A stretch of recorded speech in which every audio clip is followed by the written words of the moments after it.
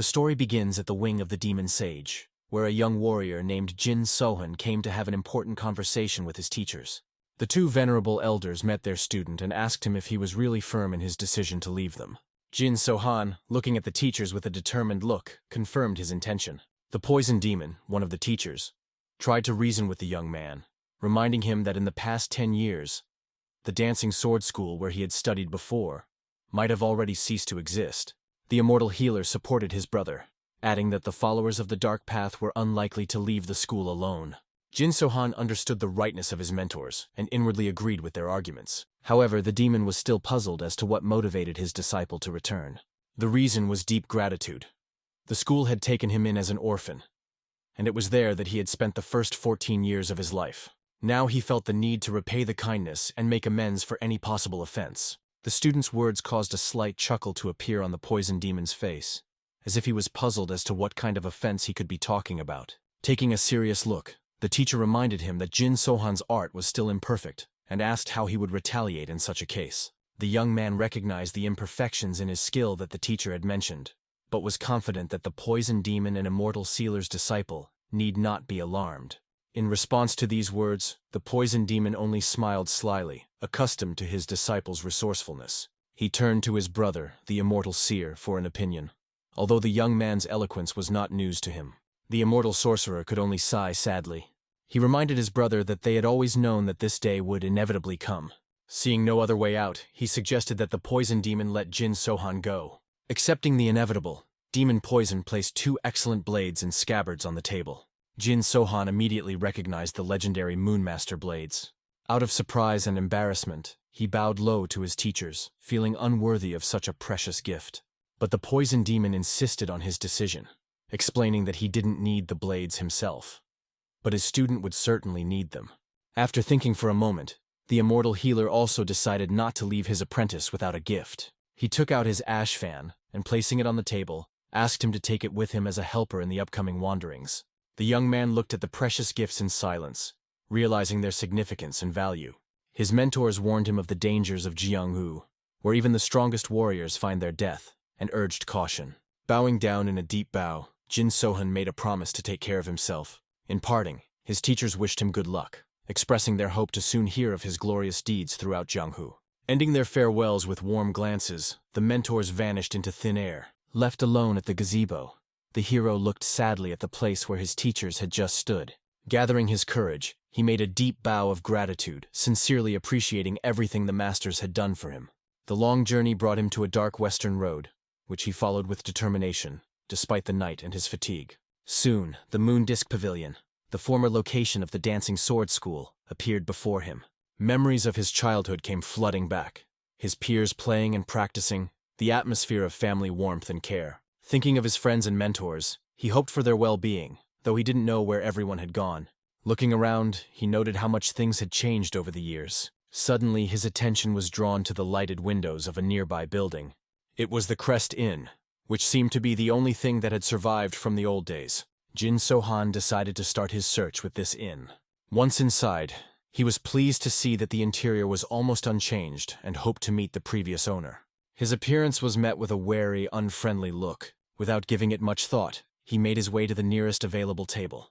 Once seated, he calmly removed his baggage and hat, which obstructed his view, and surveyed the room. Noticing the multitude of bandits scrutinizing him, he remained unperturbed. This caused him to smile slightly as the atmosphere of the place remained the same. At this moment, the innkeeper approached him to take his order. Jin Sohan recognized him immediately. It was Doon. However, it was clear from the surprised look on his face that he didn't recognize his longtime visitor, which was not surprising after all these years. Not wanting to delay Doon, Jin Sohan ordered chicken noodle soup, and the owner hurried to fulfill the order. As he left, he noted with curiosity the unusual clothing of his guest. Most of all, the host was worried about the premonition of an impending fight, and he only hoped that it would happen outside his establishment.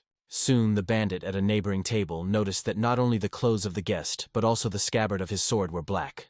Glaring harshly at the guy, he decided to see if he understood what the color meant. When he didn't wait for an answer, he patiently explained that the color black meant a challenge to a duel. After these words, the hero hesitated for a short while, but soon explained that he had meant nothing of the kind and had only one set of clothes. He asked the innkeepers to ignore him. Even that answer seemed like real arrogance to the locals. And, standing up, the bandit ordered to make eye contact when talking to someone. But at this moment the bandit was stopped by his elder, who asked his friend to cool down and not to make a scandal on an empty place. He then turned to the hero himself, wanting to know what he wanted here, since he obviously knew what the color black meant and had come in this form anyway. Jin Sohan explained that he had no particular purpose. He had come back here after many years because it was his hometown. But the man certainly couldn't remember the guy's face, so he decided to find out where he lived. Without hiding, the man explained that he lived right across the street from this hotel. Turning their gazes, they realized that he was referring to the moon disk pavilion, which only caused a chuckle. The bandit even thought that Jin Sohan was from a brothel, though the view indicated otherwise.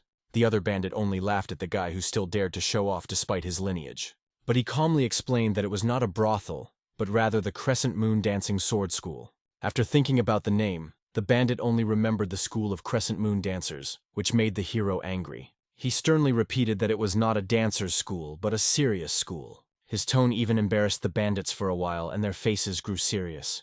But soon, still mocking, the man explained that he didn't care what the place was like. The only thing that mattered was that he hadn't heard from any of those people lately.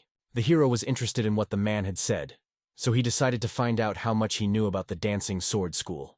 The man only mockingly explained that he knew so much that he was even starting to miss them. Once the conversation got going, despite his said phrases, the hero decided to even buy the man alcohol. This surprised him. But the guy without any intention pointed to the seat opposite himself, suggesting that the bandit sit down with him. Calmly called the owner of the establishment and asked to bring a bottle of good wine. At this time, the bandits tried to warn the guy in charge not to sit at the table, but he saw no problem, so, quickly drawing his sword, he stood up. Walking away from the company, he explained that in the warrior world it was not customary to refuse an offered drink. As he approached, he carefully placed his sword so that its dimensions were clearly visible to the hero. From his reaction, one could easily conclude that the sight of the weapon did not intimidate him. He kept quite cool. The bandit even suspected that maybe there was someone more serious behind this guy, so he decided to be more careful. He was the first to start a conversation and decided to find out where Jin Sohan came from, as he could tell from his appearance that he was a disciple of some prominent sect. He was very surprised by the answer that the hero was not affiliated with any school or specific place. But he realized that this was a great sacrifice, for it meant that the guy was a simple wanderer without any patrons. Without giving any sign, he merely addressed the owner of the establishment, rushing him to bring the drinks faster. He addressed him as Dogon, which confirmed the hero's hunch. As soon as the bottle was on the table, the hero immediately decided to pour the first cup to the interlocutor, asking him to consider it as payment for his stories. Interested in such payment, the man decided to ask the hero what he wanted to hear. The question was still the same. He wanted to know about the school of the dancing sword. But before answering, the man wanted to know what the school had to do with the hero. Without saying anything specific, the man explained that the school used to be quite famous on the Western Dark Road, and he was curious to know where and how they disappeared to. After the explanation, the man realized that based on the guy's story, he was indeed from there. He explained that he hadn't heard of the Crescent Moon Dancing Sword School for a long time, and decided to see if the guy knew about the Blood Whirlwind clan. Surprised, the hero remembered that the Blood Vortex clan was one of the criminal sects that had been operating in the area 10 years ago. As it turned out, they had their eyes on the Dancing Sword School because the women there were really beautiful. Now the power was in the hands of the clan, but that wasn't the case before. Dancing Sword tried to avoid direct confrontation, but Blood Whirlwind came up with a reason to attack them. They poisoned their own subordinate and blamed it on Dancing Sword School. So a battle began, and the Crescent Moon Sword School was eventually defeated. Then the boy wondered what had happened to the students. Had they all died? But it turned out that the clan leader had taken the women he had his eye on. But no one knew if they were alive now. These words caused serious anger in the guy's eyes. Even the interlocutor felt that something in his aura had changed, so he made the decision that he needed to hurriedly remove himself. He immediately pushed back his chair to leave, for he had already finished his food. But at this moment, Jin Sohan's imperious voice made him stop. The guy only asked one question. Did this man belong to the Blood Whirlwind clan? This caused the three men to be startled. The head frighteningly thought that Jin Sohan might have had something to do with that incident, but he tried to pretend he didn't understand what it was about, proving that neither he nor his brothers were members of anything. But to the shock of the chapter, his friends rose up, who did not understand why he was lying and what he was carrying, for he could not stay away when they were so provoked. With a smile, they told Jin Sohan that they knew something about the School of the Dancing Sword, and asked the hero if he knew the girl whose name was Duo Yang. The name alone caused a look of consternation on the leader's face, who ordered the others to be quiet. But they kept at it, and told him that the girl had gone somewhere else on business that day, and was not involved in the battle. Because of this, he and his brothers were able to take her to a secluded place. Unable to bear it, the man even threw his chair, indicating to the two men that they should just shut up. They, on the other hand, didn't understand what had happened to the older brother, and why he was so scared of this man. He promised to explain everything later, but right now he was urging them to just shut their mouths. But it was too late. Jin Sohan spoke up, explaining that he knew personally Du Hyang, who is as beautiful as the light of the sun. After saying this, the face of the eldest of the bandits darkened with fear. His younger brothers did not stop talking about how pretty this girl was, even though they thought that the other girls who were taken by the clan leaders were much prettier. At this point, the atmosphere in the room began to thicken. It became obvious to the elder that things were bad, and very bad at that. He asked the hero not to listen to those two drunks, but they only continued to tease the older brother, proving that they were not drunk and had not drunk a drop today. And in the end, the man was right. They should have shut up. When the hero lost his temper, he killed both men with a slight movement. All their older brother had to do was look up and be shocked to see that their murder had been done with ordinary chopsticks. But he soon suffered the same fate. He was startled to feel a foreign object in his body. And when he looked down, he saw that his huge sword had pierced his own body. The man was eventually killed by the stranger wielding his own sword. After that, the hero calmly picked up and finished his shot of expensive alcohol. He remembered the words of his masters. They were right when they thought that the dancing sword school no longer existed. It was expected, but his rage could not be described towards the bastards of the dark path. The incident at the inn did not go unnoticed. Not only the guests, but the innkeeper himself came out to see what was wrong. When he was in the room, however, his face was contorted with astonishment. Jekyll and his gang had been defeated so lightning fast that no one had time to blink an eye. The owner had assumed that the appearance of the bandits would be the end of his establishment, but things turned out quite differently. At that moment, the hero called Dogon by name, which caused the man serious confusion. He hurriedly approached Sohan, wanting to know how he could help the young man. The hero could clearly see that despite his attempts to appear confident, the man was very frightened. To reassure him, Sohan asked with a smile if Dogon still didn't recognize him.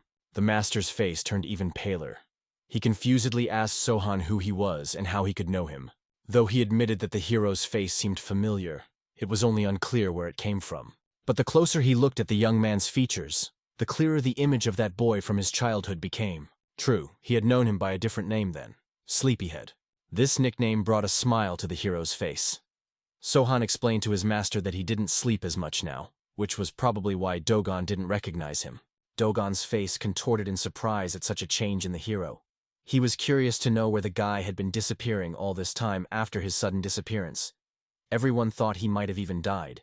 Dogon was curious as to why Sohan had left without a word, and how his life was turning out. In fact, the secret was that he had literally been through hell with his masters. His teachers kidnapped him, interested in his immunity to poisons, and performed experiments on him. There were a lot of them, but the hero didn't want to admit it, so he only said that he was more or less fine. Dogon was already glad that Sohan was alive, and told how the School of the Dancing Sword had been searching for the hero since his disappearance. Sohan was pleasantly surprised by this news. Dogon told him that they had been willing to turn the world upside down in search of him, and had never given up hope. The search continued until the school was destroyed. These words deeply hurt the hero, causing the owner to apologize worriedly, though the hero did not blame him at all. Instead of anger, Sohan only felt sadness. He shifted his gaze to the bodies of the dead bandits, wanting to know if they were telling the truth about the story of the school's destruction. Despite realizing Sohan's possible reaction, Dogon admitted that the bandits had not lied. The hero's last hopes were shattered by the bitter reality. Soon it was time for Sohan to leave. Laying out a silver bar, he thanked the owner for the food he had provided. Dogon frighteningly did not understand why Sohan had decided to pay so much, but it made sense. The hero wanted to make amends for the mess he had made in the tavern. Dogon excitedly asked the boy not to worry about such trifles, explaining that there were frequent disturbances here. He should understand that. In response, the hero only thanked Dogon for the food and got ready to leave. The man frightenedly tried to stop the guy, explaining that it was already late outside, and he had nowhere to spend the night. As it turned out, the hero was going to find lodging in the Moondisk Pavilion for the night, which seemed crazy. Dogon immediately warned the lad that the Blood Vortex clan now ruled the place. Sohan replied that in that case he should go there all the more. He was going to make the humans pay for what they had done to his home. Dogon doubted Sohan's ability to handle this alone, explaining that the clan was untouchable on the Western Dark Road. Instead of answering, the hero asked Dogon if he remembered the sword dance he had practiced so often. Of course he remembered. Despite his young age, Sohan never missed a day of practice. But the essence of such a question remained unclear to him. The hero made a promise that he would show the man the dance once he had dealt with the clan, and thanked him for his sincere concern. He also expressed his hope to meet Dogon again. Eventually the man calmed down and, smiling, asked Sohan to stop by his inn. He always knew where to find him. Soon the hero traveled to his intended destination. He was met at the entrance by 2 warrior guards. After greeting the guest, they inquired if he was looking for someone in particular. Sohan, posing as a noble lord, asked about Chovel, Yakran, and Wunhu, who were supposedly quite decent girls. The flustered guard only apologized to his guest, explaining that none of the ladies bore such names. The hero realized that in that case, they were not here. So he decided to inquire about other girls that would suit his taste. Then the warriors suggested the guest to go inside. The future performance promised to be interesting. Sohan didn't understand what they were talking about, but the warrior explained that the pavilion was known for its moon disc dance group. That expression alone had already shocked the hero. He was curious to see what it was about. Once inside, he saw 2 girls in light, airy outfits dancing as if they were fighting with swords. The sight made him deeply angry. He realized that the point of the performance was to imitate the school of sword dancing, even though their abilities were just pathetic. Suddenly, he felt someone's presence behind him and turned around. His gaze drifted upward, and the guard, noticing this, hurriedly explained that the owner of the establishment was upstairs. He asked the guest to stop staring so intently, but the hero did not obey, continuing to look at the owner of the Moondisc Pavilion. The one really looked like the director of the establishment and a real bandit. Despite the guard's repeated requests to stop staring at him so blatantly, Sohan, instead of obeying, headed for the stairs, intending to go up to the owner. The guard tried to stop him, explaining that ordinary guests should not go there. Sohan's path was soon blocked by 2 more guards, explaining that going upstairs was not allowed. Sohan lied, saying that he had come to see Mr. Owner. The guards were surprised to learn that the meeting had not been scheduled, and grudgingly explained to the strange young gentleman that one could not just meet the owner at will. The noise of their altercation reached the ears of the captain of the Ghost Sword Squad and the Moon Twilight Wing, who came down to find out what was going on. The bowed guard informed him that the young gentleman wished to see the pavilion owner without an appointment. This explanation brought a look of suspicion to Chu Sahek's face. Such a wish seemed too suspicious. However, as he continued to look at the hero's calm face, he only chuckled. The man had the impression that the hero was drunk, so he suggested that the hero go home, warning him that if he continued to inconvenience the owner-san, he might never return home again. Instead of listening, the hero only asked why he couldn't see the owner of the pavilion. After that, the Ghost Sword Squad captain's face became much more furious. He couldn't tolerate such an incomprehensible guy. But suddenly, the pavilion owner himself intervened and asked his warriors not to make a fuss and let the guy who was so eager to meet him pass. Apparently, he was not going to talk to him in a crowded place, so he ordered to send him to his room. As a result, under the gazes of all the assembled warriors, the hero followed in the indicated direction. When he entered the room, the owner of the pavilion was already waiting for him, surrounded by 2 beautiful girls. Without any invitation, Sohan immediately walked through the room and sat down on one of the available couches. The pavilion owner thought that this was too impudent behavior, which made him suspect that he might be an influential person or someone from a famous clan. He calmly admitted that he didn't know the reason for meeting Sohan, but he offered him a drink to start with.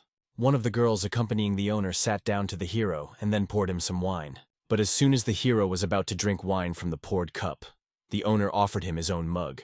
At first glance, the hero did not have any suspicions. He started drinking the wine, which made the owner think he was a fool. He could not believe that he accepted the wine from strangers without any suspicion. It even made him think that he was really just an inexperienced youngster who didn't know how the world worked. He did not even guess that the hero understood perfectly well. These people added poison to the wine, except that such means were useless against him. The owner of the pavilion only smiled slyly, wanting to know from the hero whether he liked the wine. He smiled slyly in return and thanked the man for the drink, admitting that it was really not bad. This surprised the man even more. The hero even said that he would drink such wine again. The pavilion owner decided that the guy really knows about wines and poured him another cup. Even though he thought the guest was a real idiot, he decided to find out why he had come here. After calmly finishing another cup of wine, the hero explained that he had one thing to do with the man. The man felt that all the hero's behavior was imbued with arrogance, but understood that he would not survive long. But suddenly, the hero turned the conversation in another direction, suggesting to sort something out. He asked how he dared to poison his wine. The man was frightened, not understanding how Sohan had determined that the wine was poisoned, because the poison was colorless and odorless. It didn't matter now, though. The boy would die soon, so he just laughed. But soon, becoming more serious, he decided to find out how the hero had discovered the poison. The answer seemed obvious to him. He had already drunk the wine. It would be strange if he did not feel the poison in it. At this point, the owner couldn't take it anymore and called the hero an arrogant bastard, wanting to see him fake it in heaven. But when the hero's face showed no sign of poisoning, he became more serious. Turning to the girls accompanying him, he ordered them to leave and left them alone. Afterward, he explained to Sohan that he had used poison, as it was necessary to be reassured in troubled times. However, he asked the boy not to worry. He was ready to give out the antidote if he behaved himself. This only caused a sneer on the hero's face. He didn't need any antidote. These words angered the owner, who ordered Sohan to stop fooling around, saying that such a manner would not help him survive. But he explained in the same calm and relaxed manner that he wasn't fooling around at all. He really didn't need the antidote. He then asked the owner if he should make his move now. Immediately after these words, strange sounds were heard outside. The warriors guarding the doors on the other side began to drop dead. The owner of the pavilion immediately jumped at this noise, trying to understand what had happened. The captain of the squad decided to go to figure it out, but in the end he never made it to the door. Like the rest of the warriors, he also abruptly fell to his knees, and his entire throat seized with a spasm. Looking at his subordinate, the terrified owner didn't understand what was going on or why he was acting so strangely. At his last breath, squeezing out the words, the squad captain informed him that he was poisoned. The frightened man didn't understand what nonsense his subordinate was saying, because it was they who poisoned Sohan with poison. But soon the owner himself fell to the ground with a loud cough. Foaming saliva began to drip from his mouth. The hero, however, calmly watched them without a drop of regret, and explained that he was the one who had poisoned them. The owner, whose arms and legs were shaking with spasms, demanded that Sohan repeat his words, but he only asked him to be understanding. He too wanted to be reassured. The man, looking at Sohan's calm face, didn't understand when he had managed to poison them. The boy did not answer his mute question. Instead, he took out his master's fan and calmly stood up. His powerful figure towered over the now captive, who could only beg for help. The pavilion owner didn't understand at all why the hero had poisoned them, why he had done all this. He frightenedly explained that he hadn't done anything wrong to the guy, and didn't understand why he had done this to him. Sohan reminded him that it was the owner who had first tried to poison him. After these words, he didn't know how to justify himself, so he just shamefully shut up. When Sohan came closer, he explained that anyone who dared to poison him would have to pay for it. He didn't understand what he was wrong about, so he invited the man to speak up. The man frightenedly continued to say that Sohan did not understand what would happen to him if he killed him. The clan would not leave him alone. As it turned out, the clan in question was the Blood Whirlwind clan, to which the owner belonged, as did the pavilion itself. He suggested Sohan back off and forget about this misunderstanding, but the hero only stared at the man in silence, not uttering a word. This made the pavilion owner realize that Sohan had come from other lands and did not know the local customs, so he must have been frightened by the mention of the clan. But at this moment, the hero only calmly asked the man about the school of the dancing sword, which caused the man to be startled. The hero, noticing this, asked how long ago the man had heard the name. He didn't understand why the stranger suddenly remembered this school, but the warrior calmly explained that it had been in this place long before the lunar disc pavilion appeared. All this time, their conversation was being carefully watched by the captain of the squad, waiting for the necessary moment. When the hero turned away and did not pay attention to him, he realized, this is the perfect chance to kill him while he does not see anything. For this reason, he accelerated his power from the last strength and made a throw straight towards the guy. But he was waiting for unpleasant news. The hero definitely felt his approach. He managed to block the attack and even pushed the attacker away from himself. Looking at the hero, the captain didn't realize what had just happened. He hadn't even seen Sohan draw his blade. Now, looking at his hand in which he held his sword, he could see it shaking after the sustained attack. He had originally thought that he was out of this guy's sight, but he was mistaken. Apparently, their guest was a martial arts master. If he continued trying to kill him, one wrong move would doom him to death. Suddenly distracted from the pavilion owner, the hero turned to the captain. He praised his technique. It really wasn't bad, but warned that one more attempted attack would end his life. The captain didn't realize how much strength his opponent had, since he had only rated his strongest technique as not a bad result. At that moment he noticed his commander drew his sword in an attempt to attack the hero. The captain's face contorted with fright. He realized that the lord might pay for it with his life. At this time, the owner himself was only thanking his subordinate for the unexpected attack. Thanks to this, he had the opportunity to kill this strange guy. So he swung his blade to attack Sohan with a sharp movement, but it was useless. He didn't even notice how his body was cut by the slight movement of the hero's blade. Immediately afterward, the wound began to bleed profusely, and the man began to fall to the ground. The last thing he saw was that his hand was still on the blade. The blade was in the scabbard. So he still didn't understand how this was possible, and how the enemy was able to kill him so easily. The man fell to the ground with a thud, and the hero calmly turned away from him. He was no longer of interest to him. The young warrior turned to the captain of Chusahek's squad, which caused the former fighter to be openly frightened. However, the young master did not seek to intimidate his opponent. He only warned that a second attempt to attack will lead to the same fate that befell his master. Apparently, the desire to live overcame his duty. The experienced captain did not dare to attack again. Satisfied with this submission, the mysterious guest sank back on the couch, while the commander of the guards mentally berated himself for his short-sightedness. How could they have failed to recognize this young man as such a powerful fighter? The poison was powerless, and the insolence and rudeness of his demeanor was more akin to that of a vicious villain than a follower of the righteous path. Soon the ruler of the pavilion's fate announced to the stunned captain that the establishment would henceforth be taken over by him, expressing the hope that he would assist in a peaceful transition of power. The frightened warrior only dared to inquire about his fate. The new master replied that everything depended solely on his obedience. When the former guard inquired about the new master's demands, the answer was very clear: absolute obedience. Broken by the show of force, the warrior immediately bowed in a deep bow. However, this was not enough for the young master. The memory of the treacherous blow was still fresh. Instead of a simple pledge of allegiance, the new master held out a small blue pill to his defeated opponent, telling him to swallow it. Distrusting the mysterious potion, the old warrior rightly suspected that it was a poison. The hero explained that it was a way to ensure his loyalty in the safest way possible. The hesitation was short-lived. Under the victor's heavy gaze, the captain resolutely swallowed the mysterious potion.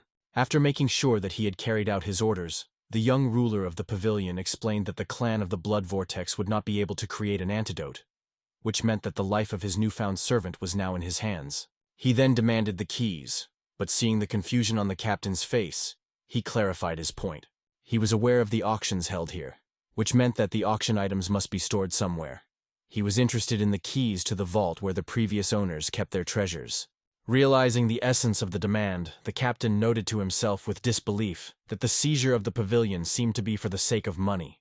Nevertheless, he handed over the bunch of keys to his new master without complaint. Once he had them, the mysterious warrior decided to take a look around, telling the captain to put the pavilion in order. Finally, the former guard dared to ask how to address the new master. He majestically announced that from now on he was to be called the head of the Crescent Moon Sword Dancing School, though he could also be addressed as Sir or simply Head. The captain looked at the departing figure of the new lord and turned to the defeated warriors, ordering them to rise immediately. The pavilion had a new master, and it was unwise to delay the fulfillment of his will. Upon reaching the vault, the young lord found a variety of items destined for auction. Most of the goods looked more like flea market items, but what caught his eye was a small box containing a century-old tuberous cabbage. Although it wasn't a remarkable find, it still had a certain value. Therefore, the new master decided to feed on this ancient delicacy. Soon, the pavilion lord settled down in the chosen room and fell into deep meditation. As morning came, his devoted assistant, the former captain, cautiously entered the chambers. Seeing the master in a state of contemplation, he respectfully stood in silence. When the young master finally spoke, he inquired about the time frame in which news of what had happened would reach the Whirlwind clan. When he learned that it would take several days, he gave the unexpected order to gather all the employees and announce a free choice. Everyone could leave the pavilion unhindered. This decision shocked the former captain. To first take over the pavilion and then dismiss the staff seemed pure madness. But even more shocking to him was the demand to pay 10 times the salary of all those who left. The aide was careful to point out that he would have to use the clan's funds to make such payments. This news interested the young ruler, and he demanded details. When he learned that the pavilion was one of the places where the clan's money was kept, he grinned with satisfaction. If it was enemy money, it was all the more reason to use it. He immediately doubled the payout to 20 times the amount. Soon, the new master was watching from the top floor as a multitude of servants gathered their belongings, preparing to leave. His gaze followed each person leaving the pavilion. A loyal aide reported that a safe escort had been arranged for those leaving. But he also expressed his fear. There would surely be a traitor among those leaving, or someone who would inform the Blood Vortex clan of what had happened. The hero realized this himself. His lord's calm reaction to this warning made the former captain think that perhaps that was his intention. Remembering the recent conversation about the Crescent Moon School of Dancing Sword, he began to suspect that all of his new lord's actions were somehow related to this legendary school of martial arts. The aide's assumption brought a wave of irritation to the young warrior. He sharply inquired as to where he had gotten such a hunch from. The former captain, embarrassed, admitted that he remembered a recent conversation with the previous owner of the pavilion. After all, he was right. The young gentleman confirmed that he had grown up within the walls of this school. Guessing that this was the reason for the mysterious master's appearance, the captain listened to the bitter story. It was about how the Blood Whirlwind clan had taken this place away from the Dancing Sword School, turning the martial arts temple into a brothel. After realizing the true reason, the former guard realized Sohan was eager to take revenge on the clan for desecrating his alma mater. With concern in his voice, the captain asked if the young master had any allies. He was shocked to learn of their absence. The young warrior intended to challenge an entire clan on his own. Yes, he had already proved his strength by defeating the former master of the establishment, but to go to war with an entire organization seemed pure madness. After expressing doubts about Sohan's capabilities, the captain was surprised that he was more interested in the fact that the clan had taken over the Western Dark Road during his absence. Realizing that the young master was clearly underestimating the power of the Blood Whirlwind clan, the former guardian decided to clarify the situation. He revealed that the clan owned 14 brothels and fighting halls, 2 trade associations, and a couple of security organizations. They had hundreds of experienced fighters at their disposal. After hearing this, Sohan calmly remarked that there was no need to fight the entire army. Just eliminate the ringleaders, and the organization would crumble like a house of cards. That was how he took over this pavilion. The captain, not understanding how the young master imagined this seizure of power, realized that next to this reckless warrior, only death awaited him. In despair, he contemplated finding an antidote and escaping. As if reading his thoughts, Sohan suddenly turned to him, causing the captain to flinch. But instead of threatening him, the young master simply told him to wait for his men to return and leave with them. This unexpected order caused the captain genuine amazement. He did not understand the meaning of such a decision, especially when Sohan added that he should take the money stored here with him. But the old warrior couldn't just walk away. The memory of the poisoning was too fresh, and he wondered how Sohan himself could have forgotten about it. Noticing the displeasure on the captain's face, the young master assumed that he did not want to leave. But the former guardian only reminded him of the antidote. At that moment, Sohan woke up and remembered that he had forgotten to warn him of the poison's peculiarities. Without a timely antidote, a man becomes a helpless rag doll. The captain flared up, unable to understand how he could forget that he had poisoned a man, and then pretend to be a benefactor by sending him to his death. But then Sohan handed him 2 pills. Overjoyed at the prospect of healing, the captain immediately swallowed one of them. But when he noticed a strange expression on the young gentleman's face, he became wary. Sohan anxiously asked if the captain understood what he had just taken. He replied confidently that it was an antidote, but the young master objected. He never said it was an antidote. The pale captain inquired about the contents of the pills and learned the shocking truth. It was a real poison. It turned out that the first pill given earlier was just an empty pill, a demonstration of what real poison looked like. At that moment, the captain's face took on a livid hue, and he froze in place. Sohan was surprised to note how the man had aged 40 years in an instant. Fury seized the captain. He had thought he was dying from the first pill, but it had been nothing, and now he had actually swallowed the deadly poison. His anger increased when he heard the sound of wine being poured. After all that had happened, the young gentleman calmly sat down in his seat and began to drink as if nothing had happened. Finally losing his temper, Sahek sat down opposite Sohan and demanded the wine, holding out an empty cup. The hero's face remained impenetrably calm, which enraged Sahek even more. He seemed ready to kill the warrior for a simple request for a drink. The captain explained his request simply. Since he was going to die from the poison anyway, he wanted a last drink. This brought a smile to Sohan's face, and he poured wine for the unfortunate man. After draining the cup and setting it down on the table with a clatter, Sahek announced his decision to stay with Sohan. He had nothing to lose. He explained that he preferred to die by blade rather than poison. The plan was simple. They would come to kill Sohan first, and then him. The end would be the same either way, but at least he would see the young warrior fighting for his goal. After such a statement, the captain again needed a drink to ease his soul, so he asked for another round of wine. Seeing Sohan chuckle after his words, Sahek became enraged once again. He inquired about the reason for such merriment, but the hero only silently filled his cup and offered to drink together. During this unusual feast, Sahek suddenly confessed that he was not 40, but only 24 years old, despite his haggard appearance. Meanwhile, in the Blood Whirlwind clan, the head of the clan finally received news of what had happened. He couldn't understand how some loner had managed to take over an entire pavilion. He could think of two possibilities. Either they had put a total loser in charge, or this mysterious invader was one of the real martial artists. From the report of his aides, the head of the clan became aware of the use of poison in the seizure of power in the pavilion. The leader of the Bloody Whirlwind immediately realized how the unknown person had managed to so easily establish his control over the establishment. At that moment, one of his loyal companions, the captain of the Windblade squad, rose up. Kneeling down, he asked the Lord to trust him in this matter. The leader clearly doubted the success of the mission. However, the determination and confidence in the captain's eyes made him give his consent. The only thing he warned was that if there was someone more powerful behind the daring invader, they should be dealt with as well. The grateful captain, whose heart had long been poisoned by his lust for a lucrative brothel, bowed deeply. If everything went according to plan, he would get the pavilion. At the same time, the culprit of the commotion, the young owner of the pavilion, was strolling carelessly through the area, enjoying the local sweets. When he ran out of sweets, he would only reach out to his assistant, demanding more. Sahek, who was accompanying him, only sighed unhappily, serving more and more sweet sticks. The former captain could barely contain his irritation. The young lord had been acting outrageously carefree the last few days, as if he didn't realize that at any moment the wrath of the powerful clan might descend upon them. Sahek could not understand how he could remain so unperturbed in the face of imminent danger. Suddenly their leisurely walk was disturbed by distant, frightened screams. Turning around at the noise, they saw a group of warriors approaching, led by the captain of the Windblade squadron, young Gildo.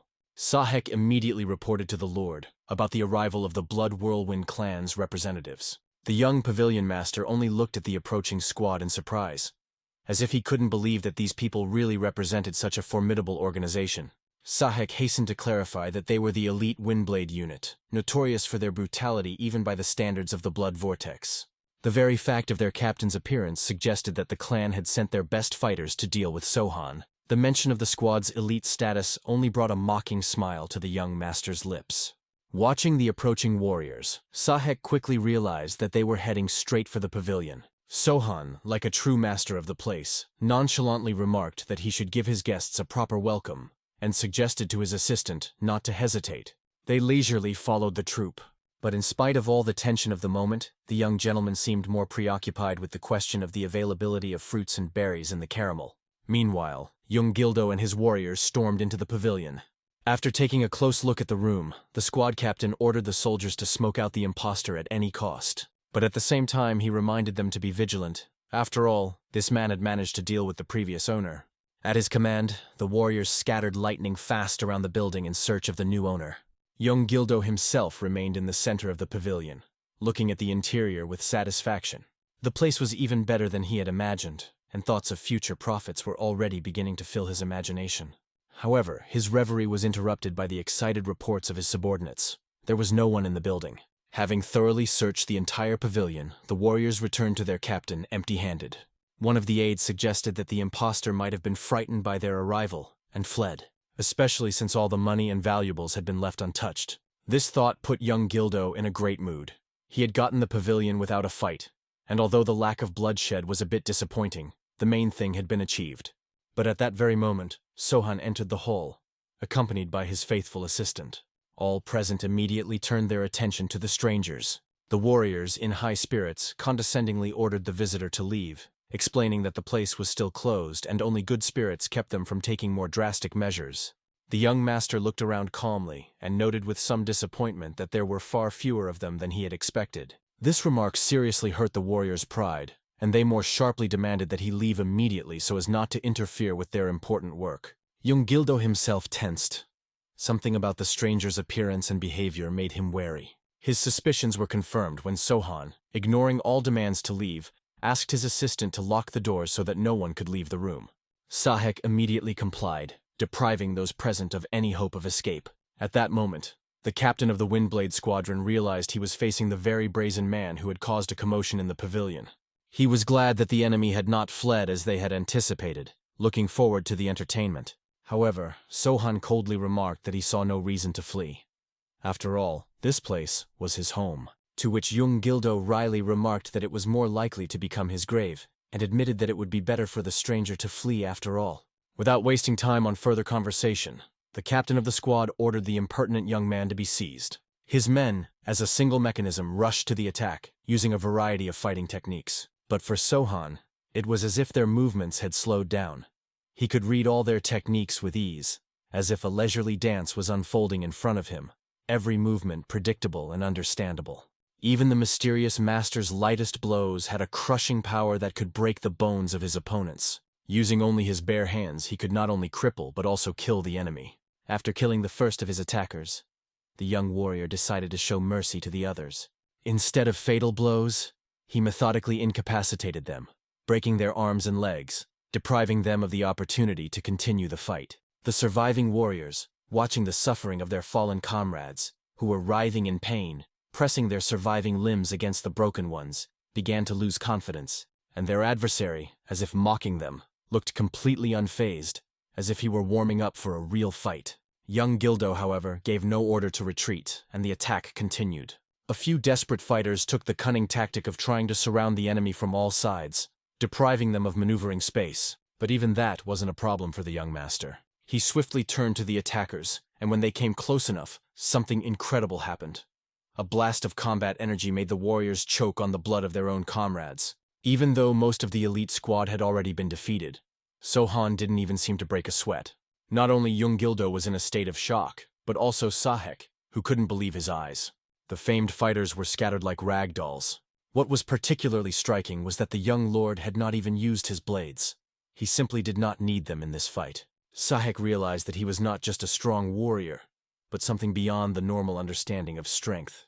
Young Gildo, annoyed that his dreams of easily capturing the pavilion had been shattered, gritted his teeth angrily. Sohan, noticing his condition, mockingly suggested that sow stop inactivity and do something about it. The squad captain found such arrogance unforgivable, but decided to clarify a few things. He asked what forces this incredible fighter served and what he was trying to accomplish. The answer sounded staggeringly simple. Sohan's target was the entire Blood Vortex clan. This statement threw young Gildo into a state of utter bewilderment. How could one person claim power over an entire clan? Trying to buy time, he offered to arrange a meeting with the clan leader if he could be released with a report. That way he could make it easier for the hero's robot to take over the Blood Whirlwind clan. But Sohan only smiled, making it clear that he would not fall for such an obvious ploy. Realizing the failure of his stratagem, young Gildo gripped the hilt of his sword tighter. It was clear that there would be no peaceful resolution to the conflict. Sohan calmly apologized for disappointing his opponent, but confirmed that he did not negotiate with such people. His equanimity was even more intimidating than his show of force. This man seemed impossible to intimidate or sway. Cornered, the captain of the squad decided to take a last, desperate step. Abandoning all principles, he grabbed the body of one of his fallen subordinates. Then he threw it towards Sohan. He hoped that the young man would be distracted by his defense against this cruel projectile, and open himself for a retaliatory strike. But to his amazement, the young master reacted with lightning speed. With one powerful arm strike, he threw the body straight at young Gildo himself. The captain had underestimated the force of the blow. It was truly inhuman. The body of the projectile slammed into him with such power that it threw him off, breaking the wall. His whole body was covered with wounds and abrasions. He was out of breath. But the scariest thing was that when he tried to look for his opponent, he was no longer there. Like a demon from ancient legends, Sohan materialized beside him. He was concentrating his strength to deliver a crushing kick to his face, a kick that could easily break his neck. But even that wasn't enough for the young master as he finished his cruel game. Soon, young Gildo's body resembled a broken marionette with barely a human shape. The surviving fighters and Sahek watched the massacre in horror. One glance at Sohan convinced them that this was not a man, but a monster with powers beyond comprehension. The warriors froze in a daze, unable to believe that someone could so easily do away with their formidable captain. The warriors were even afraid to breathe as they awaited their fate. However, the monster suddenly showed mercy. Instead of finishing off the remaining men, he told Sahek to open the front doors, and then ordered the survivors to leave, taking the bodies of their fallen comrades with them. The terrified warriors couldn't believe they'd been saved. But that wasn't all. Sohan had a message for the head of the Blood Vortex clan. If he wanted to challenge him, he had to show up in person, not send his toys. Stunned by such audacity, but impressed by the monstrous strength of the new ruler of the pavilion, the surviving fighters bowed down, vowing to pass on his words. After the battle was over, the young lord nonchalantly made his way to his desk. His assistant supervised as the surviving warriors hurriedly carried away their wounded and fallen comrades. When everyone was gone, Sahek wasted no time in joining his lord and asked for wine. Sohan inquired with slight bewilderment how his assistant had earned the right to share the meal with him. He modestly replied that he had completed his task of closing and opening the doors. The young master, smiling sincerely, recognized the justice of such a request. He took his assistant's cup and offered him a drink. Then Sahek dared to ask the reason for such unusual mercy to some opponents. Sohan explained his plan.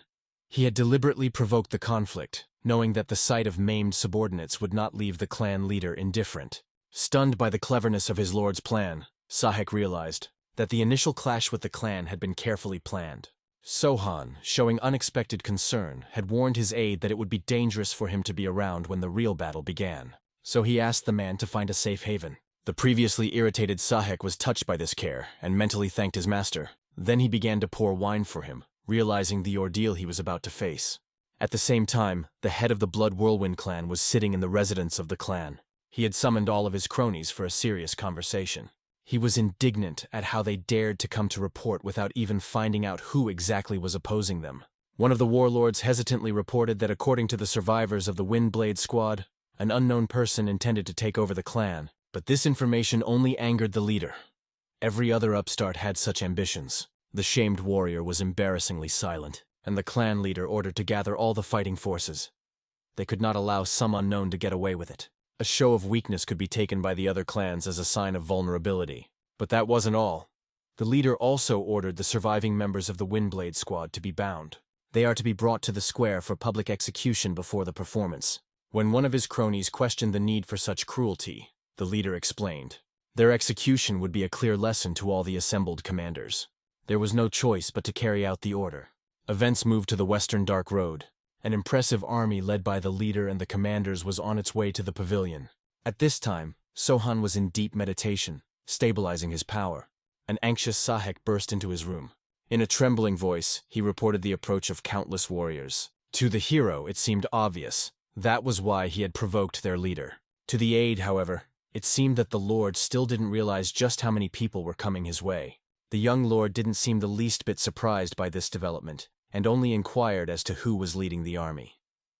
Although Sahek didn't get a good look at the commander, he assumed it was the clan leader himself. At that moment, an imperious voice sounded from outside, demanding Sohan's exit. Before facing his opponents, the young master suddenly changed his white robe to a bright pink garment. The aide realized it was a garment for ceremonial appearances. A puzzled Sahek inquired as to the reason for this choice. Instead of a direct answer, a peaceful smile appeared on Sohan's face. He remembered his childhood, watching the other girls of the school perform in these outfits. And the little boy would look at them and compliment them with admiration. It was a great honor for him to be wearing this costume now. Now, the young master explained that the costume was necessary to highlight the curves of the dancer. This did not give the assistant an understanding of the chosen outfit. But the hero made it clear. He was a student of the Crescent Moon Sword Dancing School, and he wants the fallen warriors of today to know exactly who cut their lives short. Heading for the exit, he asked Sahek to wait for his return. The loyal aide begged to be allowed to accompany his lord. He realized that his own life in any case depended on the outcome of the battle. But Sohan, with a soft smile, asked him to stay safe. There was no choice left, he was too weak to help the hero. At the door, an agitated Sahek called out to his master one last time, begging him not to die. The young warrior firmly promised that he would surely survive. As Sohan stepped out of the pavilion, he saw a huge gathering of warriors. Remaining calm, he walked towards their leader.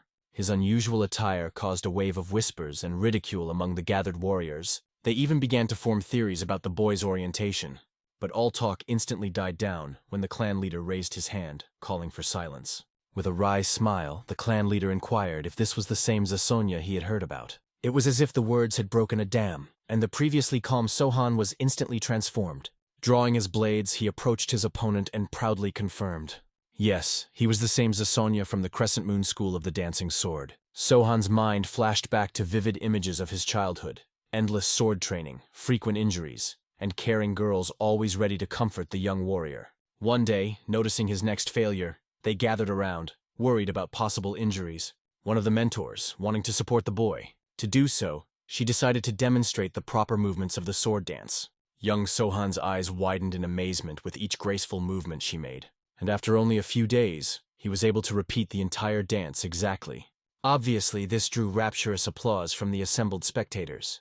Everyone was amazed at this rapid progress, calling him a natural talent. The boy only blushed embarrassedly as he accepted the sincere praise for his dancing skills. Now, standing before an army of enemies, he remembered his recent conversation with Doon. A sense of duty overwhelmed his heart.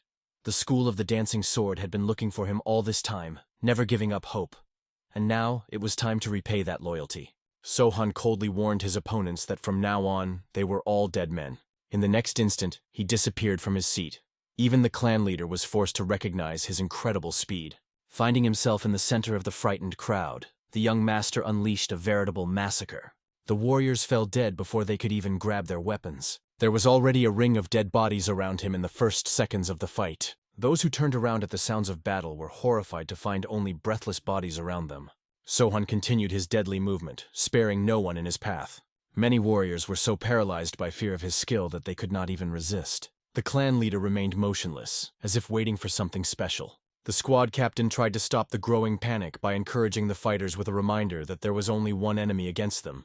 He ordered all squads to attack simultaneously from all directions. The warriors perked up, realizing their numerical advantage. They rushed to the attack, intent on destroying the impudent enemy. Sohan calmly watched them approach, a slight smile on his lips. They were making it easy for him, gathering into a dense mass. The young master began his deadly spin among the enemies. He turned their bodies into a bloody mincemeat, methodically decapitating them one by one. Watching this spectacle, the leader remembered how he had once wanted to get his hands on that promising boy nicknamed Zasonya, but he had never imagined that he would come back as such a powerful warrior. The techniques of the Crescent Moon Dancing Sword School as he performed them made one question their training. The leader no longer knew if they could defeat such a formidable opponent, even with the entire clan. From the terrace, Sahek watched this incredible fight. Even though he was already familiar with his master's strength, each new display of his skill never ceased to amaze him. The young master's dance of death was both terrifying and mesmerizingly beautiful. Suddenly, Sahek noticed something strange. There was not only a trail of blood following Sohan's movements, but something else as well. It soon became obvious that the young master was using more than just fighting techniques. A deadly poison was spreading between the warriors. By the time the opponents realized it, it was too late. The poison began to affect their organs, and one by one they fell to the ground, unable to breathe. Such doomed opponents were not difficult to deal with. Sohan only had to complete their torment. As if pulling invisible sharp threads, he moved lightning fast between the enemies, leaving no one alive after his touch. Surviving warriors at a distance could not comprehend these inhuman abilities. But as the deadly threat began to close in on them, they found their bodies no longer obeyed commands. All they could do was panic and beg the captain for help, realizing they couldn't do it alone. Finally, the captain turned to the leader, reporting the apparent end of their formation. The clan leader continued to watch the battle in silence. He marveled at how much the little boy Zasonya had changed. It seemed like the old boy had died long ago. In his place, only the vengeful spirit of the Dancing Sword School had returned. Having disposed of most of his opponents, Sohan wondered with a cold smile if they had exhausted all of their combat potential. The surviving warriors were in a panic, believing him to be a true monster, and not understanding the inaction of their captain and clan leader. The young master remained silent, realizing the complete indifference of commanders to the fate of ordinary soldiers. Deciding to use this to his advantage, he turned to the remaining warriors. The hero ordered them to vacate the road in exchange for their lives. He only wanted the head of the Blood Vortex clan. The other deaths seemed pointless to him. The fighters, frightened by what they saw, could not refuse such an offer, and slowly parted, forming a living corridor to their leader. Sohan moved through the crowd like a celebrity surrounded by respectful admirers. Looking at the approaching death, the leader only smiled. He was proud to note how his dear Sonia had grown so big and strong. He decided to listen to his former protege's demands. The question seemed ridiculous to Sohan, but the clan leader understood. This whole performance was revenge for the Crescent Moon School of the Dancing Sword. The leader was sure that the young master needed something else. Perhaps he would be interested in the clan's resources. Such an offer seemed the height of foolishness to Sohan. The clan leader, however, did not jump to conclusions. If the young man just wanted revenge, he would have started his revenge from the top. He would not be fooled like the rest of the fools. He understood perfectly well that after his death, Sohan would get nothing, because only he knew the secrets of profitable business. So he invited the young warrior to be honest about his true goals. Sohan replied calmly, "To the Lord Leader." But before the leader could even respond, the young master was one step away from him. With a sizzling glare and clearly losing patience with this useless tirade, the hero ordered him to be silent. At that moment, it was clear to the leader that Sohan was only interested in revenge. The young warrior sternly warned, if the man had nothing more to offer, he would die now. Suddenly, the leader stopped Sohan, hinting that he knew the whereabouts of the students of his school. The hero questioned whether he was talking about the students of the Dancing Sword School for reassurance. The leader fearfully confirmed that he knew where the students of the school were. At this moment, he carefully drew his sword and attempted a surprise strike. However, Sohan easily anticipated the attack and managed to dodge. The man froze in horror, unable to understand how he could have avoided the blow delivered at point-blank range. In the next instant, the hero was behind him. He noted with disdain that scum like the leader were really hard to find. Taking out a second blade, he simultaneously attacked with both swords.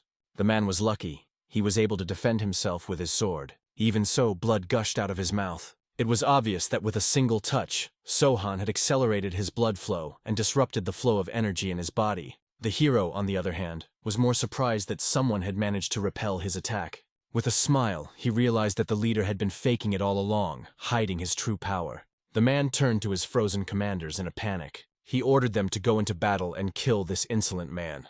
Immediately afterward, everyone rushed into the attack, trying to at least delay the enemy. Even though they were masters of their craft and captains of troops, the hero easily deflected their attacks. He decapitated many, and then whirled them in a deadly dance of his daggers. Watching this carnage, the leader realized that the hero would definitely lose in a battle against several captains at the same time. However, Sohan once again employed one of his secret techniques, the use of deadly poison. This only caused the leader to scoff. He shouted to the Zasona that they had an antidote. His poison would not work on them. Then the hero only smiled. Jumping over all the fighters, he landed closer to the leader. He was glad to hear this information. He had been wondering how the warriors had so much confidence. The antidote explained everything. The leader explained with a chuckle that they had heard of Sohan's predilection for poisons. They had bought expensive antidotes, so now he wouldn't be able to attack them head-on. The hero decided to clarify if the man was sure that the poison wouldn't work on them. After that, he spread more poison to test their words. The leader was sure of the antidotes he had bought, and suggested the hero do anything to make sure. But at that moment, he felt something strange in his body. Soon his blood pressure rose so much that even the capillaries in his eyes began to slowly burst. Soon, not only the leader, but all of his warriors nearby fell to the ground from weakness. The leader didn't understand how this poison could have worked. After all, they had taken every precaution. Sohan only grinned, realizing that they would never be able to find, make, or buy the necessary antidote. He explained that his poison was not like all the others. It was a poison made by the hands of his master. Looking at the warriors scattered on the battlefield, he realized that these people were also the top of the clan. Therefore, he had no reason to have mercy on them. In one leap, he dealt with everyone. Once they were killed or mortally wounded, he summarized their uselessness. They were nothing more than pathetic brats. Now it was the leader's turn, the only one who had managed to survive. Looking fearfully at Sohan's approaching footsteps, he tried to stop him. He realized that with this guy's abilities and his resources, they could form an indestructible tandem. He promised to hand the hero his money, which would definitely come in handy. In that case, not only the Western Dark Road, but the entire country and even the world could fall at his feet. But what struck the hero more was that the man was so arrogant that he was still unable to shut up even before his death. He could not call the man anything other than a laughingstock. It drove the man out of his mind. He couldn't understand how he, the man who held the entire Western Dark Road in his hands, could be a laughingstock. With no choice left, he realized that the only thing Zasona could be interested in was the whereabouts of the dancers of the Dancing Sword School. With a smile, he admitted that Sohan would never find them because he had killed them all. He revealed that he raped the girls one by one, and when he got bored of them, he just got rid of them. Apparently, the hero could no longer tolerate such mockery of the girl's memory. He decided to punish this man. His death was agonizing. The hero struck him with multiple attacks that crippled his body instead of letting him die quickly. The last thing the leader felt was his entire body beginning to slowly fall apart. Soon there was almost nothing left of him but bloody body parts lying on the ground. Sohan, having exacted his revenge, turned his eyes to the remaining warriors whom he had pardoned. They couldn't believe that their head and all the captains were dead. They didn't know what to do. The hero explained that those who wanted to follow their captains and head could dare to attack him. Looking at their horror-distorted faces, obviously no one had any such desire. Watching all this closely was Sahek, who couldn't believe his eyes. Single-handedly, Sohan had indeed managed to destroy the entire Blood Whirlwind clan. But the hero was not interested in his feats, nor was he literally not subject to any laws of nature. The leader's last words about how he had massacred the girls still echoed in his head. He couldn't accept the truth that they were all long dead. Shortly after that battle, in honor of the glory of the past, he opened a new school of the Dancing Sword of the Crescent Moon on the site of the pavilion. Sahek came to report to the Lord that the school's ordered signboard had already been brought in and was being installed. But that didn't seem to interest Sohan much. He had been silent the whole time since then. Sahek also said that they had already spread the word to find people who knew anything about the survivors of the Dancing Sword School, or had met them. The hero only thanked Sahek for his hard work. In fact, the hero hadn't lost faith despite the leader's words. He was sure that one of the girls had then escaped capture and was now living somewhere else. Sahek also explained that all the people of the Western Dark Road were grateful to Sohan for the massacre of the Blood Whirlwind clan. They literally idolized him for it. Except Sohan sincerely couldn't believe his words. Sahek explained that there was nothing strange about it, for the Blood Whirlwind had been atrocious in these parts. Sohan only continued to stare at the man unhappily. He, in turn, did not understand what he had said wrong. Sohan reminded him that although the clan was cruel, Sahek was also part of it, something he seemed to have forgotten. At this point, the man himself froze in fear, fearing the same reprisal. When the hero called out to him by name, he shook with terror. However, the guy had no intention of killing him. Sohan only asked that Sahek make sure he started a new life and would not go back to his old habits. The hero pondered whether it was worth considering that his revenge had been accomplished, because people were already happy to be freed from the oppression of bandits. At that moment, Sahek awkwardly informed Sohan that the receiver of the Western Gold Convoy had requested a meeting with him. It was one of the organizations that Blood Vortex had terrorized. They had been in hiding, but when they found out what had happened, they wanted to find Sohan and thank him. Sohan was even amazed at how many enemies the head of the Blood Clan had. However, there was still a small problem. Blood Whirlwind was extorting money from the Western Gold Convoy to do business in favor of the Wind Convoy organization.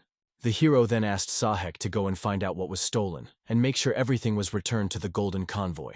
Bowing down, the man got ready to carry out the order. But Sahek was still sad that Sohan was giving away possessions this time too. He thought it would be good if the Lord decided to keep some for himself. Suddenly, another of Sohan's servants came in and reported that the owner of the Crest Inn wanted to see their clan leader. This infuriated Sahek. He didn't understand what this man wanted, but Sohan calmed the assistant down with a word, asking him to bring his childhood friend. Sahek, who had no idea of such connections, only apologized and promised to bring the man. When Dogon arrived, he brought with him a great variety of food. Seeing Sohan's surprise, he explained that he remembered very well how the hero loved dumplings. That was why he had decided to bring them. Obviously, this concern couldn't help but bring a smile to the hero's face. He thanked the man and invited him to sit at the table with him. Sohan admitted that he had already managed to forget about his favorite dishes. He decided to ask Dogon how Uncle Poon was doing. As it turned out, the man had a bad back, so he was mostly lying in bed. The hero was upset that the man was so bad, but Dogon explained that there was no need to worry about it. He believed that the uncle was just faking it because he didn't want to work. Then it became obvious to the hero that the man still hadn't changed in the same way. After that, he decided to make a serious request to Dogon. He wanted the man to join him and help him with the kitchen. He also offered to arrange for Uncle Poon to join him as well. But Dogon didn't understand what to do with the inn in that case. Sohan explained that there were more men in the troop now. They needed somewhere to eat. The kitchen here was as good as his inn, and he would be able to supervise the whole process. However, this offer did not make Dogon particularly happy. The hero did not understand why he was not excited about the idea. It turned out that Dogon was worried that if he cooked here, he might end up getting slaughtered. The hero had absolutely no idea why Dogon had such fears present. The man then admitted that he had seen that fight and knew very well how Sohan fought. In that case, the hero thought that he didn't need to worry, knowing his strength. But it wasn't a matter of worry. Dogon was sure that Sohan's journey would not end here. Even if he didn't want to fight, there were those who wouldn't leave him alone. The hero clearly hadn't thought of that before. To give his answer, Dogon asked the hero to tell him how strong he was. He promised that he would listen to the answer and decide whether he wanted to be a humble cook in an inn or work for Sohan as a chef. But the boy didn't know how to answer that question. It hadn't been long yet since he had gone out into the world. Dogon offered to give an answer based on what clan he was from. Eventually, the hero managed to come up with an answer. He admitted that he doesn't know how powerful he himself is, but the world knows how powerful his teacher is. Dogon happily realized that probably whoever had trained Sohan was highly respected. The hero was silent for a while, unsure if he should tell the truth. After gathering his courage, Sohan said firmly that his teacher was one of the 4 great demons. Dogon's face instantly twisted in fear, as the mere mention of that name was terrifying. In an effort to clarify the situation, the hero calmly explained that his teacher was the lord of an unorthodox faction, one of the 4. There were the factions of madness, lust, sorcery, and poison, and his mentor led one of them. After this revelation, a startled Dogon had to take a volley of a cup of wine to come to his senses. With a nervous smile, he congratulated the lad on surviving such training at all. The hero nodded understandingly. He was well aware of the rumors about his teachers. Trying to defuse the situation, Dogon asked Sohan to warn him if his teacher was going to come. In that case, he would have time to escape as far away as possible. Calming his friend, the hero assured him that wouldn't happen. His teacher was too busy. Being practical, Dogon wondered how many people knew about it. For if it were known to everyone, few would dare to confront Sohan. However, the hero was reluctant to divulge this information, rightly believing that it might backfire. Dogon nodded understandingly. For surely the orthodox way would not have left such a thing alone, and there would have been those who would have blamed his actions under the guise of nobility. In such a situation, it was indeed better to be cautious. Besides, the territory of the unorthodox path was full of groups like the Blood Whirlwind clan.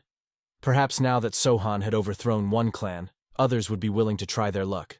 Being prudent, the hero asked Dogon who to watch out for the most. After brief deliberation, Dogon named the Sword Wolves of the North Wind and the Sun Dragon Alliance in the south as the most dangerous factions. In his opinion, if anyone could kill the head of the Blood Swirl, it would be the leaders of those 2 organizations. With worry in his voice, Dogon expressed his concern. If these 2 clans united and attacked the Western Road, it would be difficult to survive. However, the hero only reassured his comrade with a confident smile. He promised that those who dared to attack them should be the ones to worry. This confidence allowed the man to relax visibly. So Dogon offered a drink. After all, they were doing well now. At this very time, one of the heads had already received a report that a certain young martial artist had returned to his homeland for revenge. The head of the Sun Dragon Union, Lim Hassan, thought it was just a cliché. He was so fed up with such stories that his hair was ready to stand on end. Nevertheless, he decided to ask the aide who dared to kill the head of the Blood Vortex. The frightened counselor admitted that they had yet to find out. No one officially ruled the Western Dark Road after the death of the clan head. Seeing this as an opportunity, Lim Hassan asked the counselor about possible actions. He suggested sending an assassin, despite the high price of his services. In his opinion, the flying invisible dagger would be perfect for this mission. Lim Hassan was surprised at the advisor's caution in sending such a valuable assassin. The advisor explained that it was worth the caution, since this person had managed to take down the Blood Whirlwind clan single-handedly. In addition, given the target's youth, they had decided to send a female assassin. It would be easier to seduce him and accomplish the task. Unaware of the plans being prepared against him, the hero at this time was quietly drinking alcohol in his room. Suddenly, after a knock, unfamiliar warriors entered the door, who, bowing to the Lord, expressed their reverence. Looking at Sahek incomprehensibly, Sohan waited for an explanation. The aide explained. These people were from the Phantom Sword Clan, part of a trade association that operated in the black market. Sahek had been a member of this clan until the Blood Whirlwind clan took over their territory. Now he would like to rebuild this clan and become their leader. After carefully looking over the fighters and his aide, the hero pondered his decision for a long time. In the end, he let Sahek act as he saw fit. After that, the atmosphere changed dramatically. All discussions were over. and the warriors began to disperse. When everyone had left, Sahek reported that the Western Gold convoy had been settled. He also made sure that Sohan's orders were carried out. Stacked the medicines and poisons in one room, valuables and money in another, and placed the books and documents left by the Blood Whirlwind clan separately. Thanking Sahek for his excellent work, the hero announced that he would occupy the entire third floor from now on. The aide was surprised at this decision, as one room had been enough for Sohan before. Without going into explanations, the hero only asked him to make sure that no one would enter this floor. This rule applied to all rooms on the third floor. An agitated Sahek asked if the gentleman needed an assistant for cleaning. Sohan's answer stunned him. Anyone who went up to the third floor would die choking on their own bloody vomit. It became obvious that Sohan intended to envelop the entire third floor in poisonous fumes. Sahek promised to warn all the workers about it, but showing concern, he inquired who would guard the Lord, even though the hero was convinced that he didn't need guards. Nevertheless, Sahek reminded that the Sword Wolves and the Dragon Clan might try to get rid of him in order to take possession of the Western Dark Road. Therefore, they needed special measures against possible assassins. Thinking about the threat of assassins, the young master remembered to prepare for their possible appearance. There was one important question that bothered him. He didn't know if Sahek's subordinates had been convoys before. Eager to assess the potential of the future entourage, the warrior asked his aide to prepare the fighters to test their strength. Soon, everyone was gathered on the training field. Sohan invited the warriors to attack him without holding back. In turn, he promised to act carefully so that no one would get hurt. Such a condescending attitude clearly hurt the fighters' pride. One of them, showing concern, cautiously inquired whether the young lord was sure of his decision. After all, he was facing professional swordsmen. Sohan only raised an eyebrow in surprise, amazed that these men were actually concerned for his safety. Sahek, watching the scene, noticed how the lord's words further inflamed the anger in the eyes of the assembled warriors. It was obvious that the young master should not show his superiority so openly. However, as if not noticing their irritation, he calmly asked who would be the first to speak. Finally, a determined warrior stepped forward. Clutching his sword tightly, he prepared to attack. Despite his impressive speed, Sohan's movements were truly lightning fast. The moment the blades clashed, the attacker's sword shattered into splinters. True to his word, the young lord did not deliver the fatal blow. Instead, he attacked with the back of his sword, aiming for his opponent's nerve endings. The speed of the blow was such that even the air around the blade slightly smoked. The other warriors, observing such precision and skill, were visibly less confident. Sahek shifted uncomfortably from foot to foot, realizing that his master should have been more gentle with the fighters. Though, considering Sohan could have easily taken their lives, the current outcome could be considered merciful. As if nothing had happened, the young master motioned for the next volunteer to speak. There was silence. There was no one willing to continue the ordeal. Sahek understood this reaction, for it reminded him of his own feelings when he had first encountered Sohan's power. Suddenly, the young lord turned his gaze to his assistant, ordering him to join the training. The frightened Sahek tried to object, for Sohan was well aware of his ability level. But when he met his lord's insistent gaze, he realized he had no choice. Armed with his sword, the aide entered the fray. He was standing there, breathing heavily and barely able to stand. Unlike the rest of his subordinates, who were sprawled on the ground, he at least remained upright. Sohan concluded the training session by announcing that similar sessions would be held every morning from now on. The announcement horrified Sahek. He doubted he would even be able to move by the next day, let alone train again. The young lord firmly stated that this rule was non-negotiable. Even in his absence, the warriors were to train in the same regimen. Noticing the desperation on the aide's face, Sohan softened. Then the aide asked if it would be a problem that the warriors might weaken with such training. After a moment's thought, the hero promised to purchase elixirs for quick recovery from the black market. After such a generous offer, Sahek had no arguments left to object. As the young master headed for the exit, his assistant tried to accompany him, but intense pain stiffened his entire body, causing Sohan to smile derisively. With unexpected seriousness, the master reminded him that warriors of the Dark Path rarely live to be 30 years old. Judging by Sahek's current level of ability, an even earlier demise awaited him. Sohan stated bluntly that if the assistant wished to share the fate of a typical Dark Path warrior, he would not interfere. But if he wanted a different fate, he would have to follow his instructions. The young lord noted that neither Sahek nor his men possessed the techniques of internal energy cultivation, or the techniques of the Forbidden Blade. To his great disappointment, they appeared to be quite mediocrely trained. Despite the harshness of these words, Sahek understood that the lord was showing genuine concern. He promised to follow all instructions. Satisfied with this decision, Sohan announced his intention to take a walk. Therefore, he instructed his assistant to search for decent weapons for his subordinates in the black market. Once in the market square, the young master's attention was caught by an unusual pair. A stern warrior with a huge blade and a dwarf with a cart following him. Their gazes met, and the stranger, to Sohan's surprise, immediately greeted him. The man already knew that the man before him was the head of the Crescent Moon Sword Dancing School. The warrior told him that he had come on behalf of the wolves, and asked if Sohan was familiar with the organization. The young master honestly admitted his superficial acquaintance with the wolves of the north, and expressed his willingness to listen to explanations. The stranger told him that they had heard that Sohan had killed the head of the Blood Whirlwind clan, and taken control of the land. As such, they decided to send a letter and a gift to the new ruler. Turning to his aide, the sword-wielding warrior ordered him to hand over everything assigned to Sohan.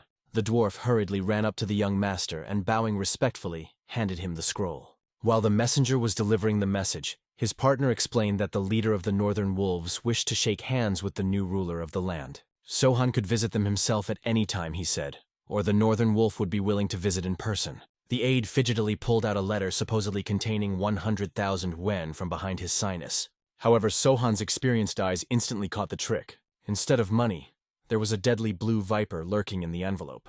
It slid into the young master's hand with lightning speed, injecting venom. The warrior watched the scene with a nonchalant look, while the arriving guests only smiled slyly, celebrating, as it seemed to them, the success of their devious plan. The mercenary smugly remarked that since Sohan was familiar with poisons, he must understand the deadliness of the northern viper's bite.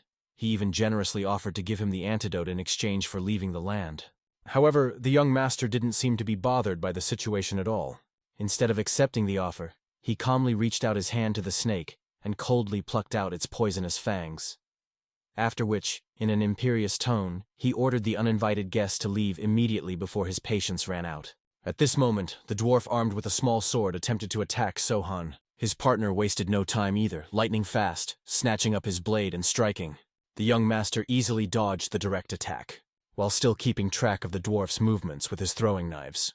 Sohan's first setback came when, fending off the flying blades, he let a second opponent get too close. A fierce duel ensued in which both mercenaries showed true skill as they tried to corner their opponent. However, their efforts were in vain. Even as he remained in place and allowed his enemies to circle around him, the young master easily repelled all attacks. The attackers tried to strike simultaneously from both sides, but Sohan blocked both opponents without apparent effort. Realizing that they had seriously underestimated the skill level of their opponent, the mercenaries were forced to retreat to a safe distance. The warrior reluctantly admitted that he now had faith in Sohan's ability to defeat the head of the Blood Whirlwind clan. However, he was certain that the snake's venom should soon take effect. The cocky mercenary offered a deal. If Sohan admits defeat before he loses consciousness, they will give him the antidote. However, the young master only grinned contemptuously, demanding the name of their true employer be revealed. He expressed doubt that the Northern Wolf clan was behind this. The dwarf, irritated by such arrogance, couldn't understand why the opponent was so careless in the face of mortal danger. Determined to end the confrontation, he threw a small bomb at them.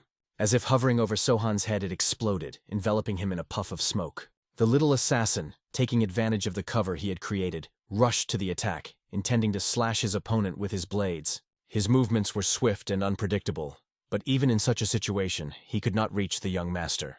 Suddenly, the warrior who was guarding outside the smokescreen heard the distinctive sound of tearing flesh. He grinned at his partner's impatience, thinking he should have played with the victim longer. But his grin was quickly replaced by horror as the smoke began to clear.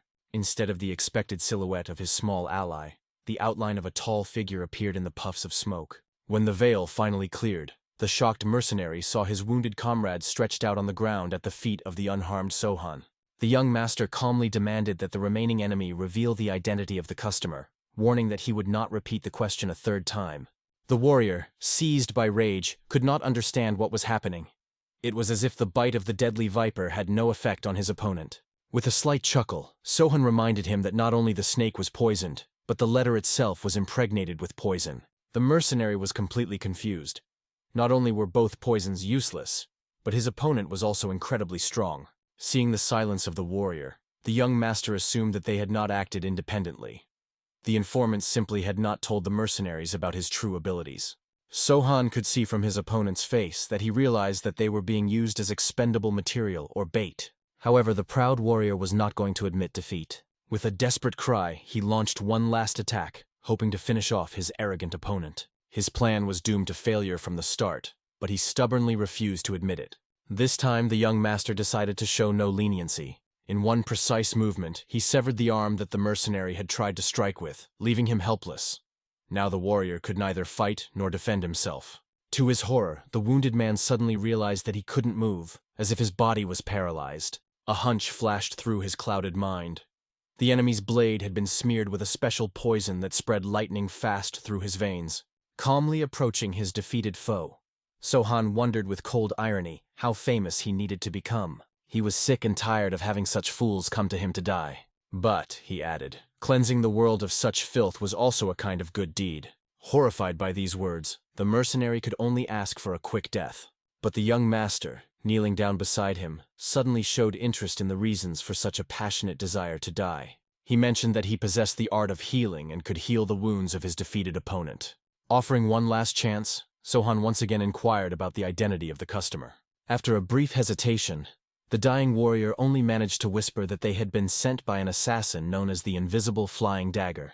In the next instant, the young master cut his life short by piercing the bones of his skull with his bare hand. This information was enough. Sohan realized that the Invisible Flying Dagger was an assassin who used others to assess the strength of his potential victim. The young master was certain that the mysterious observer was watching what was happening right now. Quickly looking around the surroundings, Sohan didn't find anyone, which was quite expected.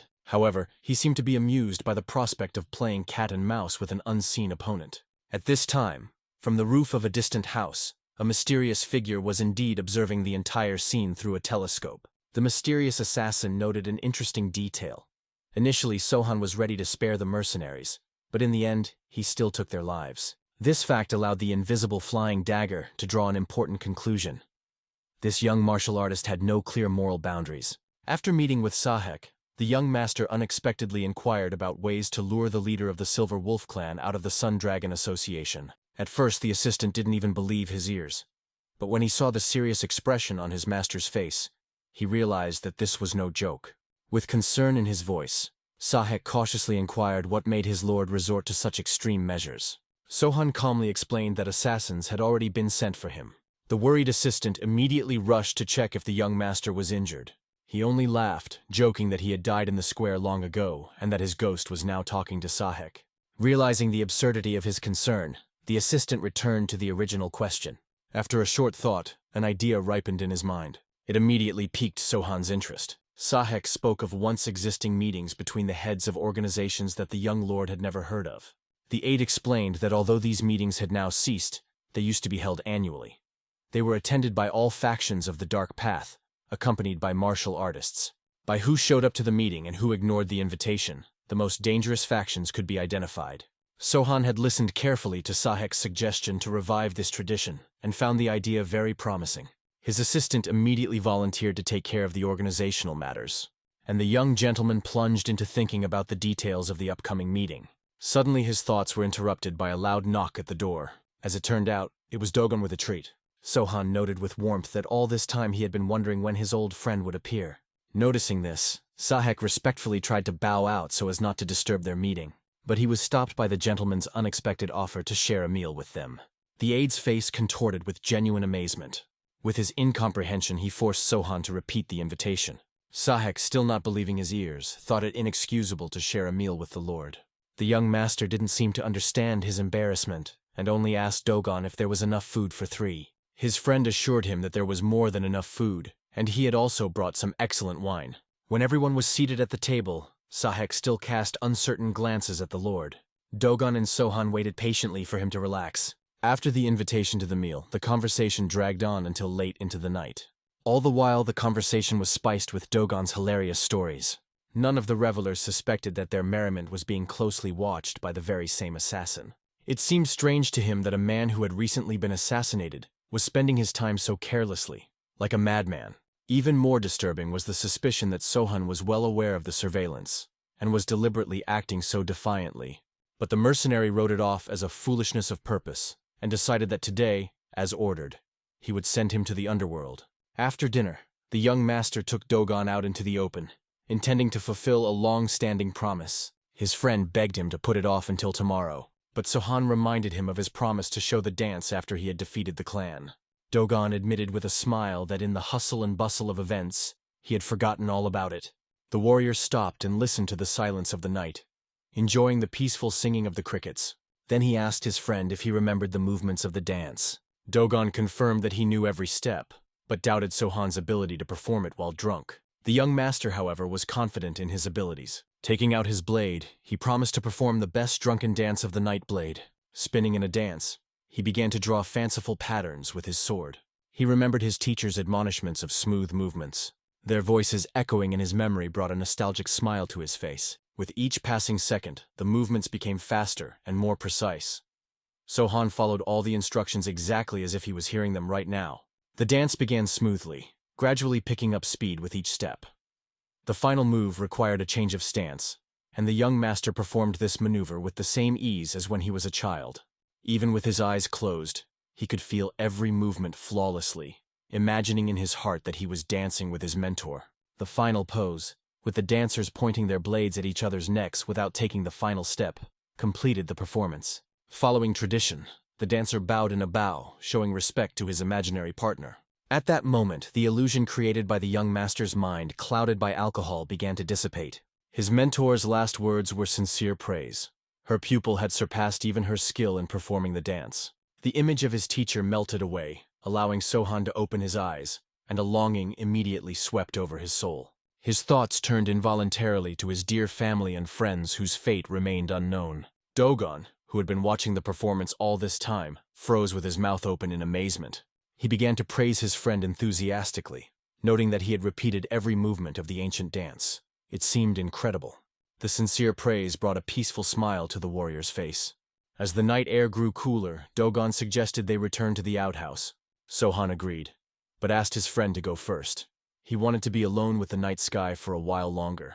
After the cook left, the young master stretched out serenely on the ground, gazing up into the clear, cloudless sky. He thought about his mentors and family, cherishing the hope of their well-being. The assassin had grown weary of his strange target, who kept muttering something incomprehensible. In addition, Sohan reeked of alcohol, so much so that the odor could be smelled even from afar. Now the drunken warrior was just lying there, as if he was deliberately setting himself up for a blow. The assassin decided not to miss this opportunity. The mercenary was sure that the metal knives would catch up with the target before the drunken enemy could react. However, it turned out that even in his inebriated state, Sohan was able to spot the attack. Dropping to the ground, the assassin realized with horror that there was no one at the spot where the blades had fallen. Looking up, the mercenary saw his target on the roof. The young master was watching him closely. This choice seemed foolish to the assassin. Instead of taking cover, the enemy had driven himself into a trap. There was no escaping him in the air. The mercenary had a special weapon, a sword in the shape of a poisonous snake. With his hand raised to attack, the assassin brought his weapon into action. The more he swung the blade, the more deadly blades flew out from the holes in the sword, flying towards the target. Sohan didn't even try to dodge as he calmly watched the approaching attack. At the same time, he leisurely pulled out a fan that had been given to him by one of his teachers. Spinning in the air, the young master performed the immortal wind flash strike technique. At first, it seemed ridiculous to the assassin that a simple fan could resist his attack, but all the blades that were knocked off course by the wind flow fell harmlessly to the ground. Sohan himself landed as well, scrutinizing an opponent he considered weak. For the first time during the hunt, the mercenary felt uneasy, not realizing what was wrong with this target. Despite the impressive bounty, the opponent was incredibly strong. Now, the assassin suspected that he had greatly misjudged the target. Perhaps his employer himself didn't realize who he was dealing with. As the assassin frantically clutched the hilt of his sword, preparing for defense, the young master calmly folded his fan. Looking at his long-awaited opponent with obvious disdain, he wryly remarked that he had long wanted to see the rat that had been sent for his soul. Such an insult only inflamed the murderer's rage. Nothing could now deter him from attacking with redoubled vigor. At last, the mercenary was still unable to reach his target. Sohan continued to retreat, deflecting the blows of the heavy weapons with his seemingly fragile fan. With each collision, the assassin could feel the monstrous force that filled his opponent's body, as the hand holding the sword convulsed in pain. Not wanting to retreat, the mercenary attacked more and more furiously, hoping to find a weak spot in the enemy's defense. But all his efforts were in vain. He was only wasting his strength. It soon became obvious that the difference in their internal energy was too great. Sohan's body shuddered with every parry. Looking at the hero's peaceful face, he realized he had to keep fighting. Stopping even for a moment would mean his instant death. He no longer cared whether he survived or died. The task had to be accomplished at any cost. Putting all his remaining strength into his final blow, he brought his sword down on his opponent's fan. A hurricane wind rose from the force of the collision. Not only the leaves and branches of the trees bent, even heavy chairs, barrels, and crates flew apart. However, the young master remained unperturbed. He had already realized all the possibilities of his opponent. The mercenary couldn't believe his eyes. It seemed that Sohan was repelling his attacks without even taking the fight seriously. Now, looking at the young master with his fan, the mercenary realized that his opponent had finally become serious. With one powerful move, Sohan sent his enemy flying. It obviously ended in a collision with the wall. The force of the impact was so great that even the killer's internal organs were damaged, as evidenced by the blood gushing from his mouth. While still conscious, the defeated mercenary watched the approach of the one he was supposed to kill. It was obvious that this warrior would have the strength to finish him off at any moment. When Sohan lowered himself to the ground and threw the fan away, the assassin realized that everything that had happened before was just a trick, a test of his victim's abilities. As if nothing had happened, the young master threw his head back, exposing his face to the night wind. Then he calmly asked the mercenary if he could demonstrate something more interesting. At that moment, the assassin finally realized the incredible strength of his opponent. He wanted to escape, but his legs treacherously trembled after the blow. Escape was impossible. Seeing no other way out, the mercenary resorted to the last resort: betrayal. He offered his help in exchange for mercy, but the young master was clearly not interested in such a deal. Sohan noticed with a cold smile that such an offer had come too late. The assassin wondered why his opponent had not dealt with him from the start, but as it turned out, the young warrior had his own questions. Realizing that this was his only chance for salvation, the mercenary threw away his weapon as a sign of surrender. Dropping to his knees, he vowed to obey any orders. He was even willing to become a loyal dog if the Lord so desired. Sohan indifferently remarked that he had no need for dogs. There was such a threat in his words that fear gripped the mercenary's body. Staring into the face of approaching death, he decided to reveal the whole truth for the sake of a ghostly chance of survival. Stammering with fear, the assassin confessed that he had been sent by the head of the Sun Dragon with the promise of 10,000 nyang for completing the task. Sohan's wounding would be rewarded with an additional 5,000, and killing him with another 10,000. After these words, it was clear to the young master that his main enemy was the head of the Sun Dragon clan. With hope in his eyes, the mercenary asked about the possibility of pardon after such a frank confession. In response, Sohan only kicked his opponent's sword closer to his hands. While the assassin stared at the weapon in bewilderment, the young master explained that the reward for a quick response had already been determined. In his case, it was a painless death at his own hands. Looking hatefully at the man who had come for his life, Sohan ordered him to die under the oppression of his inner strength. The mercenary immediately grabbed his sword and plunged it into his stomach. Bleeding, he asked for only one thing: to know the name of his victor. The young master gave his real name, and with that name on his lips, the assassin drew his last breath. News of the defeat of the head of the assassin squad quickly reached Lim Hassan. The advisor reported to the Lord that the payment for the failed mission had been returned, adding that Sohan was not interested in beauties, so it was pointless to send a female assassin. Moreover, it turned out that not only the mission had failed, Sohan had already managed to deal with the flying dagger. The counselor explained that the dancing sword school had hastily buried the body. But when the squad investigated, they discovered a strange detail. Lim Hassan assumed that the assassin had ingested poison, but the counselor clarified: the assassin had been killed by his own sword. It wasn't like an ordinary suicide to keep the secret. Rather, he was forced to end up like that. After saying that, Lim Hassan realized how dangerous their opponent was. The advisor suggested calling a meeting of the criminal organizations. Noting that Sohan had not yet had time to connect with them, he suggested teaming up with the other leaders to eliminate the common threat. Lim Hassan agreed, ordering him to prepare everything necessary for the meeting. After that, the advisor quickly left to carry out his orders. All the while, one of Lim Hassan's maidservants named Mio was nearby. The master asked her what she knew about the girls from the dancing sword school. Mio recalled with a smile that the great demoness had taken one of them as her apprentice. Hearing this, Lim Hassan turned cold with fear. The thought of someone from the school becoming a disciple of the great demoness herself was terrifying. It was obvious that blackmailing Sohan using this girl would not work. It was unlikely that they would be able to wrest her from the hands of such a powerful patroness. Suddenly, Sohan received news that forced him to immediately summon an aide for an important conversation. It turned out that the head of the Sun Dragon, Lim Hasun, had sent an invitation to the leaders' meeting. This news caused genuine amazement on Sahek's face, as he could hardly believe what he was hearing. The young master calmly explained the details.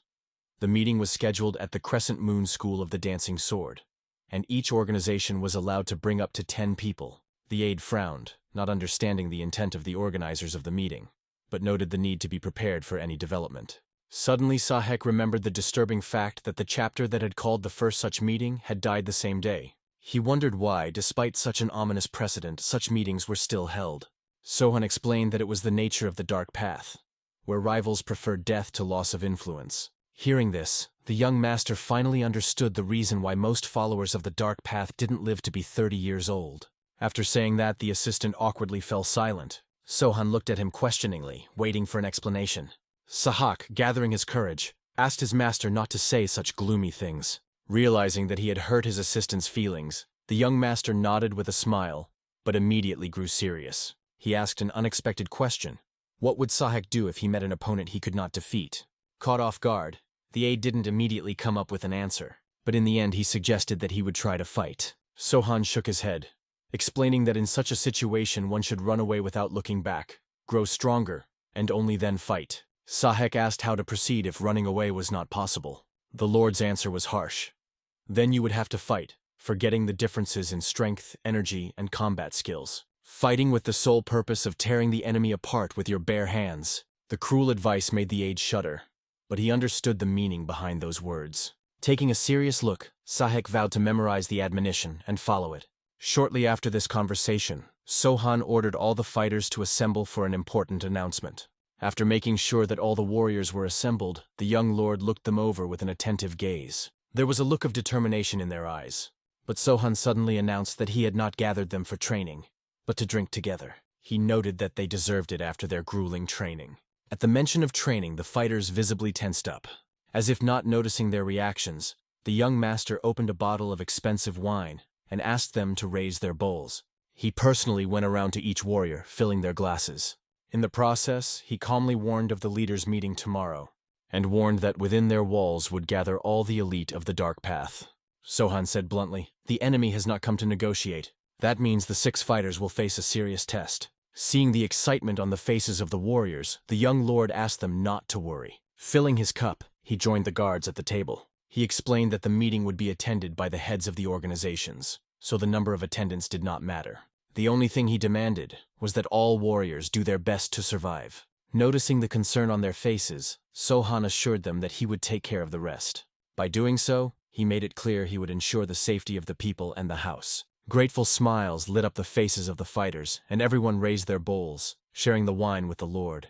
The next day, warriors began to gather near their home under the banners of their organizations. At the gates of the Crescent Moon Sword Dancing School, all the heads gathered.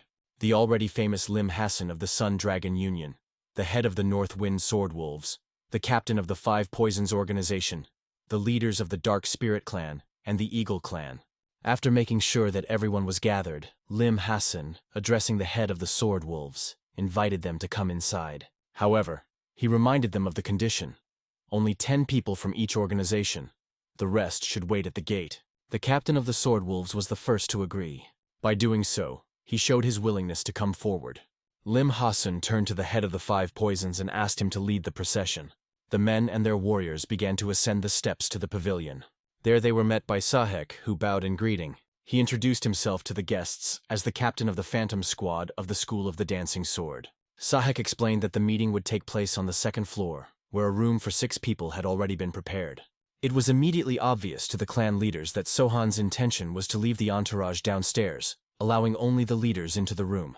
The aide, realizing their dissatisfaction with this decision, insisted on his own way, suggesting that they be escorted to the designated room and the others wait outside. No one argued, and the heads followed Sahek in silence. The aide was clearly pleased that his master's plans had worked perfectly. But when the tall guests entered the room, their faces contorted in shock as the room was completely empty. The heads looked at each other in confusion, not understanding why Sohan was absent. as they had expected to see him here. Looking at their bewildered faces, Sahek nonchalantly offered to take their seats, promising that he would go and fetch his master. Lim Hasan could barely contain his fury at the fact that Sahek was only now going to call for his master. It was obvious. The young master had decided to appear last to impress. This audacity had clearly exceeded the expectations of those present. The head of the Poison clan, skillfully hiding his irritation, invited his comrades to take their seats with a smile. In fact, he was no less furious at this insolence than the other heads, but there was no choice. Eventually, everyone settled down and silently waited for Sohan to appear. Finally, the young lord himself appeared and greeted the guests and thanked them for coming. The heads were truly amazed to see this young man, and could not even believe that Sohan was the one in front of them. The reason for their surprise was simple. He looked much younger than they had assumed. To dispel any doubts, the young master stood in front of the heads and called out his name himself. It seemed to be the norm of propriety, but it only made the senior leaders more angry, who did not understand how this small upstart could speak to them as if they were equals. Not paying attention to their displeasure, Sohan sat down on the only empty seat left. He looked around at the heads of the clan as if waiting for them to start talking. The first to speak was the leader of the Poison clan, who congratulated Sohan for killing the leader of the Western Dark Road and taking his place. The young lord made it clear that he was not proud of the deed, and there was nothing to congratulate him for. However, the elder discreetly remarked that Sohan had still managed to appropriate all of the previous master's lands for himself. The young master confirmed his words, but the elder immediately made it clear that it was naive to believe that he had actually gotten all the lands. The hero obviously did not understand why the elder said something like that, so he just remained silent, waiting for the continuation. Then he explained, "If a guy wants to take over this land, he needs to be strong enough to control it." But as far as the elder knew, Sohan had dissolved the Blood Whirlwind clan, and the supply of oblivion grass that the clan was running had been suspended. The Poison clan was the largest buyer of this commodity, and they were clearly not happy about losing their supplier. Besides, Blood Vortex had periodically bought poisons from them, and again, it wasn't too good to lose a customer. Sohan realized where the former leader of the Blood Vortex was getting all these antidotes from, but he didn't let on. The elder explained to Sohan that although their organizations had often been in competition with each other, they must now unite into a single society for the common good. That was what they had gathered for. He said all this so that the young lord would understand. The herb market could be organized by the Poison clan. Looking slyly at Sohan, he decided to ask him what he thought of his idea. After listening carefully to the elder, the young master could no longer keep his composure, and only smiled. He then discreetly summarized that the Poison clan head's wish was simply to seize a part of his domain. At this moment, another one of the clan heads flared up and loudly slapped his hand on the table, ordering Sohan to show some respect, as he was just a puppy compared to them. The head of the Dark Spirit clan angrily questioned who gave the young man the right to speak to his elders in such a manner. The young master almost laughed when he heard that he needed some right. He calmly made it clear that this man clearly had no right to teach him manners. Sohan suggested that those gathered stop sitting around idly, and instead get down to business. His gaze and speech were so serious that even the other clan heads were silenced by the resulting awkwardness. In the end, when no one spoke first, the young lord concluded that although they were heads, they were not very brave guys. So he decided to start first and calmly made it clear to those gathered that they had only two choices. Either they would all obey him, or he would kill them all. He generously offered to attack him if they were confident in their abilities. Such an offer clearly alarmed, and perhaps even frightened the clan heads. Looking at the young master's face, they could see that he was not joking, and was as serious as possible. The first to break the silence was the head of the Northwind Swordwolves, noting with a chuckle that Sohan had given them no choice. He specified whether they could attack the young master all at once, or one at a time, but reminded them that according to the traditions of the Dark Path factions, the winner takes all, and the losers must submit. The captain of the Swordwolves directly told the hero that in case of a joint attack, he could not win. But Sohan, determined, calmly said that if they attacked in a crowd, he would kill them all. After these words, an oppressive silence reigned in the room. Soon the young master confessed that he had certain expectations from the meeting. He really hoped that after such a proposal they would attack all at once. In the heads of the heads, the same question arose. Where did this young man get so much courage that he really expects to defeat them all? In the end, the captain of the Northwind Swordwolves couldn't bear the tension and laughed loudly. Rising up, he drew his sword and stood in front of Sohan. After the warrior introduced himself, he announced his desire to fight one-on-one. The young lord, not the least bit intimidated by such a formidable opponent, calmly rose from his seat and motioned for him to come closer. At last, the two opponents found themselves facing each other. At this moment, the swordsman Wolf's face became much more serious, and he immediately grabbed his sword and began to attack, drawing deadly movements. The hero, who didn't even have a weapon at hand, lightning quickly armed himself with his own blades, and despite the impressive speed of the attack, he was able to easily repel it. When the smoke from the strike cleared, all the clan heads froze in amazement, marveling at the incredible sword speed Sohan was displaying. However, the young master didn't care about their attention. He was completely focused on the fight. After performing the first test attack, he realized which fighting style was best to choose. His subsequent strikes became light and precise, while he dodged his opponent's attacks in parallel. The wolf swordsman did not understand how this was possible and what was happening. In addition, at some point he realized that his sword had become unnaturally heavy. At the same time, he understood perfectly well. The hero had a weapon that was too light, and it was even difficult to repel powerful attacks with it. This meant only one thing: the opponent was much stronger than him.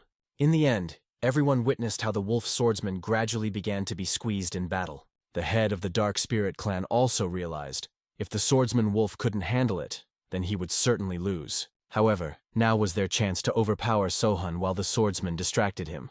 He gently glanced over to the rest of the captains, signaling that he was about to join the fight. At this point, the swordsman began to get seriously worried, realizing that he was losing. It was obvious that if the fight continued at this pace, he wouldn't last long. So he used all of his sixth sense, trying to find at least some vulnerability of his opponent. All he could come up with was an attack strong enough to force Sohan to retreat. When the young master had moved far enough away, the wolf swordsman, the Dark Spirit captain, and the captain of the Five Poisons clan realized that the moment had come. All three of them attacked at the same time. The swordsman wolf with an amplified swing, the Dark Spirit with phantom threads, and the elder with a poison volley. However, the hero easily recognized their attack, and at that moment, the clan heads who hadn't joined the battle noticed something strange. Despite the fact that there were now three opponents against him, Sohan did not show the slightest fear.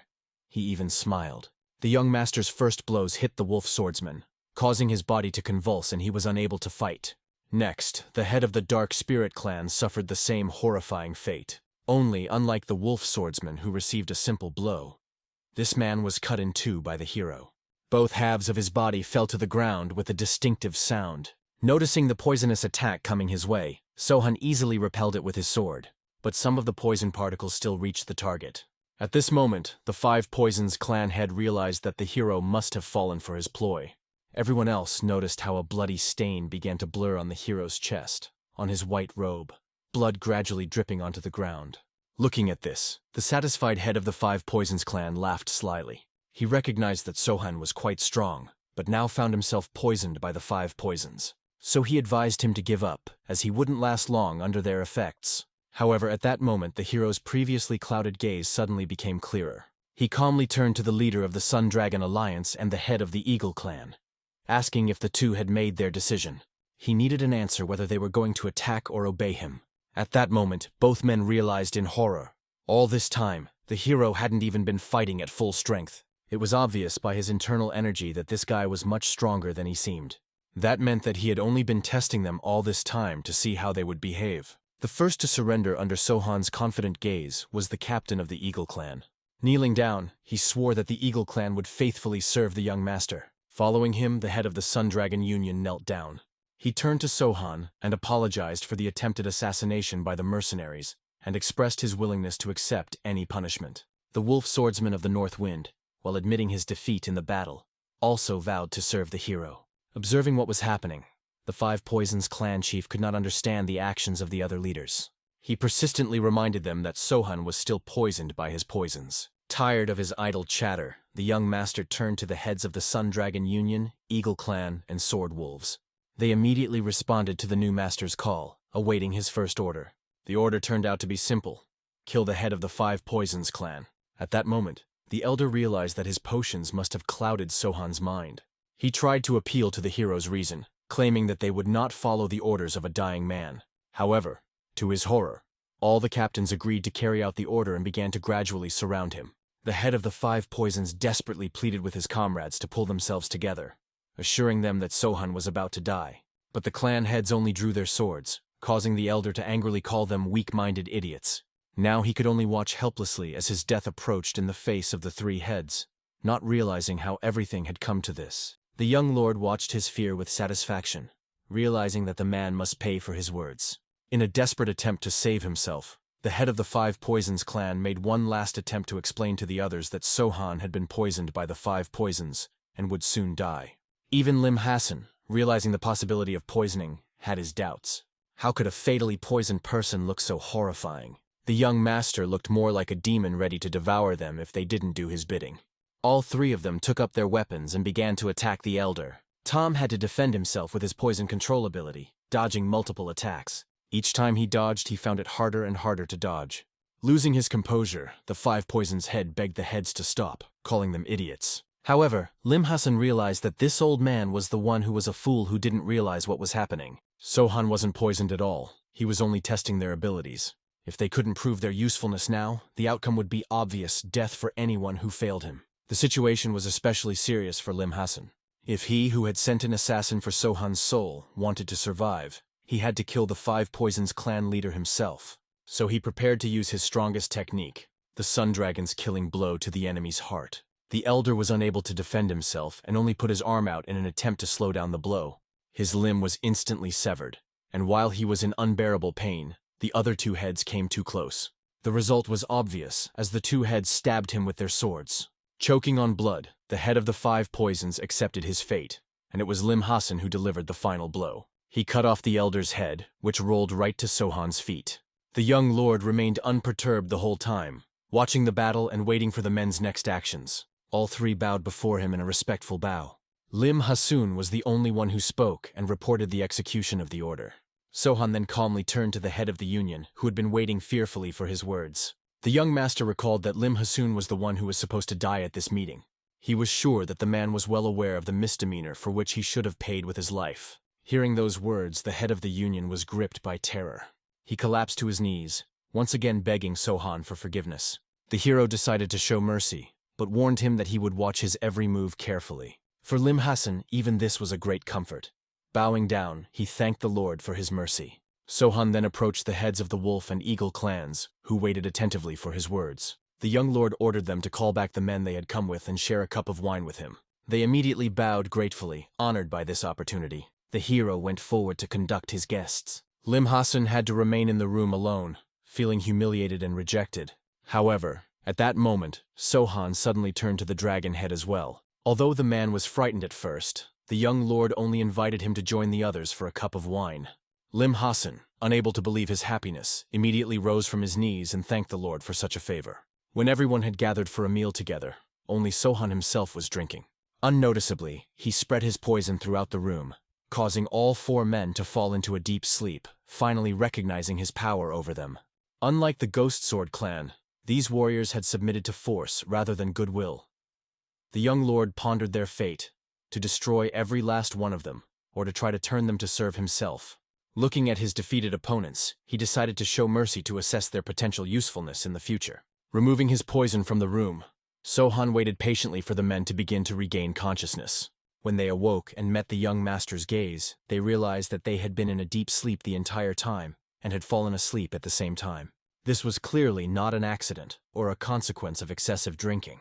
The wolf swordsman and the head of the Sun Dragon Union were the first to realize that they had been deliberately drugged. The young lord remarked with a faint chuckle that their sleep was so sound that he did not dare to disturb them. Lim Hassan, realizing the situation, hurriedly apologized for his undignified behavior. The swordsman wolf also did the same. However, everyone knew that if Sohan had wished them dead, they wouldn't have woken up. The last to come to his senses was the head of the dragon clan, who, stammering fearfully, began to apologize for his weakness. But the young master magnanimously brushed off the apology. He knew perfectly well that all three of them had already realized that their lives were now entirely in his power. The young master offered to return to the interrupted conversation, reminding the Sun Dragon of the unfinished thought. Lim Hassan spoke of a survivor of the Dancing Crescent School. The young master stepped forward interestedly. The warrior continued. The girl was a little-known, low-ranked martial artist, until the great demoness herself chose her to be her apprentice. The hero had already heard about the demoness and decided to find out what the girl's name was. Lim Hassan knew for sure that that girl used a pseudonym, but unfortunately, it slipped his mind. After a short silence, The hero asked why the head of the Sun Dragon Union had told him about it. He suspected that the man was expecting him to participate in the battle with the great demoness. When Lim Hassan told this information, he only explained that he had previously heard about Sohan's quest. He assured that if he decided to fight the great demoness, he would have the full support of the Union. After calming down, the hero decided to see if anyone knew the current whereabouts of the great demoness. Lim Hassan promised to give orders to track her down, and the wolf swordsman shared a rumor that she was somewhere in the territory of the Shannon Dark faction. She could be found in no time. Sohan knew very well that the great demoness only takes beautiful virgin girls as her apprentices. It is said that she kills apprentices who have lost their innocence. But even meeting high standards of beauty did not guarantee safety. No one could predict who she would spare and who she would kill. Even a divinely beautiful girl could be killed for the slightest rudeness, because this woman had no limits. That's why she was called a demoness. She was a real madwoman. Great, however, she was called for her incredible strength. However, the hero warned that Channon would stop calling her great demoness in the near future. In fact, Sohan realized that these girls were only formally considered students. The demoness didn't teach them how to fight. She simply nurtured their internal energy to a certain level, and then absorbed it, preserving their youth. He didn't know who exactly became her apprentice, but he was obliged to save this girl. Shortly after the meeting, the hero went to his warriors at the training ground. He wanted to get their opinion of yesterday's clan leaders, but none of the warriors dared to answer, only hiding their eyes. Sohan then asked if the warriors understood why they needed to become stronger. All of them unanimously confirmed the Lord's words, showing that they understood his message. Sohan asked them not to be discouraged. The dark factions do not rely on individual abilities, but on interaction with each other. So there was a special role for each of them. The warriors immediately responded gratefully to the Lord's words. However, the hero wanted to warn them that they obeyed only him and not the other leaders. Of course, they were to respect them as holding their positions, but not to forget that. The warriors bowed, assuring the Lord that they understood his words. The most important thing left to report was Sohan announcing plans to meet with the demoness. At that moment, the faces of all the warriors contorted with surprise. Sahek looked especially frightened and asked hopefully if the Lord was referring to the demoness of the four great demons. But she was the one the hero was going to meet. Upon hearing this, all the warriors looked extremely anxious, worried about their Lord's well-being. Sohan decided to find out the reason for their concern. Sahek confessed that although he did not doubt his Lord's strength, the four great demons were creatures that even the pure faction could not catch. The hero knew very well that the four great demons were indeed very dangerous creatures. But it was only a name, and he promised that it would soon turn into 3 great demons after he found the demoness. The story moves to the Shannon faction, to the Azure Plum Coast Pavilion. There, on one of the upper floors, the hero sat quietly, sipping wine and pondering. His mind was still reeling from his conversation with Sahek, who had reported that the great demoness had been seen in the territory of the unorthodox faction. According to the Sun Dragon Head's message, he had traveled here, but after a month, he still hadn't found anyone. According to his teacher, the great demoness absorbs the life energy of her female disciples to prolong their youth and become stronger. Therefore, he needed to save these girls as soon as possible. At this moment, a girl approached the master. She inquired why he was here alone and offered to have a drink together. But the hero politely asked her to leave. When this did not work, it only made him angry. He already rudely ordered the girl to go away. She clearly did not expect such a response, blushed with shame and embarrassment, and then immediately ran away. She was amazed at how such a handsome young master could be so rude. Sohan was already annoyed that the girls were hanging on to him even though he had only come to fulfill his mission. At this time, another girl nearby was talking restlessly with her older sister, glancing at Sohan. She was amazed that he had rejected another girl. She couldn't even count how many had tried to keep him company. However, the older sister asked the girl not to worry about such nonsense and just enjoy her drink. The reason for her concern was that she just couldn't take her eyes off this guy. He was indeed very good-looking. Even the older sister recognized his beauty, finding him quite attractive. These words pleased the younger sister. She was glad that she and her older sister looked at things the same way. Suddenly, the older sister's face darkened, and she quickly drained her cup of alcohol. The younger sister noticed the change. The older sister was behaving unusually.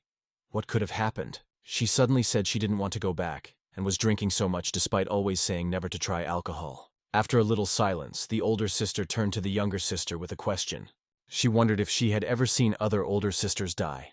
The younger sister had never seen it. The younger one explained that according to the teacher, they were either taken by a demon, one of the 4 great demons, or killed by the pure ones. Those words seemed like lies to the older one, but the younger sister knew they were most likely true. The only thing that was true was that none of them had ever seen an older sister die. She suspected that perhaps it was the teacher herself who was killing them. At that moment, another older sister suddenly approached them, and she grudgingly remarked that she had finally found the two of them. The dark-haired girl immediately recognized the second student of their master. The younger sister rose from her seat to show respect. The second eldest calmly explained that the master had been looking for her all this time. But the oldest of the sisters promised that she would come as soon as she sorted out the drinks, and even offered the girl a seat with them. But the green-eyed girl made it clear that she had to hurry. The teacher was in a real rage. The older sister was seriously pissed off, even hitting the wine bottle on the table. She turned to the younger one and ordered her to drink, either the good way or the bad way. She made it clear that the wine had to be finished either way, and wanted to know what decision she would make. The younger one, realizing that it was useless to argue with the girl, just calmly exhaled and sat down. The red-eyed girl was glad that she obeyed. The girl was amazed that she could not find common ground with her second older sister. Perhaps it was because she was found in some asshole sect. Hearing this, the other girl was amazed that her sister could express herself like that. The hero, who was listening closely to their conversation, noticed the mention of asshole sect. At this time, the younger sister was bantering about how the other older sister's face always expressed the same displeasure. At this moment, a man unexpectedly approached them with a desire to join them. He stood quietly, waiting for permission to sit down. The older sister only smiled at such a trivial question. The young female student awkwardly informed that the teacher forbade them to socialize with men. The only one who didn't respond was the green-eyed second student, who simply ignored his appearance. Sohan originally thought that the asshole sect was the Sundragon Alliance. Since their master had forbidden them from associating with men, there was a good chance that they were disciples of the great demoness. They looked quite young. Sohan wondered which of the girls had been taken from the school of the dancing sword during his kidnapping. However, it wasn't that important. He had to rescue one of the dancing sword disciples anyway. At this moment, the red-eyed girl noticed that Sohan was interested in the second elder sister, and offered him a seat. The second elder sister herself had lost her temper after such an offer. Sohan rejoiced at the invitation and explained that he would pay for any drinks, asking them to help themselves. Determined at heart, the older sister pointed out that she could take care of herself, letting the hero know that she didn't need his handouts. With a smile, Sohan explained that in that case, he would let her take care of him herself. She smiled slyly, for she wasn't willing to agree to such terms either. First, she decided to find out who Sohan was, because he acted as if he knew who they were. The fact that he had come here for a woman made her very angry. She thought that Sohan had mistaken them for girls of easy virtue.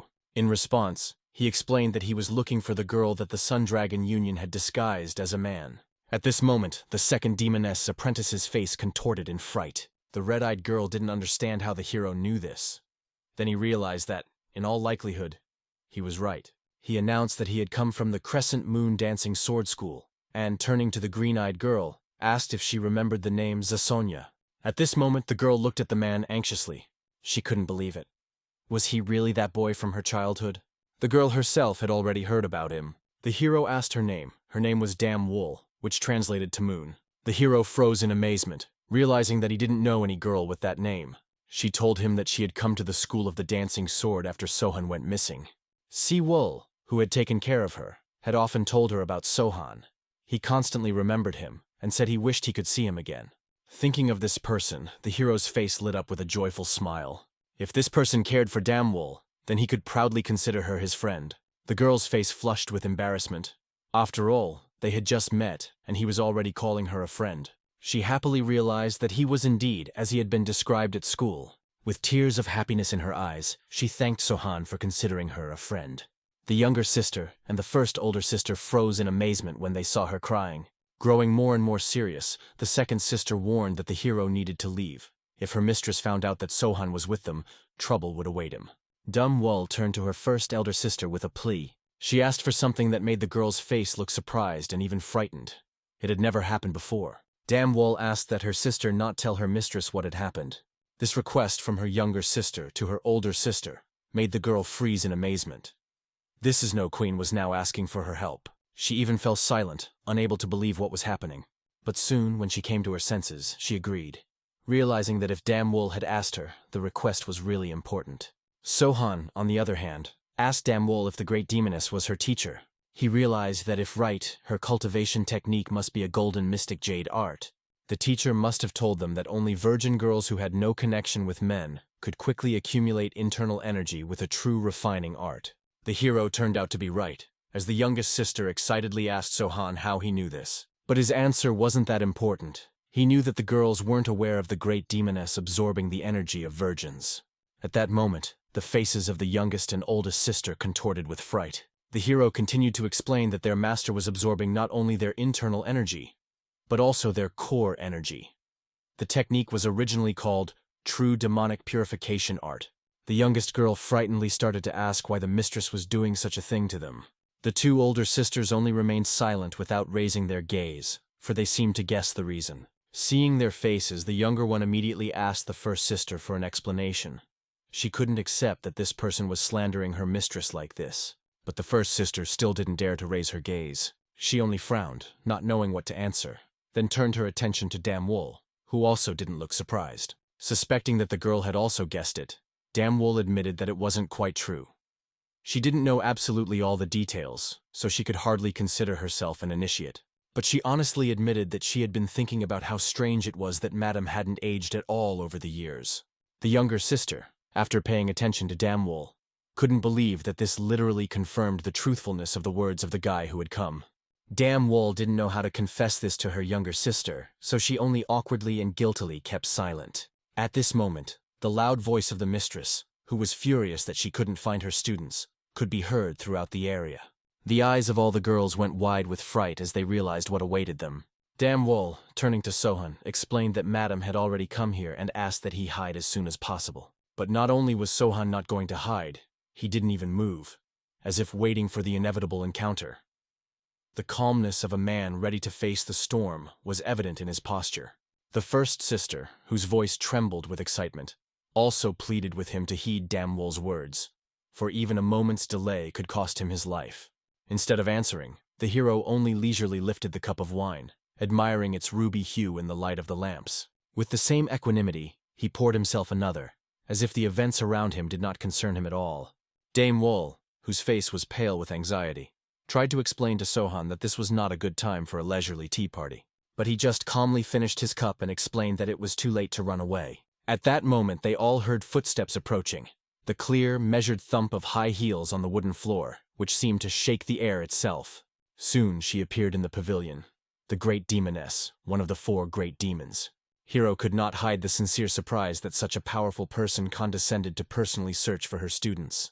As soon as she saw the lady, all the students instantly knelt down on their knees, expressing the deepest respect. The great demoness looked at them with an attentive, almost predatory gaze, not allowing them to rise. Then her gaze settled on the stranger who sat so boldly at their table. Her voice, cold as ice, demanded an explanation of what was happening. The first sister, trying to remain calm, explained that the man had unexpectedly decided to join their table, bringing alcohol with him. They had asked him to leave, but he had remained deaf to their pleas. She begged her mistress to ignore him, but her words only brought a chilling smile to the demoness's face. She was curious and in disbelief that someone could be so bold as to want to share a meal with her students. The punishment for such a daredevil was simple and unavoidable. She ordered the girls to kill him. At these words, the faces of all 3 of them contorted with horror. The first sister, trying to save the day, awkwardly explained to Madam that this man belonged to the Dark Path faction, hinting that killing him might be a rash move. However, the Grand Demoness merely brushed aside these concerns, assuring her that there would be no punishment for doing so, and demanded that the order be carried out immediately. Realizing that it will not be possible to avoid the implementation of the order, the girl only bowed even lower before the mistress. The great demoness literally burned her with a look, wondering how she dared to show stubbornness in recent days. However, she found it unsurprising. People often became too arrogant when studying the mystical arts. The first student realized with horror that the mistress had already noticed the change in her mood. The great demoness decided to test what her first apprentice had accomplished, thinking that a battle with someone from the Shan'an faction would be perfect for the purpose. She promised to forgive today's disobedience if the apprentice cleansed her heart by killing the stranger. Here, the hero finally raised his voice, expressing genuine surprise at how easily a teacher could order his student to kill an innocent person. These words clearly struck a nerve with the woman. Turning her attention back to the man, She was amazed to note his complete calmness. Damn Vol, glancing fearfully at Sohan, couldn't tell if he was in his right mind to challenge the demoness herself. Intrigued by his audacity, the great demoness wondered if the young man realized who he was dealing with. Clearly weary of her arrogance, Sohan set the bowl on the table with a clatter.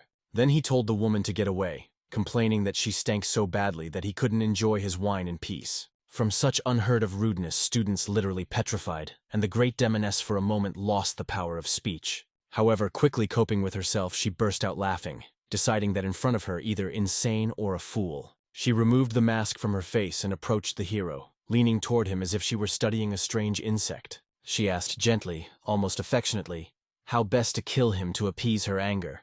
The great demoness knew men like him. They reacted the same way to her beauty until their very last breath, so she was sure he wouldn't even realize the moment of his death. However, Sohan only smiled back and demanded that she get away with her stench far away. In passing, he even remembered to ask if she had any hearing problems. His equanimity and complete indifference to her charms caused the demoness to have a fit of uncontrollable rage.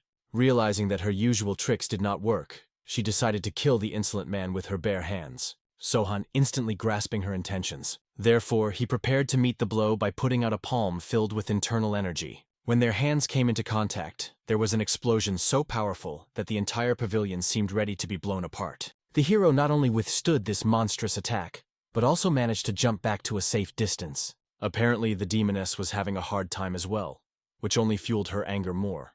She began to wield her whip, trying to catch Sohan in midair, but he dodged each blow with surprising ease, as if dancing between deadly attacks.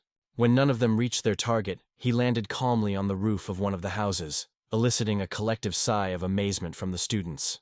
It was the first time they had ever seen a man able to stand so confidently against their formidable mentor. Even the demoness herself couldn't contain her praise of Sohan's skill, guessing that he had deliberately gotten close to her students to meet her. She demanded to know where such an unusual guest had come from. Instead of answering, the hero lightning fast snatched up 2 blades and lunged straight at the woman. The moment she caught a glimpse of his weapons, her eyes widened in amazement. She couldn't believe that the legendary moonblades were in front of her. Suddenly, everything fell into place. This young man was a disciple of the poison demon himself. His confident smile left no doubt about it. He didn't even try to hide it. Hearing this revelation, the disciples froze in a daze. In front of them stood a disciple of the poison demon himself, one of the 4 great ones. Damwol couldn't believe that Sohan was in the hands of such a monster. Even the great demoness, who had been wondering about the old demon's fate all this time, now realized that he was preparing a successor. With a scornful curve of her lips, she noticed how low the poison demon had fallen by taking a mere boy as an apprentice, and demanded that the old man come out of hiding immediately. Sohan only grinned, explaining that his teacher was not here. He had come alone. His words only further inflamed the demoness's rage, who didn't understand why the boy had such insolence in the absence of his mentor. The hero's answer sounded like a thunderclap. He doesn't need a teacher to deal with her. Such insolence finally threw the woman off balance. She rushed forward, intent on punishing the insolent man who dared to enter her domain. A fierce fight ensued. Sohan dodged with feline grace the deadly whip that could destroy everything in its path. Each blow could have been his last, but the hero seemed to vanish into thin air before each attack. The demoness even dropped a pile of debris on him, thinking he had cornered him. However, he used his inner strength to slip out unharmed, after which he landed in the open, challenging his opponent. The demoness understood perfectly well. The young man couldn't have come alone. She was sure that it was worth cornering the disciple, as the poison demon himself would appear. As she continued to attack, she tested Sohan's stamina, seeing how long he could hold out. The hero methodically shortened his distance, but the demoness figured out his plan. The woman quickly realized his plan. He wanted to get closer to deprive her of her weapon. So when he got closer, she launched a frontal attack. Sohan avoided the fatal blow, but the whip still split his face, staining his skin with bloody streaks. He met the next attack with his blades, but the force of the blow was such that it forced him to slow down using his blades. Even so, he drove his blades across the ground, leaving deep furrows in the concrete. The enraged hero threw caution aside. His movements became lightning fast. It was as if he was dissolving into thin air, appearing in a new place. The demoness mockingly watched his desperate maneuvers. She considered her opponent a reckless child, even though he was a disciple of the poison demon. Determined to teach him a lesson, she modified her whip. A sharp metal sting appeared on its end, capable of piercing through any defense. The insidious blow was aimed at Sohan's back, but he managed to react by twisting in midair. Still, the point grazed the hand holding the blade. This small victory clearly pleased the demoness. She remained unharmed, while her opponent had already received several wounds. The fight was getting more and more fierce. The hero couldn't attack, he had to dodge, getting more and more wounds, but he did not allow himself to retreat. He had to win at all costs. The demoness was surprised to note the persistence of the enemy. She guessed that he was trying to shorten the distance for the poison. Deciding not to give him such an opportunity, she unleashed a powerful attack. The power of the attack could be compared to a huge explosion. After it, the entire battlefield was covered by a dense veil of smoke. The three frightened female disciples peered into the puffs of smoke, trying to discern Sohan's fate. As the smoke began to clear, the demoness saw her opponent. The hero, though wounded, was still on his feet.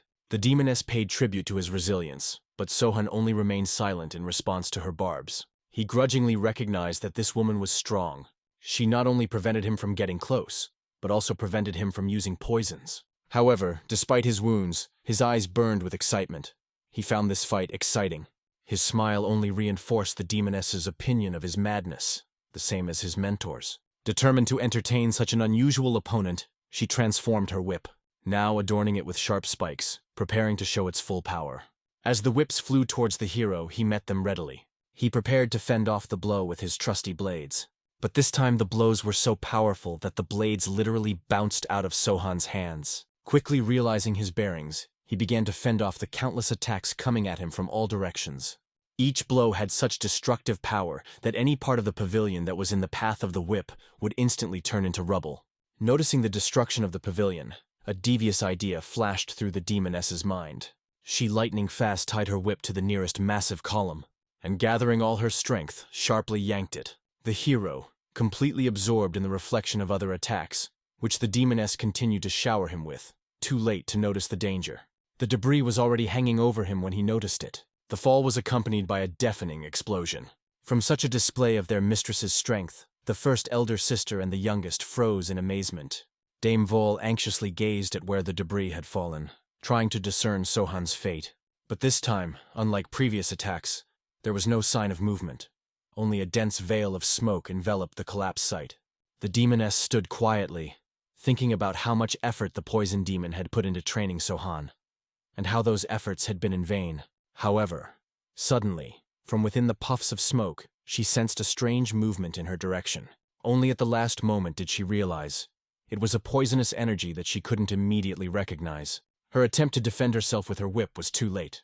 The poisonous particles flew through the air, and the force of the blow was so colossal that it threw her backwards. The demoness did not expect Sohan to be able to control such a powerful poison energy. As she gazed forward, she finally discerned a silhouette illuminated by an ominous, gloomy light. It was the hero, but now he didn't look haggard from the battle. On the contrary, his appearance radiated absolute confidence. This couldn't help but frighten the demoness, who already considered the battle won. The hero, determined to finish the battle here and now, rushed at her. Still in shock, the woman realized too late the rapid approach of the enemy. Therefore, she didn't have time to prepare a decent response to his attack. Sohan began to attack with poison energy, forcing the demoness to retreat. Taking a defensive stance, she used the spinning whip technique. Her whip turned into a kind of hurricane that repelled all attacks. But suddenly she noticed a strange reaction when the whip collided with the hero's attacks. All of her equipment rapidly began to disintegrate into pieces. Taking advantage of the destruction of her defenses, the hero's blade reached the demoness's body, stopping a millimeter from her face. If she hadn't reacted at the last moment, she would have been dead, because this attack easily destroyed the facade of the building behind her. Looking back, the demoness realized her mistake. She had underestimated her opponent, who had been hiding his true strength all this time. The hero only smiled in response, clearly pleased by her epiphany. Then he rushed back into the battle, rapidly closing the distance between them. Clearly panicking, the demoness lost her composure, trying to stop the hero by any means available. But now he was much stronger. Dodging her attacks was no longer a problem for him.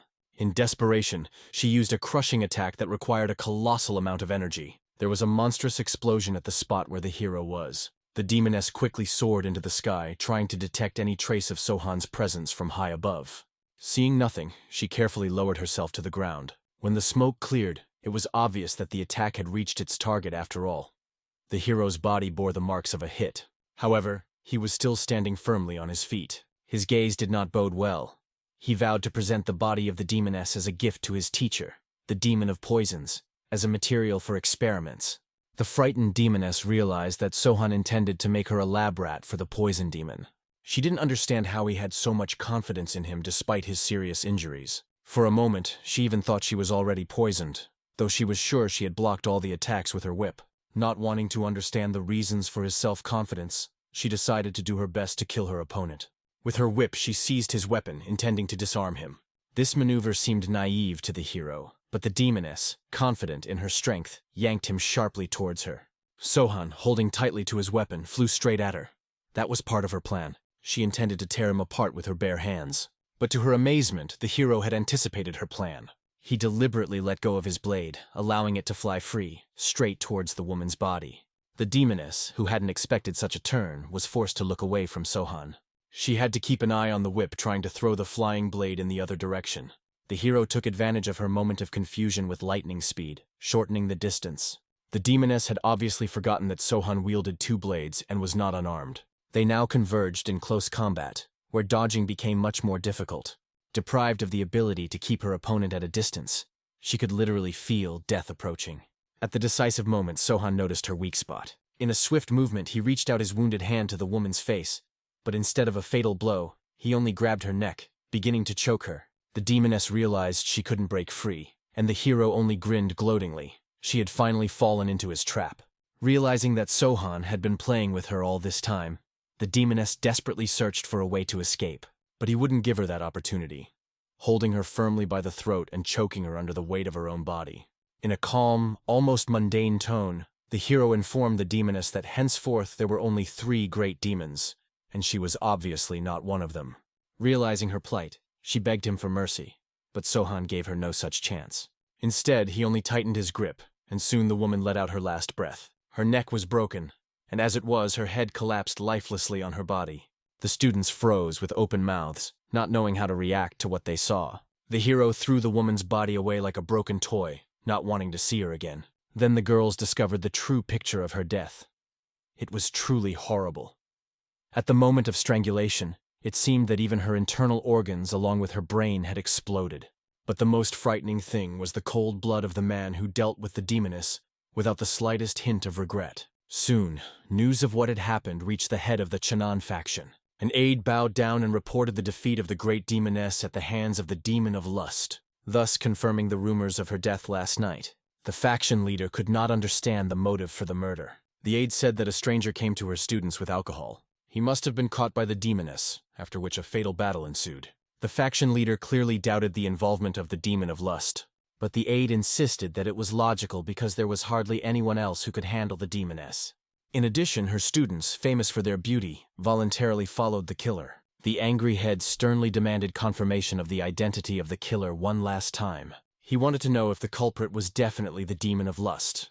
The aide, smiling, confirmed his words, explaining that the woman had been killed by a young man. Apparently, the lust demon had changed its appearance. The faction head was clearly displeased. As soon as he relaxed for a moment, these brats began to sow confusion in the unorthodox faction.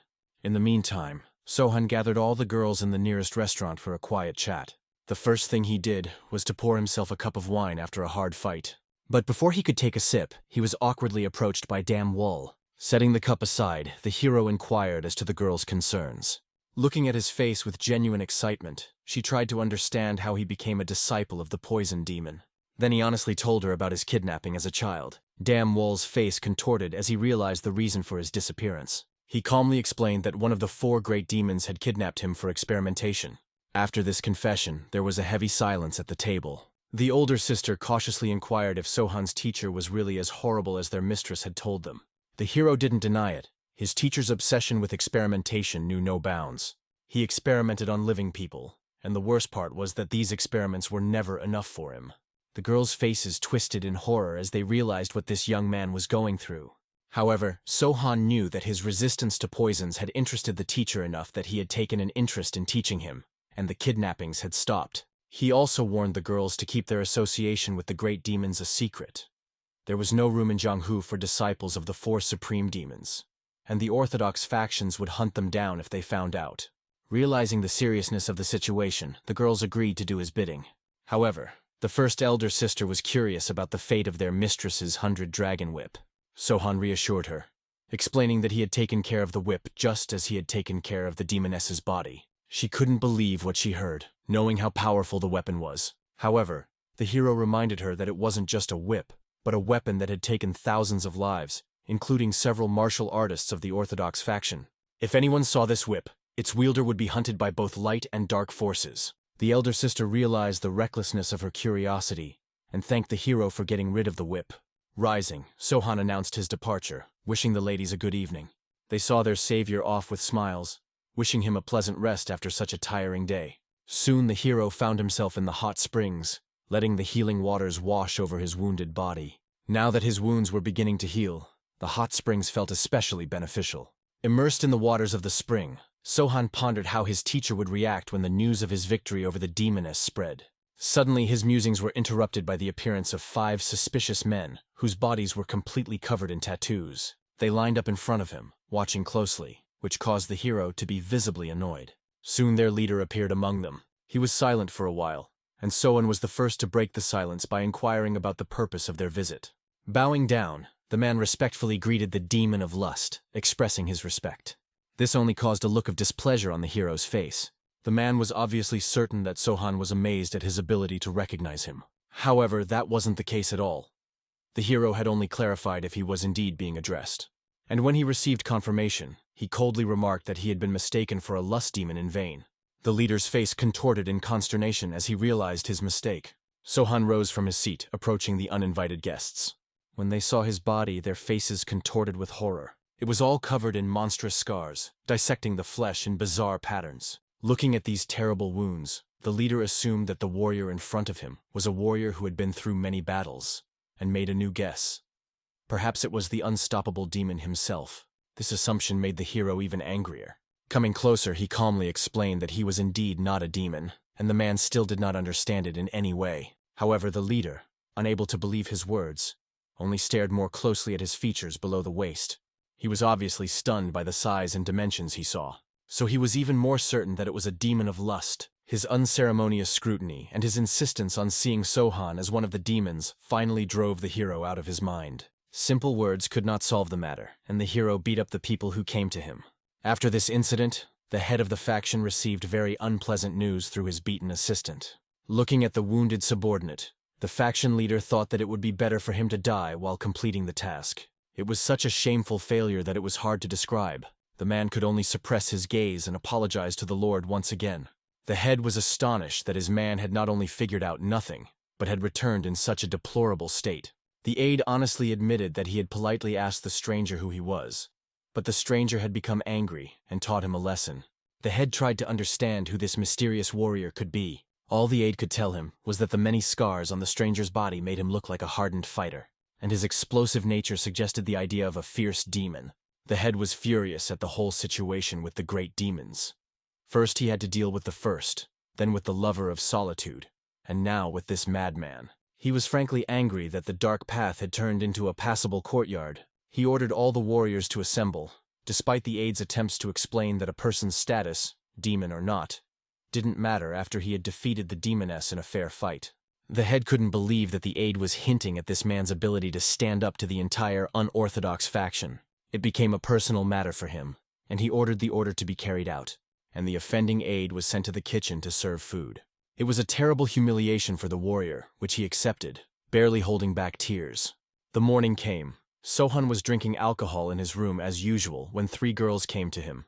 Damwall smilingly inquired if he had rested well. The first older sister playfully teased, calling him a lust demon who must have stayed up all night. The hero gave the first elder sister a stern look, then decided to find out by asking how many times he needed to repeat that he was not one of the demons. She only laughed, explaining that she believed him and wanted to add something. But Sohan, as if reading her mind, clarified that he was not a disciple of the demon of lust either. The older sister smiled, noticing that the hero seemed to have learned to read her mind. The younger sister asked her friend to calm down and not to push Sohan so hard. She barely had time to notice her sister's unusual behavior when suddenly all the girls were wary. Even the hero realized the reason for their unease and looked carefully through the open window. At the walls of the house where he was staying, many warriors were gathered, waiting for him to come out. In front of them stood the head of the unorthodox faction himself. When Sohan did not appear, the head became furious and decided to act more radically. Addressing the warriors, he gave the order to deliver him the head of this insolent man at any cost. After the order, one by one the warriors began to break into Sohan's dwelling. The chief watched silently without giving any new orders, but he looked anxious. He was haunted by a misgiving. Soon it was justified. A suspicious sound was heard outside the walls of the house. Then, with a deafening rumble, the first warriors who entered the house flew out of the dwelling, rolling at the feet of their lord. Sohan himself appeared next, clearly annoyed that someone had dared to disturb him so early in the morning. The head looked at the young man carefully, trying to determine if he was really the same unstable demon. This assumption made the hero seriously angry, and with a furrowed brow he warned that if he was called that name again, he would indeed become something like the unstoppable demon. Sohan irritably recalled that yesterday he was called the lust demon, and today he was already called the unkempt demon. From his words, the head realized that the guy was neither of them. Sohan immediately confirmed this, noting their grave mistake. This only elicited a chuckle from the head, who finally introduced himself as Go Segyok. He demanded an explanation as to why Sohan was causing a disturbance in his territory, since he wasn't an unstoppable demon. The character identified himself as Chenyang Nightblade Jin Sohan. The name Nightblade was unknown to Go Segyoku, so he assumed it was referring to Chenyang, where the Sun Dragon Alliance and the Blood Clan were located. His guess was correct, and Sohan did not deny it. Go Segyok asked what the man from Chenyang had forgotten on his land, and if his lord was aware of his presence here. Sohan only grinned, not understanding why he should put anyone on notice, and explained that he himself was the lord of these people. These words made Go Segyok wary. He couldn't believe that such a young man could be their leader. If Sohan was telling the truth, it would be extremely unwise to attack him. After calming down, Go Segyok assumed that Sohan was the leader of the faction on the Shaanxi border, and inquired about the reason for his meddling in the demoness's affairs. However, the hero calmly made it clear that such questions should not bother him. The obvious disrespect made Go Segyok furious, but he tried to restrain himself. Pulling himself together, he offered Sohan the peaceful solution of handing over the Grand Demoness's disciples with whom he had unfinished business. At that moment, the three sisters appeared. The eldest of them disdainfully noted that these people are too bold, which is not surprising, because before they were held back only by the presence of the mistress. All three girls straightened up proudly, standing behind Sohan's back. The faces of Go Segyok and his warriors were distorted with amazement at the sight of such noble students of the demoness. Everyone, including the head, was stunned by their beauty. Getting his emotions under control, Go Segyok asked Sohan about his connection to these girls. The hero's answer was brief. It was the past that bound them together. Such terse answers, though spoken without obvious disrespect, made Go Segyok very angry. He made it clear to Sohan that despite their acquaintance, he should hand the girls over to him to avoid any unnecessary problems. The girls were worried, realizing that they weren't close enough for Sohan to face an entire faction alone. However, to their surprise, the hero stood up for them and rejected Go Segyok's offer. It wasn't part of his plan. After saying that, the faces of the three girls visibly brightened up. They were happy to hear such a response. Go Segyok was not happy to hear such a rejection. Looking sternly at the young man, he reminded him that he was the law in this territory, as he had always been, and his authority would continue. However, his threatening words and facial expression did not impress the hero. Sohan stated firmly that the laws of the Dark Path were in effect here. It was so before he came, and it would be so afterward.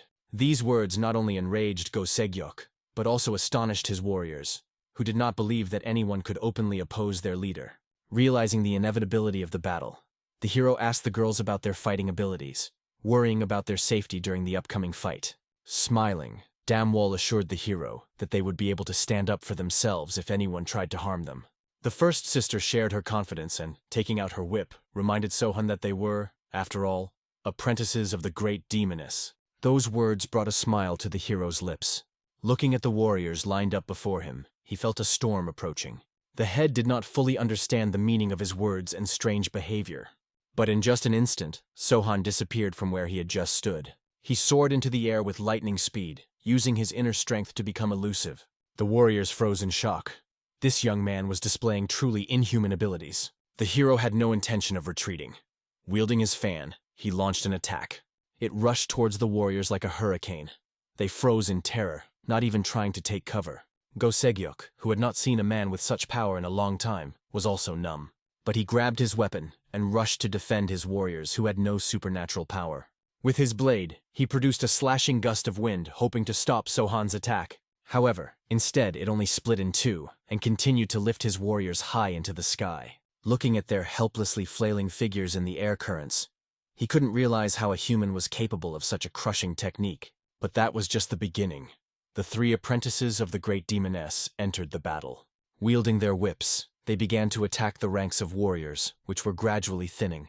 Looking around the battlefield, Go Segyok could not believe the incredible strength of the female disciples. Sohan's sudden appearance nearby caused him to be distracted by a more dangerous opponent. Lowering himself to the ground, the hero praised Go Segyok for managing to repel the attack, noting that his abilities were quite good. Such a condescending assessment both frightened and enraged Go Segyok, but he realized that he couldn't stop fighting. He tried to attack his opponent while he was close, hoping that the guy wouldn't have time to dodge. However, he miscalculated. Sohan easily stopped his fan attack. His gaze made it clear that such weak abilities couldn't even frighten him. Still believing in his superiority, Go Segyok continued to attack. But the hero was able to repel and dodge all his attacks with astonishing ease. Sohan scrutinized Go Segyok as he fought, trying to see if his arrogance was still intact. He considered it an outright mockery that the man called himself the law of this territory without being able to even stand up to his strength. A furious Go Segyok ordered the arrogant guy to shut up, but the hero only paused for a moment to deliver a lightning-fast fan strike. The attack was so swift that Go Segyok barely had time to notice it. His attempt to dodge failed as the strike reached his torso. It caused a deep wound and threw him back several meters with a stream of energy. He managed to slow down the fall with his blade, but his hands were visibly trembling. After only a few moments of fighting, he already felt numb and could not believe the incredible strength of his opponent. He looked back at his warriors and saw them losing hopelessly to the demoness apprentices, who were methodically destroying them one by one. He realized that he had underestimated not only Sohan, but also these incredibly strong girls. Looking at his mental torment, the hero only carelessly opened his fan to refresh his face. This kind of neglect couldn't help but anger Go Segyok. He realized that Sohan wasn't even taking the fight seriously. This was especially evident when the hero only smiled slyly, watching the man's face and waiting for his next move. Sohan soon shifted his gaze to the battlefield behind Go Segyok's back. The girls were fighting three strong fighters who were displaying extraordinary skill. He assumed that it was the captains of the troops who were opposing the demoness's apprentices, but that didn't bother him in the slightest. With a smile, he noted that the girls were definitely up to the task. Go Segyok was growing more and more seething with rage with each passing moment, seeing Sohan completely unfocused on their duel. Clenching his blade tighter, he reminded himself that he was Go Segyok, the law of these parts, and he rushed into the fight, intending to show Sohan that he was not to be underestimated. However, this attack too was easily stopped by the hero's fan. At that moment, Go Segyok's arm went into a powerful spasm, as if his sword had collided with indestructible metal. Before he knew it, Sohan began to dissolve, disappearing from his seat. Consumed with fear, Go Segyok frantically tried to anticipate where the next attack would come from. Soon he saw the hero's hand with a fan amplified with internal energy. The attack was aimed directly at his head, and he barely managed to dodge. Sohan clearly liked his opponent's ability to avoid such a primitive attack, and he continued his attack. Go Segyoku had to defend himself with the last of his strength just to stay alive. A new series of hero attacks followed, which Go Segyok tried to dodge. He bitterly realized that he could barely fend off even the simplest of attacks. His rage had reached its limit. He refused to recognize his weakness and swore to himself that he would not lose. Gathering the last of his strength, he strengthened the sword strike with his internal energy. The final attack collided with his opponent's fan once again, but the outcome was a foregone conclusion. The blade simply could not withstand the monstrous force of the blow, and the blade separated from the hilt. However, this was not the worst discovery for Go Segyok. Not only was he stripped of his weapon, but he had also lost the ability to hold the sword in his numb hands due to the fracture. At this moment, looking at his helplessness, Sohan put a fan to the neck of his defeated opponent. Looking at the hero with hatred, Go Segyok heard the order to stop the senseless resistance. He was still trying to find a way to break free and continue the fight, but when his gaze met Sohan's eyes, he saw in them something more terrifying than just a warrior. That penetrating gaze made his entire body shake with primal fear. With no choice left, Go Segyok shouted loudly, ordering his warriors to stop fighting. The captains looked back at their lord in confusion, not understanding the reason for this order. but he only demanded even more confidently that they lay down their weapons and cease resistance. As commanded, one by one the soldiers put their swords back in their scabbards. They stood still, awaiting further instructions from their leader. The hero calmly looked around, making sure that all the warriors obeyed the order. He then addressed Go Seegyok by name, which startled the man greatly. However, there was no hostility in Sohan's voice. He had promised to continue to recognize Go Seegyok as the head of the Channan faction, but his gaze turned hard when he warned that from now on, the man must obey him. His territory was to become part of the Channan faction. With a searing stare, Sohan demanded an answer, whether the man agreed to these terms, or preferred death. The gaze was so terrifying that Go Seegyok could barely open his lips to answer. The first thing he did was to discard his broken weapon as a sign of agreement. Then he bowed down and swore to serve Sohan. After that, the hero's interest in the man vanished. He only ordered his men to withdraw and wait for him at the inn with the captains. Go Seegyok was even surprised at how quickly everything was over. Sohan, having received his oath, simply left. The hero, meanwhile, approached the girls to make sure they were well. Their smiles could already serve as an answer, but they still assured Sohan that they were fine. After that, the hero offered to go back inside, and all four of them headed to their residence. Soon, Go Seegyok's warriors, along with the head himself, were gathered in the inn, discussing their future service to Sohan. Go Seegyok remained silent, unable to admit to his captains the hopelessness of their situation. The captains themselves tried to convince him that it wasn't too late to change his mind. One of them had already scouted the area and knew that Sohan had no reinforcements. They believed that if he came alone, they would have a chance to overpower him, though they were willing to accept whatever the head decided. However, Go Seegyok understood very well.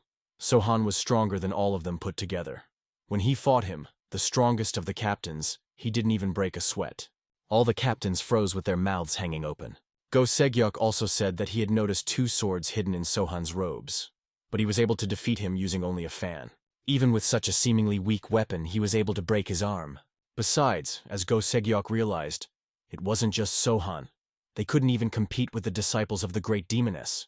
After realizing their failure, the captains awkwardly apologized to Go Seegyok, but he realized that they had nothing to apologize for. He was just telling the truth about the superior strength of the enemy. At that moment, Sohan appeared. He asked if Go Seegyok had had time to talk to his soldiers. He felt that he had given them enough time to make a decision. He sat down across from Go Seegyok next to his warriors and waited silently for a response. When there was no response, he asked the Lord himself about his decision. The frightened man didn't know what he was talking about. He had already agreed to serve Sohan. His stammering and guilty look made the hero chuckle, and he asked him where his old bloodlust had gone. He explained that he understood the change in priorities, so he gave him time to discuss it with the captains. Sohan's cunning plan became obvious to Go Seegyok, and it gave him the creeps. He'd gathered them together to try to attack him. The hero calmly confirmed that he understood their frustration, so he wanted to give them the opportunity. Honestly admitted that he was uncomfortable with what was happening. The main reason is that he does not want to control people who are not loyal to him to the bone, considering such people useless. These words startled everyone present. After a short silence, Sohan suggested them to attack him, but no one moved. Then he asked them to be brave, draw their swords and return to him. He would wait for their attempt to confront him. However, looking carefully at the warriors, he reminded them of an important detail. All of them are still alive only because he spared them, and there will be no second such chance. His calm speech and frightening words finally convinced Go Seegyok completely. This man surpassed them not only in physical strength, but in everything else as well. Bowing down, he asked how they should address Sohan from now on. The answer was succinct. Like everyone else, they should simply call him Sir. Hearing this, the man rose from his seat and bowing. He announced that both he and the Channan faction had made a unanimous decision to serve Lord Sohan. Following him, all the warriors rose, bowing and pledging their willingness to serve the Lord. Sohan watched silently, accepting their oath of allegiance. The events moved to a local inn where the warriors gathered to discuss the latest news. The fighters could not believe the rumors that their orthodox faction had a new leader. One of those present repeated over and over again that it was true, but the others just shook their heads in disbelief. According to rumors, the new leader was a young, statuesque man, surrounded by attractive female disciples of the great demoness. The warriors found it hard to believe that all of this could have been accomplished by a young warrior who had not only defeated the great demoness herself, but also subjugated her faction. The former servant named Gusa calmly told the crowd that he had personally seen this person with his own eyes. His words caused unprecedented surprise amongst the brothers in arms. No one had expected such a turn of events. The comrades, holding their breath, demanded details. The former servant said that it was enough just to look at Mr. Sohan to understand that he was an unusual man. The young master stood out not only for his strength, but his entire body was covered with scars. Horizontal, vertical, diagonal. They were everywhere. According to the storyteller, there was no one in Shannon who could compare to this outstanding warrior. The servant continued his tale, telling how he had reported to the former faction leader about this man, though he had no idea of his true power at the time. He warned his master that the man might be a raging demon. The warriors did not fully understand why their comrade had mistaken Sohan for one of the four great ones. But he explained that the mistake was not accidental. He did not know what a raging demon looked like, but Sohan's power was truly impressive. The crowd realized that by calling Sohan a raging demon, the servant was trying to warn his master of the danger. They considered it a very wise decision. This thought clearly hurt the storyteller, for he prided himself on his ability to understand people. With a sigh, he went on with the story of how the leader had not heeded his words and had gone in search of Sohan, mobilizing their forces. Everyone present already knew how the story ended, but listened intently to the details of that memorable battle. Around the same time, two unknown warriors discovered the body of a woman on the shore of the lake, which was still warm. Looking at the defeated demoness, they could not believe that such a powerful being had met such a miserable death. One of the warriors had no way of realizing that the great demoness could have lost to anyone at all. However, they reasoned that this loss is not so significant, because now their master will be able to have a good time. One of the warriors began to discuss the great demoness's apprentices, all of whom were virgins. However, his comrade warned him, explaining that the students were not just beautiful girls. Not everyone even dared to approach them. When one of the warriors inquired about the chances of having fun with the three apprentices, his colleague abruptly cut him off. He ordered him not to speak such nonsense in the presence of the master. These words greatly frightened the speaker, who until that moment had assumed that only his partner was around. At that moment, the stern voice of their lord was heard, wanting to know if they had found the body of the demoness. The crouching warrior immediately reported the find.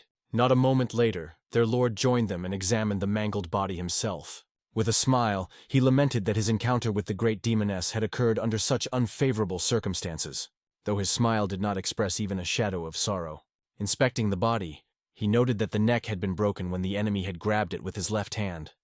The lord wondered what weapon the assassin had used. He was informed that the man had fought the Great One with paired moon blades and had used an ash fan in his battle with Go Segyok. This information clearly interested the lord. He began to analyze the course of the battle. Judging from the lack of cuts on the demoness's body, Sohan hadn't managed to reach her with his weapon. So he either dropped or deliberately threw the blades away to suddenly grab and break her neck. Although the lord considered such a method to be one of the cowardly tricks used by dark masters in a desperate situation, he recognized that the great demoness, who had not fought Sohan before, was obviously discouraged when she lost. The man asked his aides for the name of the assassin. Upon hearing the young warrior's name, he recognized him as handsome and noted that the immortal knower had raised a true monster. At the mention of the immortal sealer, the aides began to stutter in fear. The lust demon smilingly revealed that this person was also called the immortal demon. He was the twin brother of the poison demon. Even though both brothers were considered insane, the sickly demon was far more dangerous. According to the master, if the four great demons were called the four great psychopaths, poison demon should have been eliminated from the list, and his brother would lead all of them. The assistant couldn't believe that the master thought immortal knower was more insane than his brother, poison demon. The master explained with a smile that he was absolutely convinced by his words, not just assuming.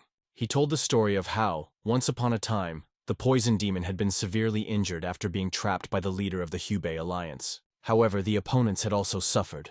Most of the fighters were killed, and their leader was dying. Then the immortal healer suddenly appeared. He healed the leader of the alliance, which surprised his brother. When the poison demon asked why he was healing their enemy, the healer did not dignify him with an answer. Then he also saved the rest of the wounded without changing his facial expression. After which he took his twin brother and departed. It was then that the Lord realized a simple truth. Compared to the immortal, the four great demons were perfectly sane people. Therefore, the Lord felt it necessary to exercise extreme caution with a disciple of such a psychopath, especially since they could only guess at Sohan's true strength. Hearing these warnings, the warriors immediately bowed, vowing to be vigilant. The Lord inquired about the current whereabouts of the young warrior and the apprentices of the great demoness. Upon learning that they were staying at Song's Inn, The aides assumed that their lord intended to attack Sohan. However, he explained that he preferred to observe the boy for the time being, considering him a serious obstacle to the demoness's disciples. Haste in this matter was inappropriate. He ordered to keep an eye on Shannon until tomorrow, reasoning that if it was a trap, the immortal himself should have shown up soon. Then, turning his gaze to the demoness's body, the Lord ordered that it be disposed of. When the warriors inquired about the fate of her whip, the Lord, smiling, ordered the weapon to be buried with the body. He thought it would be a fine gift to the woman for raising such excellent students. Events moved on to the inn, where the hero and his apprentices gathered for dinner.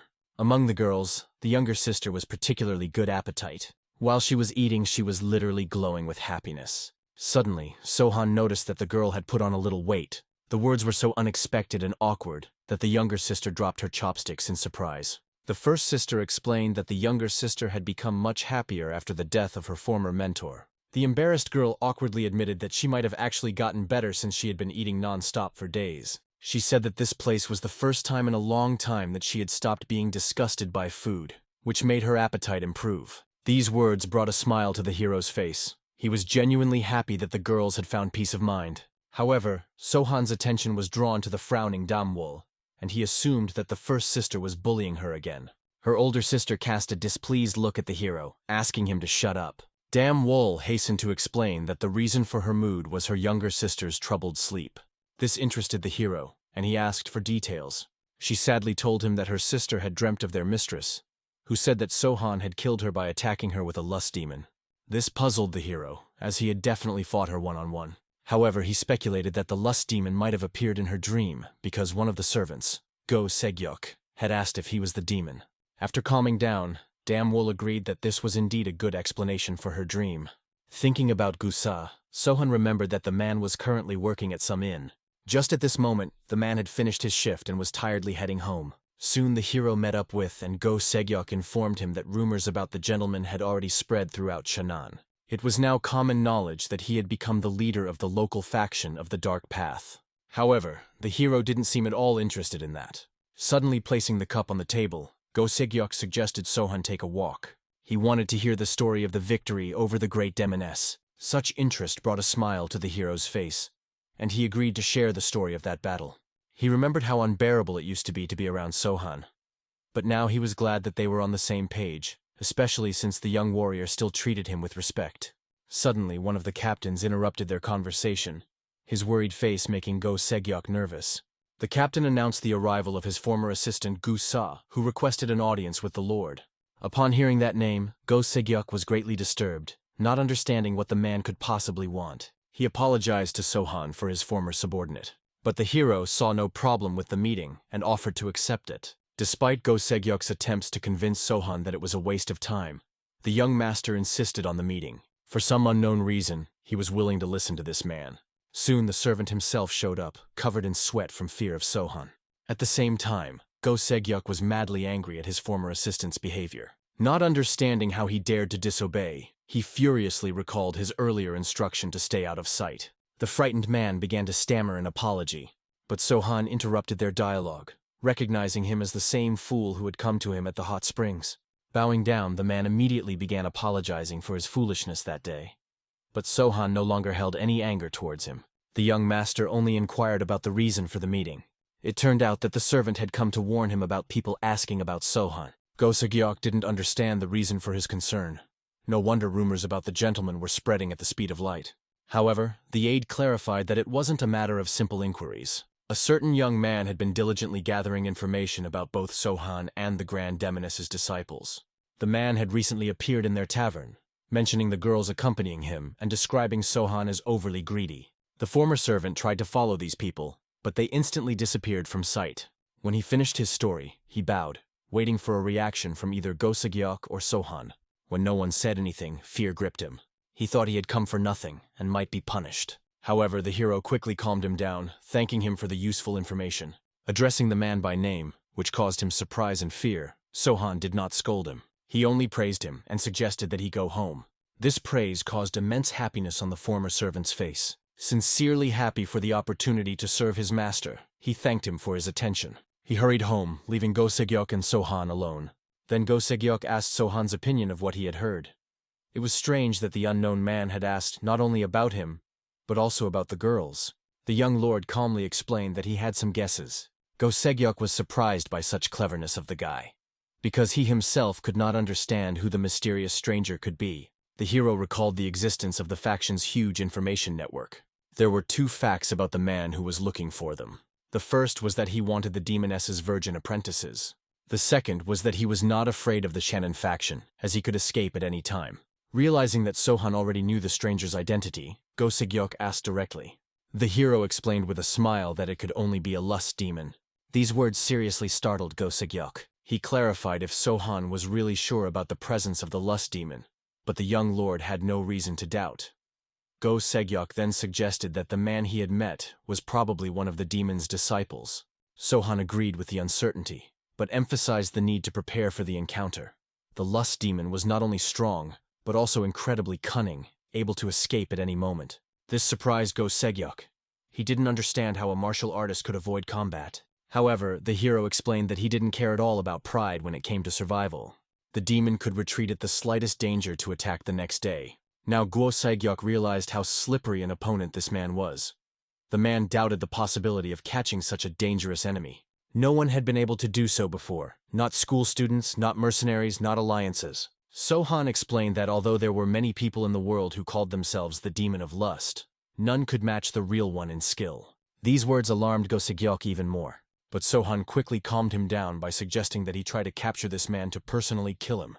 Such determination brought a peaceful smile to Go Segyok's face, ready to obey his master's order. At this time, the still overjoyed assistant hurried home. He recalled their conversation and mentally thanked Sohan for his trust. He was weeping with happiness, for he had never heard words of praise from his master before. It was understandable. His former master had taken it. When evening came, Sohan and Go Segyok strolled leisurely down the street, where they all greeted the lord with joy. Suddenly a little girl saw Sohan and asked if he was going to leave. On hearing of his imminent departure, she was upset. She and her friend asked him to stay for a while, but the hero only smiled, promising to visit them again. The young gentleman quietly walked away to the joyful shouts of the villagers who asked him to return. He didn't even seem to notice the cunning red eyes of the demon of lust watching him closely from a nearby window. He was stalking his victim and waiting for the moment for a surprise attack. Soon after the night walk, already under the morning, the hero returned to the inn. The worried first sister looked at Sohan, not understanding where he had been missing all this time. The young master calmly explained that he had gone out to get some air, but Dumb Wool found this answer unconvincing. It was strange to be breathing air until morning. He honestly confessed that he had hoped to provoke the demon of lust, but it never showed up. As a result, the young master sat down with the girls at the table to take a little break. The youngest of the sisters suggested that he go to the restroom and get a good night's sleep, but the hero only smiled as he poured himself some tea and calmed them down, explaining that he was fine. All 3 sisters were overcome with sadness as they remembered Sohan coming to them with a conversation. He informed them that a demon of lust was after them. He told them that the man had shown up right after the demoness had died. This obviously caused all 3 of them to be very afraid of possibly meeting him. However, the young lord was able to calm the girls down by explaining that he was going to kill him with the help of the Shannon faction. With a smile, he explained that they need not worry, but warned, if the situation took a serious turn and he had to leave them, the girls should hide in a safe place and wait for his return.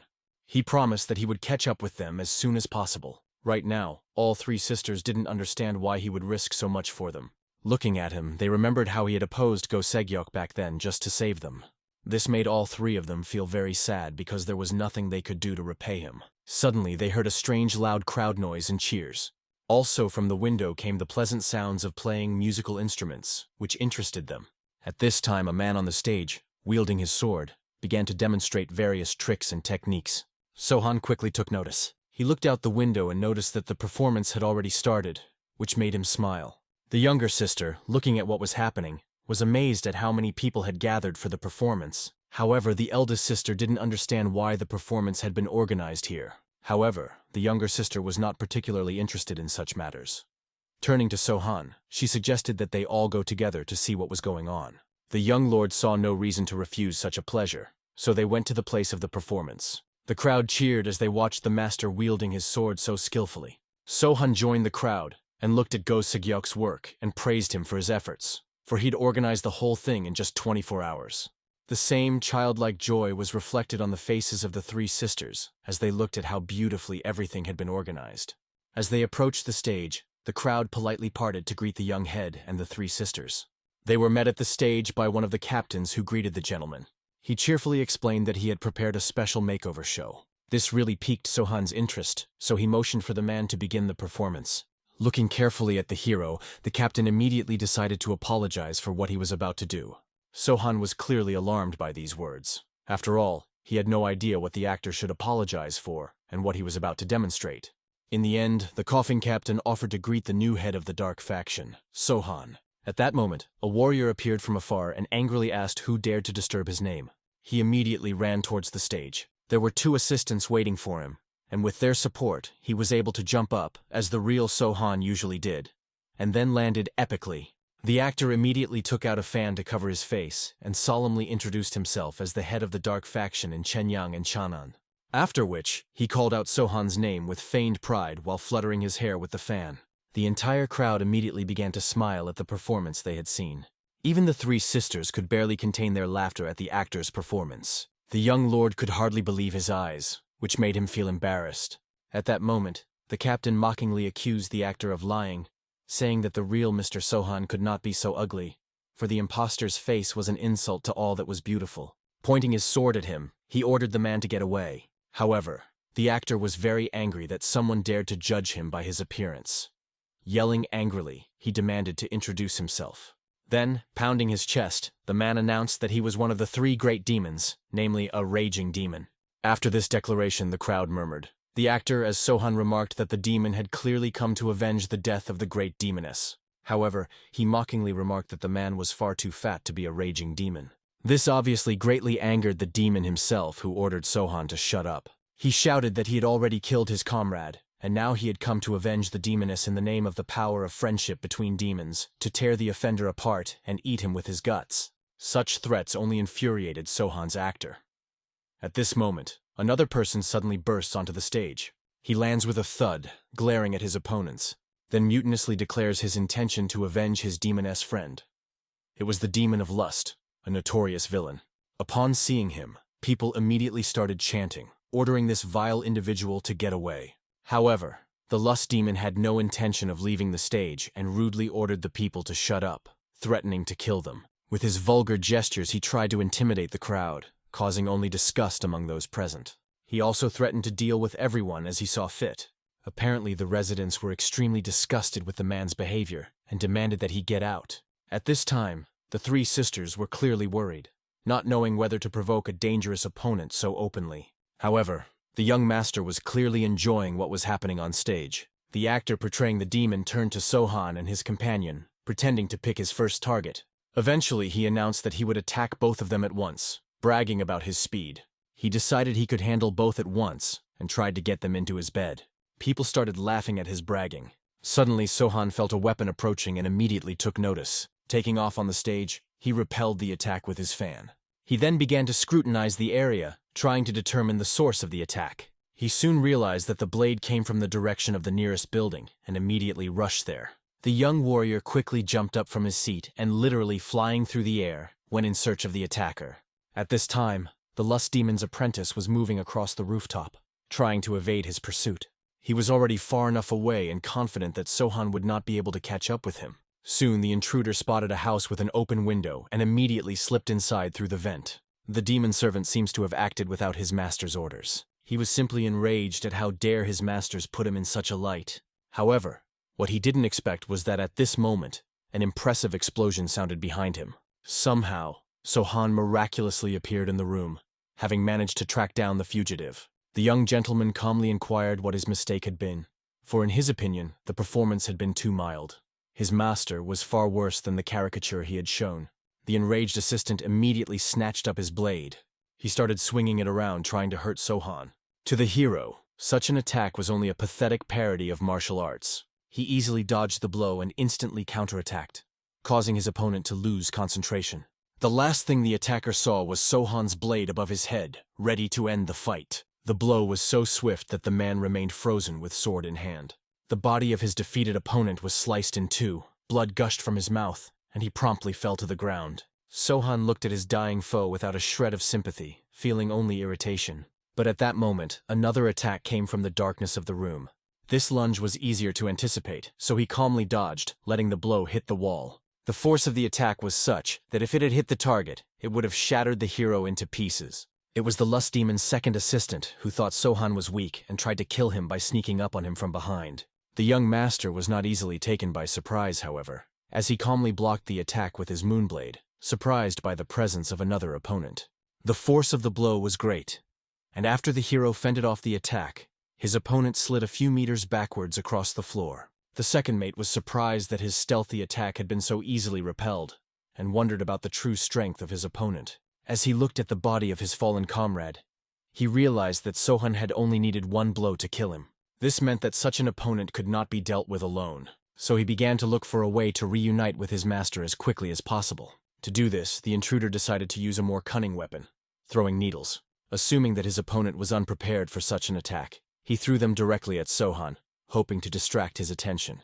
However, the young warrior swept the needles away with incredible speed, using the same blade. At that moment, the second mate jumped through the window, trying to get to his master as quickly as possible. Sohan saw him fleeing, but did not seem to be in a hurry to pursue him. He was already prepared for such a development.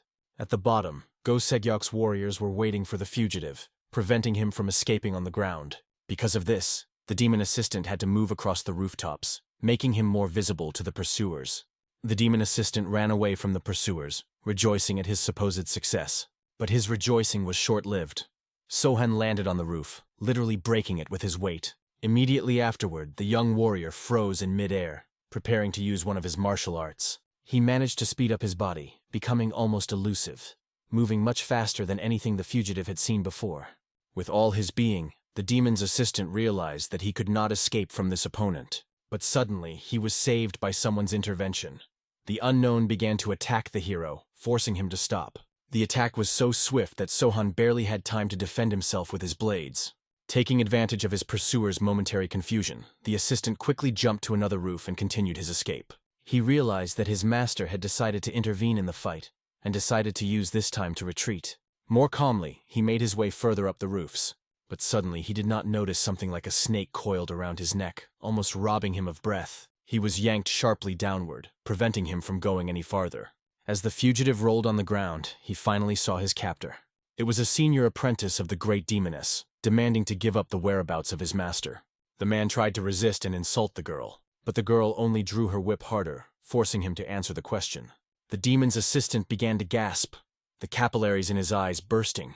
Suddenly, all three students heard the loud voice of the lust demon himself, mockingly declaring that he could not be caught by such a primitive method.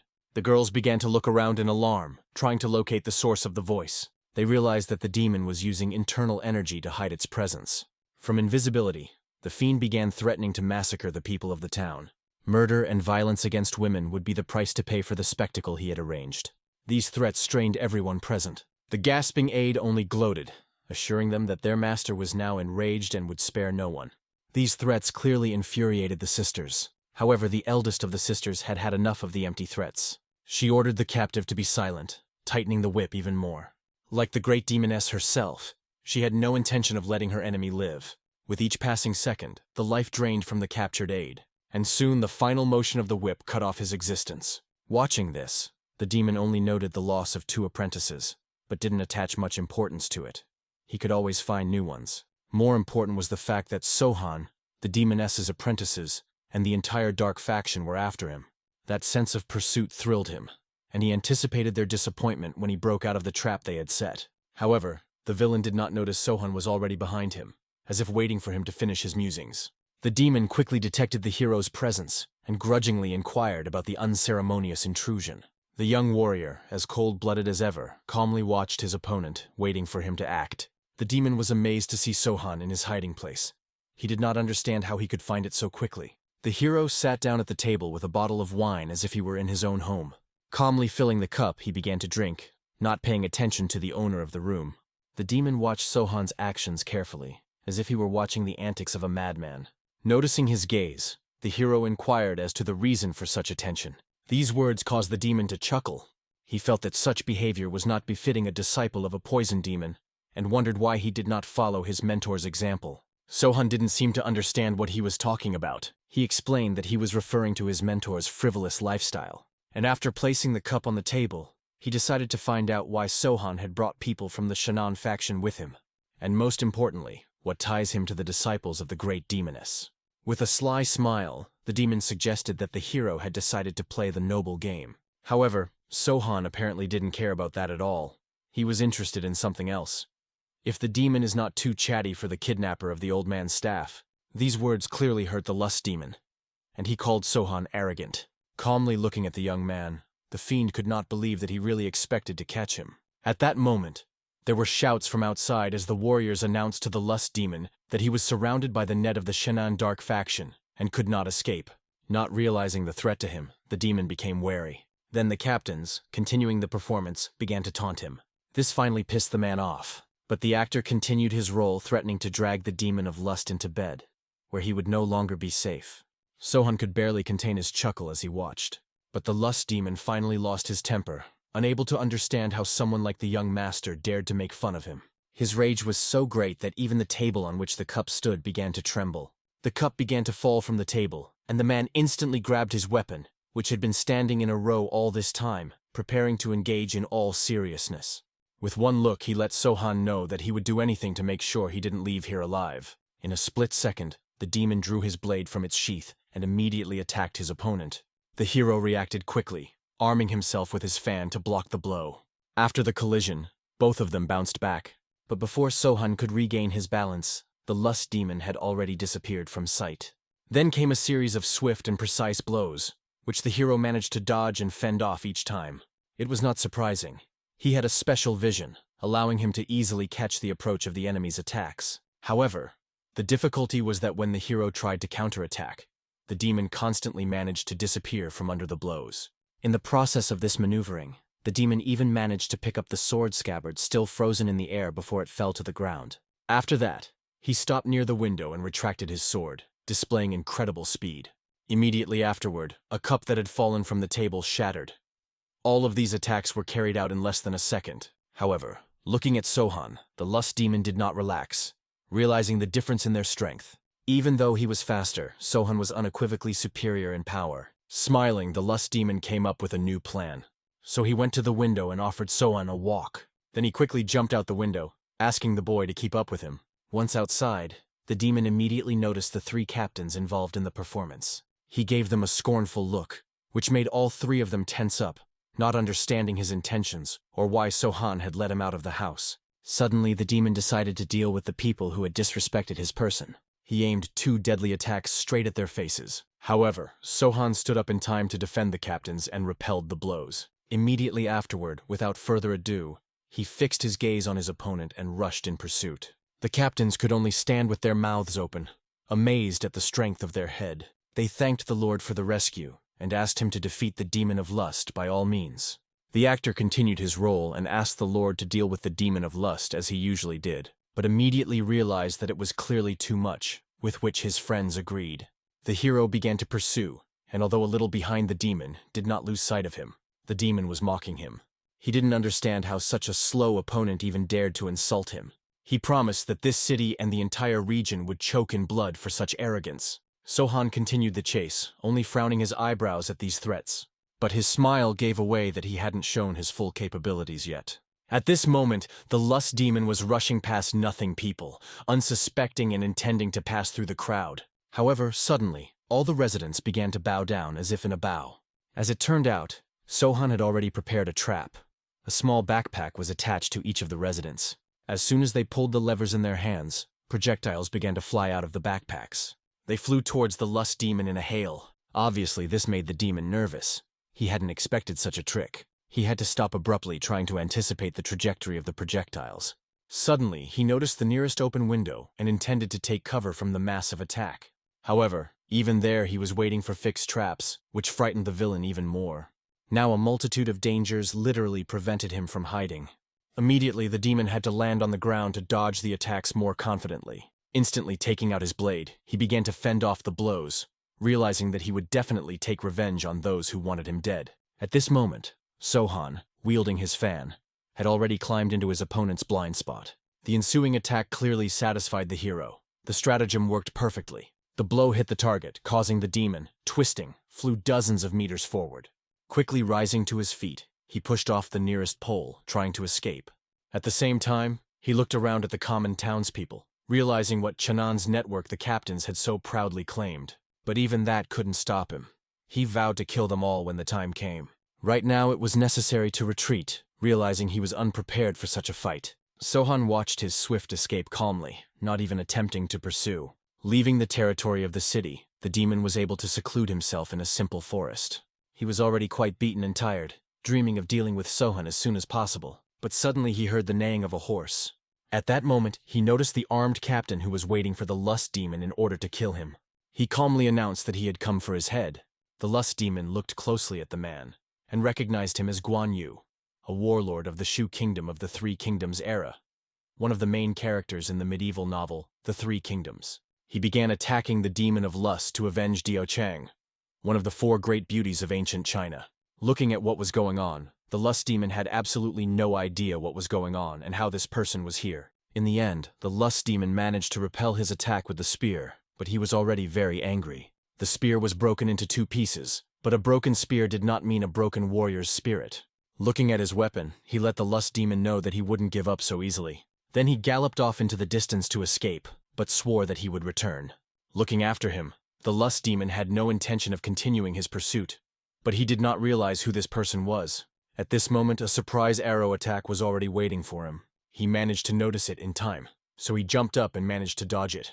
He was very lucky, because the arrow that was flying at him, when it hit a tree, it was able to chop several other trees after it. Soon, quickly looking around, the demon was trying to figure out who had caused this attack, and he saw an archer standing on the roof. He recognized the person's guise. It was Huang Zhong. He was the Chinese general of the Eastern Han Empire and the Shu Kingdom during the Three Kingdoms period. The lust demon realized that he was literally being bullied, which finally made him mad. However, there was nothing he could do as the archer released another one of his dangerous arrows. The demon of lust was no longer going to run away.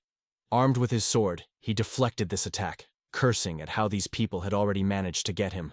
In the end, his attack was so fast that it was literally able to chop the arrow not even in half, but break it into 4 pieces. Obviously, such skill seriously frightened the archer, especially when the next attack was coming right at his face. However, in time, the blow was stopped by a fan already familiar to the demon of lust. Sohan, the master of the fan himself, appeared next. As the lust demon and Sohan exchanged glances, the archer quickly came to his senses, thanking his savior. Taking out one of his arrows, he was grateful for the opportunity for revenge. This revenge had to be to get even for his torn granddaughter. Sohan, listening to him speak, did not understand at all how one could know his character so poorly, for the man had no granddaughter. But looking at his seriousness, the hero realized that it was unlikely that the lust demon would notice the catch. The lust demon at this time looked away from Sohan, trying to figure out what he had arranged here, and ordered to tell those men to leave so that they could settle things man to man.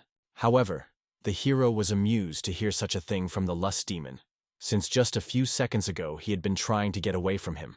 He thought he was just a cowardly rat, which he was, and did not want to deal with him fairly. Apparently these words made the lust demon mad. He thought that even though he was the apprentice of the poison demon, he was clearly not worthy of being so proud. But at this moment, the archer saw a great opportunity to attack, and so he finally fired his special arrow.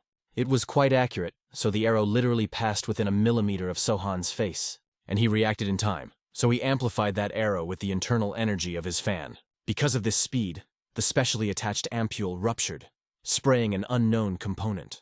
The lust demon fended off the arrow flying at him, but he realized with horror that a huge cloud of truly dangerous poison from the poison demon himself was hurtling towards him. He immediately adopted a defensive stance, hoping to disperse the deadly cloud, but the poison that hit him began to sizzle, mercilessly burning his clothes and skin.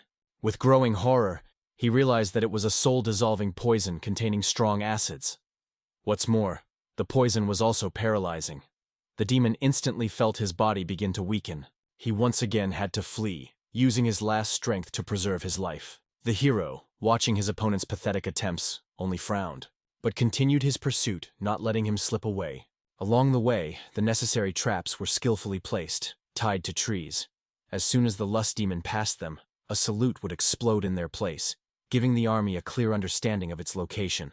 Soon, the lust demon was at Cheongmi Lake, the last point to which it could retreat. All this time, one of Sohan's aides had been sitting patiently in the bushes, waiting for the right moment. Finally, when he saw fireworks beginning to glow in the sky above the trees closest to the lake, he turned to the warriors and warned of the approach of the demon of lust and the need to be ready. Their plan was simple. As soon as the lust demon appeared, they were to throw spears at it, and then shout the names of the women they loved and wanted to avenge. In fact, it was quite an easy task, and everyone was going to prove themselves on this mission, to show all they could do. At last they saw the salute, the final signal for action. Next came the fleeing demon of lust, followed by the relentless pursuit of Sohan. The commander raised his spear, signaling the warriors to attack. All 5 men threw their spears at the demon at once, but the attack wasn't swift enough. The demon saw the danger in time, so it deftly dodged and continued to flee. The warriors continued to throw spears and shout the names of their chosen women. One by one they called out to their beloved. The names of the girls Marin, Inhai, and Nanjung were called out. Watching the continuing attack, the commander enthusiastically praised the fighters, urging them not to surrender. He himself also brought up his spear to attack, but suddenly froze in confusion. He had become so engrossed that he had forgotten that he had no chosen one. Apparently, it hurt him a lot. He was the only one who couldn't shout out the name of his favorite girl. However, he quickly found himself and threw a spear, shouting revenge for his grandmother who was 80 years old. He began to talk about how his grandmother had taken care of him. But then the lust demon suddenly stopped on a nearby branch and stared at the warrior in bewilderment. It was a turn of events no one expected. The lust demon was furious at being accused of seducing an old woman, and vowed to turn the offender inside out. Completely oblivious of the poison in his blood, he rushed after the fighter, intending to punish him severely for those words. The man was obviously terrified and tried to flee, but his attempts were in vain. The demon of lust, famous for its speed, quickly caught up with him. Not wanting to waste time chasing, the demon decided to attack as soon as he was close enough. Its strike was stopped just a meter away from its victim, but it was so powerful that the warrior still rolled on the ground until he was dead in the grass. The one blocking the attack was, of course, Sohan. He calmly rose to his feet, preparing to continue the battle. Looking at his opponent's face, Sohan was surprised to note how much the warrior's words had pissed the demon off. He reasoned that time had not spared the demon's mind to become so resentful. The hero looked at the defeated fighter, who lay unconscious, obviously from a strong fright, and decided not to be distracted by him any longer. The blades crossed again in a duel. The demon's attacks, as always, were swift and fast, but the opponents moved on par, literally floating above the water surface. At this pace, they even managed to cross the lake, and soon they were on the roof of the nearest building. The other warriors, who had been helping Sohan all this time, remained locked on the other side of the lake and could not interfere in their fight. Looking at them, the lust demon felt great contempt. He didn't understand why these people were suddenly so quiet, as if they had water in their mouths. Sohan, however, turned to the enemy in front of him and spoke of all the traps that had begun to work as soon as the demon started to flee. But as soon as he stopped, it was over. He made it clear that if the man had accepted the fight from the start, none of this would have happened. This arrogance seriously pissed off the lust demon. He called Sohan a real creature and vowed to gut him like a ravenous pig. Apparently, he intended to kill him in front of the stupid crowd, and already imagining how he would display his tortured body on top of the mountain of corpses. After saying that, he instantly rushed past Sohan, preparing for another attack. Although the hero managed to dodge with ease, he was surprised to realize that the movement was too slow. His arm was seriously wounded. This gave even more confidence to the lust demon, who continued to attack with a sly smile. Sohan readily armed himself with his blades, accepting the challenge. The clang of their blades clashing in battle was so deafening that it reached the ears of the crowd already gathered below. The battle was so fierce that not only the roof beneath their feet began to break, even the walls of the nearest building were about to collapse from the sheer force of the blows. But the fierce battle continued, and with each new clash the confidence in the demon of lust remained less and less. The building on top of which they were fighting was becoming less and less like an apartment building. Not even a minute into their confrontation, the building could not withstand such pressure and completely collapsed. The spectators frozen on the shore could not believe the incredible spectacle happening before their eyes. But even through the clouds of smoke and dust from the destruction could see the silhouettes of the two opponents, not a bit affected in this chaos. The hero, calmly approaching his opponent, decided to share a special secret with him. It was at this point in his life that the demoness paid the price. The demon of lust did not understand why he would want to know this seemingly useless information. However, Sohan nonchalantly explained that the woman, while in this place, laughed just as the lust demon was laughing now. But he reminded her. She was dying with a face contorted with horror, and her death was truly terrifying. The lust demon smiled and praised Sohan.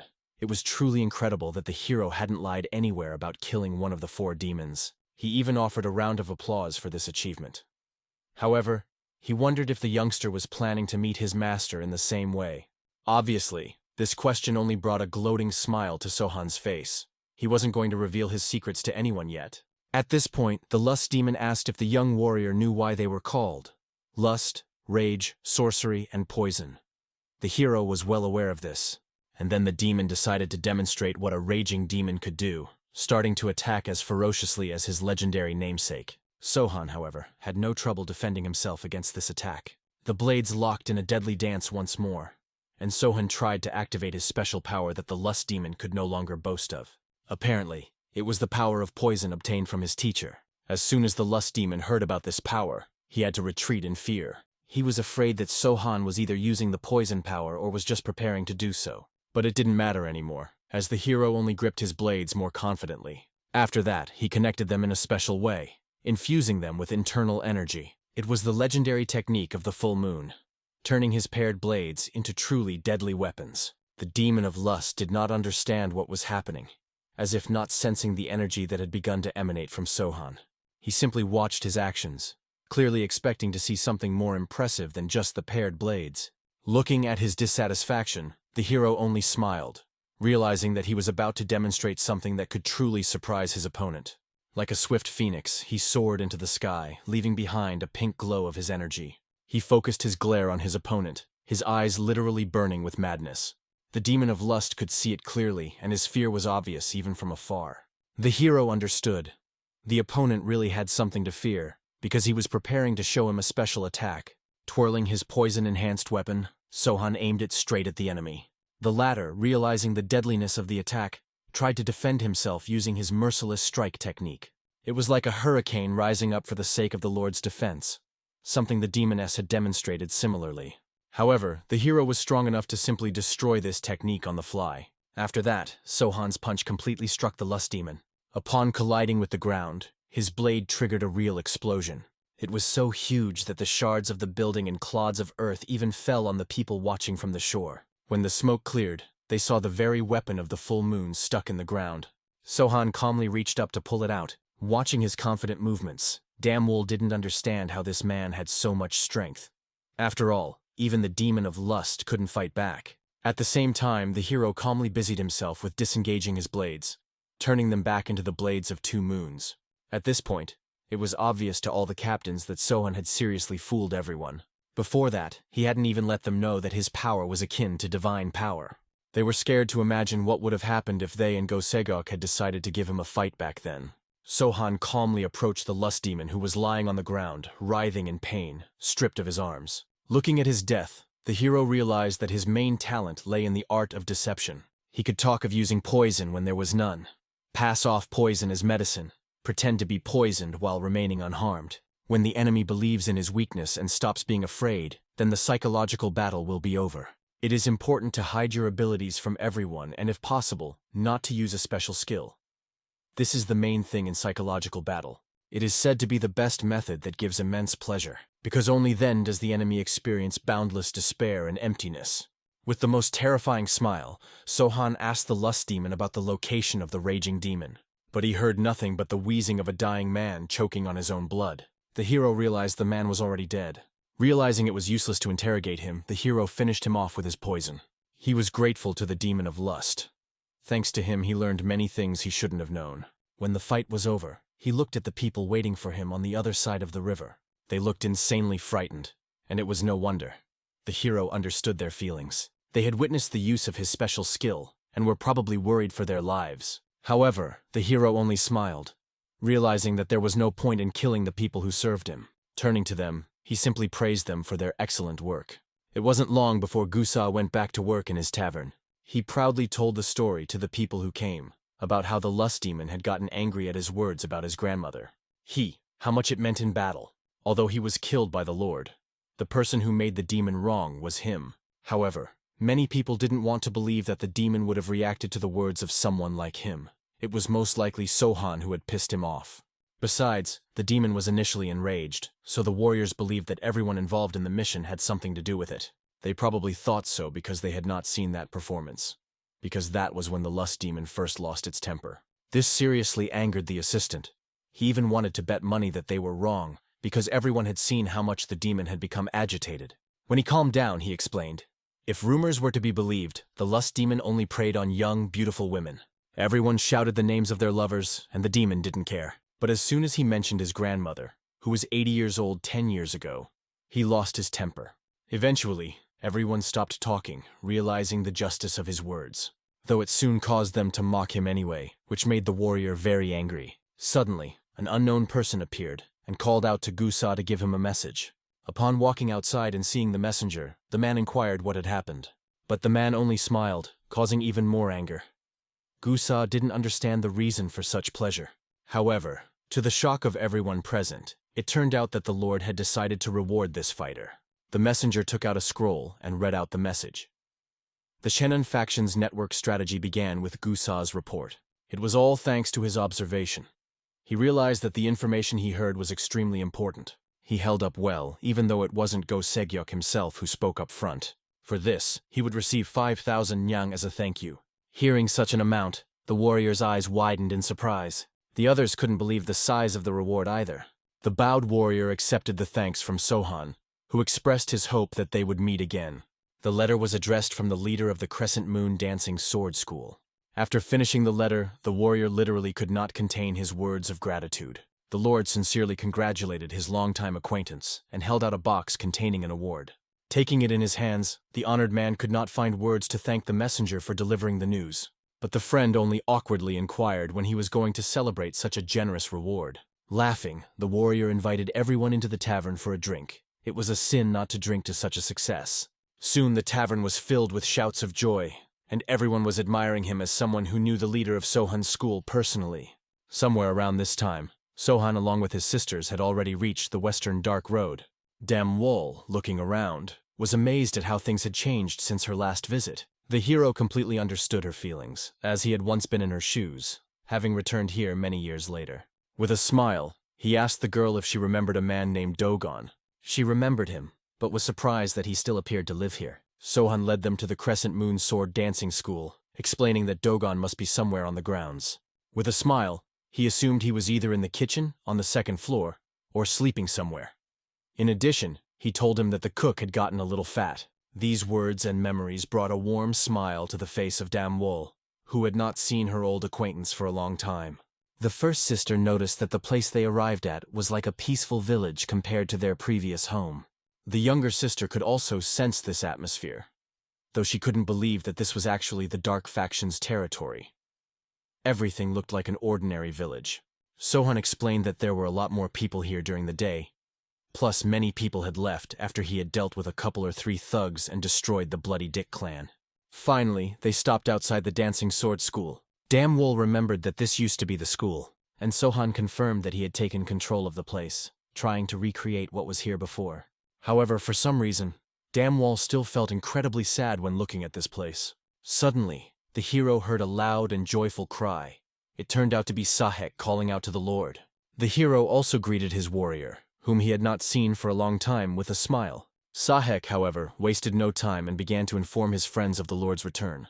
Moments later, the entire school of the Dancing Sword Crescent Moon was filled with excited cheers and shouts. The first sister realized that there were a decent amount of people living in the school, and the younger sister only awkwardly reminded Sohan that he had claimed as if there were hardly any people here. Even Sohan himself looked shocked, not realizing where so many people had come from, as if they had decided to multiply several times over during his absence. Soon a few more small children ran out along with Sahek.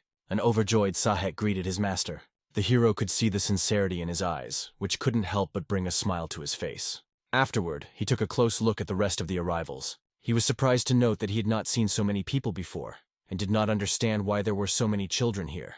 At that moment, another girl appeared, apologizing for being late. At one glance at her, the hero's eyes widened with surprise. This girl was much older than he remembered, but at the first glance, he could definitely recognize her.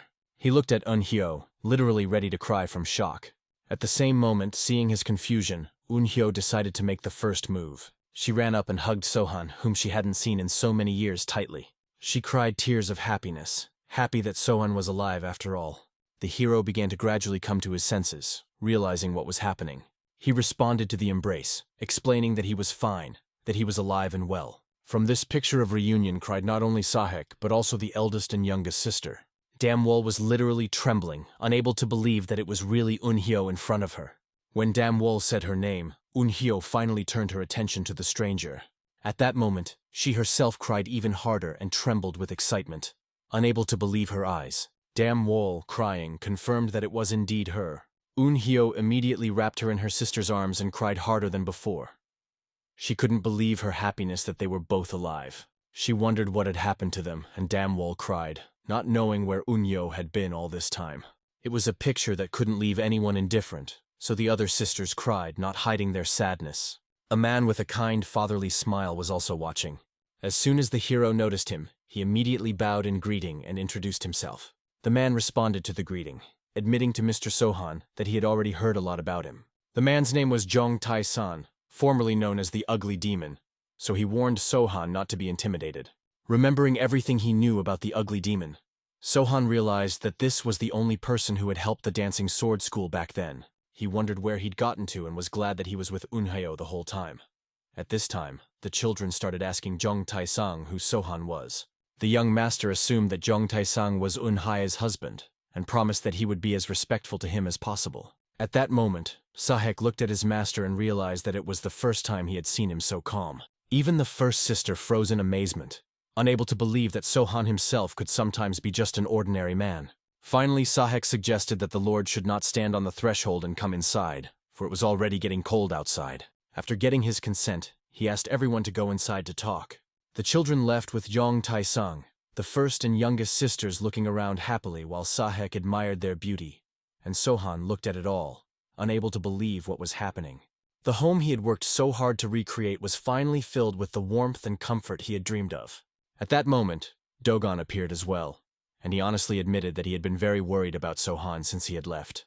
He wanted to know if the boy was all right, but looking at his smile, he realized he really was fine.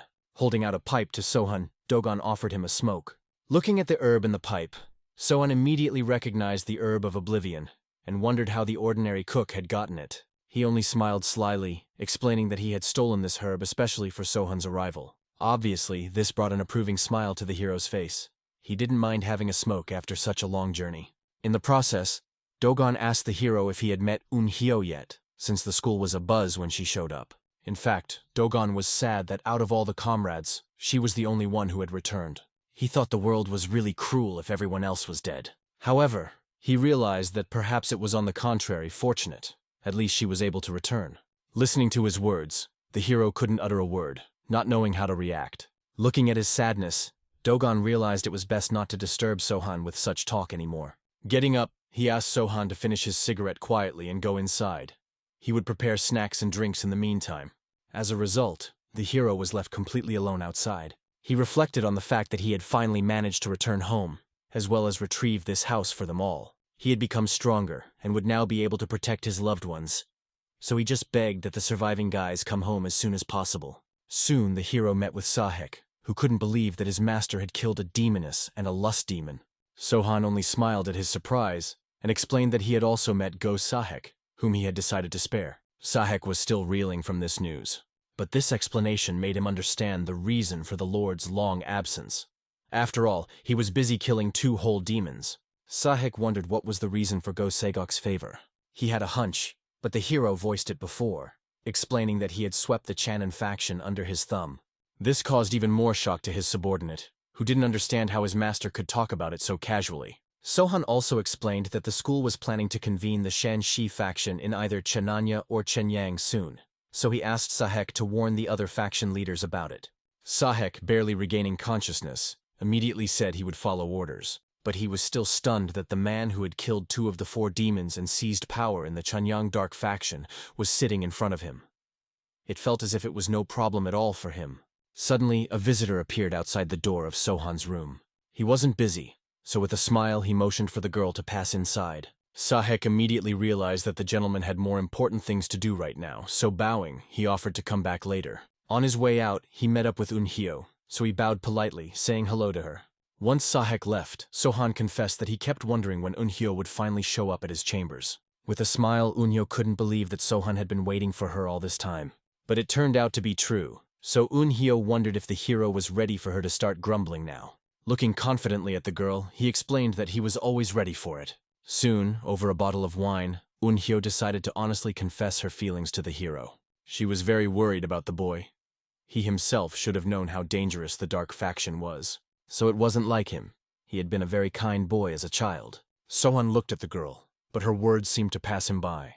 He was completely absorbed in the memories of the training sessions that Unhyo gave to the other children of the Crescent Moon Sword dancing school. She admonished them, scolded them, but she was also a great teacher. She would get angry when she saw the kids messing around again, as if it had been a long time since she had been reprimanded for such behavior. Now the girl was in the same pose, with the same expression on her face, and was indignant that the hero wasn't listening to her. However, this only caused a smile to appear on the hero's face. This made Unhyo even more mad. After all, she thought she was talking about serious things and wasn't saying anything funny. He explained that everything was fine and listened to her carefully. But at this point, his face grew darker as he explained that he hadn't been a boy for a long time, and also hadn't been so kind for a long time. This caused Unhyo to be surprised, because although Sohan sometimes quarreled with some of the children, he had never been a mean person. Sohan then explained that his teacher was one of the 4 demons, namely a poison demon. Obviously, this caused not only shock, but also consternation on Unhyo's face. Sohan, on the other hand, holding a bowl of alcohol in his hands, revealed that the day he disappeared, everyone was stupefied. It was the work of his master. He had been watching him for a long time, and so he had kidnapped him.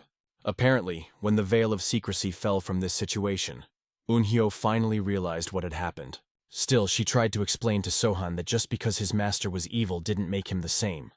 He didn't have to become like him. However, the hero sadly explained that this was the path he would have to take. Unhyo immediately removed her hand from Sohan's arm out of shock. She couldn't understand if the guy really wanted to become a villain, as if he was completely out of his mind. But he calmly explained that there was no other way to survive in the world. He said that he had already killed the leader of the Blood Whirlwind clan, and then came to Chenan to bring Damwall back home while getting rid of the great demoness and lust demon. Looking at Unhyo, he made it clear that this wasn't the end of his journey. He also explained that on his way back, he had cleared out 2 villages belonging to the Green Forest. He went in there to visit the viceroys of the castles who had decided to attack the demoness apprentices. There, he saw people locked in cages who were kept like cattle. There were also many children among these people. He freed them while killing absolutely all the scum inside the fortress. Unhyo thought that the hero had done the right thing because he had punished the abusers and saved the defenseless children. However, one of the Greens told him something before he died, that the Wildwood Squad would come for his head. As of late, wounds and grudges had become Sohan's eternal companions, and after news of the demon slaying spread, the rabid demon was on his trail. Obviously, this news had frightened Unhyo, and Sohan explained that if he held back and lived like nothing, there was no way he could handle all those people. At this point, Unhyo finally couldn't take it anymore. Her eyes filled with tears, she began to cry bitterly, and her body shuddered at the thought of what Sohan had gone through. She informed her that all her life she wanted him to just be happy. She was anxious for him. She didn't want him to get hurt. The hero, looking at her genuine worry, only sympathized with her. Moreover, he calmly reached out his hand to her arm and looked into her eyes with a smile, trying to comfort her. At this moment, the distraught Unhyo began to wipe away her tears and apologize, realizing that she definitely shouldn't have told the young master all those moralizing words. However, the pensive Sohan honestly admitted that he had missed it for a long time, which was the reason why he was smiling now. The shrewd mentor had only caught her former student in a lie. For all this time, he had been proving that he wasn't smiling at all. However, he had deceived, and now he should be ashamed to laugh at his elders. She offered to pour her wine soon. The young warrior only smiled at her displeasure, but still did as she wished. Then, looking at the filling bowl, the excited Unhyo decided to ask the hero about his master. Since his mentor had kidnapped him, she wondered how he had managed to escape after all. However, Sohan explained that he hadn't escaped. The master had personally let him go. The puzzled woman did not understand why or what use he had made of it. However, it seemed to the young warrior that everything was simple. Putting the wine on the table and smiling, he told her how he had once managed to defeat his master. Unhyo froze in consternation, realizing that Sohan had fought a third demon as well. However, the tormented hero explained that that wasn't the case. His face filled with sadness as he remembered how the poison demon had loved him so much that he simply couldn't refuse him. He explained that the poison demon had a twin brother, an immortal Znakar. After the master's experiments, his brother would remove the poison from the young man's body, curing him. While one was obsessed with poisons and the other dreamed of saving everyone around him, they were both insane in their extremes. However, the healer did not cure him at every opportunity. He only saved him when the young warrior was on the brink of death. They tested all of their ideas, helping each other save materials. It was then that the resourceful Sohan realized, if he wanted to survive, he needed them to love him, no matter what it took. Afterward, he began to support them as convincingly as he could. He tried to be nice to them, he also tried to understand them, and he did many different things, like cheer them up. After a long time, his master did succumb to these tricks. One day he hesitated. The shrewd apprentice immediately noticed that there was something wrong with the master. However, he said that he had created such a powerful poison that the hero would hardly be able to survive its effects. These words caused a shock on Sohan's face. He had never heard such a thing before. The demon smiled evilly, not realizing what nonsense he was talking about.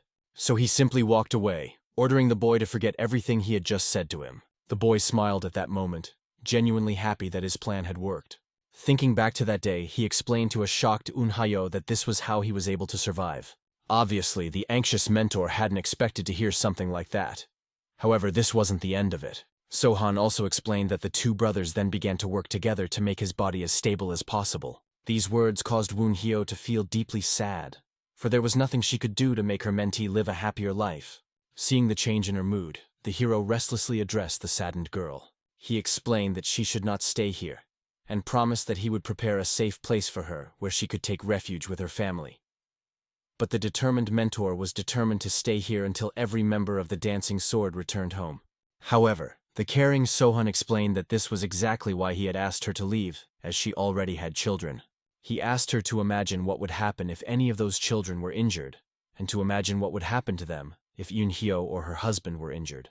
The confused woman clearly hadn't thought about it, which made her former student's words seem harsh. However, the sensitive warrior asked her not to be upset and promised to visit them from time to time. Besides, he also needed a place to heal his wounds.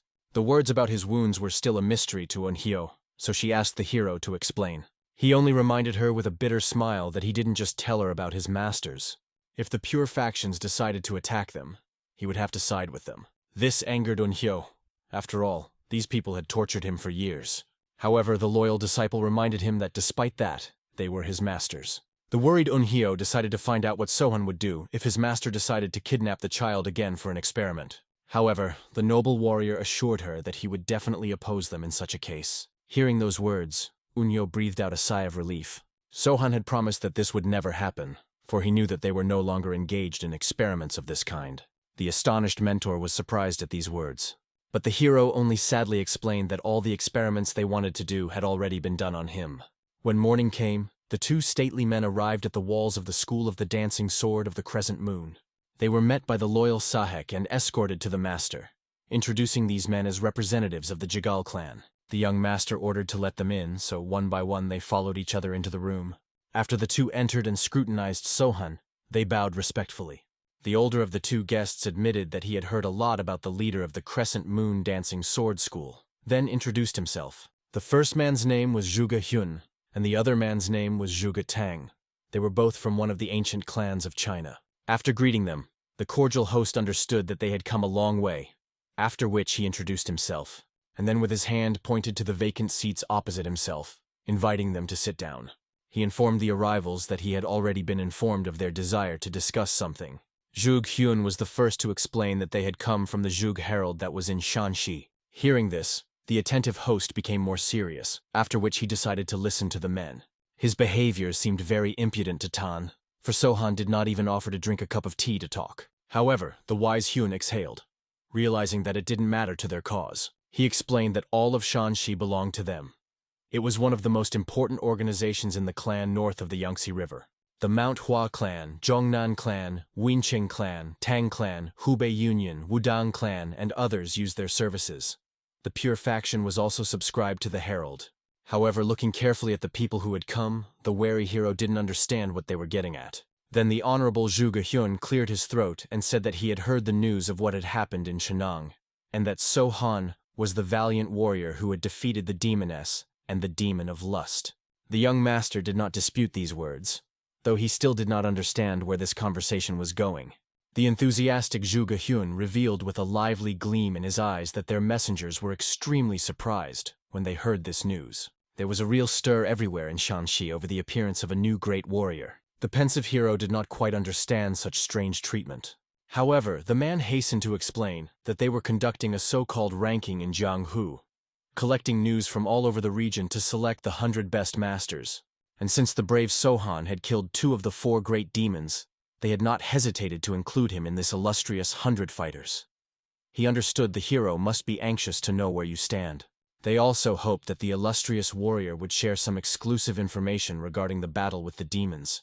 Their readers would be extremely interested to know how these hellspawn were defeated, and what the victor intended to do now.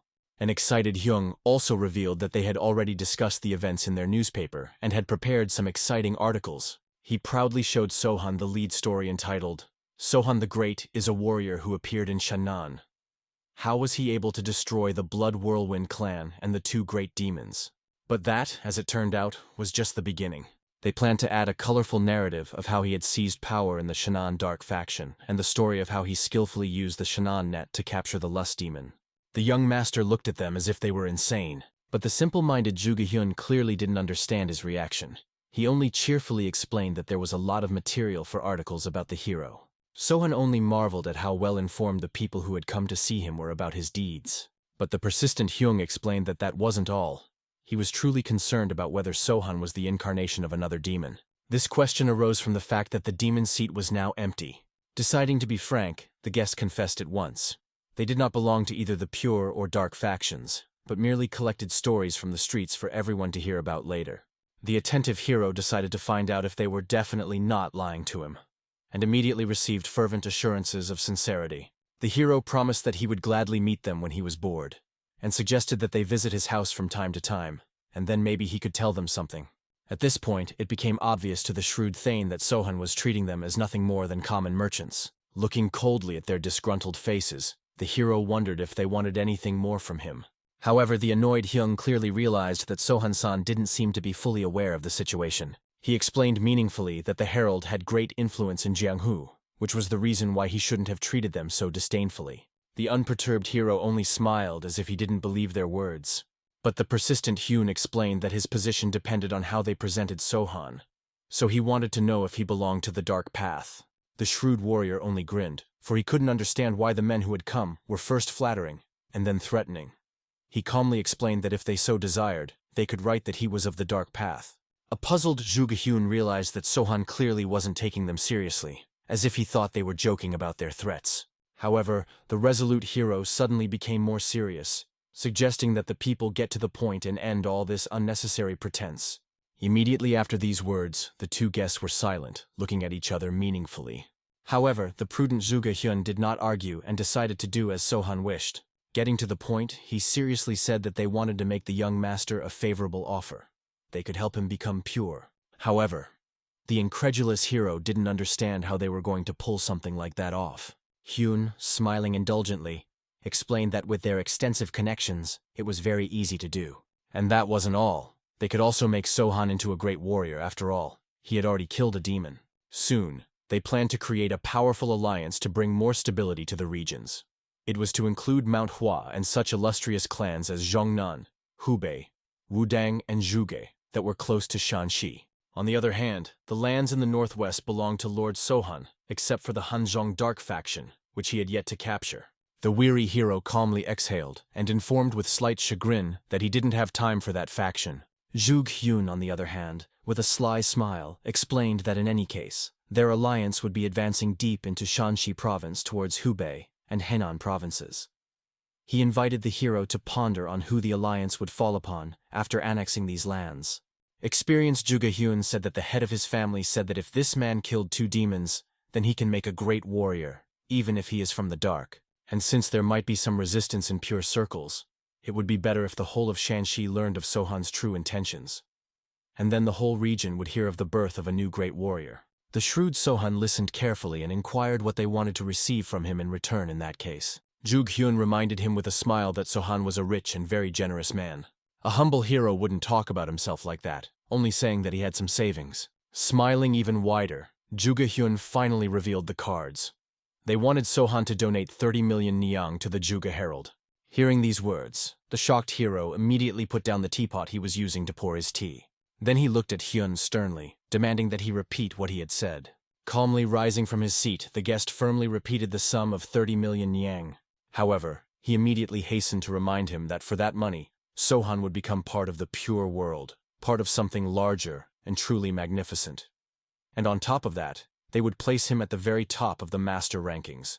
The shrewd hero was curious as to what would happen if he turned down this tempting offer. Hyun only exhaled heavily, not knowing whether to explain such obvious things to Sohan. He explicitly hinted that someone might accidentally spread the rumor that he was a disciple of a poison demon. Then the savvy hero summarized, "They want to charge him money to become a great warrior. And if he doesn't, then he will become one of the great demons." Hyun only exhaled. Even though he didn't say it directly, Sohan understood the conversation perfectly. The shrewd warrior also realized that if he didn't pay it himself, their entire alliance would turn against him. And to avoid that, he had to shell out 30 million. Juggi Hyun, his lips tightened in irritation, began to convince Sohan that it was just a penny to him and asked the Lord not to be so stingy, as it would make him even richer and more famous. The unperturbed hero only calmly explained that he understood their terms, which caused perplexity on Hyun's face. The warrior then patiently repeated that he understood, causing the agitated man to calm down.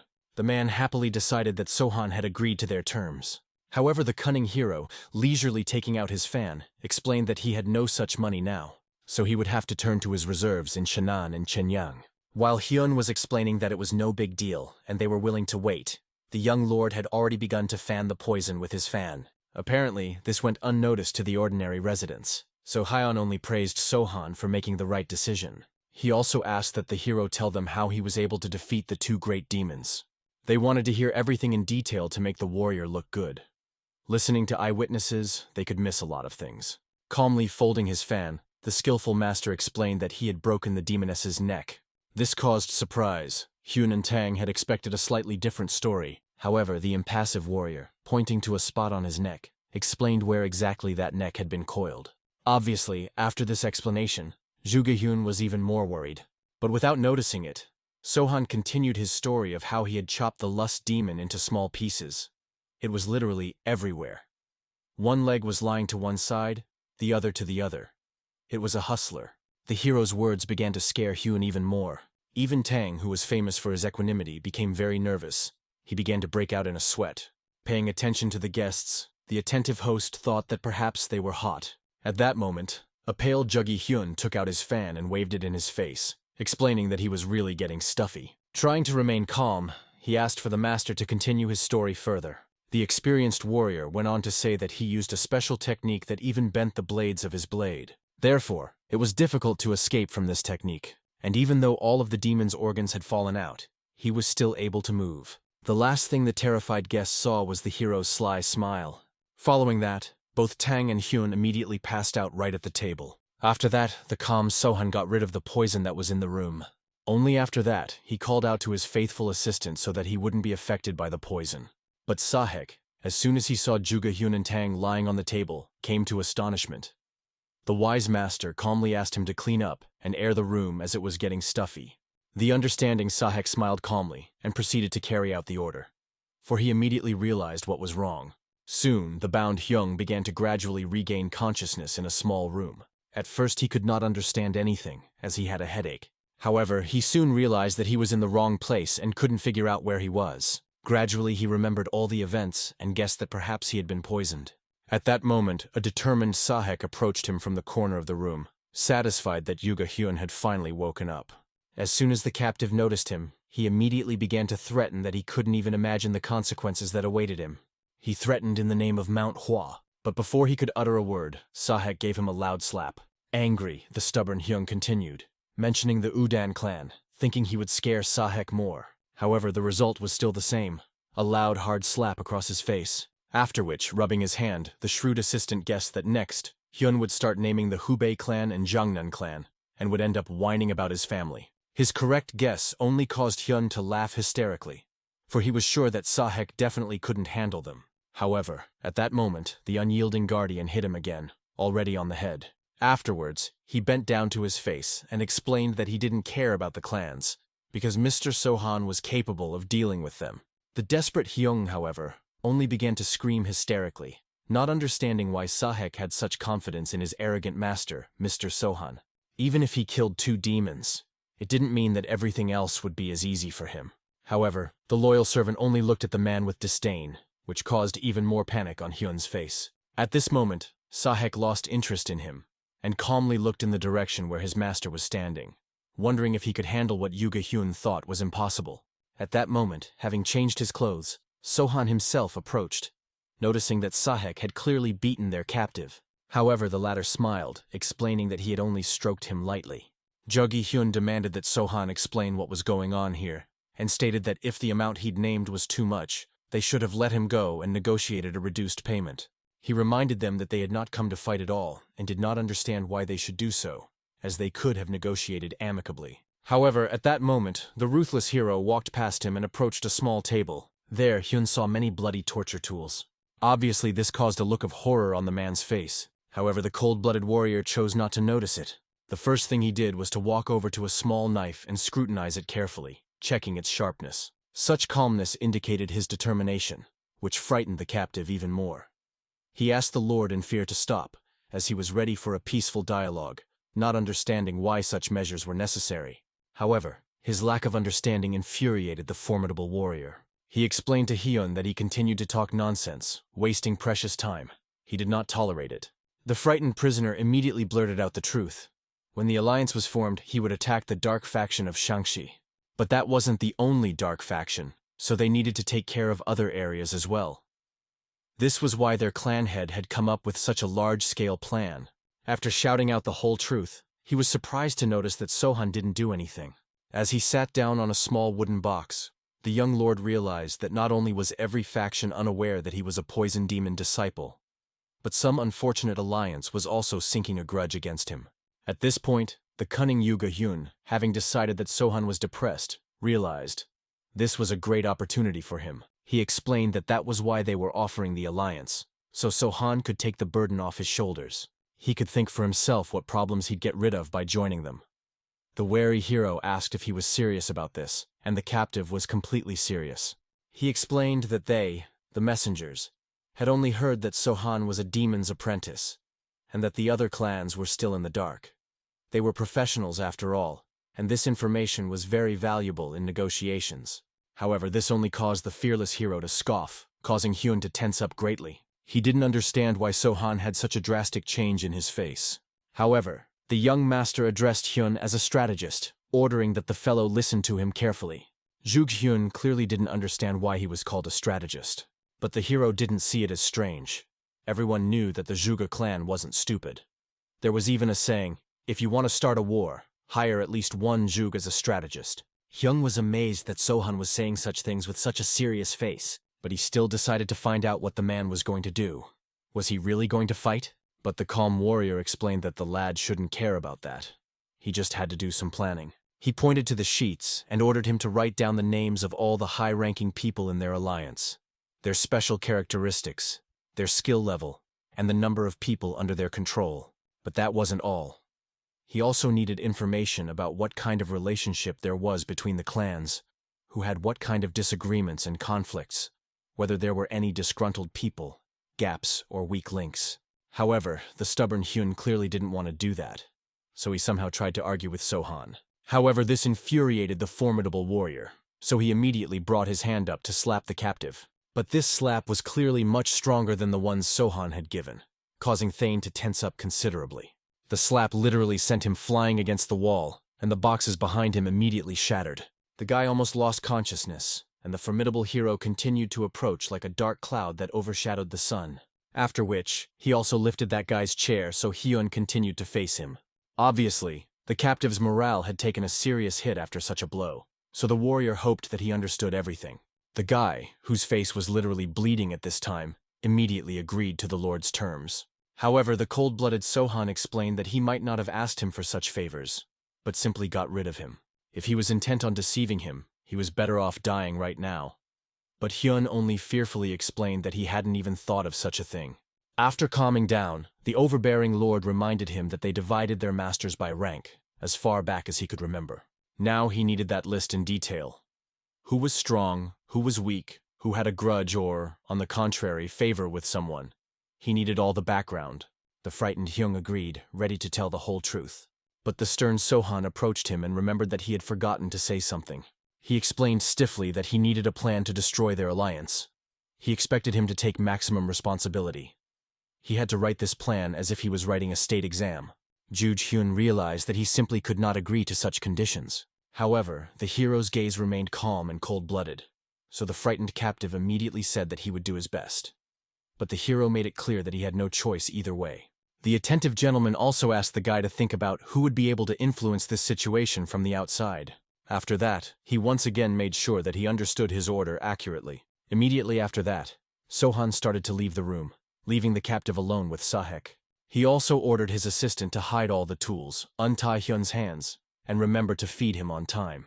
However, at this moment, after asking the Lord to stop, an agitated Yuga Hyun decided to find out what was wrong with Tan, and if he was alive. The hero only smiled, explaining that he really hoped the man was still alive, which caused the guy himself to be incredibly scared. But as it turned out, at this time, Thane himself was fine. In his sweat, he continued his training with the warriors. He was getting seriously tired of doing this. There were a lot of fighters here that he had to fight. There were so many that he could hardly count them all. His hand was already bloody from how tightly he held his weapon, and he didn't realize how much time he'd already spent fighting.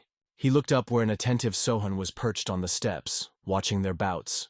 He had literally decided to use Thane as a trainer for his subordinates, and was constantly beckoning the next men up. Finally, the stronger warrior came out, whom Tan easily managed to bring to the ground, after which he continued to attack the man to finish him off. Zhuge Tong realized that he couldn't kill anyone since Hyun was still being held hostage, but he could at least break these warriors' legs. But his intentions were very quickly unraveled by a shrewd hero who decided to intervene. He took a small pebble, after which he charged towards Thane with tremendous force. As soon as this stone crashed into his weapon, it immediately shattered his wooden sword literally into splinters. All the amazed spectators froze as they watched the situation. The warrior was happy that he was still in one piece. Zhuge Tang himself was confused, not understanding how his sword could have broken in the process. Sohan turned to the Sun Dragon head at this time, displeased that Tan had already managed to defeat 3 of his warriors. Lim Hassan was clearly ashamed of the level of training of his fighters. However, the wise lord only asked him to spend more time training his warriors. Then, rising from his seat, he decided to end the lesson, realizing that Zhuge Tang had had enough for today, and suggested that he continue tomorrow. Immediately after that, he quietly started to leave to lock himself in his room. However, before leaving, he also did not forget to call out to Tang, ordering him to follow him. Obviously, this kind of attitude made the man angry, but there was nothing he could do about it. Soon they met in the hero's chambers, where he sat quietly, pouring himself some wine. In addition, watching Sohan carefully, Zhuge Tang could not understand why the guy let him keep his sword. Although he understood from the situation at the training ground that he didn't stand a chance against him anyway, this man was even much stronger than they had imagined. Calmly filling his cup, a pensive Sohan decided to ask how old Thane was. After answering that he was 25, the captive decided to ask his main question, to find out if Zhuge Hyun was still alive. The calm Sohan explained that Hyun was still a prisoner, and guessed that Tan's excitement was due to their kinship. Without holding back, the warrior said that Hyun was his older brother. Hearing this, the pensive hero calmly drained his cup, and began to ponder what would happen if he did not heed their demands, and a great war broke out. He wondered who Thane thought the truth would be for. However, the man sternly informed him that there was never any truth in the dark path. The young lord was truly surprised at this fellow's opinion. However, Tang was willing to repeat his words even if his life was at stake. The noble hero respected his stance, so he fell silent. But he soon explained that Hyun and their clan as a whole were nothing more than mere extortionists to him. However, an angry Tang immediately countered Sohan that they were not extortionists in any way. The warrior realized that the latter clearly had no idea what they could do with the 30 million they were asking for, and no idea how many beggars and orphans they could help with that money. However, with a smile, the shrewd Zhuge Tang reminded him that he had never once seen any beggars in Sohan's territories. The wise lord sadly explained that unfortunately, there still were. He also narrated that he was constantly receiving reports from the heads of the Dark Path organizations. These reports said that more and more orphans were being given housing, and their names were being kept. Funds were needed for all of this. When he returned from Shannon, these reports were innumerable. The incredulous Zhuge Tang frowned and explained that he obviously wouldn't believe such a primitive lie. However, the calm hero looked at the man and decided to tell him his secret. He told Tan that he too had been an orphan. The young Sohan explained that he grew up here at the Dancing Sword School. This was where he ate, slept, and lived, constantly learning the school's techniques. That was why he supported the regional heads to take care of the orphans. The serious hero explained that he had ordered them to report any incident directly to the Dancing Sword School. However, the observant Zhuge Tang noticed that his plan sounded ineffective at all. The hero smiled, for he understood this very well himself. However, he explained that if they made a mistake, he would kill them for not honoring the agreement. He was sure that this was exactly what the Pure Path thought a villain would do. Obviously, this made Thane tense up. The hero explained that it was all about the fact that to his subordinates he was the great evil himself, because he subjugated everyone by force. This admission clearly could not help but astonish Thane. The judicious warrior explained that Shannon's faction was richer, and he had peeked at something to infiltrate Chenyang. But to pay 30 million, he would not only have to forget about improving his life, but he would also have to take half of the funds from Shannon. In that case, Go Sagyok would have to demand money from his subordinates, and the subordinates in turn would have to demand money from their subordinates, and so on down the chain to the bottom. Thus the number of poor beggars and orphans would only increase. Zhuge Tang was clearly surprised, because he had not even thought about it before. And the shrewd hero recalled that Hyun had claimed he would be a hero if he agreed to it, and a demon if he didn't. Therefore, he didn't think it was right to allow so many sacrifices. Plus, they threatened him, mentioning the Udan clans, the Hua Mountains, and the many other clans they'd managed to implicate. But what pissed Sohan off the most was that it wasn't just him that their herald was pulling this sort of thing. He wondered how many times they had managed to pull it off with the rest of the humans. Obviously, this accusation silenced Thane. There was no way he could argue with that. The stern master ordered that Zhuge Tang should say, looking him straight in the eye, that their clan was not an extortionist. And obviously, after such accusations, it was hard for Tang not to admit the truth. Therefore, when he met Sohan's gaze, he only shamefully lowered his eyes. After that, the curious hero decided to find out why Tan had studied martial arts. He explained that he was from a side branch of the clan, and as a child he was recognized as a talent. Instead of literature and art, it was decided to make a warrior out of him. However, that wasn't what Sohan was asking about. Zhuge Tang clearly didn't understand what the question was about then. However, the shrewd hero decided to find out if the guy wanted to become the head of the clan. If he was from a side branch, then it was never going to happen for him.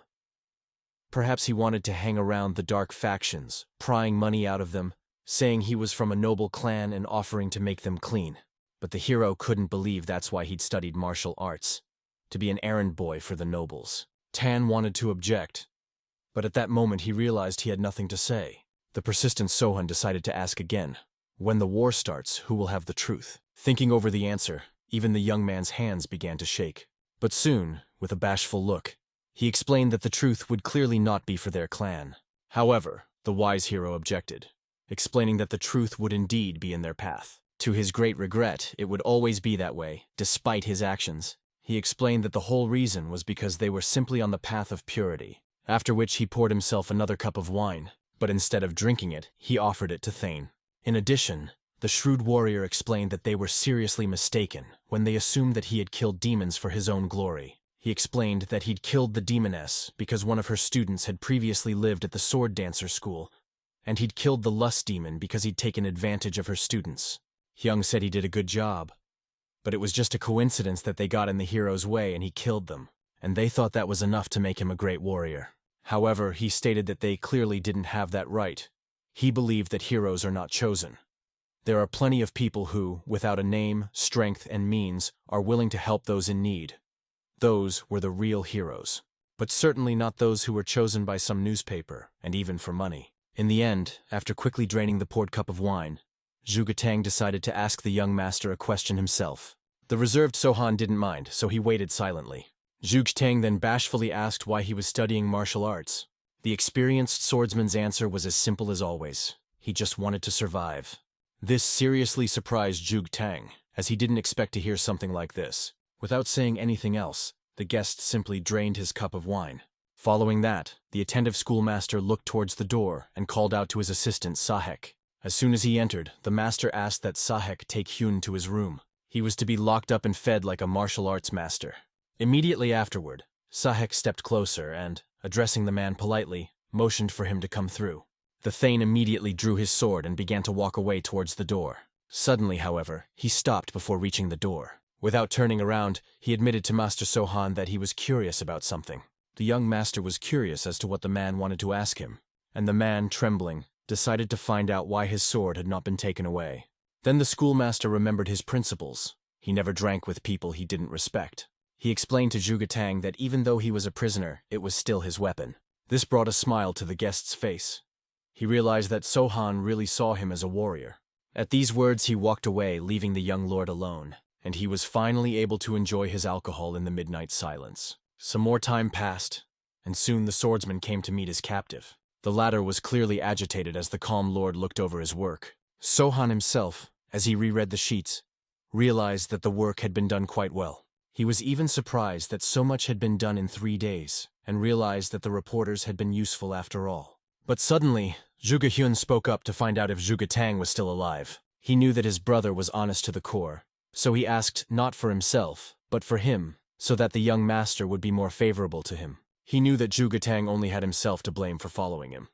The captive was even willing to fall on his knees to beg for his brother, but his legs were bound. Looking at this guy, Sohan realized that he wasn't that hopeless, so he consoled him by explaining that Tan was better off than he was right now. Hyun literally couldn't believe it. However, the calm master didn't mind explaining. He explained that Tan was treated with respect as a warrior. However, Hyun didn't understand why he didn't deserve such treatment. Then the attentive master gave him a serious look and reminded him that he was still here as a criminal. This caused incomprehension and surprise on the guy's face, but he still didn't say anything.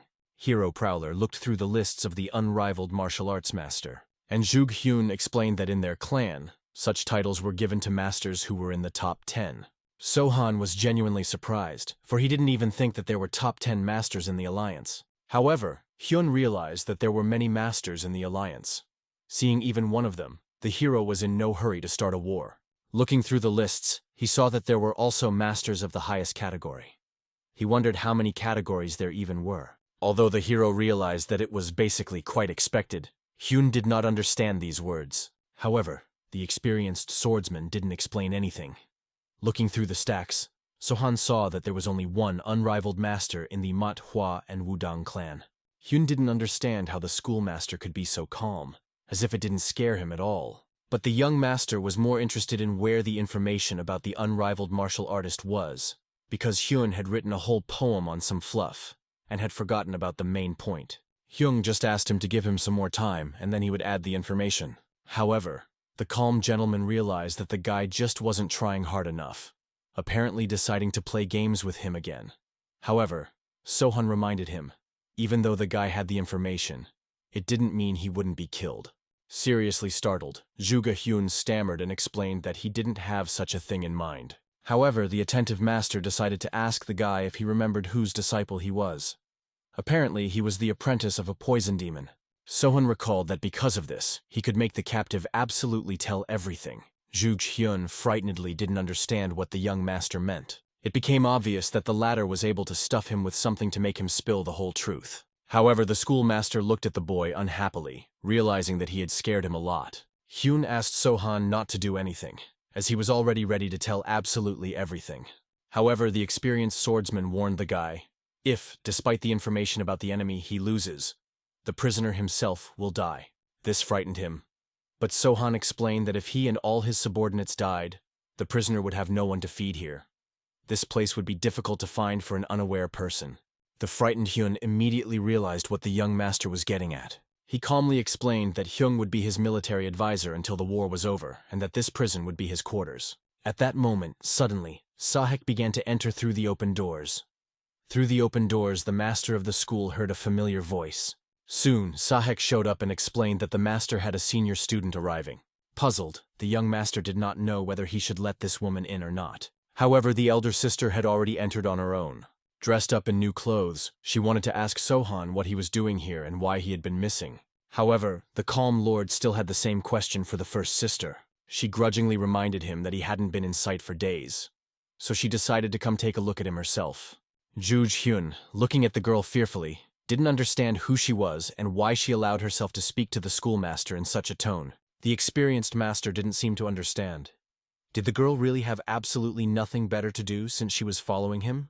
She admitted that this calmness was weighing on her. She felt like it might be causing her energy to deviate. Sohan explained that in that case she could meditate for a couple days. Before the girl left, he warned that there was a small room on the top floor that belonged to the previous owner that she could use. This obviously pleased the first sister, so bowing, she thanked the master. The young warrior was clearly surprised by her manners. He only smiled quietly, explaining that it wasn't worth thanking. But at that moment, the older warrior's attentive gaze fell on the bound captive. The young master explained that he was a journalist from the Zhuge clan messenger, and at the same time, an extortionist of 30 million. The young master explained that he was a journalist from the Zhuge clan Herald, and that he was an extortionist of 30 million. The young master explained that in return for the money he was offered the title of Great Warrior, and if he refused, he would become another great demon. This finally pissed off the first sister. She understood everything perfectly. Immediately after that, the girl gave the captive a crushing blow, from which he fell to the ground.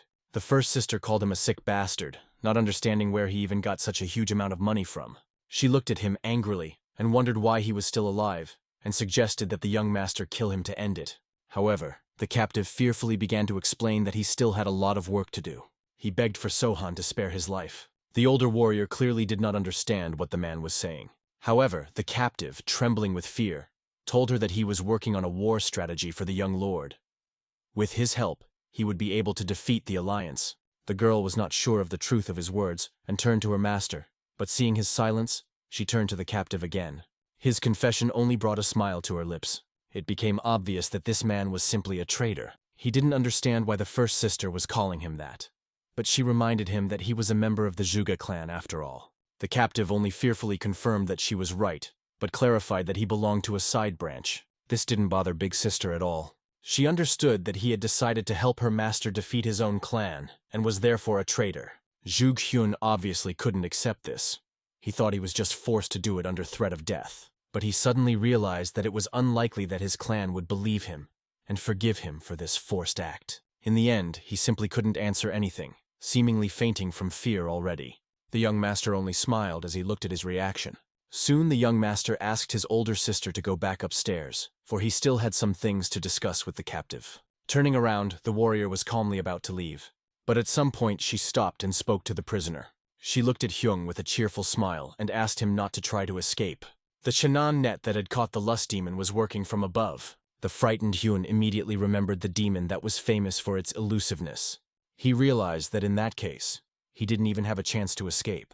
Realizing his helplessness in this situation, the captive began to stammer, trying to explain that he understood everything.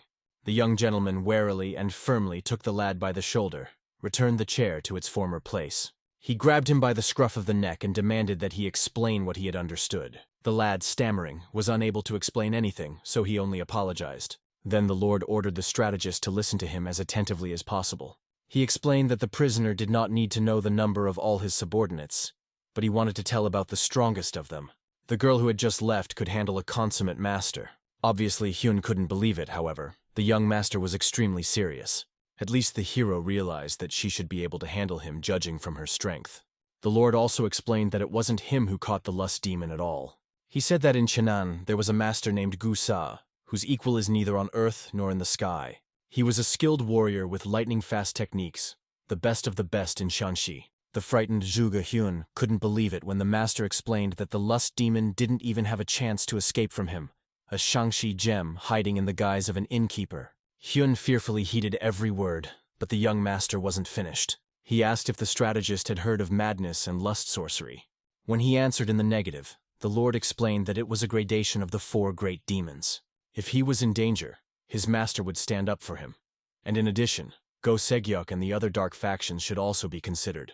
So he calmly explained to Hyung that he didn't care about the numerical advantage.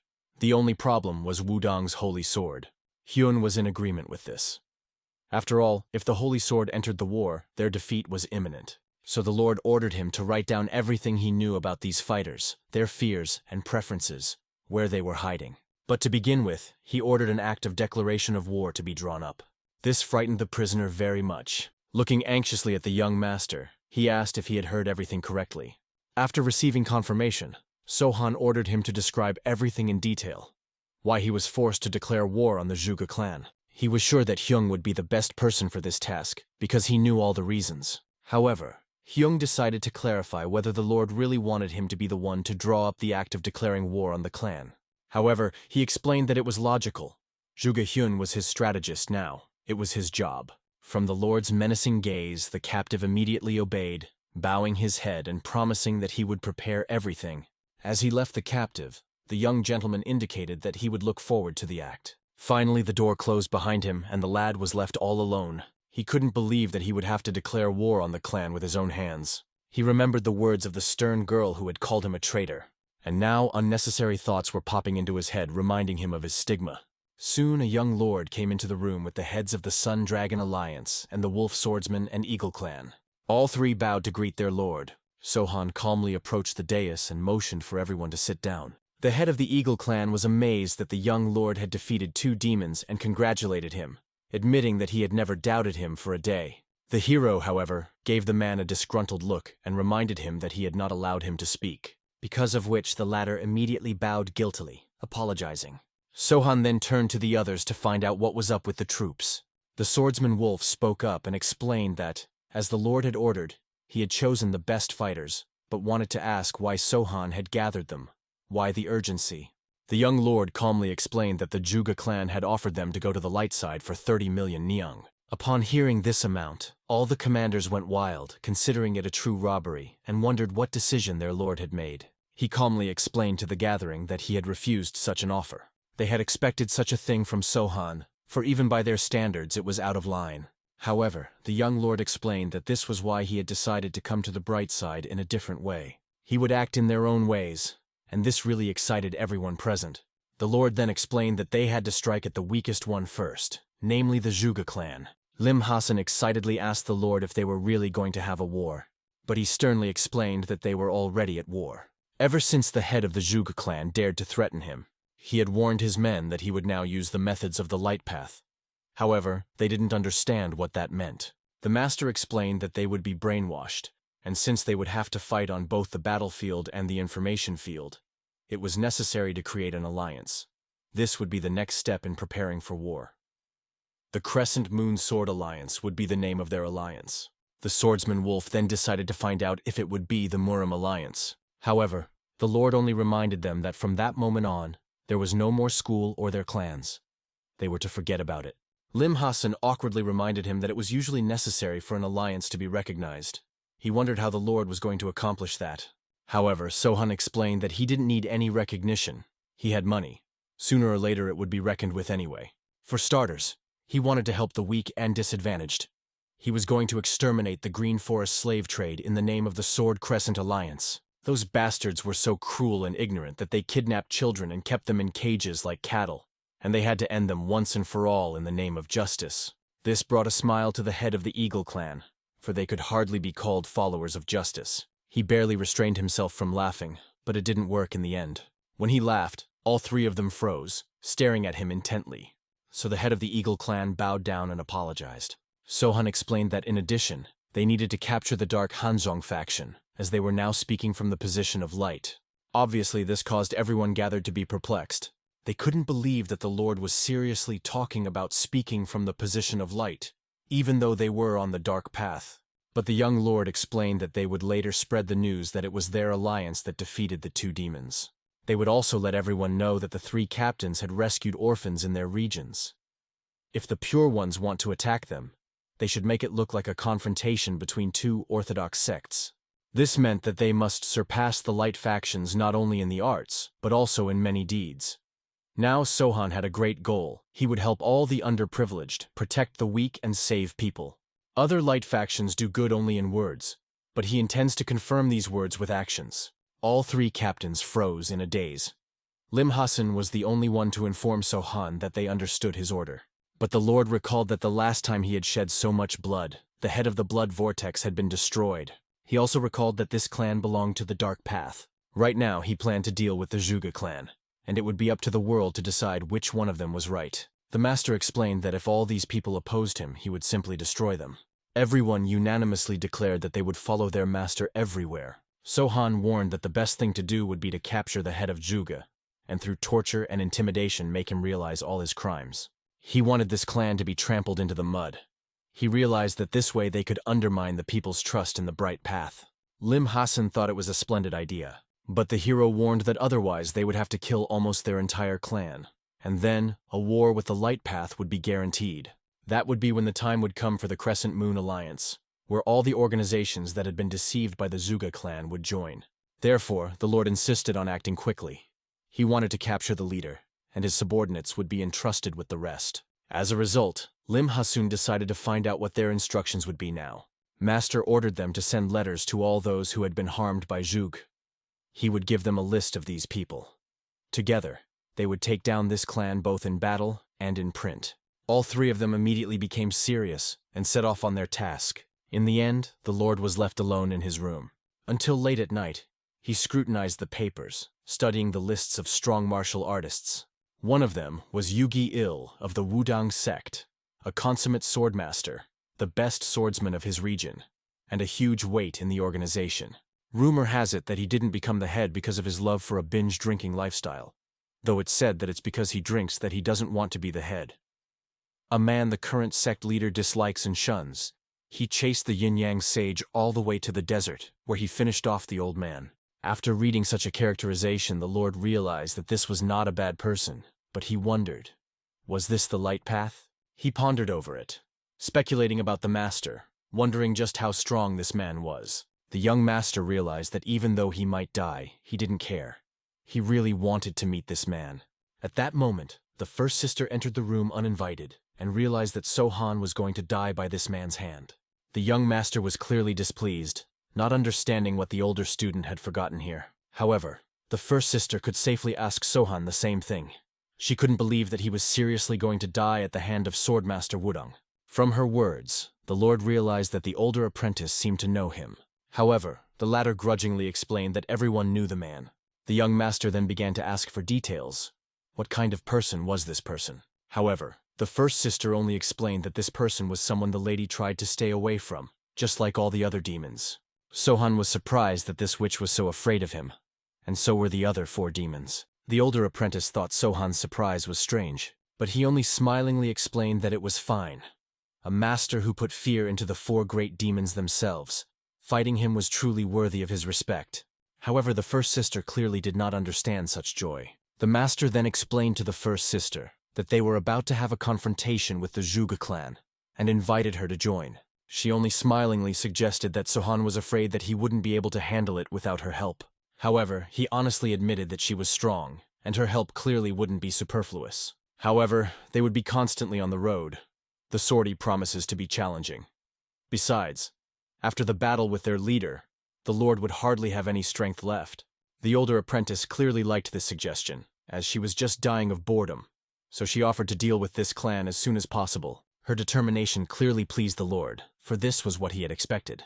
Looking at the first sister, he realized that her outfit was perfect for their outing, as she looked like a demoness. She immediately realized that Sohan was trying to pay her a veiled compliment, but this already angered the man, so he ordered the first apprentice to get out of her room as soon as possible. She immediately bowing decided to leave. Though in the end, the 2 of them couldn't stand it. They both still laughed. Looking at the departing first sister, the master wished her good night. The older apprentice reciprocated, hoping that the master would get some sleep. Eventually, the young lord was left all alone, contemplating further events. He looked at the tents pitched under his window, realizing that he could soon become an enemy of the people. Also, he could die altogether and maybe also lose his men. This worried him greatly. However, the upcoming battle made his heart beat faster. Soon, under the Lord's orders, the first news had already been sent out by his assistants. The first news came to the Songwon clan. Soon, the news came to the other clan heads as well. As soon as the heads realized the gravity of the situation, their faces contorted in fright. The young lord wrote in his letter that he was not going to pardon the one who had offered him the title of Great Warrior and promised to bring him into the canon, asking for a ridiculous amount of money in return. At this point, Sohan had already killed a lust demon and a demoness. two of the four great demons, and he wasn't even looking for glory. The Zhuge clan, on the other hand, decided to use this event to their advantage. At the same time, they threatened him. If they didn't pay them a certain amount of money, he would be vilified before the great matter. The Lord had all the evidence to prove the guilt of this clan, and he urged all those who had suffered from these extortions to help him. If they were also trying to stupefy them, they should join in. But he realized that it was okay if they didn't want to fight. So he asked to at least spread the word. He wrote this letter as a man determined to take a stand against this injustice. He, an orphan who grew up on the streets of Chenyang, had to put an end to the Zhuge clan no matter what it cost him. At this time, as everyone was receiving his letters, the Lord was already in the Zhuge clan's territory himself. He was asking his warriors if war had been declared on Zhongnan, Hubei, and the Wudang clan. Sahek informed the Lord that they should have received their delegations by now. But by the time they read them, their ally Zhuge clan would already be defeated. The Lord only smiled at the thought of this. He never thought that some orphan from Chenyang would put an end to the great Zhuge clan. The warriors admired his words and determination, ready to help the Lord. But the young master informed his warriors with a smile. The leader of this clan was his prey. Everyone immediately nodded in agreement with the Lord, and he, with a smile, illuminated by the moon, motioned for his men to move out. As a result, they all broke off at once on cue and headed straight for the clan walls. When they were close enough, Sohan gave a signal to let the warriors know that they should spread out. After that, everyone immediately armed themselves and took special formations. Everyone was as serious as possible, remembering the words of their master. He said that the main task was to rush inside as soon as possible and start a fight, so they could compensate for the lack of numbers. After that, everyone put on masks to remain unrecognizable. However, the head of the sword wolves did not understand why the gentleman did not put on a mask. However, the young lord smiled, explaining that he wanted the people who lost to him to remember his face better. Thinking back on it all, the warriors only had to watch as their master outran them and went ahead of them. After which, he instantly climbed over the fence where two warriors were now keeping guard. They had hardly noticed Sohan before he was out of sight. Following him, the head of the Sword Wolves and the Dragon Alliance burst into the territory and immediately killed the men. The group reunited, and they continued onward towards the next gate. Near the next gate, they saw the two sentries again. They had already spotted the enemies in time, so they grabbed their weapons and began to raise the alarm. However, this only made Sohan even angrier, so he grabbed his moonblades. After that, he dealt with these enemies in a second and moved on. However, at this moment, they had already been spotted by a guard who was standing near a huge signal pipe. He also honked that horn, causing everyone to realize that an attack was underway. In the rooms where people were resting at this time, the lights immediately came on. They had obviously started preparing to go out, so the Lord became alert, watching the events carefully. The warriors reacted quickly enough. After a moment, a whole crowd of attackers gathered around them. But the young lord didn't care. Even though it was a myriad of enemies, his warriors were strong. Sohan rushed forward while his men dealt with all the attackers, clearing the way for the lord. Soon the young lord himself came face to face with the guards of the clan leader's house, but he didn't even want to smear his blades on their bodies, so he flew high above their heads, scrutinized the fight, and he didn't like it. His eyes were filled with dangerous lights. Then he began to control his internal energy. The internal energy attacked. Just one blow with his palm triggered an explosion, killing many warriors. Immediately after that, he lowered himself to the ground, clearing the way for his warriors. At that moment, there was another explosion behind his back as the door to the clan leader's room was blown open. So the small team immediately calmly went straight there. As they entered, the lord could clearly hear a voice that was displeased with the presence of people who dared to invade the Zhuge clan's domain. The young lord walked deeper into the building, which was literally imbued with a palpable energy of rage. Soon, the head of the Zhuge clan himself appeared before him, a statuesque tall man surrounded by his warriors. But the young lord only gave the man an attentive glance. Not the least bit frightened, he continued walking until he came close enough to him. After which, he silently armed himself with his moonblades, and his smile became almost devilish. However, Zhuge didn't panic. He ordered his warriors not to stand still, but to go around and catch the intruder. Immediately arming themselves with blades, they ran into the battlefield. There were far more warriors here than the lord had expected to see. The same number of them met them outside as well. But that still didn't frighten him, so he rushed forward like a hurricane of blades. He wounded every enemy that came in his way. The lord was followed by his warriors who joined the battle as well. The hero relied on their help as he began to clear a path to get closer to Zhuge. This path was not an easy one, drenched in sweat and blood, but the lord had to overcome it. Pyo calmly watched the battle of his warriors. He did not even move, but the rage in his blood continued to boil. At some point, it reached its limit, and he himself decided to intervene in the fight. Armed with his blade, he strengthened it with his inner energy, sending the attack straight at Sohan. However, the young lord was able to see the attack in time. He then defended himself against it using his moonblades. He didn't realize whether or not he should parry this attack, but he decided not to reveal all his cards at once, realizing that hiding his strength for now was the best option. So he pretended that this attack was serious enough for him, and let himself be thrown back a few steps. This caused all the warriors to look at the lord excitedly, not understanding why he was giving in now. This only caused the clan head himself to smile. He ordered his warriors to stop resisting, causing them to immediately freeze in place without moving. The lord's warriors also stopped fighting. After that, Sohan and Pyo once again looked at each other attentively. The first to break the silence was Pyo himself, who stated that he was truly surprised. Sitting down on his throne, he ordered the hall to be vacated, the gates to be closed, and to line up outside in the shape of a mystical turtle. The high-ranked warriors were to stay with him, the rest were to leave. Immediately after that, as everyone left, the doors behind Sohan and his company's back were closed. Pyo himself turned to his right hand, angered that Sohan and company had entered the palace so quickly. He didn't understand how the man dared to allow such a thing to happen. The man could do nothing but apologize. The young master watched their squabble without obvious interest. He didn't understand how the man could reprimand his subordinates in such a situation, as if he was completely unconcerned by their presence. Soon, Pyo gave Sohan himself an attentive glance. He considered the guy to be a rather daring person since he had decided to attack him. The head suggested that the guy introduce himself before he killed him. However, such loud words only elicited a condescending smile from the young master. Pyo clearly didn't understand how the guy dared to laugh in front of him, the head of the Zhuge clan. Although he didn't know who this person was, however, he immediately sharply stated that he was clearly someone who didn't know his place. After which, he turned to his left hand, and the latter understood the order. He had already started to bare his sword. After which, he stepped out to fight Sohan one-on-one. The young lord looked at the man carefully, waiting for his next actions. The man immediately bowed and introduced himself as the left hand of the clan head. Sohan didn't care about his words.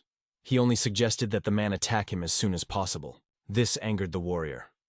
He realized that his opponent had obviously not been taught manners, which meant that he was definitely one of the bastards of the dark path. However, the lord only smiled at such words and decided that it would be easier to attack first. His movements were fast. His left hand barely managed to react, but thanks to his precision skills, he was able to defend against this attack in the last instant. After that, the young master didn't stop and continued the fight. He continued attack after attack, gradually still catching the man and hitting him with his blade. At some point, the hero was seriously bored with the fight, so he gripped his weapon tighter.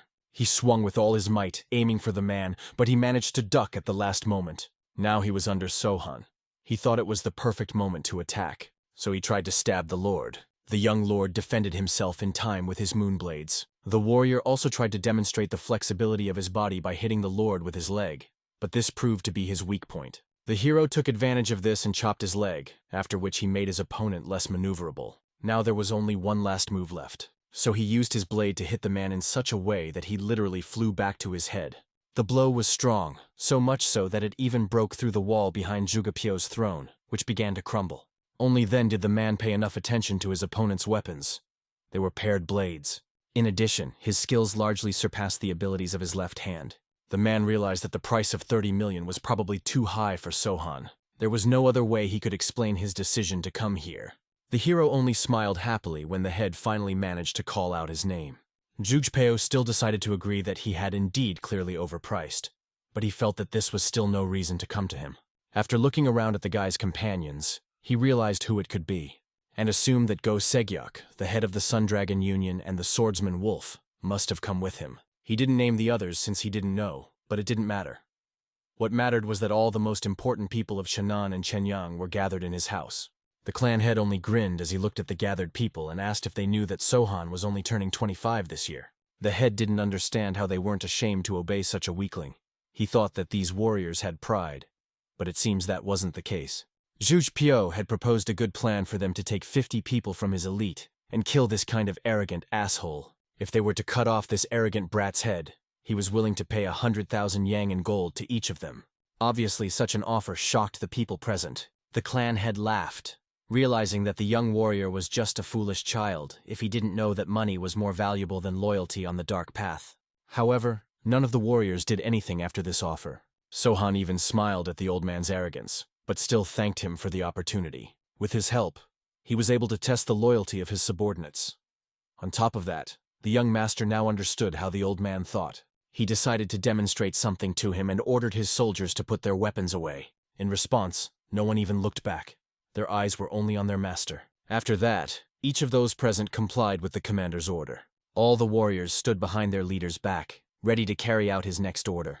Even Zhuge Piao couldn't believe that the warriors had put away their weapons while surrounded by their enemies, not realizing where they had gotten so much loyalty from.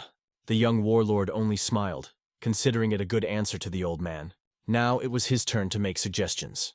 He offered the man to fight him one-on-one, believing that there was no need for them to have a bloodbath here. The clan leader wondered what would happen if he refused, and Sohan calmly warned him that he would kill everyone. This seemed impossible to Zhuge Piao, so he ordered his warriors to join the fight. It only took a moment for the young master to get angry at such carelessness. The same instant was also enough to kill each of his warriors. A force as thin as a thread and just as imperceptible to the eye cut their bodies apart. The rest of the warriors began to retreat in fear, unable to believe that a crowd of comrades had just lost their lives so easily. The skillful swordsman, on the other hand, displayed his blade and tried to show Zhuge Piao that all these deaths were completely useless and were all his fault. The warriors stood there hoping that the clan head would change his mind, but they were out of luck. Sohan looked at them carefully. Then his blade was the last thing all these people saw in their lives. Slowly, the young warrior massacred the warriors. This was still happening before the eyes of the already not-so-confident Zhuge Piao. Sohan was truly like another death-carrying demon. The young master, while killing these people, explained that their leader was so cowardly that he was willing to let them die simply because of his arrogance. Therefore, all these senseless deaths were only due to the leader's cowardice. The frightened warriors looked at the leader, not understanding what he was waiting for, and begged him for help. Zhuge Piao himself was angry that people were clearly unsure of his decision. But it was not strange. They did not want to suffer the same fate as the others. But in the end, even those who simply did not act were still killed. The experienced fighter looked at the clan head and didn't understand. Did he really intend to just watch him slaughter his subordinates? At this moment, the man had already completely lost his temper and grabbed his sword. His arm was wrapped in lightning as he charged straight at Sohan. The young master stopped momentarily, distracted from the other warriors, then held out his blade, preparing to take this fight. As the deadly weapons clashed, there was a loud explosion. Even Sohan's subordinates were slightly pulled back by such a wind. But at this moment, the bloody battle continued. Zhuge Piao was leading this battle. He was forcing his opponent to dash around the room and dodge. Even so, the young master had already managed to slightly wound the man, causing small splashes of blood everywhere. When the old man got tired of this, he used the Thunder Dragon Breath technique, striking the enemy with lightning. However, this did not scare the young warrior. He only armed himself with his blades. He began to wield them so quickly that they were ready to repel any attack. At that moment, the hero was able to get close to his opponent, but the old man noticed him in time to deliver a devastating blow. Sohan didn't seem to have time to dodge it, causing his body to hit the huge steel door, knocking it open, and he fell outside. The old man was only contentedly showing off his strength as he headed towards his defeated foe. As he passed by the warriors and captains of the various clans, he looked at them with disdain. He believed that they were idiots who should have accepted the terms of his deal while they had the chance, and promised that they would definitely regret their choice. However, the three clan captains were sure that they would be the ones to watch who would regret first. At this moment, the young warrior sent another poisonous attack straight into the opponent's face. He managed to fend it off, believing his opponent to be already defeated. But Sohan, admiring the effect of the attack, only asked how long he could wait for the old man. This obviously pissed the man off, so he headed outside. His body literally exuded internal energy and readiness to fight. However, when he stepped outside, he froze in amazement. Absolutely all the warriors who were outside had already been killed. It wasn't Sohan who had done this. It was all done by the first demoness apprentice who had come along with him. The girl was genuinely surprised that the old man still dared to come out to them, and even praised his bravery. The man himself was frightened, not realizing how many people the young warrior had brought with him. They had already suffered enormous losses, which could have been avoided if not for his self-confidence. But right now, the main problem was the boy himself. He was mad and had to punish the insolent bastard. As a result, the fight continued. They moved fast at the same time, wielding their weapons. Under their feet, Even the ground was slowly turning into craters under this kind of force. However, the battle continued as none of the opponents had been mortally wounded yet.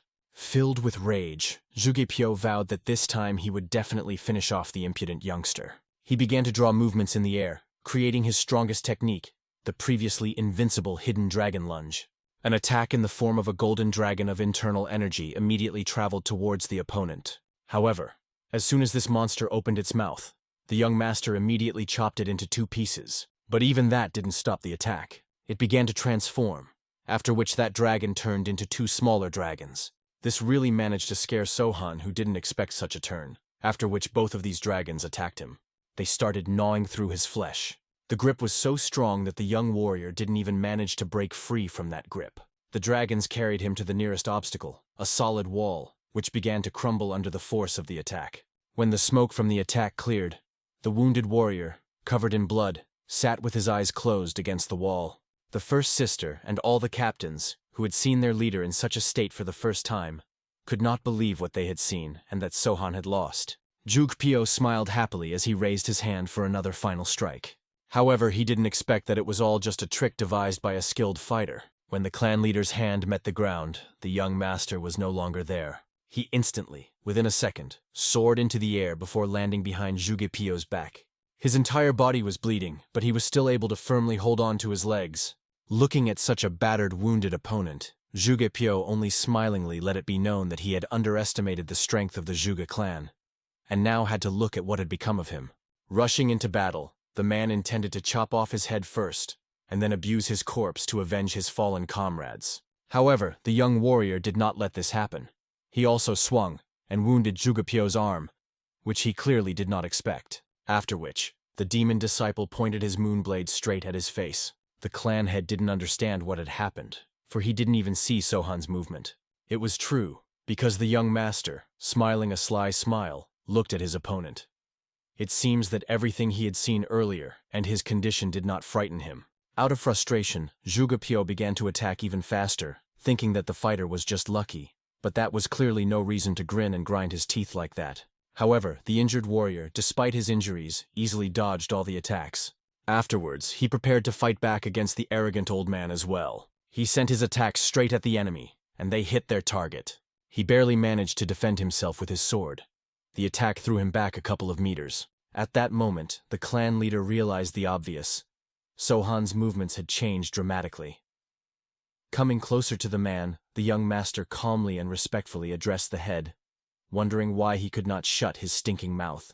Looking at the experienced fighter, it was obvious to Jugepyo that he had been hiding his true strength all this time. But he couldn't let some brat treat him like this, so he decided to repeat the effective attack using the golden dragon's power. However, this time, the young warrior already knew what he needed to be prepared for. He once again defended himself with his blades, allowing himself to be pushed back against the wall once more. At this moment, Jugepyo was only glad to see such primitive behavior from his opponent as he thought. The first sister was only perplexed as to why he was back to his own behavior.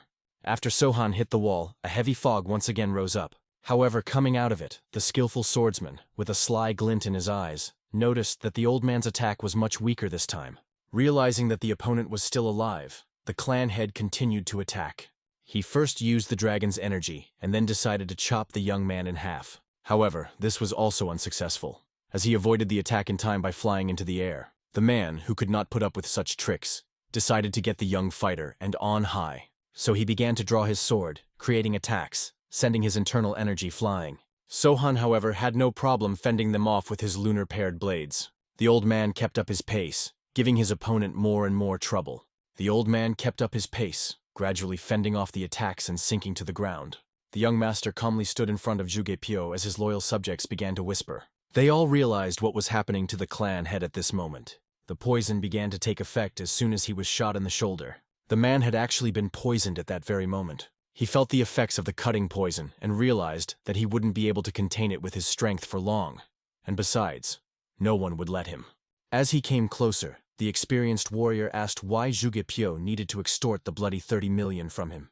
The man even roared in anger, unable to believe his ears that this was what his opponent had decided to discuss. However, Sohan didn't hesitate and continued to attack at this moment. Barely able to see a glimpse of the attack, the clan leader immediately blocked the blow. However, his strength was obviously not enough to withstand such a monster. The young master was pleased with the young clan leader's performance, but he was obviously not strong enough to withstand such a monster. The young master was pleased that the man was still fighting so well, even under the influence of the poison. But he wondered what the head could have accomplished if he had practiced instead of writing heresy in his stupid newsletter. After which, the skillful fighter pushed on, using a bit more strength that Jugepyo could no longer resist with. Gradually, his body was covered in small punches, but he still wasn't going to give up. Sohan, on the other hand, as he continued to attack, decided to ask the clan head if he knew that the poison demon disciple in front of him. Jugepyo knew this, and realized his mistake, as the young warrior had made him forget about it. Now he had fallen for the same trick again, and was distracted while answering questions. This allowed the experienced fighter to deliver a decisive blow that struck his opponent's leading arm. Soon the arm, along with his weapon, flew away from the body. The man could hardly track such a swift movement. But it was too late. The young master had impaled him with his 2 moonblades. The clan head was bleeding and still couldn't believe his defeat. However, the winner said goodbye to the old man, promising that they would definitely meet in hell. In his last breath, the man confessed to Sohan that he had lost and asked him to spare him. But instead, the young warrior rudely pulled the moonblades from his body, without even giving him a chance to heal. After that, the man collapsed like a rag doll. The warriors, who by this point had rushed to the head's aid, realized that he was dead.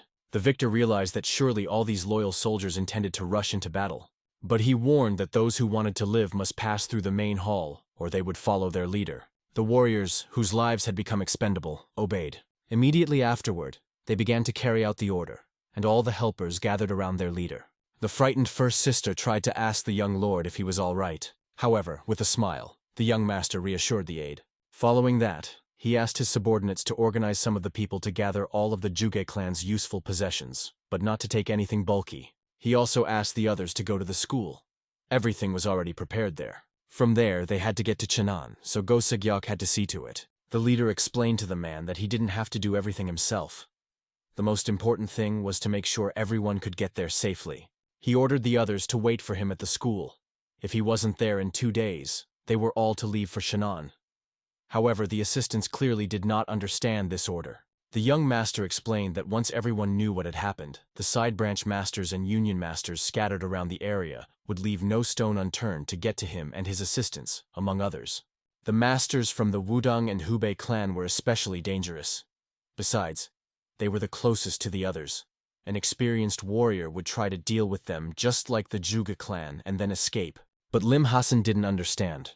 Was their master really going to attack them alone? His answer stunned everyone, so everyone immediately tried to reason with Sohan. However, the young man smilingly explained that he was no longer Sohan. From now on, he would call himself Juge Sohan. Obviously, this further confused the already uncomprehending assistants, who clearly needed clarification. Soon, the new clan head, having changed his clothes, walked around the captured mansion. He looked at the warriors who were still restoring the grounds after the battle, but they all immediately fell silent, turning around fearfully at the sight of their new lord.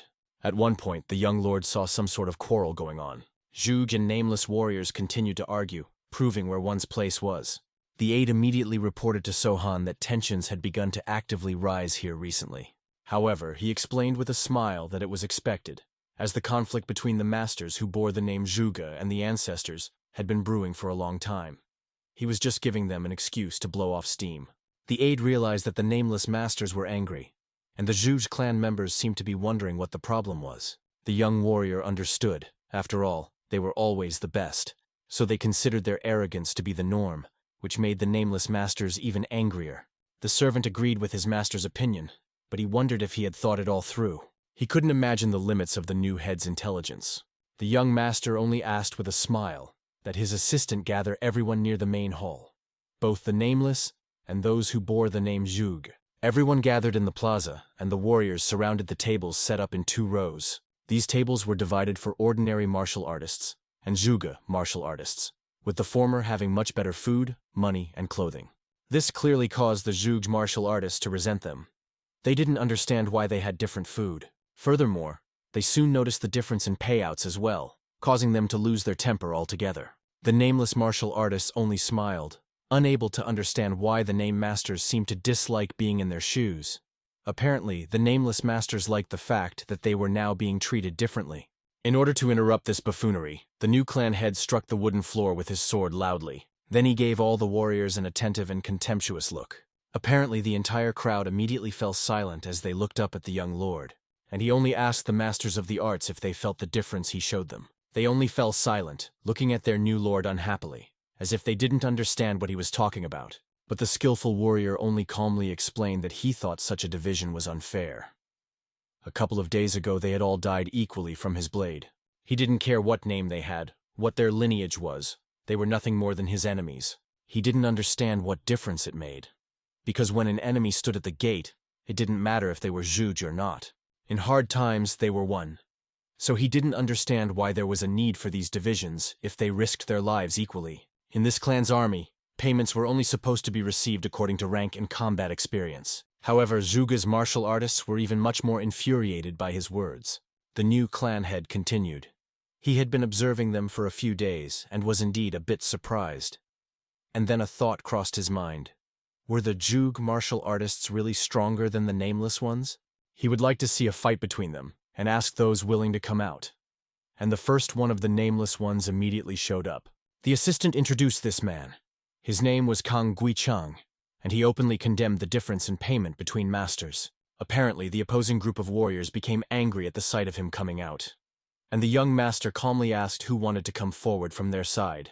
At this moment, a male Zhuge Wumyong showed up and decided to come out to fight him. The new head agreed with his choice, and suggested that the warriors switch to wooden swords. However, both refused. They wanted to fight on real ones. Finally, as soon as everyone drew their swords from their sheaths, the young lord suggested that they begin. The nameless warrior immediately lunged at his opponent with a deadly attack. He managed to deflect it, though it cost some effort. The man was clearly displeased that the insolent nameless bastard wanted to die. After that, a fierce battle ensued between the two as they alternately attacked and fought off each other's attacks. The experienced master watched their battle closely, trying to see who would emerge victorious. But at some point, the warrior from the Zhuge family slipped. The nameless warrior was stronger and was able to knock him down. After that, the man was not immediately able to orient himself to get to his feet and continue the fight. The last thing he saw was his opponent's sword above his head. And at that moment, the new leader ordered the battle to stop. The nameless warriors immediately began to cheerfully praise the man who represented them, while Zhuge's warriors were disappointed at the loss of their named warrior. Looking at the beardless man, the latter was furious, realizing that the man had indeed intended to kill him. However, it didn't matter. The judge awarded a well-deserved victory to Kang Guichang for his display of martial arts. But obviously the warriors were perplexed. Was this really all their new master was going to do to demonstrate that they were supposedly equals? Looking at them, the young master remembered that he had also heard that the Zhuge clan had an excellent martial formation. As he made his way towards their fallen leader, that was the first thing he was worried about. If they spotted him a little earlier and formed up, it would be a problem even for him. He wanted to see that famous formation in action, so he asked how many people were needed to make a formation. 28 men was the minimum to line it up. The new head asked that in that case, they divide into nameless and Zhuge and line up in the required formation. These formations were similar, but still differed in the smallest details of the arrow figures. Seeing this, the young master ordered them to start fighting. Already from this formation, the warriors immediately charged at each other, showering their opponents with hard blows. Each fought fiercely, defending his right and his name. The skilled master, watching this, realized that it was indeed a beautiful performance. Soon, the young master was already on the border of Zhuge and Hubei. He decided to settle down for a while at the Oxo Tavern in order to have a bite to eat. As he sat at the table and listened to the noise of the chattering crowd, his mood was quite different. He was immersed in memories of the battle of these very builds. Watching them fight haphazardly as the formations scattered and each began to just fight on their own, he was finally disappointed. So he walked away, realizing that these people were nothing more than invalids in the world of martial arts. Now the traveler was finally brought his order: lentil soup, seafood tofu, and roast duck. After thanking him, he started to eat, but he heard a conversation that war was about to break out in Shangxi. These warriors had already heard rumors that the followers of the dark factions had already started this war. They wondered when alliances would be formed to defend against them. The warriors were also worried that they might find themselves in the thick of the battles. The mysterious guest watched these men closely and overheard their conversation. He realized that the warriors were not at all like the Udan warriors, and assumed that they were from Hubei. Soon, one of the warriors turned his attention to the stranger. Rising, he walked over to his table and decided to greet the man from the Zhuge clan. The hero, still chewing his food and not even releasing his chopsticks from his hands, bowed as well, greeting this man. However, this seemed really piggish to the fighter. He didn't understand how Zhuge's men could be so rude. One of the warriors, however, ignoring this, decided to ask what had brought the traveler to Hubei, suspecting that the reason might be a message to the head of their clan. The mysterious guest, meanwhile, instead of answering, quietly drank his tea, after which he rinsed his mouth well, making people very embarrassed by his manners. Without even wiping his mouth after eating, he explained that he wasn't a messenger. He had an errand from his leader, so he couldn't reveal the details. The man only awkwardly informed him that he wanted to offer him a drink with them, but realized how busy the man was. It was actually awkward for him to sit with such a person at the table, but he only awkwardly remembered that Zhuge and Hubei would soon fall under the same banner, so he wanted to make friends. However, the traveler, clearly not understanding his hint, immediately sat down at the table. He only explained with a smile that they would indeed become brothers soon. It was impolite to refuse them, so he smilingly offered them a drink. Following that, he immediately called out to the tavern owner to ask him to bring his food here. After that, the men took turns introducing themselves. The first was Jie Hong from the Hubei clan, the second was Jiang So-duk, and the last was Go Won-sol. The stranger smiled calmly and introduced himself as Han from the Zhuge clan. However, all three fighters looked at him and agreed that he was a true ignoramus, and spoke to him in a very demeaning tone already. The young man, ignoring their displeasure, inquired what kind of liquor they were drinking. They immediately poured him a bowl of wine, after which all four of them decided to have a drink. However, the guest was clearly unhappy with the taste of the wine, thinking that it tasted terrible, like urine. He only hoped that everything in Hubei was not as vile as the wine tasted. Then, turning to the owner, he decided to see if he had a bottle of Shifei liquor, but there was none. The disgruntled visitor then decided to find out what the host had at all. Of the expensive drinks, they only had Luzhou Laojiao, which the traveler asked them to bring. However, his drinking companions awkwardly explained that they couldn't afford such an expensive drink. But the young man, continuing to eat his food, explained that money was not a problem for him, for Zhuge was not stingy with his friends. All the warriors immediately became wary, for the guest's words sounded like an accusation that they were cheapskates. At last, the master has brought the wine. Looking at him, Jiang So-duk realized that, as expected, they really had a lot of money, and thanked him for the treat. The hero calmly poured him a cup of wine, explaining that it wasn't a problem for him, and decided to find out how things were going with the alliance. For once he had left the main lands, he hadn't heard much news. The man told him that they were to be gathered at Mount Udan, as the Grand Elder had arrived. From the context, the boy realized that the man must have been referring to the Sage of the Sword of Udan, and he became wary. He appeared to be right, and the warriors were not happy that, as usual, everyone would flock to him and offer their place, and he in turn would refuse, and then in a couple days, the leader of the alliance would be chosen.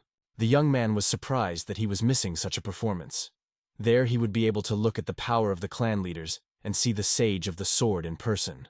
Still, he just decided to ask the warriors who they thought would win. They hoped that their leader would win, but Zhongnan and MANHUA had only fought amongst themselves, so no idea how strong they were. The warrior also explained that Zhuge and Wudang were almost like brothers, so it was unlikely that they would fight each other. He didn't know if the elder might decide to nominate someone at all. However, as he grudgingly placed the bowl on the table, Jiang So-duk realized that everything was already clear without this election. He realized that the leader would remain the head of the Zhuge clan. The traveler didn't seem to understand at all why the warrior suddenly decided so. However, the latter explained that the reason was because he had a lot of money and a lot of resources. In addition, he kept everyone on a short leash at the expense of his messenger. Obviously, such frankness caused shock among that warrior's friends. However, he remained serious and explained to the stranger that the head of Wudang was friends with the leader of Zhuge. In addition, he was the one who decided to create an alliance. In general, it was already clear where he was going.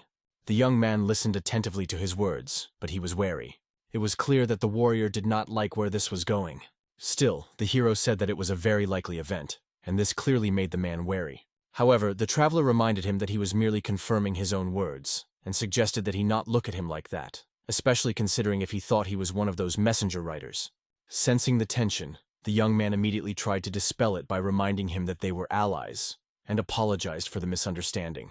However, Jiang So-duk was already angry, and told the guest that he was very much like a scribe and could hardly do anything about it. The friend tried to calm him down, but the man was still offended. He only sternly, looking at the traveler, explained that he was already tired of putting up with this Zhuge face at their table. The hero only calmly drank his wine and simply admitted that he had spoken too much. After which, putting down the bowl, he thumped it loudly on the table. He said loudly that he didn't understand what was wrong with his drink, because it tasted like monkey shit. At that moment, Jang So-duk laughed even louder, but soon he became more serious and said that he couldn't believe that everyone in his clan was as bastardized as this guest. The young man only smiled as he addressed Jang So-duk by his first name. But becoming more serious, he explained that he would have tolerated an insult towards his leader, but insulting an entire clan was overkill. He warned the man that he simply wouldn't allow it. However, the warrior didn't seem to be intimidated by this. He merely asked the stranger to continue what he had to say. However, the young man remembered that he had a role to play, so he only awkwardly coughed and decided to remain silent. This only caused the warrior to smirk. He realized that this asshole obviously thought he could act arrogant while hiding behind the name of his clan. At this time, the mysterious guest called out to the host to ask how much the drinks came out, in order to pay. He loudly stated that his new friends couldn't afford such a thing, so he would have to pay for it. At this point, the warrior couldn't take it anymore, and immediately lashed out at the stranger with his fists. The young man pretended that he did not expect the blow, so he backed up and immediately flew a few meters away. Immediately after that, the faces of all the visitors and the other Hubei warriors were distorted in fright. The Zhuge clan's supposed representative was displeased that such a Hubei scum had decided to attack him underhandedly. This insult seriously angered Jang So-duk, who immediately went into action to beat up his opponent even more. However, at this moment, the agile guest no longer just let himself be beaten up. Instead, he dodged. At that moment, a plate flew up from behind the table that the warrior had hit. The hero immediately grabbed it and smeared the entire contents of the dish directly on the enemy's face. This really pissed the man off, especially since the food had gotten into his eyes and was stinging. The hero continued to stand in the middle of the crowd laughing at Jang So-duk. His friends tried to twist their comrade, asking him to calm down. However, he was determined to teach this scumbag some manners, and then personally hand him over to the disciplinary pavilion. However, the supposed Zhuge clan member only grudgingly remarked that it was the warrior who needed to learn manners, because he was literally acting like a mindless monkey. The rest of the warriors did not understand why the Zhuge brother continued to provoke their friend. However, the cunning guest grudgingly reminded that it was not him who provoked. He was attacked with fists. They and also everyone around could confirm this, so trying to blame it on him was useless. Vaughn immediately started stuttering fearfully, but he couldn't say anything in his defense, and the hero only reminded him that this Jang So-duk was furious that he offered to pay for their drinks, and on top of that, he started insulting his clan. At this moment, throwing his comrade aside, the warrior ran at the stranger, ready to literally let his guts out. The young man stood calmly in his place, as if preparing to attack. However, at some point, instead of taking the fight, he just turned around on the spot. After which, he also quickly began to run away from the tavern. Apparently, Jang So-duk immediately chased after him, and his brothers also ran, trying to stop Jang So-duk. The tavern owner didn't understand who was going to pay for drinks and food. However, one of the customers suggested that these warriors get lost. He would get their money later when he reported everything to the disciplinary pavilion master. Obviously, the situation was the fault of the Hubei people who were waving their fists left and right because of a couple words. He considered them a true disgrace. Apparently, the news soon reached the disciplinary pavilion as well. The man went back and forth and was perplexed as to how such a situation could have happened. The master was especially angry that they still hadn't found that warrior from the Zhuge clan. The warrior only awkwardly apologized to the master for failing to find him, but promised that as soon as they found him, they would immediately report it. However, the disciplinary pavilion master knew that such people from this clan were not to be trifled with. He didn't understand what these fools who had first started the fight were thinking. The man tried to explain to the master that it wasn't like that, and that the boy had provoked them, but he ordered the warrior to shut up. Everyone in the tavern had seen who had struck first, and everyone said they were the ones who had started the fight. He ordered him not to lie. He then threatened the warrior that he would report everything that had happened to their head, which scared them very much. The master explained that they had attacked a member of another clan, and not just anyone, but Zhuge. So they would have to apologize to their leader, and their head disliked it very much. The man sternly explained that it was all entirely their fault. Obviously, all three of them were scared shitless already, and at that moment, the master ordered the three warriors to be placed in solitary confinement cells. However, the frightened warrior explained that they were told to leave for Shangxi tomorrow. The master didn't understand how they dared to fight despite being so drunk. For that, he punched Jang So-duk. The blow of what seemed to be an old man was so strong that even his friends were numb with fear. After hitting the wall, the man literally lost consciousness in the same seconds, and the master continued to scold the vermin, for whom the disciplinary pavilion was like a joke. Meanwhile, the nimble fugitive, unharmed, continued his journey. He was passing by some abandoned building when he sensed something wrong.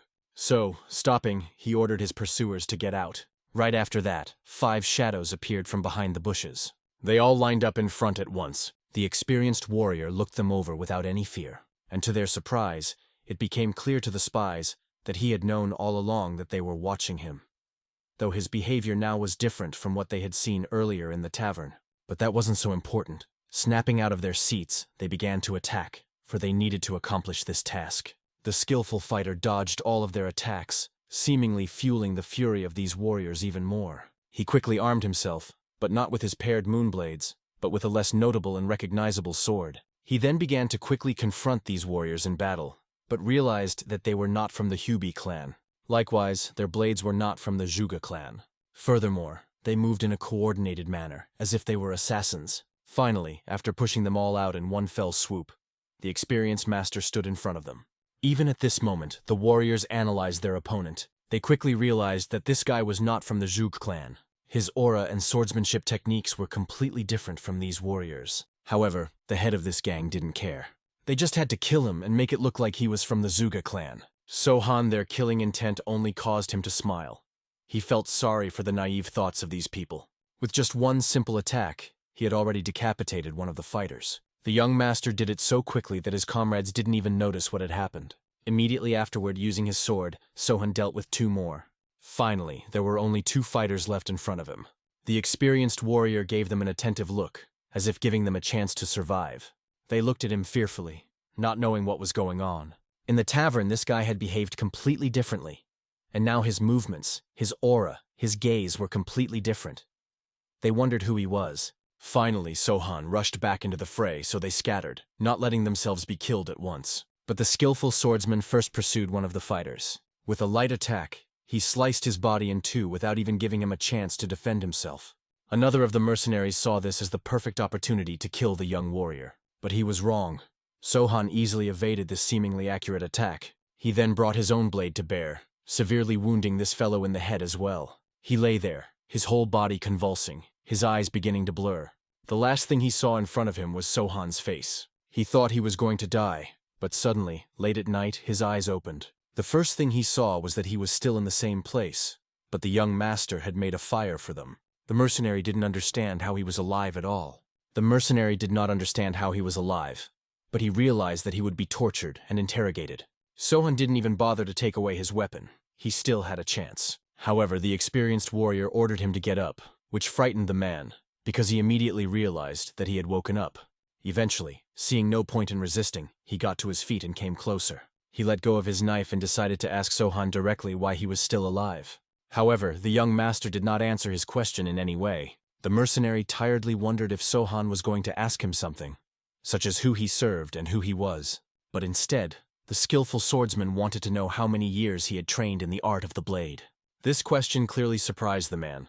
However, with a glance at Sohan's seriousness, he realized that the question was completely real. So he awkwardly explained that he had been trained in the art for 15 years. However, the young warrior noticed that his technique was rather weak for such a long time. The man wondered how many years Sohan had trained, and Toth replied that he had only trained for 20 years, though the mercenary noticed that the young master looked no more than 25, and he could not believe that he had been trained in swordsmanship for 20 of those years. The man only made it clear that the world was full of surprises, and he was obviously not a walking encyclopedia. At this point, the mercenary himself had one question. He didn't understand why Sohan had fled after this skirmish with the Hubei warriors. After all, it was obvious that he wasn't from Zhuge. However, the young master only smiled slyly after such a question, amazed at this guy's boldness. He didn't understand how he dared to ask him such questions, but the mercenary calmly explained that he had nothing to lose. He realized that he was going to die anyway. Sohan was surprised that this guy was not afraid of death at all. However, the man knew as well as anyone that they would all die one day. Some a little earlier, some a little later, and he didn't see any difference. Exhaling calmly, the young warrior only smiled, and the mercenary explained that he and Sohan had similar goals. They were both trying to drive a wedge of enmity between Hubei and Zhuge. He offered to tell the truth since they were on the same side. However, upon reflection, the skilled swordsman realized that it wouldn't be interesting at all. Sohan suggested that the man tell him something more interesting that might cheer him up. The man clearly didn't understand how the young master could be so disinterested, but he only explained that if the mercenary told him something interesting enough, he would survive. If not, he would die. So he had to think before he said anything. The man didn't understand why he would act as Sohan said. However, the experienced warrior warned that otherwise he would simply die. This seriously alarmed the mercenary. He realized that this guy had serious problems with his head if he was going to spare him. However, he was excited by the possibility that the young master might actually let him go. As a result, the first thing the mercenary decided to reveal was that he was a believer. However, Sohan was not interested in this at all, and he offered to tell him something else. The frightened man then immediately revealed that they worshipped an absolute being, the Orthodox factions. Their sect was on the side of light, and they were doing so with the best of intentions. But suddenly, he realized that he had blabbed absolutely everything to the young warrior due to excitement. Sohan smiled and invited the man to continue his story. Then he explained that it was about an ancient who had helped them more than once. He was a hero, their leader, and their god. However, the young master asked him to stop. Fanaticism was not interesting to him. Eventually, the mercenary realized that he couldn't say anything to Sohan and simply asked him to spare him. However, the skilled swordsman didn't understand why he would spare the White Heaven demon cult freak. The man frightenedly didn't understand how the man was able to figure him out. However, Sohan only laughed, and his laughter was hysterical. It seemed to the mercenary that the young warrior was literally playing with him. Looking at his sword, he wanted to kill himself, realizing that he would die at his hands anyway. Suddenly, Sohan asked him to go and find some wood, otherwise he would throw it into the fire. The man was clearly displeased, but the young master began to prod him, reminding him of the possibility of becoming kindling himself. Although he didn't like such orders, he had no choice. So after a while he returned with a large amount of wood. Glancing at Sohan, he decided to see if he could just let him go. However, the skilled swordsman reminded him that the mercenary had something interesting to tell him. It seemed to the man that this guy was completely crazy, and he didn't understand why he had to tell him these interesting stories. He could even ask any questions he wanted, and the mercenary was ready to answer anything. But Sohan repeated that he needed something interesting. Then the mercenary reminded him that he obviously needed to know who Sohan was before he could pick an appropriate, interesting story for him. The young warrior only grudgingly turned to the man, saying that the man was blind since he couldn't see that he was a master from the Zhuge clan. The mercenary was well aware that the man was nothing more than a liar. However, suddenly a bright idea popped into his head, so he even assumed that this guy was a disciple of the fierce demon. Bowing down, he apologized for his ignorance if he turned out to be right and asked to kill him. Sohan was clearly wary of the man's words, but asked him to start by bringing the kindling again. As he left, the mercenary realized that it was absolutely certain that this was the apprentice of the raging demon. He was young, green, and definitely insane. There was no other option. But he didn't believe that the last thing that would be waiting for him in life would be kindling. Though the mercenary thought it was a well-deserved death for a lowlife like him. Soon he brought back some brushwood. Upon returning, he realized that he did have an interesting story for Sohan. To begin, he took off his blindfold and introduced himself. His name was Yi Ha Ryu. His late older brother's name was San Ryu. The young warrior was clearly interested in what he said, so he was wary. The man then revealed that he had joined the White Heaven demon cult on the recommendation of his older brother. This cult had been rampant in Hubei for over 1,000 years, and was led by an 8th leader who led his followers like a shepherd of lambs. However, Sohan knew even that, which really surprised the mercenary. He didn't understand how he knew about it. However, the young master didn't understand who this warrior thought he was, and reminded him that he was from the Zhuge clan after all, and knew everything around him. The man then decided to find out if Sohan knew that Hubei had already formed an alliance to fight them. It had been so powerful when it was first created. Back then, it included all the masters of China. Their cult had been defeated 14 years ago, and they had been preparing a comeback for years since then. But of course, their first target was Hubei. Thanks to them, their clan had been reduced to the ruins of its former greatness over the past 10 years. After destroying the Hubei and Shangxi clans, they were going to give battle to the entire world in the south of the Yangtze River to eventually unite the entire Celestial Empire. However, Sohan thought this was just fanaticism. He didn't understand why they kept getting beaten up and they kept coming back again, as if they loved eating that shit so much.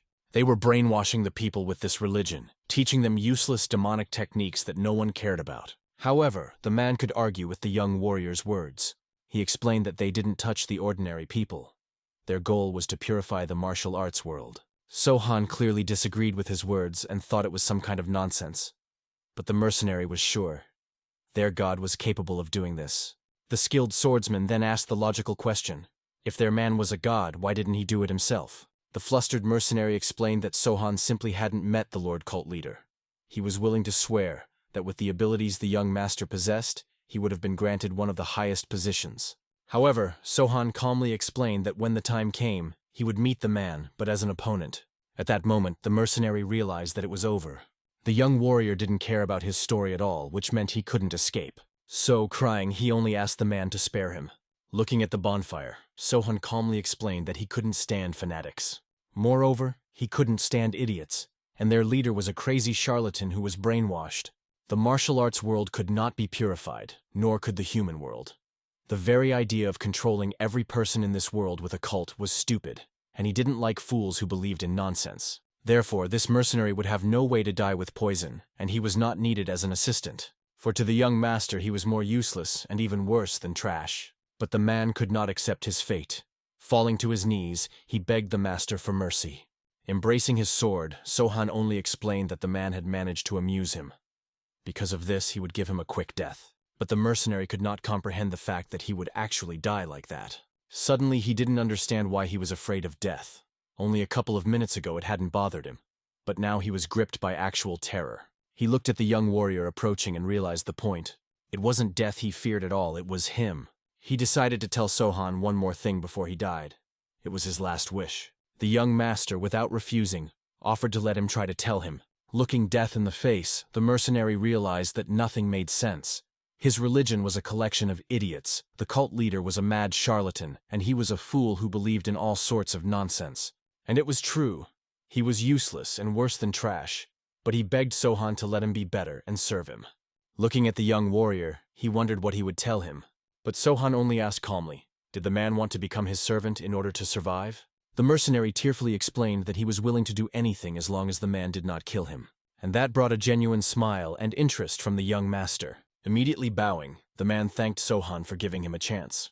After a while, the young warrior reached the territory of the Mount Udan clan. Many people greeted the master, realizing that they had not seen his face, which meant he had arrived recently. However, this only made Sohan angry. He had walked around the entire territory of Mount Wudang, and he was infuriated by this place. Everyone here looked very carefree. The young master even began to turn into such a carefree person as well, and worse, his ambition began to fade away. Many people approached him, seeing that he wasn't from around here, and just wanted to talk to him. When Sohan would silently walk away, people would only realize with a smile that he probably had a lot of things to do, and didn't consider him ignorant at all. One day he even met a man who turned to him to ask when it was going to rain. The irritated young warrior declared that he did not know that, and the man, also smiling, realized that it really wasn't known to anyone. Looking at this man, it even seemed to Sohan that all the people in this place were simply mentally retarded. Therefore, he could now conclude that this place where all 5 elements, water, wood, fire, earth, metal, were gathered together did not please him at all. The atmosphere here was quite strange and very unfamiliar. So he realized that it was time for him to return home. Anyway, it was already crazy to be here alone. He realized that the saying was right. Shaolin was strong in the north and Wudang in the south, and he had had enough. Soon the young master's path was already through fields of flowers. Suddenly something lying on the ground caught his attention, causing him to become alert. It was a small praying mantis, waving its legs, trying to attack Sohan. The young warrior was amazed that it was the only creature that showed hostility here. He even wanted to crush it, but soon stopped. He realized that he would gain nothing by crushing this insect. Soon Sohan, observing the mantis, was himself surprised that he had just shown mercy. He thought it was because of that fucking mountain. But after extending his finger, he tried to say hello to the master mantis. He was glad that the man was not like those Udan fools, and hoped that he would honorably accept the title bestowed upon him, Great Bug of Martial Arts. Watching all this was a man who realized that Sohan had clearly found something interesting in these parts. The young warrior only looked awkwardly at the man, whose approach he did not notice. He then awkwardly pointed his finger at the mantis. The elder explained that normally people did not look at the mantis with such curiosity, so he wanted to know what the young master was thinking at that moment. Sohan admitted that he thought that the mantis was very brave, and gave it the title of Great Beetle of Martial Arts. This caused the elder to laugh good-naturedly. The young warrior already found this old man very strange. It was also disconcerting that he didn't sense his presence until he got close to him. The man, looking at the flowers, told him that these flowers were called beach roses. Most of them were red, but occasionally there were white ones. He wondered if Sohan knew what they smelled like. However, it seemed to the young master that all the flowers smelled the same. The old man explained that beach roses had a distinctive scent. It didn't matter if it was a rose or a person, each would have its own scent. However, such wisdom was clearly incomprehensible to the young warrior. Suddenly, as if at one man's command, a wind arose, fluttering the petals. As these petals swirled around them, the elder watched Sohan carefully. But he soon realized with a smile that the young master didn't seem to have any intention of attacking. For that reason, he suggested that he just walk and talk. Sohan didn't mind and responded with a good-natured smile at this suggestion. Their journey was a long one. On the way, they met a family of ants, who continued on their way. The elder jumped over the ants to stop them from building their nest, and the young warrior followed the old man's lead. They also stopped at the river, where the old man decided to feed the local inhabitants. By now, the kindness of this old man was really beginning to impress Sohan, and not in a good way. Soon the old man himself noticed that the young master was becoming more and more disgruntled with every meter. This only caused him to smile good-naturedly. However, Sohan clearly wanted to know why the old man had suddenly laughed so much. He explained that he was amused to see someone from outside the area, for the young warrior was like a white crow to him. Sohan understood what he was saying, and he calmed down considerably, for he also had the same opinion. The elder thought that the young master was special, as if he was not from this land at all. He motioned for the boy to come through, to show him a place where they could talk more comfortably. Soon they came to a mighty waterfall that was crashing down from above with an unattainable force. The old man explained that the waterfall created huge surges spreading around it, and eventually this flow created a depression in which a pond was formed. This picture reminded him very much of Sohan for some reason. The elder wondered why the young warrior had not killed the mantis. However, Sohan felt that there was simply no need to do so. The old man remembered that this bug apparently had more rights to life than the head of the Zhuge clan. However, Sohan was clearly alarmed by these words. Still, he calmly explained that this person was indeed far worse than a mantis. After which, the two of them both laughed good-naturedly.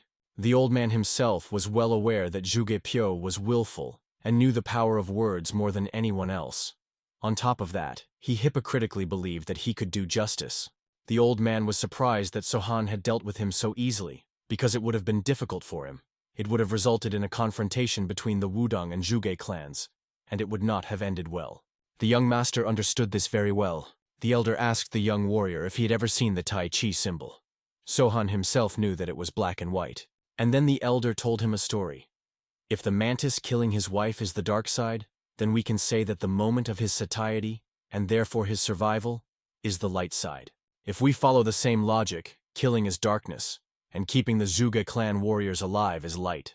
This balance of actions was what was called Taiji. The man believed that killing without saving a life would color everything black, which was the dark path. If anyone dared to kill a single praying mantis in his path, he would bear his blade, for that was the destiny of their art, to kill the man who disturbed the peace. That was the philosophy of the Udan clan. Sohan listened intently to the man's words, and the old man told of how Zhuge Pyo had once shown him how powerful words could be. Because of this, it had been hard for the Wudong clan to eliminate him. One murder that could turn into thousands of victims, and then he would be the one to disturb the peace. That was his bright path. Suddenly, however, the man asked Sohan a question he hadn't expected. Namely, the question concerned how his masters were doing. Then the young warrior realized that the man had already guessed who he was. But he honestly admitted that he hadn't seen his masters since he'd gone out into the world. The man told him that Sohan was special to them. The poisonous demon hadn't killed in about 12 years. The young master could make him change, and the elder thought it was amazing. However, Sohan himself did not understand how the old man knew all this, or how far his gaze extended. The old man said that for his masters, the young warrior, their apprentice, had become Taiji in the flesh. One killed, the other brought back to life, and Sohan was the only one who survived. He was just fighting for a place in the sun. But to them, the fact that he is alive is something special. If you think narrowly, you could say that the poison demon lost to his brother. But if you take a broader view, they can see how he brought his mentor back into the stream. The man hoped Sohan understood his message, and he was right. The elder himself explained about the stream and that it was not roses plucked from the roots. Flow is life, death. Everything is a flow, and everyone is born a part of it. When the natural elements circulate in the flow without any fluctuations, it is called harmony. It was in its name that the flow existed. In general, flow, Tai Chi, and harmony were one, and the path led to the realization of this fact. Pensive, Sohan recalled all the events he had already experienced in his history. He tried to realize what his flow and his harmony had been like, and he realized that his harmony was in order. The elder himself understood this perfectly well, so he only hoped that the young warrior would remember his philosophy from time to time. This was his gift to Sohan as well, and a request to him. Bowing, the young master thanked the sage for his help. The man only explained that since Sohan had met him, it was already tantamount to having visited the Udan clan. Shortly after this meeting, Sohan was already hurrying home, moving quickly through the branches of the dense forest. A peaceful smile was on his face as he recalled his farewell to that strange elder. After his instructions, the young warrior bowed down and sincerely thanked the master for all he had done for him. The man himself, smiling sincerely, was glad that he had been able to meet Sohan, and he hoped that they would meet again. In the end, smiling at each other, they said goodbye. Before the young master could even blink, the man who had been in front of him only a moment ago had disappeared. Now Sohan came to the conclusion that flowers were flowers, wine was wine, and Udan would always be Udan, even in spite of his oddities. Still, the skillful warrior had to hurry, so he decided not to linger in these parts, and picked up his pace to get home as soon as possible. The noise didn't stop after he bounced off another branch. From where he had just been standing, a multitude of dark-armed shadows jumped out and chased after him. They were following him at his heels, and the experienced swordsman knew very well that they were following him. So he only looked back carefully to see exactly who these people were. It was hard to tell from their clothing which unit they belonged to. However, these people had brought identification with them. They had flags with the name of the Wildwood Squad tied to their backs. It was a punitive Green Forest slave trading squad, and Sohan immediately realized that they must have come to avenge his interference, killing and freeing the child slaves. Now in pursuit of the young warrior, the enemies realized that they could hardly catch up with him, so they decided to use throwing knives. They all, as if on the captain's command, threw the throwing knives straight at Sohan, but he easily managed to dodge them while still in the air. But the experienced master knew that now was not the best time to fight them, as they were not far from the settlement. In such a case, people could appear, and innocent victims could not be avoided. So the young warrior rushed onward, to take these warriors to a quieter place without people. He sped up considerably, breaking away from the squad that had been on his tail the whole time. As he flew past a few more trees, however, it appeared that an entire army was already waiting for him to appear. Sohan quickly noticed the whole army of people rushing towards him. He tried to move to the other side, but there was also a punishment squad waiting for him on that side. So he had to quickly change his direction and go in a different direction than he had originally planned. As it turned out, he was being chased by 3 squads at once. It was a squad of vipers, wolves, and tigers from Wildwood. Looking around, the young master quickly realized that these people were trying to surround him to prevent him from escaping. And now, reflecting on his encounter with the old man, Sohan tried to figure out, was this attack also part of Tai Chi? And if so, where did the flow and harmony lie? Suddenly, more armed men appeared right in front of the skillful warrior's face and ordered him to stop. Unlike their counterparts, these warriors were not armed with knives, but with throwing spears. Therefore, all the warriors charged their spears to try and wound the enemy. However, it was hard to catch Sohan with such a simple attack. So he quickly stopped on the nearest branch, letting most of the spears fly past. After that, he had already begun to gallop away, pushing off the spears themselves which were stuck in the trees. His movements were barely perceptible, causing the spears to easily support his weight. Next, the young master decided to climb to a higher elevation to make it harder for his opponents to hit him on the fly. They were seriously frightened when they saw the warrior's skill, and the fact that their attack was pointless. Sohan stopped and looked at the men with an attentive gaze, as if warning them that they would die for their attack. But this place wasn't suitable for fighting yet. So he also quickly slipped away from these people and climbed further into the depths. Immediately afterward, the forest was filled with the shouts of warriors who were trying to catch up with the fugitive. They could not let him out of their sight. In the meantime, Sohan himself had reached the edge of the forest, where the foliage ended and the rocky cliff began. The warriors who had been chasing him all this time had also found this place, so they moved closer to surround him. However, the young master, without the slightest fear on his face, drew his sheathed sword to arm himself. He then calmly turned around to look at the invading army, still in his thoughts. He found it funny that no matter how much he thought about it, he couldn't find even a hint of balance in this situation. The punishment squads were clearly not interested in the ramblings of a near-dead man, so they just started attacking. A hail of arrows, spears, and throwing knives rained down on Sohan in a barrage. However, even such a rain of arrows he managed to stop, armed with his sword. He twirled it in his hands, turning it into a kind of shield that allowed him to deflect every attack. All the warriors watching him marveled at such skill, as he managed to do all this without even taking his sword out of its sheath. As soon as the attack stopped, the experienced master looked at the frightened warriors who did not understand what they should do. Sohan, on the other hand, ordered the head of the Green Forest to show himself, for he sensed that the man was somewhere nearby. The young warrior's voice, amplified by his internal energy, was so loud that the warrior's ears were literally ready to burst. But still, as surprising as it was, no one came to his call. Instead, the warriors, even more enraged, began arming themselves to attack. Sohan watched them approach. He even felt somewhat sorry for these people. He realized that the head of the Green Forest had chosen to send these warriors to certain death instead of personally resolving their differences. After these words, the skillful warrior only needed a glance to roughly figure out the trajectory of the battle. Immediately afterward, many warriors who were struck by his attack began to drop dead. But even among such a crowd, there were some who were still willing to fight despite their injuries. They still rushed into battle against Sohan, even though they realized how strong he was. Obviously, they had to pay with their lives for such recklessness, and they did. The experienced master was opposed by an entire crowd of warriors, but many of the more intelligent fighters realized that they could not survive such a hurricane of blades.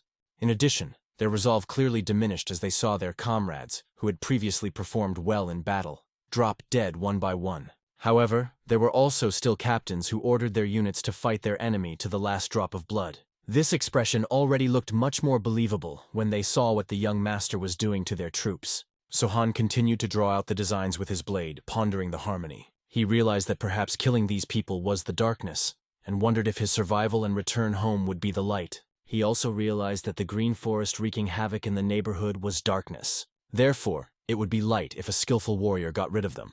If, however, the young master misinterpreted the wisdom of the Holy Sword, perhaps then an impenetrable darkness would fall upon this forest. But Sohan was willing to shoulder that burden, because the only thing he wanted to achieve was for the children to stop being kidnapped and kept like beasts in cages. As it turned out, the head of the Green Forest was still watching from afar. He was satisfied with the combat abilities of the experienced swordsman, believing that he was indeed a good warrior. However, he realized that even someone like him couldn't fight forever. Therefore, the head of the Greens signaled to his fighters. The warriors clearly did not want to go into such a meat grinder, but they had no choice. They could not disobey the head. Therefore, an even larger horde of the punitive squad immediately went in the direction of the young warrior. He only looked carefully at these fools with his gaze, even though he realized that they had no choice and could not go against the order of their head. Because of this, he decided to grant them all a quick death by his blade. None of the fallen were in pain. It turned out that this wasn't all the meanness the head of the Green Forest had devised. He had also constructed a net, which he tried to throw over the skillful warrior. Although Sohan noticed it too late in the heat of battle, he still paid attention to it. Therefore, he strengthened his internal energy and sent a slashing attack towards the net to cut it. As it did so, the net immediately shattered into shreds and was no longer a threat. However, this seemed to be the expectation of the Wildwood warriors, who approached with their swords at that moment. But their lunges were too primitive, especially for someone who had already defeated 2 demons and the head of the Zhuge clan. Therefore, the young master had no problem dodging the attacks, and then finding an opportunity to counterattack. He applied the same technique he used against the net, and as a result, the bodies of these warriors literally split into an upper and lower part. Their faces were filled with fright, but there was nothing they could do, for the attack was swift. They wouldn't be able to escape or hide.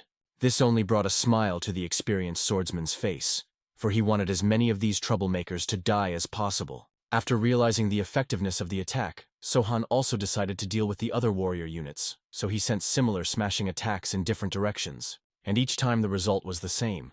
The bodies of the soldiers simply disintegrated, leaving behind bloody paths. With all this, the young warrior didn't even seem to be tired. He was still full of strength, and it was obvious that he was ready to repeat this technique 100 times. Therefore, the frightened warriors, looking at the approach of such a monster, did not know how they should stop it. It became obvious that they were no match for such a man, and only their leader could deal with him, so they asked him to speak. The man clearly didn't like the attitude of his men. However, the skillful warrior also thought it was a much better solution than just continuing to kill his subordinates, who even attacked unwillingly. As a result, while waiting for the decision of the head of the Green Forest, Sohan crouched down on the nearest rock in front of him. Obviously, this kind of recklessness caused the warriors to be bewildered, and the headmaster to misunderstand. But the young master didn't care. He just wanted to take a breath and think about what had happened. At that moment, the image of Wudong's sword of light appeared before him. It was as if he had heard his instructions, and the elder was suggesting that Sohan simply run away from the battlefield. He knew the lad was strong, yet he felt like there had already been too many deaths for today. The old man doubted whether the young warrior could handle the burden, and he himself was in doubt. The Wildwood warriors in the surroundings had no doubts. They thought that the experienced swordsman was weak and tired after the battle. However, even these warriors had honor. When they approached and there were a few meters left to the skilled warrior, they stopped, calling Sohan to join the battle. Then the lad, leaning on his sword, rose from his seat. Standing before the old man, he apologized, explaining that he had no other way. Armed with his moonblades, he decided to massacre all these troublemakers. His decision seemed to cause sadness on the old man's face. He was unhappy that the young master had chosen this path. However, the young warrior was already firm in his decision. When wielding his paired moonblades, he was literally invincible, for these weapons were an extension of his body. Even the simple attacks he drew with his sword became deadly with the help of his blades. And he, even more confident in his abilities, rushed at the best fighters. Obviously, the same fate awaited them as their brothers. However, the skillful swordsman did not kill these men. He simply deprived them of the ability to move and hold his sword. After that, he calmly lined up in front of an even larger army of warriors of Wildwood. They didn't want to retreat and left him no choice, so he did his best to kill every single one of them. Right after the next wave of fighting was over, Sohan sat down on the same rock to think about everything. The image of the old man appeared in front of him again. It was as if he was his conscience, following him everywhere. But this time the sword of light was simply silent, as if waiting for the young warrior's choice. And without thinking long, he decided to ask the old man's opinion. How could he stick to only the light path? He believed that the road to hell was paved with good intentions, and did not understand how one could give something without taking anything away. Even as they passed by the lush roses, they involuntarily touched their petals, being picked up by the wind. If one constantly walked among the flower fields, one could hardly know the pain and suffering of this world. Therefore, the experienced master let the old man know that he was going to stick to the dark path. This didn't seem to upset the old man at all. He smiled. The complete freedom of his choice and the fact that he did not meet with any judgment, but only received complete acceptance, added confidence to his actions.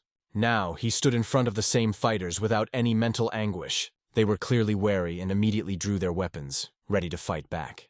However, the skillful warrior gave them a chance at life, ordered them all to get out of the way. The warriors, who had already seen many deaths today, began to hesitate. Soon, however, they dispersed, letting the young master pass. The obedience of the fighters clearly angered their head, but their human feelings were understandable. Before moving closer across this road of living humans, Sohan decided to hide his paired blades. Neither the warriors nor even the head of the Green Forest understood why he hid his weapons when he was surrounded by his enemies. However, the young warrior had already found himself right next to the head in just a moment. If he wanted to, he could have killed him with such speed, but he didn't, which caused a look of surprise on the man's face. The experienced swordsman gave him an attentive look and decided to find out who the man was. He was clearly angered by such a question from such an arrogant guy. However, Sohan only moved a little closer, looking more closely at the man's features. After that, his face became even more serious, and he repeated his question. The man only laughed in his face, calling the skillful warrior a puppy. However, the young master calmly explained that even by his best estimates, this man was not worth his attention, so he wanted to know why he had decided to attack him. Did this man really hope that he could defeat Sohan simply by sheer numbers? Seriously angry after this assessment of his strength, the Green Forest leader immediately grabbed his weapon, trying to attack the young warrior with it. The skillful swordsman, despite seeing the attack coming, didn't even move, allowing himself to be attacked. But at the last second, before the spear reached his face, he stopped it with just one hand.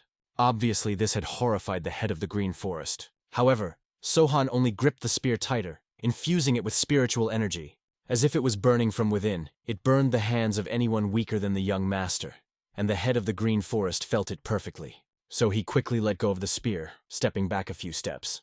The man realized that this guy's strength was several times greater than his, but the experienced warrior knew very well This man realized his failure too late. So Sohan quickly grabbed him by his fur collar and then brought his hand up to give him a good slap, which was strange in the current situation. However, this slap was so strong that the green forest head's face literally turned into a bloody mess in the same second.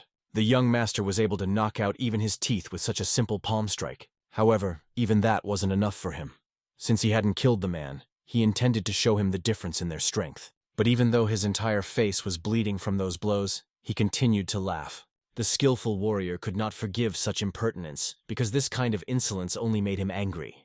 So he struck the man's skull with all his might, shattering his bones and turning his brain into mincemeat. It was apparently an instant death, after which he sagged in Sohan's arms, bleeding and bleeding from the contents of his head. The warriors froze in consternation, unable to believe that their head, whom they revered, was so weak in comparison to this fighter. The young warrior, in order to show the wildwood fighters whom they obeyed, tossed their head to the admiration of the crowd. After everyone was horrified and a sigh ran through the crowd, the seasoned master took the man's place on the throne. He looked so confident that it seemed the throne had always belonged to him. After that, Sohan gave the fighters the order to depart for Cheonan immediately. They did not move, but the skillful warrior gave them a murderous look, forcing them to move. Immediately afterward, the warriors quickly harnessed the horses and followed the young master's wagon as his escort. However, one man never left the scene of the battle, scrutinizing the slain head. Looking at the blows dealt to him, he realized that this fellow, despite his age, was indeed very strong. He knew that Sohan was a disciple of the demonic twins, and they had done their best. The young warrior had a part of the poisonous demon and a part of the witch doctor, which made him a unique specimen. And what made this man so happy was that it gave him pleasure. So he decided to follow the rest of the fighters to see their onward journey. But when night fell, the experienced master did something unexpected. He poisoned all the accompanying squad fighters with his poison. Then he quietly got off the wagon, as it was no longer needed. He got up from his seat and started counting the fighters. Now there were about 30 of them left, and he had already gotten rid of those fighters who had not been able to cleanse their bodies of the poison. Suddenly a man meditating nearby caught his attention. This warrior had survived the poison longer than the others. Perhaps it was because of his inner energy, or perhaps it was because he was farthest away. Sohan looked the man over carefully, and from the looks of him, he was a mid-level commander. Using his sword, the young warrior pulled the man aside and saw that the man had a letter behind his sinew. Taking it out and unfolding it, the skilled swordsman began to read. The letter spoke of a rallying point, which was to be the main road between the demon leagues of Gale and Shanyang. The order stated that if Sohan was to be accompanied by his subordinates, it was necessary to kill them first. If the warriors lost him, they were to go to Shanyang and wait for further instructions. The experienced master realized that, in that case, the rest of the squad would already be waiting for him there. After the young warrior learned everything, he killed the man without hesitation. Following the given coordinates, he realized that the head had not just followed him to the cliff. It was clearly part of some plan. But it didn't matter now, because he had to see absolutely everyone who was now poisoned. Among the really poisoned fighters, the man who had been the last to join the squad woke up. He had not been poisoned, and was amazed that Sohan was truly insane, determined to kill everyone. He knew immediately that things were bad when the skilled warrior told them to camp in an obscure place. As soon as they complied with his request, he sprayed some kind of soporific poison. Now the young master was walking around and, like a maniac, killing absolutely everyone around him. Now it didn't seem so entertaining to the man anymore, but he pretended to the last that he was also poisoned. He hoped that Sohan would come to his senses and really not kill absolutely everyone here. After all, he had originally followed him because he wanted to get to Cheonan. When literally a meter away from the man the skilled swordsman killed another person, the warrior's patience was already running out. He realized that he had met with a true maniac. Literally trash that had been bred by the same kind of nakedly repulsed lunatics. Therefore, he considered Sohan to be nothing less than an inhuman monster.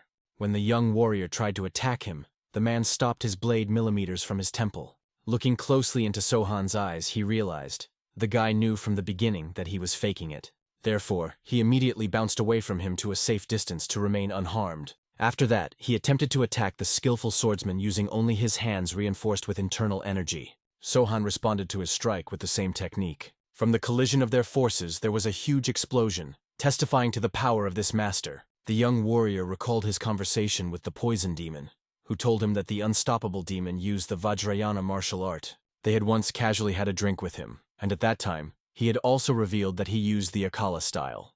At that moment, the man thought that the 4 demons were a group of longtime friends, so Poison Demon thought that this lunatic had a complete mess in his head, causing him to be completely unpredictable. Also, Poison Demon warned that this person had a chance to kill Demoness on the trek, but he let her live. Therefore, right now, the experienced master suspected that it was the poisonous demon who was fighting. After this attack, the man was clearly tired of pretending to be an ordinary green forest warrior. He began to take the true form of his body. His body began to increase in size, and his muscles began to swell, causing his clothes to tear. And the closer he got to Sohan, the more clearly the scars that adorned his body became visible, indicating long hours of battle. However, the closer he got to the young warrior, the more he realized that the lad was faking it. He wasn't injured by such an attack, so the unstoppable demon ordered Sohan to get up, for such a trick wouldn't work on him. The skilled swordsman exhaled, realized that his trick had been figured out, and still rose to his feet. However, as soon as the man saw the young master in all his glory, his face contorted in surprise. He realized that Sohan's entire body was also decorated with scars. He thought it was very beautiful, and praised the boy. However, it only caused the latter to be perplexed. He realized that his clothes were useless, so he simply tore them off and calmly decided to ask his opponent if he was an unstoppable demon. The man laughed, not understanding where Sohan's manners had gone, because he thought that he had finally met a worthy successor. But that was not the case. So the angry man immediately tried to attack the young warrior. This attack threw the skillful swordsman back to the throne he had been sitting on a couple hours ago, causing it to shatter. The fierce demon looked at him and noticed that Sohan had been very rude to him, after which he asked that the guy stop hiding his true power from him. The man realized that Sohan had already killed 2 demons, and that took strength.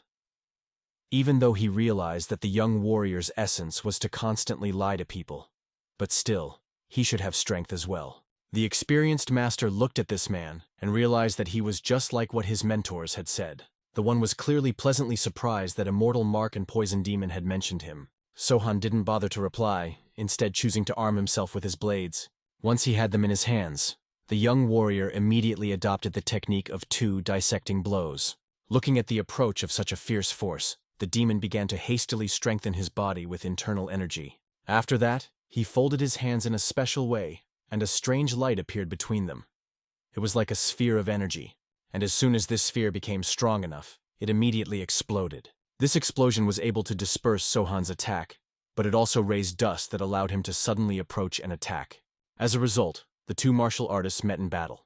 Even though the skillful swordsman was armed with paired moonblades and his opponent with only his hands, they fought equally. However, that wasn't all the techniques the young warrior could demonstrate. Leaping into the air, he used the True Moon Radiance technique, sending multiple attacks straight at the enemy. Instead of trying to avoid them, the unstoppable demon readily accepted the attack. His internal energy that radiated from his body caused these attacks to reflect off of him and act against their own master. Seeing this kind of skill, Sohan only sank to the ground, realizing that even this technique was useless. But the unstoppable demon, smiling slyly, couldn't believe that this was all the young master was capable of. However, his face did not express such joy. He became much more serious. After which, the experienced swordsman put one of his paired blades back behind his belt. The unstoppable demon was clearly not happy about this, but it looked as if the skilled swordsman had something in mind. Sohan was well aware. This man had a colossal amount of internal energy, but his speed still couldn't match the unstoppable demon's agility. The young warrior realized that by using his advantage in swiftness of movement, it might be possible to wear down his opponent. But suddenly the man, displeased with the young man's musings, turned to him, calling him Zasone. This name instantly struck Sohan like a lightning strike. When he came to his senses, he imperiously demanded that the man repeat what he had just said. The man smiled wryly, but he did not understand the reason for his surprise. Everyone called him that. He knew that for a fact. The skilled master was eager to find out exactly how the unstoppable demon knew this nickname. In his eyes flashed sinister lights, which the demon rejoiced. At last, he saw the true creation of his fellow creatures and their murderous gaze. The demon explained. All those experiments and tortures Sohan had been subjected to, all those efforts were aimed at creating him. He was the possessor of an immortal body, the embodiment of a pipe dream. The young warrior was well aware that his mentors had endeavored to create an immortal body, but he had no idea that this plan had a special name. He could not fathom the connection between his nickname and this monstrous experiment. The indomitable demon had explained to Sohan with a sinister grin that immortality was impossible. When he first heard about these ambitious plans of his mentors, he could not contain his laughter, but decided to check the result of their labors. The demon was eager to see what would happen to the skillful swordsman if you tear him apart, so he rushed into battle with Sohan, wanting to see if he would suffer after such a severe injury. However, the young master, as he watched his opponent approach, did not forget his chosen strategy. Instead of counterattacking, he began to masterfully dodge, forcing the unstoppable demon to chase after him. In an instant, the experienced warrior vanished from the enemy's sight before materializing a few meters in front of him. With a wry chuckle, he noted that the venerable unstoppable demon was not keeping up with him. Or perhaps he was not taking him seriously at all. Such barbs did not anger the man.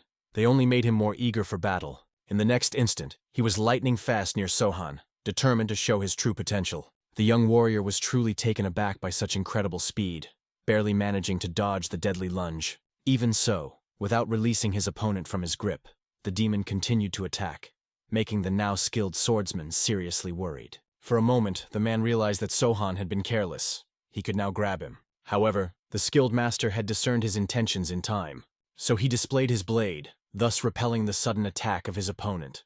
The monstrous force of the collision of their blows caused a deafening explosion, but both of them remained unharmed. Looking at the young warrior who was kneading his arm as if nothing had happened, the unstoppable demon was amazed at his resilience. However, he wanted to see how long he could last in a fight. A devastating series of attacks followed, each leaving deep craters in the ground. All this time, the fierce demon smiled. He had not met such a worthy opponent for a long time, and thought that he was about to be able to turn the tide of the battle. However, the skillful swordsman was inventing something new each time, not allowing the man to get close enough. At one point, Sohan even managed to hit his opponent with a blow to the chest, forcing him to retreat a few meters. After this palm strike, the young master only grudgingly stretched his slightly stiff wrists. With a faint chuckle, he recognized that the unstoppable demon did indeed possess impressive strength. Obviously, these words were said to enrage his opponent even more. And it worked. Finding Sohan to be too impudent, the demon once again rushed into battle. Watching his technique, the experienced warrior realized that he was facing the strongest of the demonic four. He suspected that this warrior is even superior to all the other demons combined. However, the young master not only successfully resisted his attacks, but also did not miss the opportunity to let go of sarcastic remarks about the unassuming appearance of the unstoppable demon. Even in the heat of battle, he began to speculate on what he would do if he had such a face, and concluded that he would probably go mad with longing. Sohan asked his opponent not to take his words to heart, though. He was not speaking out of spite. He was clearly off balance, and his attacks became more reckless. The skillful swordsman laughed at his reaction, not understanding why the unstoppable demon had chosen to settle in the green forest, as if he was plotting something. Furthermore, he had no idea why he was dressed in the garb of a simple bandit. At this moment, while distracting his opponent with talk, the young warrior managed to deliver a masterful strike with his moonblade. After that, the unstoppable demon himself had to dodge his attacks. The man realized that no matter how close he tried to get, Sohan would always find a way to slip away. At long range, he was truly unrivaled. Eventually, tired of the endless jumping, the demon began to control his internal energy to repel all these attacks. Watching him, the experienced master finally realized the reason for his nickname. Perhaps he was named Unstoppable because of his love of jumping around his opponent unrestrainedly. However, the unstoppable demon imperiously ordered Sohan not to go too far. If he valued his life, he should definitely watch his words. Otherwise, he would punish him severely by tearing his mouth in half. But the young warrior asked him not to take offense, for he was speaking the pure truth out of the best of intentions. He added with a sly smile that the man's face was so unsightly that he found it difficult to take his threats seriously. Completely enraged by these words, the fierce demon decided to reveal his true colors. He tore off the mask and wig that had been concealing his true identity all this time. Then in a blaze of anger, he ordered Sohan to stop this senseless verbal duel. However, when the skillful swordsman saw his real face, he pretended to be even more horrified, which of course, led the demon to indescribable rage. He immediately rushed to the attack, intending to tear the impudent warrior into small pieces. As a result, the two once again clashed in a fierce battle. While the unstoppable demon was ruled by blind anger, Sohan kept his cool, calculating every move ahead. After the next explosion, when they were thrown 10 meters apart, the demon warned that the young master should have held his tongue in time, because now he had truly enraged him. But the young warrior only grinned slyly, swearing that he had said nothing, and even suggested that perhaps the strange voices in the demon's head were whispering nonsense to him. But Sohan soon bowed courteously and apologized to the man, acknowledging that he clearly shouldn't have joked about his natural ugliness. The fierce demon only rubbed his forehead in frustration, not understanding why the skilled swordsman was behaving so strangely, as if his mentors had not educated him at all. This was extremely surprising to him. He explained that he preferred fierce battles, where blood and flesh were flying around, where the opponent was equal to him in strength, rather than this. So he asked that the young master simply follow these rules so that they could continue a decent fight. However, suddenly something completely unimaginable happened. The experienced warrior simply turned his back on his opponent and began to fulfill his natural need. Such incredible nonchalance caused a real shock on the man's face, who was completely confused, not knowing how to react to it. After he finished his business and put his clothes back in order, Sohan turned to the demon as if nothing had happened, wanting to know what he was saying. However, the unstoppable demon, still in a deep state of shock, could not utter a word. The skillful swordsman only grudgingly repeated his question, reminding his opponent to answer when asked. He didn't know how to react to such unheard-of insolence. He had previously thought that he was the epitome of insanity, but it seemed that he had been outdone. In the end, the man could find no other words but to say that the young warrior had lost his mind. However, Sohan only nonchalantly explained that he didn't think so. The demon had earlier inquired about the reason for his strange behavior, but he was clearly not the one to pass judgment, for it was not Sohan who had decided to pretend to be one of the green fools. He thought that if the unstoppable demon had been a real master, he would have challenged him at the very beginning, because the skilled swordsman knew that he was not a weakling and should know how things worked. But what struck him the most was that the strongest of the four demons was a pathetic human. Sohan thought that even the last vagrant from the back alley would not do such a thing, hiding like a rat in the mud, and then sneak attack. It was completely unlike the deeds of one of the legendary four. The young warrior reminded the man that he was probably mistaken about his identity as one of the four villains. He was the unstoppable demon, the greatest evil, and so on. Sohan, on the other hand, had single-handedly managed to subjugate all of Chenyang and Chenan. He was curious as to what the demon was doing at that time. Was it just eating stubs with those green fools from the wild forest? He longed to know where the enemy had been all this time. Was he trying to regain his former greatness? Or was he sowing confusion among all, forcing them to fight each other? But the skillful swordsman didn't understand why the unstoppable demon hadn't touched the Wudong clan and the MANHWA sect back then, as those clans really had impressive power. He could bet that all the man was doing was killing and then hiding. Sohan considered such machinations unworthy of the title of demon, and only worthy of ridicule, for which he was ashamed. The fierce demon couldn't believe that the young man wasn't going to shut up at all. It was the first time he had ever met such a talkative, impudent man. But he realized that even if he attacked, the young master would probably dodge the attack. The experienced warrior explained that unlike the demon, he had many advantages. He could dodge its attacks for about 200 days in a row. Besides, he had nowhere to rush. He still had a lot to say to the unstoppable demon. However, the man threatened that he could kill all of Sohan's subordinates, which caused Sohan to laugh contemptuously. He had originally thought that the unstoppable demon only fought those of equal strength, but now the man was talking about attacking his subordinates, who were many times weaker. Therefore, the skillful swordsman told him to shut up and finally decide on a worthy opponent.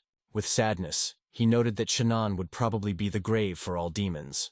He had already destroyed the demoness and the lust demon, and the unstoppable demon could join them. And considering that the young warrior was much faster, even if they headed there at the same time, he would arrive first. So he made it clear to the man he wouldn't get to his subordinates in time, and suggested that he think his threats through better next time. At first he wanted to object, but soon realized the futility of doing so. He squatted down and told Sohan to leave, for he could no longer tolerate his idle talk. But the skillful swordsman did not move. The demon was surprised that he did not want to take such a chance. But the young warrior calmly put his blade away, only wished the unstoppable demon the best of luck, and then nonchalantly left. The man was truly astonished. He had expected Sohan to continue harassing him, but he guessed that he was probably heading to the green forest to finish what he had started. He realized that he had to be more careful with this warrior. The experienced master, meanwhile, saddled one of the horses he had left behind and galloped away. He knew that the unstoppable demon would definitely show up in Shangyang sooner or later, and since he wouldn't have a horse, Sohan would definitely be there first. Soon the young warrior did indeed arrive in Shenyang, and the first thing he did was to take a healing bath to help heal his wounds. After that, he put on fresh clothes and strolled leisurely through the streets, knowing that the unstoppable demon should appear soon. And so, in one of the taverns, he did indeed spot the man, but it caused the skilled swordsman only a chuckle. He realized that he would certainly regret that he underestimated him. The unstoppable demon himself sat quietly, enjoying his noodles and not disturbing anyone. But then Sohan appeared, cheerfully greeting the big brother of the unstoppable demon. Immediately afterward, he took a seat at his table, and all the visitors began to whisper, not believing that the legendary fierce demon was really in front of them. The young warrior wondered why the man was eating alone like an old man and decided to keep him company. However, the demon himself was clearly unhappy with Sohan's behavior, but he smilingly explained that he only wanted to share a meal with him. After all, they were good acquaintances. He then asked the tavern owner to bring him a portion of noodles and the most expensive wine. The fierce demon assumed that the skillful swordsman was trying to poison him, but warned him that such a ploy would not work. Sohan awkwardly reminded his elder brother of his principles. He would never stoop to such a low game. Then he said in a deliberately loud voice that he was extremely hurt to hear such a thing from the strongest of the four demons. Hearing this, the visitors scattered in horror, not even finishing their meals. Realizing that this was done intentionally, the fierce demon only sizzled the young warrior with a fierce look. But soon he calmly exhaled, recognizing how tired he was, and continued his meal. Sohan, on the other hand, expressed his displeasure at this point, not realizing where his food was, and demanded that the tavern owner hurry up. Because he hit the table too loudly, the soup and broth from the unstoppable demon's plate ended up on his face. The skilled swordsman pretended that it was an accident, and awkwardly apologized. However, the man understood that the young warrior was deliberately trying to piss him off, so he offered to finish his meal quietly, and then go to settle the matter in a fair fight. The young martial artist happily pounded his fist on the table, offering to fight right after the meal, as befitting a real man. Sohan thought that there was no better place than the tavern. It was cozy enough. Apparently, such a rush of emotion had once again tipped all the food onto the man's clothes, which couldn't help but anger him. The disciple of the demonic twins only looked at him with a smile, acknowledging his clumsiness, and offered to order a new portion as an apology. At that moment, the waiter brought noodles and the most expensive alcohol. After thanking the servant, the Moonblade wielder immediately started eating under the gaze of the unstoppable demon. He had just arrived in the city, and the unruly apprentice had already had time to wash and rest. The demon did not realize whether he could defeat this defiant young man in such a state, because unlike Sohan, he had not yet regained his strength. At this moment, the unrivaled swordmaster drained his glass in one gulp. He loudly put the cup on the table and asked the man to stop looking at him, as he was spoiling his appetite. This disrespect angered the fierce demon, and he gave in to the provocation, attacking the impudent opponent.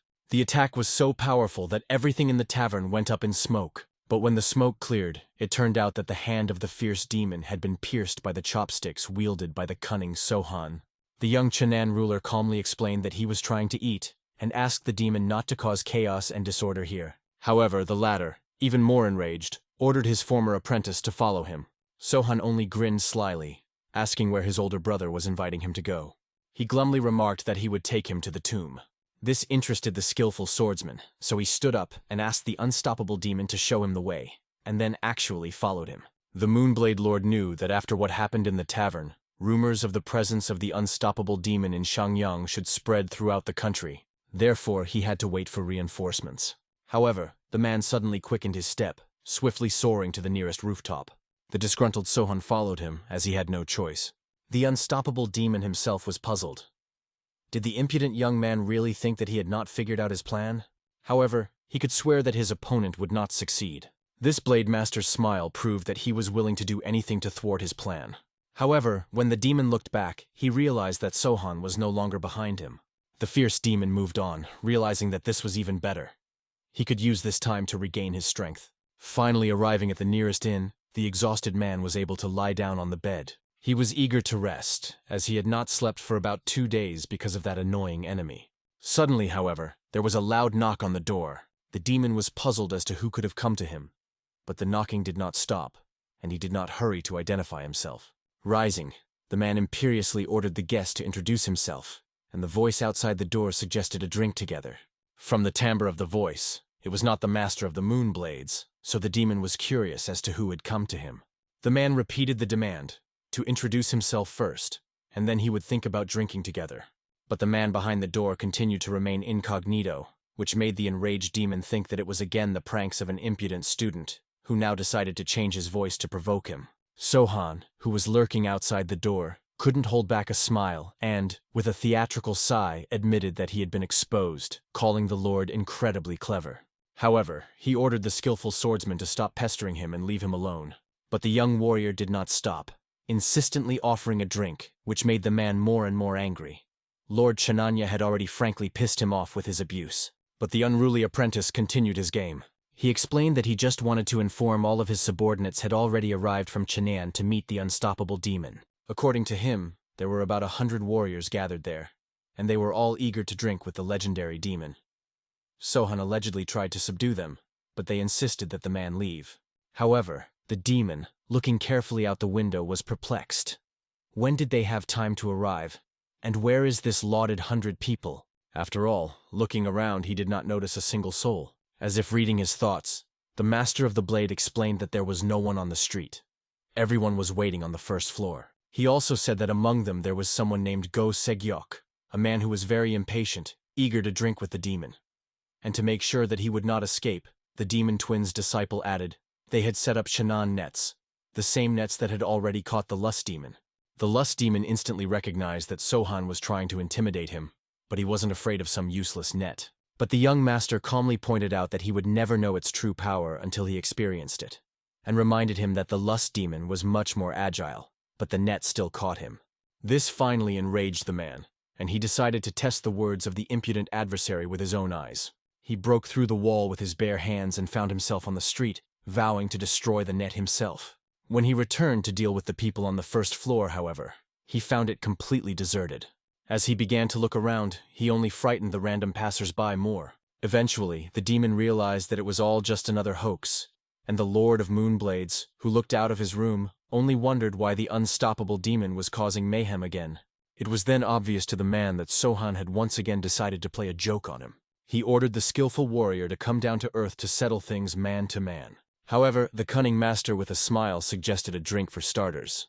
Jumping up to reach the recalcitrant apprentice, the indomitable demon vowed to drown Sohan in his own wine for all the torment he had endured. His attack was so devastating that it destroyed half the building, but Lord Channan remained unharmed. The young warrior wondered if the fierce demon really lived up to his nickname. He only wanted to have a drink with him and didn't understand why the man had so much rage in him. Sohan wondered why they should fight, as they were old friends who had met by chance in the city. They could drink wine and reminisce. The exhausted man realized it was better not to argue with this restless young man, so he agreed to share a cup of wine with him. The skillful swordsman was genuinely pleased with this decision of the Lord, and the fact that he finally heeded his request. Soon they were on the lower floor and settled down at the table. Over a cup of drink, the disciple of the demonic twins shook his wine glass unhappily, complaining that drinking wine with the unstoppable demon was such a problem. However, the sleep-deprived man only reminded him that no tricks would work on him, so one could not even try to use something like that. But the Blade Master was annoyed that the fierce demon would not stop messing things up. He had no intention of poisoning him. After draining his wine, the man decided to have a serious talk with Sohan. He begged Sohan to stop torturing him. But the impudent warrior pretended not to know what he was talking about and acted surprised at the words. He didn't know how to react.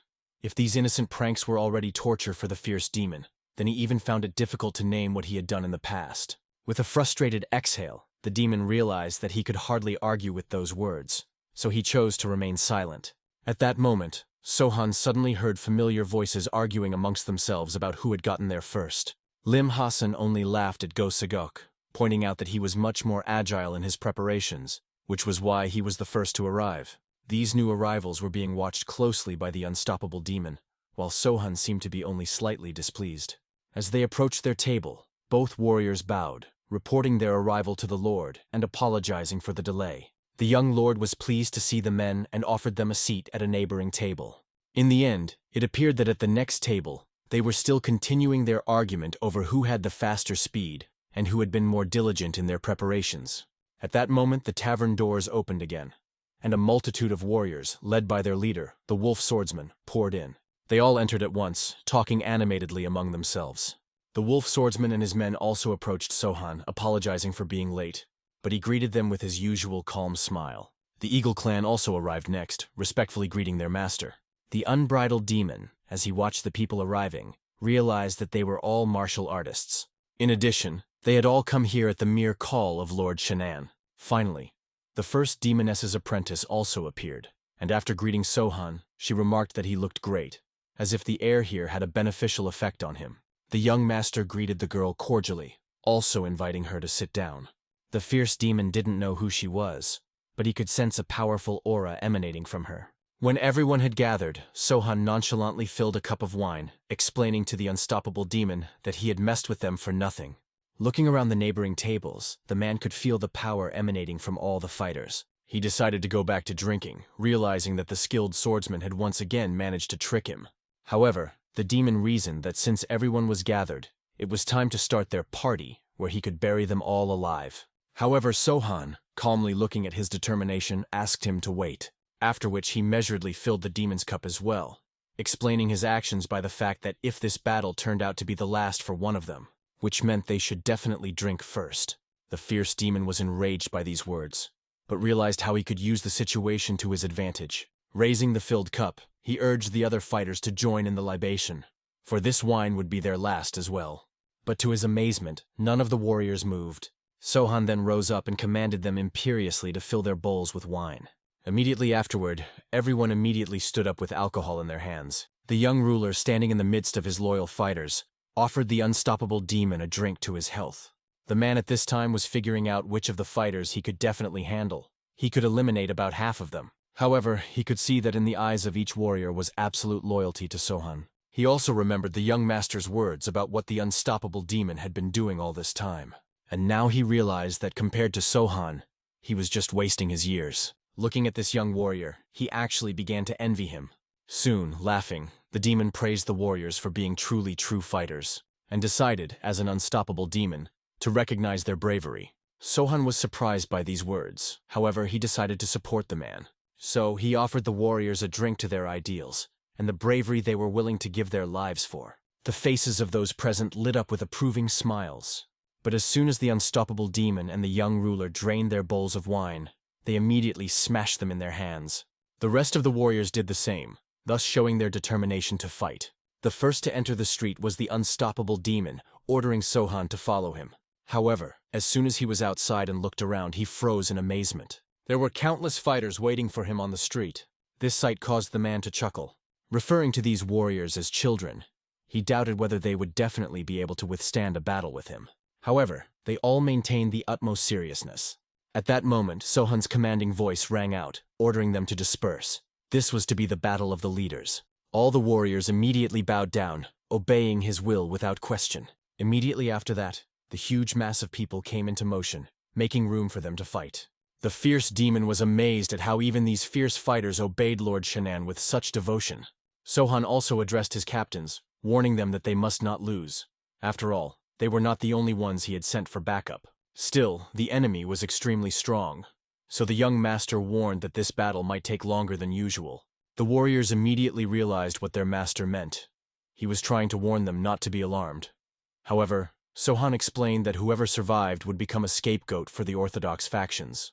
He intended for the light clans to take out their anger on their warriors after this battle. The fighters understood the Lord's intent and immediately obeyed. Then all of them followed their leader as one. As soon as the skillful swordsman was outside, his gaze fixed on his opponent. The two of them literally snapped out of their seats at the same time and began a furious fight. However, the unstoppable demon was surprised by Sohan's behavior. All this time, he had just been dodging. But now he had decided to engage in hand-to-hand combat. The demon grinned. It was his specialty, so he thought that the young warrior had asked for his own death. A series of crushing attacks followed. The ground beneath them gradually crumbled, turning into a deep crater. Even the trees and windows of the nearby buildings began to shake and crumble. The remaining warriors stood not far from the battle scene, fully confident in their master. At some point in the battle, the unstoppable demon began to realize the incredible power his opponent possessed. He had to retreat, but he could see that Sohan's eyes were filled with unbreakable confidence. The men behind him stood behind him with the same confidence. Suddenly they began showering the demon with attacks, confusing and distracting him. This sent the man into a furious rage. He rapidly strengthened his body with internal energy, then released it to counter the captain's attacks. However, even at this moment, Unwavering confidence did not leave the young Shan'an ruler's face, as if everything was going exactly as he had planned. The young warrior got close enough to his opponent, but the latter managed to stop the attack of the paired blades with his bare hands. However, at this moment, the demon did not expect an unknown snake-like weapon to attack his neck. It was the demoness's senior apprentice. She began to gradually strangle the man, giving him less and less chance of victory. However, suddenly, the unstoppable demon jumped into the air, thus pulling both Lord Shan'an and the first apprentice with him.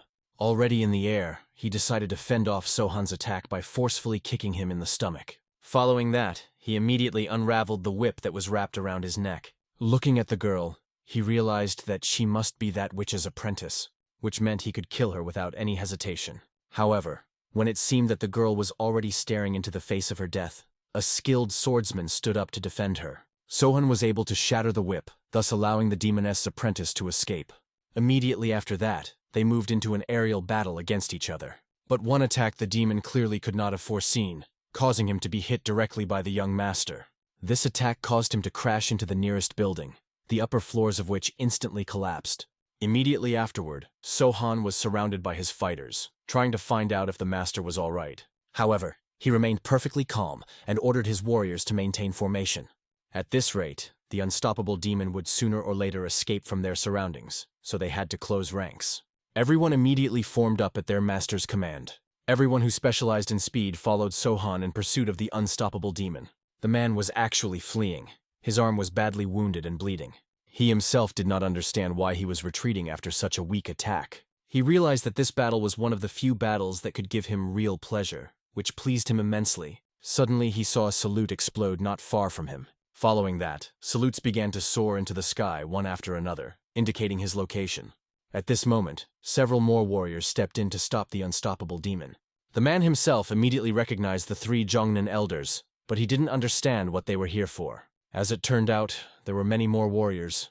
There were also Hubei Union fighters among them, and the man was truly amazed that even these warriors had joined the battle. Eventually, the fierce demon found himself surrounded, with nowhere to go. But he was at least relieved that Sohan was out of sight. He calmly approached the three elders, wanting to know how they dared to oppose him. He warned them that he would not stand on ceremony with them today. However, they were serious about proving the unstoppable demon wrong. The man himself also approached the Iron Cavalry squad leader whom he hadn't seen for a long time. The man himself recognized that many winters had passed since their last meeting. However, he wondered how the unstoppable demon had found himself in such a hopeless situation. The commander admitted that he hadn't thought of actually meeting him when he read the letter. At this moment, the demon realized that the message was also the work of Sohan, who had warned them. However, he only laughed, not realizing if these people thought that they had actually caught him. After that, he strengthened his body with internal energy, ordering the fighters to move closer. Everyone also released their internal energy, showing their determination to fight. The young ruler and his group were watching from afar. Go Segyok, looking at what was happening, didn't realize whether to help in this battle. But Sohan ordered them to wait, for that was his plan. Soon explosions began to sound. The worried Lim Hassan knew that the unstoppable demon was fighting there, and it seemed insane to him as he realized that they were nearby. However, Lord Channon realized this was the demon's way of showing them something, and that was to show them what he was really capable of in his rampage. Soon enough, the fierce demon stood alone, alive in the middle of the battlefield, with many blades stuck into him. He was exhausted and bleeding from the battle, but he was still alive. The last to catch his attention was the still-breathing commander of the Iron Cavalry. The demon was surprised that he had such a face, as if he had not expected such an outcome. He didn't think that they would lose. There were so many of them. However, he realized that life was a place where one couldn't predict one's future. Laughing, the unstoppable demon recognized his absolute rightness. Then with a smile, the captain ordered the demon to finish what he had started. However, he reminded that the commander had already lost, so he had no right to point anything out. Immediately afterward, the man walked past him, which sent the captain into shock. He demanded that the unstoppable demon kill him. However, he asked that the man return to the Alliance if he survived, for they were soon to fight the celestial demon cult. Rising to his feet, the captain ordered the sky demon to stop. If he wasn't going to kill him, then let him kill him himself. However, the demon calmly continued on his way, explaining that he was too tired and just wanted to sleep. Such a primitive desire in such a situation caused the captain a real shock. He thought that it simply could not be said seriously, and assumed the man to be completely insane. Soon after reaching the nearest river in the forest, the indomitable demon stopped to wash his wounds. However, he quickly smelled something wrong when he smelled the odor of poison. He bitterly realized that he had never met anyone as treacherous as Sohan in his entire life. However, at that moment, he had already collapsed. The young master who was watching him realized that if the unstoppable demon was so tired, he really should have rested. The guy lay on the ground. One eye finally opened, the consciousness was slowly returning, as if after a long sleep on the verge of life and death. Suddenly he jumped and climbed to his feet, not fully realizing where he is and why he is still alive. A man was quietly sitting near him, not looking at the fire, waiting silently until he came to his senses. The only question that turned in the boy's head: why didn't you kill me when he had a chance? The answer was cold and clear. You have no right to indicate me what to do. These words hurt the memory. He had already heard them once during a fierce battle. One could only guess. Did he then listen to and understand more than he showed? Looking at the flame, the guy realized with horror, it could easily become one of those who would never wake up. But at the same time, he did not understand. Why did this man not join the light? Did not stand on the side of the obvious? The answer was made as a sentence. I was the next goal. Hubi is weakened, Junin lost 3 strong ones, and Zhugi remained without a leader. Chaos is coming.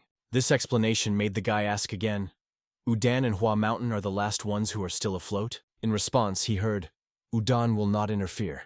They will keep away, despite the threat. Earlier, a man met with an elder, known as an immortal sword, a true legend. Hardly hearing this name, the guy exclaimed in surprise, How is you still alive? He is incredibly powerful. Silence has fallen for a few seconds. The silence was more difficult than any answer. Then he quietly added, Do not forget, I am also one of the demons, and I have my own rules of the game. The curly again suggested that only Hua Mountain remains. But the blue-eyed did not understand. He has not yet encountered them. Then the curly changed the question. Honestly, why did you save my life? The answer was straightforward. Enough chat. Now you have only one task, to honestly answer all my questions. Do you understand in what situation you find yourself? Hearing it, the curly calmly said, I'm not afraid of death. And if you are so sure of yourself, let's solve everything right here and now. He barely offered to fight. The curly instantly tensed. The instinct suggested that it could end badly. The problem was that he could not use his internal energy. The body was not listened to. The strength was raised at the worst moment. The blue-eyed calmly advised to calm down, and asked if he realized what would happen if he wanted to kill him. And then he added rigidly, I will undress your corpse and throw in the gate of the Orthodox sect. These words immediately made it clear, before him. A daring scum that is not afraid of anything and has no limits. In the implication of all this, one was felt. Keep your life while you can still. Blue-eyed even threatened. After your death, everyone learns that you were frightened and committed to yourself not to get to me. And even if it is a lie, you will not be able to refute because the dead do not say. So, it is better to behave more calm. Your life is now kept on the hair. The curly clenched his fist. He understood that this type knew all his weaknesses. I didn't want to believe. But he began to think, does he really lose him? And then he realized the terrible truth. Does not lose in the future. Because he lost. All he had to do was ask, what exactly do you want to know? And he began to explain. The cult of Heavenly Demon is fanatics that worship the former absolute property. Their doctrine is allegedly based on his teachings. 8 leaders have already changed, and if they return to Jiango, they took out lessons from the past. The next question is, what do you do if a war with a cult begins? Will you stand on the side and watch? The curly replied briefly, we will live, we will see. But the blue-eyed immediately voiced your desire. You have to be in the vanguard. If the conflict between the cult, the south of the Yangtze, and the 10 strongest masters, it was in this case that he wanted the curly to lead the force of the avant-garde, and became the first in the battle. You have to die there, said the blue-eyed, as if declaring the sentence without the right to appeal. The curly calmly replied that he would decide where and when to die. The voice in response was terribly cold. Who gave you such a right? He explained, here and now you will give up on your own behalf, and I will be happy to help you. I will spread the hearing of your death using all my relationships. And your masks will only play in your hand. The world knows you as a cruel leader of dark factions. Both Chanan and Shannan know what you are capable of. In all this he saw something even fun. 2 against the whole world. After all, his enemies are everywhere, because there is a dark trail. And if the curly joins, he is waiting for many clashes with the strongest masters of Django. And each of them will have to go without a mercy to himself. Just forward, only in battle.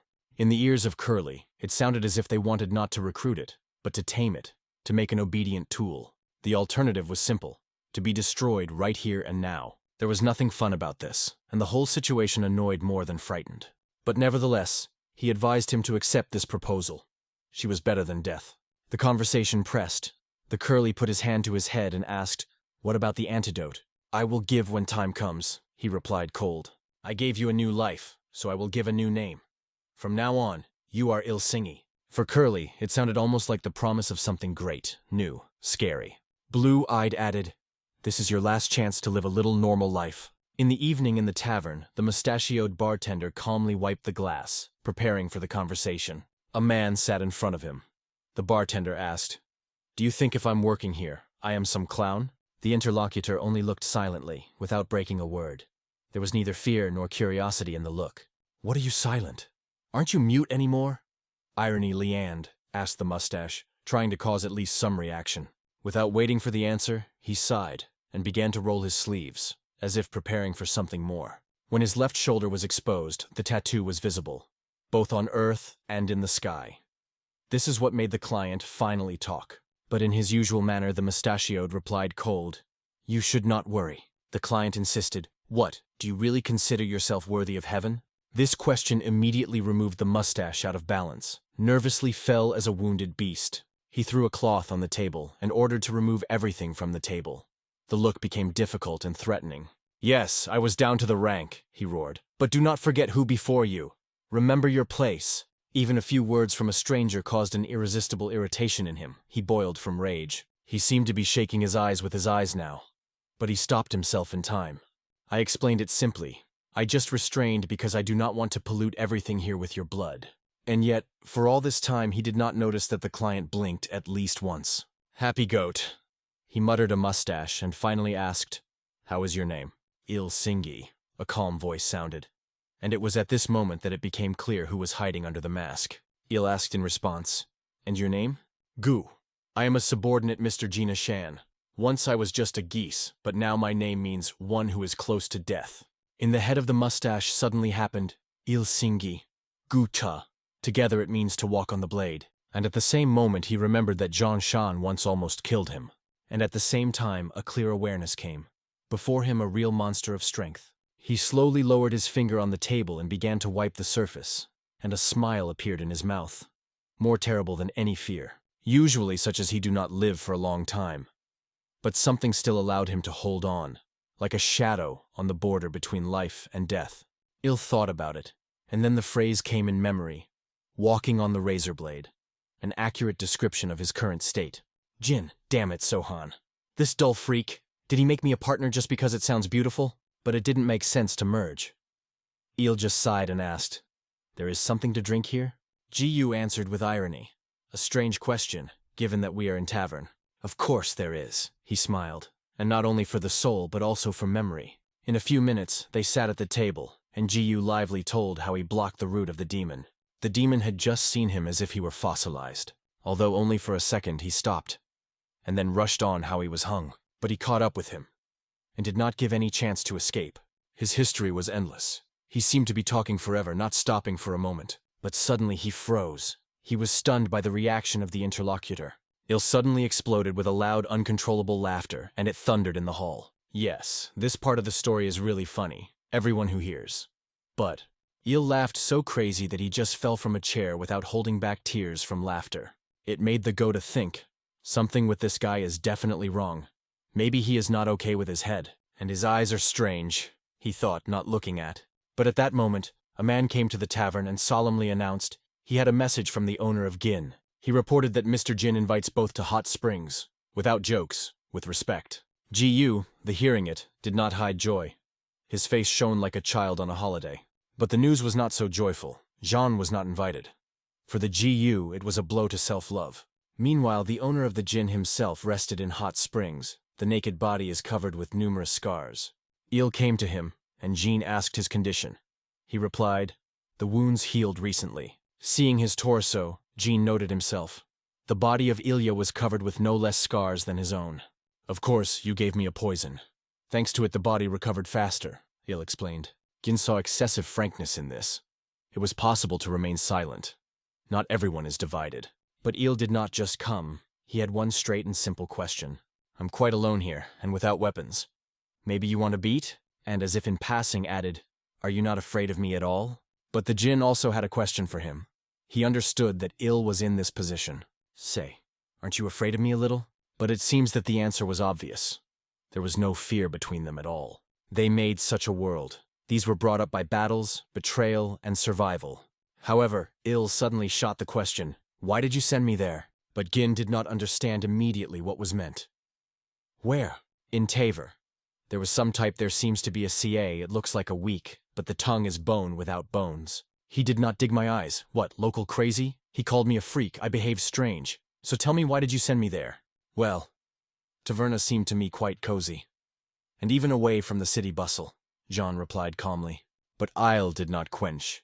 Do you know that if we combine our names it turns out, walk on the razor blade? And what do you mock me?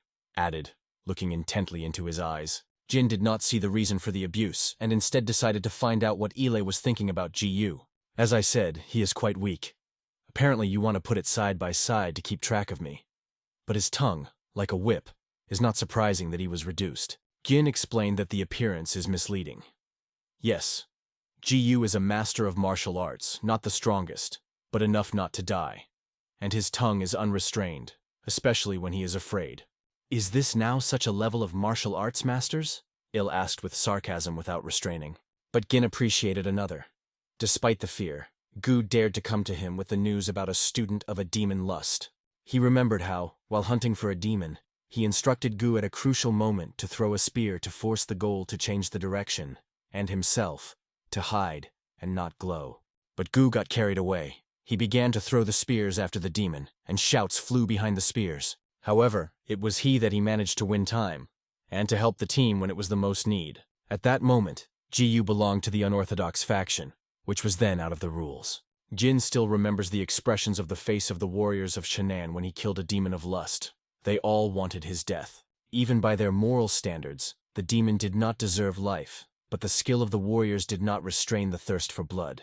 At that moment, they were a real unorthodox fraction, just as Jin always imagined them. Il could interpret these words as you like, but he made the essence clearly. But now, Gin asked to focus and listen carefully to what really matters. There is someone who wants to meet me, and he is also dark. I plan to combine all the dark fractions of Shanyi, but they are allegedly too busy fighting the light. But they still agreed to the meeting. The meeting was scheduled in Hanchun, a city where they play, not with words, but intrigues. They clearly want to show their strength. A formal meeting is just a cover. Obviously, they prepare an attempt. They stated that the number of my people in the suite should not exceed 10. Il, listening to all this, only sighed. I do not surprise if these scums attach the whole clan with them. But in dark fractions, it seems that everyone brains. Traps, poison, hidden weapons. Everything will be included. Il just didn't understand. Do they really think that Jin does not see it? However, Gin considered differently. He knew that they were sure. He already understood everything. They think I will come, realizing that it is a trap. And I will do it all the same. And most interesting, they will bring with them more clearly than 10 people, Gin added. That is why he suggested going to the 2. We are just 2, against the whole Hanchun, he said with crazy confidence. Il looked at him. Now Gin looked like a real psych who rushed towards death with a smile. Because of this, Il suggested, maybe it's better for you to go yourself. And suddenly you just decide to betray me and kill me in person, added with a cold smile. They looked into each other's eyes. Ilya's gaze is serious. Gina's gaze is even more serious. I said, Gin repeated, we go there together. So the naked freak, thought Il, a little annoyed. He sighed deeply and finally asked the main question. And what will you do then after this meeting? If they are the same creatures as the Green Forest, I will kill them. But if it's just unorthodox warriors, I will allow you to join myself. Il did not understand it. Why? At best, there are a few dozen people and only partially strong. But Gina was indifferent. He was not concerned with the skill. He had a goal. There was a sage. There were those who developed, and those who gave up for a long time. But if the moment comes, Jin will raise his sword without hesitation anywhere. And it is then that everyone who belongs to the unorthodox faction will do the same thing. they will raise their weapons with it. All. And it is indifferent. It will be a treatier, or a simple bank. Gin asked Ilya to seek to look at the world's eyes. This is a path doomed to defeat before the beginning. I do not force you to join the dark faction or be my subordinates. Just become those who are worthy of the name Il. And look at the world through the eyes of this person. In the Hanshin soldiers, try to see real husbands. But if you notice the fraud, destroy them. If you find those who deserve death, kill. And only then, if such a road gets bored and the soul desires to return to the path of the demon, go. No one will restrain. Il listened carefully and asked, "Do you really let me do it?" Jean just smiled in response. "Do you think I have resources to restrain you?" After this conversation, Il only strengthened in his opinion. Jin is some strange, but Gin himself never hid it. He had something superhuman and insane at the same time. Getting out of hot springs, Il said calmly, "Let me know when you go to a meeting." The next day, they were already stepping on the shore, the path closer to a place where a new story had to begin. Il, noticing that time was not waiting, offered to rush, but Jean, walking past the water, forgot about the goal. He enjoyed its appearance and sound, the look focused in the wave. "Do you know how to swim?" he asked unexpectedly. "Fought more than 100 times in the mountains, 50, underwater. And there were battles in a poisonous fog, where even your own nose is not visible," Il said proudly. Gin was silently listened to a boast. "I asked if you were able to swim and not how cool your eggs have," he replied calmly. The replica came ridiculous, and immediately knocked down the arrogance from the too inflammatory Ilya. But he said, "I wonder what Jin will be when they will finally get to the meeting place." "You can no longer trust," Il grunted.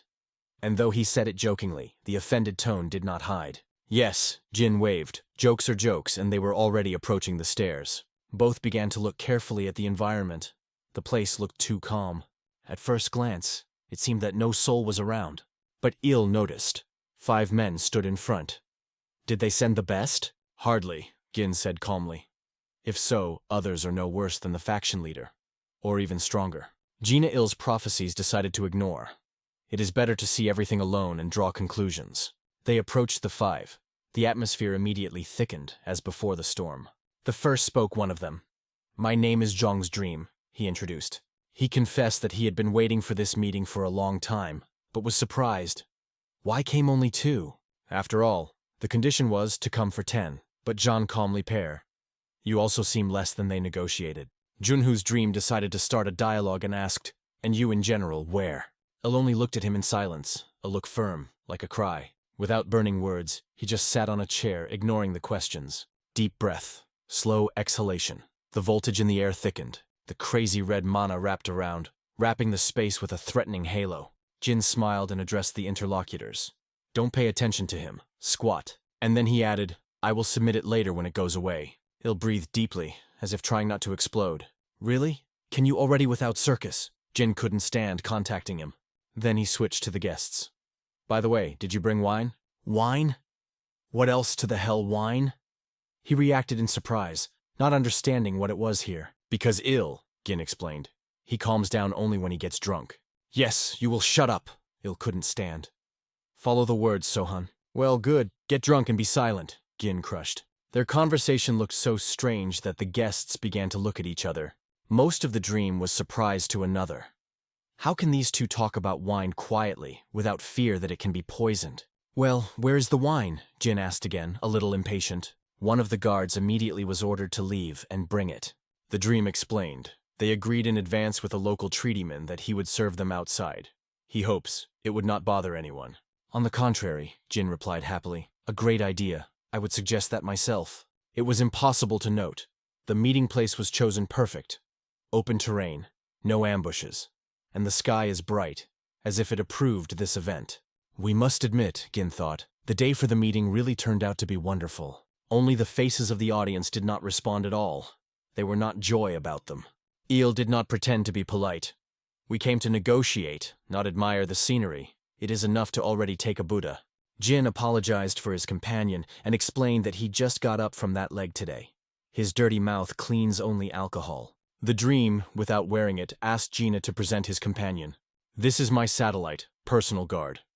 He has a hot temperament. Do not be offended. Times are now that unnecessary protection is only a plus." But he did not have time to treat it. as Ile glanced at him. Who said I was your guard? And what, no? Well, be sure, Jin waved his hand. Their conversation looked so strange that it was impressed. This is all a play. And the worst part, no one understood that. To the hell, it was happening at all. At this point, a boy with wine appeared. He kept her carefully like poison. The wine was alerted by all those present. It was too easy. Jin, without losing his self-control, asked, "Poor." The dream had already imagined how everything would go even better than he hoped. Fools.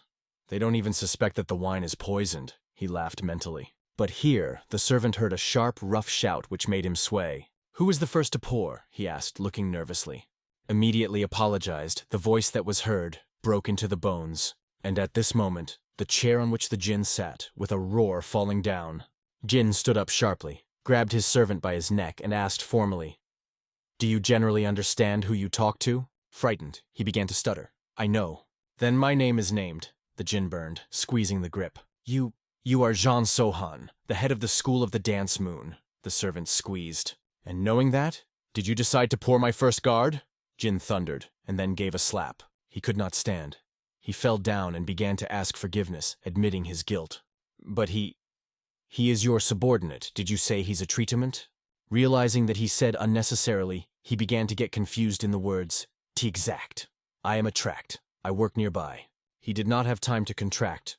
Another blow, like lightning, dropped it back. The servant fell on his back, banging with pain, not understanding what is so cruel. Jin came closer, kneading his shoulder. "You think, to be a treatise, is it so easy?" He choked with blood, wiping his cheek with a trembling hand. Jin looked into his eyes, and he saw them all. Rage, a thirst for blood, anger. "I'm ready to argue with any of you," he said quietly but clearly. "This is the look of the killer. He has the eyes of the one who has already killed. And more than once." He struck his head as if he wanted to argue that it was not. But the atmosphere has become so tense that the air seemed poisonous. "Disappear." The order came, and he immediately left the meeting place. Il, watching all this, did not understand. Why this performance? And I decided to ask Gina. "Drink your own. We will check whether it is poisoned or not," he cut off. Il smiled lightly. The smile was barely noticeable, but with her accepted the order without any objection. He reached out to the glass, keeping it calmly, but with internal tension. Then he lifted and poured fluid into his mouth. The movement was smooth but confident. The dream watched closely at each of his sip, without taking a close look. Okay, one drank. It is necessary to force Gina to do the same, he thought. But at that moment, Jean himself turned to Sun. "Why did you call me here?" "I heard that you want to combine the dark fractions of Shani. So I decided to make a visit first. As you may know, we have never kneel in Kanchun before someone," he added proudly. Gin nodded and picked up. "And right, dark fractions should not bend in front of anyone. Maybe you have specific proposals," he continued. "I'm all at your disposal. Listen carefully." Squeezed, Il intervened. "But he has nothing. They just want to live as usual, to bite in Kazan until the handful of the stronger." "Continue for a few minutes," interrupted his dream. "And why do I have a mouth if I can't speak?" Il replied boldly. The dream was barely restraining. He had already clenched his teeth deep in his soul. In an instant their views crossed. The tension thickened. Il immediately recognized this view. They are hesitant. They think or not, he realized. In the air it smelled blood. He swallowed another glass, watching the enemies coldly. His hand tensed, his fist clenched. Readiness for battle in every muscle. From the palm of hand to the shoulder, the hand covered the bright green veins. The force began to awaken. From the fist of Ilya, a thick green liquid began to drip in the glass. He clenched his hand like a cloth. It became obvious that it was a real poisonous poison from his own body. Seeing stunned all those present. Some even kept their breath. The realization that he literally squeezed out the deadly poison made others alert. In a glass, the liquid pulled, emitting threatening power. Too strong cooking, even in appearance. Ale returned to 5 and said coldly, "One of you has to drink it." A couple came from the glass. The poison was so concentrated that it evaporated. Jin joined the game. "So tell me, Sleep, did you really try to poison us?" He was interested not only in objection, but also what justification would give a dream. However, there was no answer. Gin smiled and said, "Don't look at the poison. Let's talk better. I have 3 questions. The first thing is, what if the Alliance, having defeated the Chanan faction, invades the land of Hanchun?" But the dream was shocked not by the question itself, but by the fact that Gin, after all this, really wants to say. The answers did not sound again. Gin just shrugged. Well, let's go. Personally killed the leader of the Ziggy clan, arranged the death of 3 elders, got rid of the Iron Cavalry Hubi. I won a little time. And he heard that the cult of Heavenly Demon was also activated. Imagine. The cult attacks the Chainin faction, wins, and then it invades your lands. What do you do in this case? It was the second question. And again, silence. No words in response. Then let's move on to the third, Gin said cold, losing interest. Given everything that is said, sect or union will not be attacked in the first place, not on me, but on you. How do you act then? The dream fell silent, but he thought it was not a joke. The chance that they attack them is very likely. Not having heard any of his questions, Jean decided to ask one more. The last, not related to the previous ones. What if Hanchun meets a powerful enemy? When not only warriors but also innocent people are injured, the homes will burn, the ships will drown, the children will remain orphans. Who do you then turn for help? Are these 3 sitting next to you? Gina's gaze was cold like a cry. He immediately saw their reaction. These 3 are also the leaders of their factions. And it does not matter what exactly. The essence remained the same. Then Gin turned directly to one of them. From the beginning you sit here with this blunt mask of indifference on your face. You look as if you are only interested in money. Disappear from my eyes until I pulled the spine. You have no right to be here. The man did not answer, only silently rose from the chair. The only option was the attack. In his sleeve, he kept a hidden cane. Thin, sharp, like a blade. A strong body made a lightning jerk. The goal was clear. He directed kunai just on Elijah and Gina. But this is over. The hand was blocked lightly. The compression was so strong that the kuna fell out of his fingers and fell on the ground with a rattling. The whole body of the man was shudder. He was punched by convulsions. Il, without any effort, showed how deadly one of his grip can be. But this was not over. He grabbed the enemy by the neck, as if a bony branch which was about to break. Everyone who saw it was blinking instantly. The voltage in the air became unbearable. It became obvious, Il is several times stronger than each of those present, and possibly all combined. He took a glass of green liquid from the table. The same. Deadly. Congratulations, he said coldly. Now you are my sob. The animal broke his dirty mouth and poured his poison just inside, without chance of resisting. Scale freak, he added instead of toast, not hiding disgust. The chances of surviving after that did not have any. It was a death, not a warning. I wonder how others respond to it. Their turn is about to come. Jin, quietly watching everything, advised everyone else. They will be preserved. The meeting has not been completed, he added with the icy peace. None of the audience realized that these 2 were so dangerous. Mr. Sleep, you are more and more disappointed, Gin said to him. With every second, your value is falling to me. Do you understand that? Because there are no irreplaceable, he said calmly, but with a hidden threat. Then he looked straight into the eyes of the sun and clarified, Do you know what I lead to? The dream only guessed. Jin hints that it could easily capture Hanchun and plant his puppet there. And though the assumptions are accurate, nothing but the question that Jin offers to do them, he could not utter. In the eyes of Elijah, he looked pathetic now. A weakness that he does not pull on a man. Jin's words floated in the head of Ilya. Stop looking at the world's eyes. This is the loss from the beginning. And again, in the warriors of Hanchun, look for real men. And if you see the fraud, destroy. You will meet the scoundrel, kill. And with these thoughts in your head, is it really thinking of Il now, to kill him? After all, Jean rose slowly and approached the poisoned man lying on the ground, barely breathing. You would have chosen fear better, not money, he said, looking from above. The man was still alive. He asked the mercy hostile, assuring that he was from the Sichuan Tang clan. Why did you put them in danger? Jin asked coldly without changing the tone. No discussions. Jean did not pity him, shaking his head with his foot just in place. Then he returned to the remaining 3 and ordered, Name, and tell which fractions you are. I am Chun Muzun, the dark faction of Seohova. Makagul, the dark fraction of the fingerboard. Jiajani, the dark fraction of Shitan. I congratulate on this gathering, Jin said. It could give you great opportunities, but you have already made 2 mistakes. Poison and murderer. Well, I accept it. After all, such a path is the fate of unorthodox clans. Let's see if you make a 3rd mistake, he quit the call. Give those who are hiding that time to get out. Immediately. The dream swallowed saliva. There was nothing left to obey. It is interesting that he will say next. He shouted loudly, Go out! From all corners began to jump out, armed, like a shadow army. There were so many of them that it was not possible to list. Each of them kept a weapon that he clearly knew. Everyone was ready for battle. Too much for the agreed 10, Il stated with a smile. And Jin just stood silently, no shadows of fear on the face. The dream, a little awkward, explained, "These are everyone who was hiding. No more." Jin slowly wrapped his head and said coldly, all on his knees. "The question is, will they break now? Will they face the ones in front of those who previously managed?" For the majority, it was too humiliating. Their ego opposed such an order. Even Ile could not understand Gina's logic. Although, to be honest, he rarely understood it. But this time Gin seemed to him just funny. One of the 4 rose, the look is sure. To remove the swords, he calmly ordered his subordinates.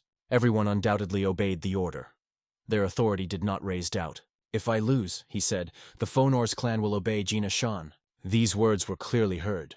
They were heard by each of those present. And then he added, "If I lose, but I stay alive, I kneel in front of the owner Jin."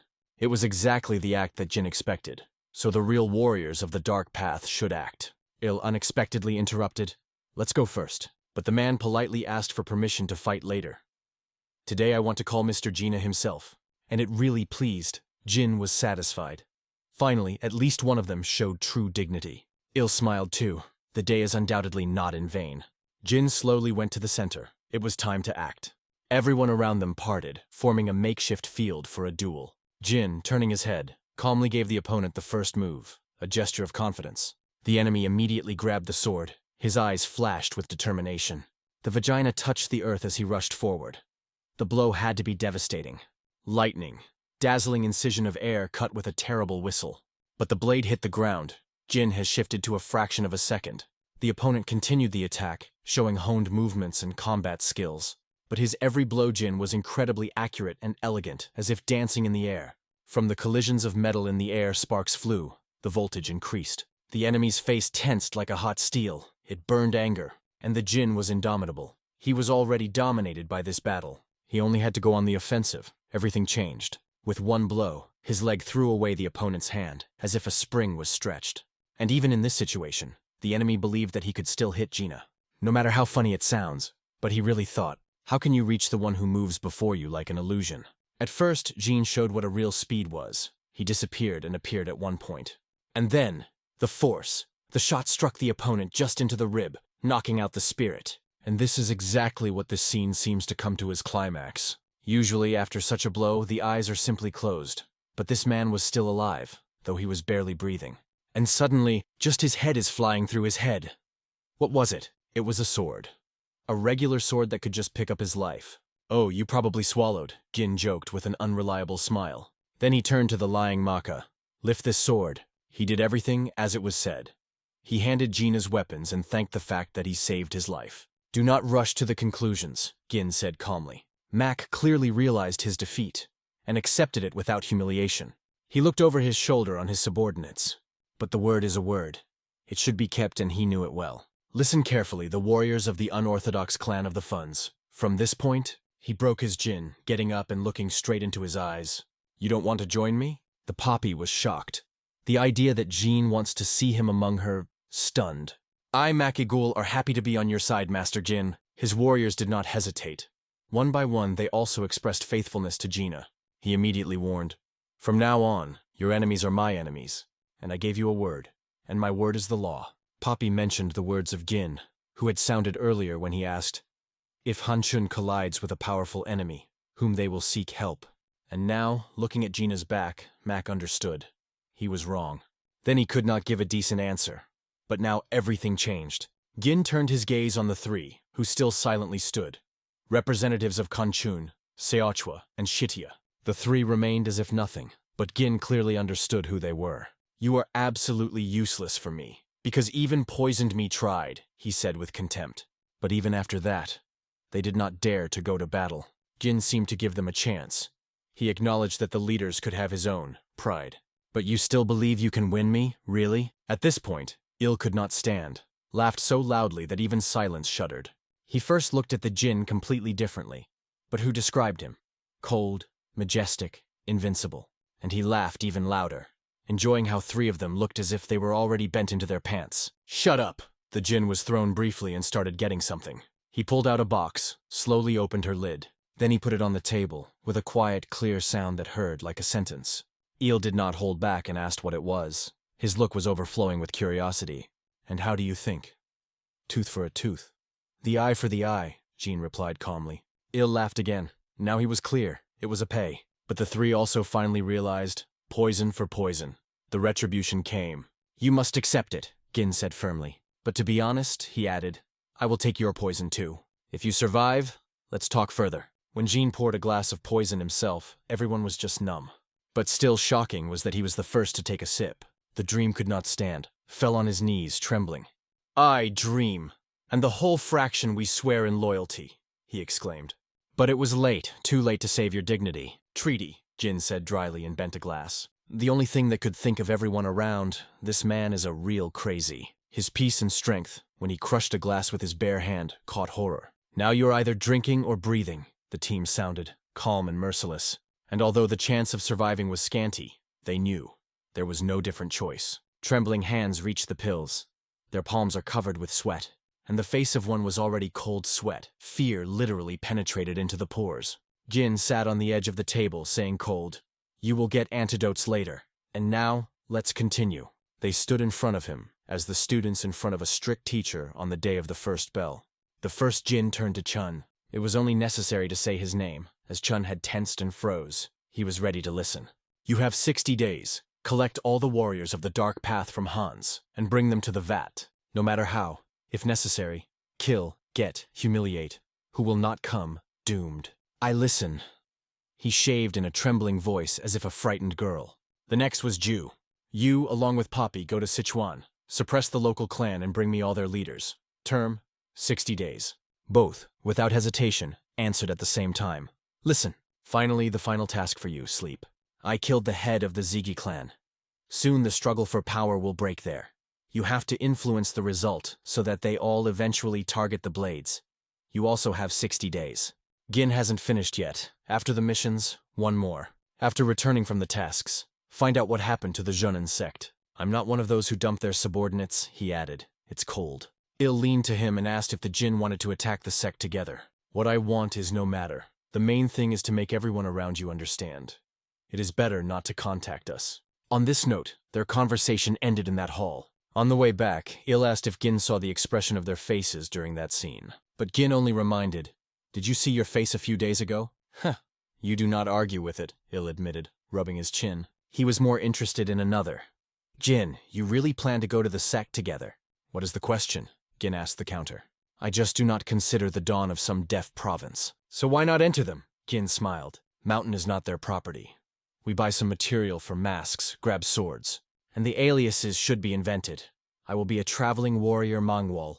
It sounds beautiful. A dreamy moon. Il, listening to all this, asked interestedly, What about me? Gin did not hesitate, and immediately invented the illness of the alias. Guangwol, that is, a mad moon. Il laughed. So we will really attack the sect? Pretend to be travelers and call the duel the strongest? But Gin stopped him again. It is enough to think like a demon. This sect is one of the most powerful in a chance, constantly competing for influence with the Hua Mountain sect. He stressed that the main goal is to gather information. Although Ilya's gaze spoke completely another, he did not suffer a fight. And he also thought, as if to betray Gina in time, to give his name and to escape. Irony. Both thought about the same thing, just silently. They soon got their destination.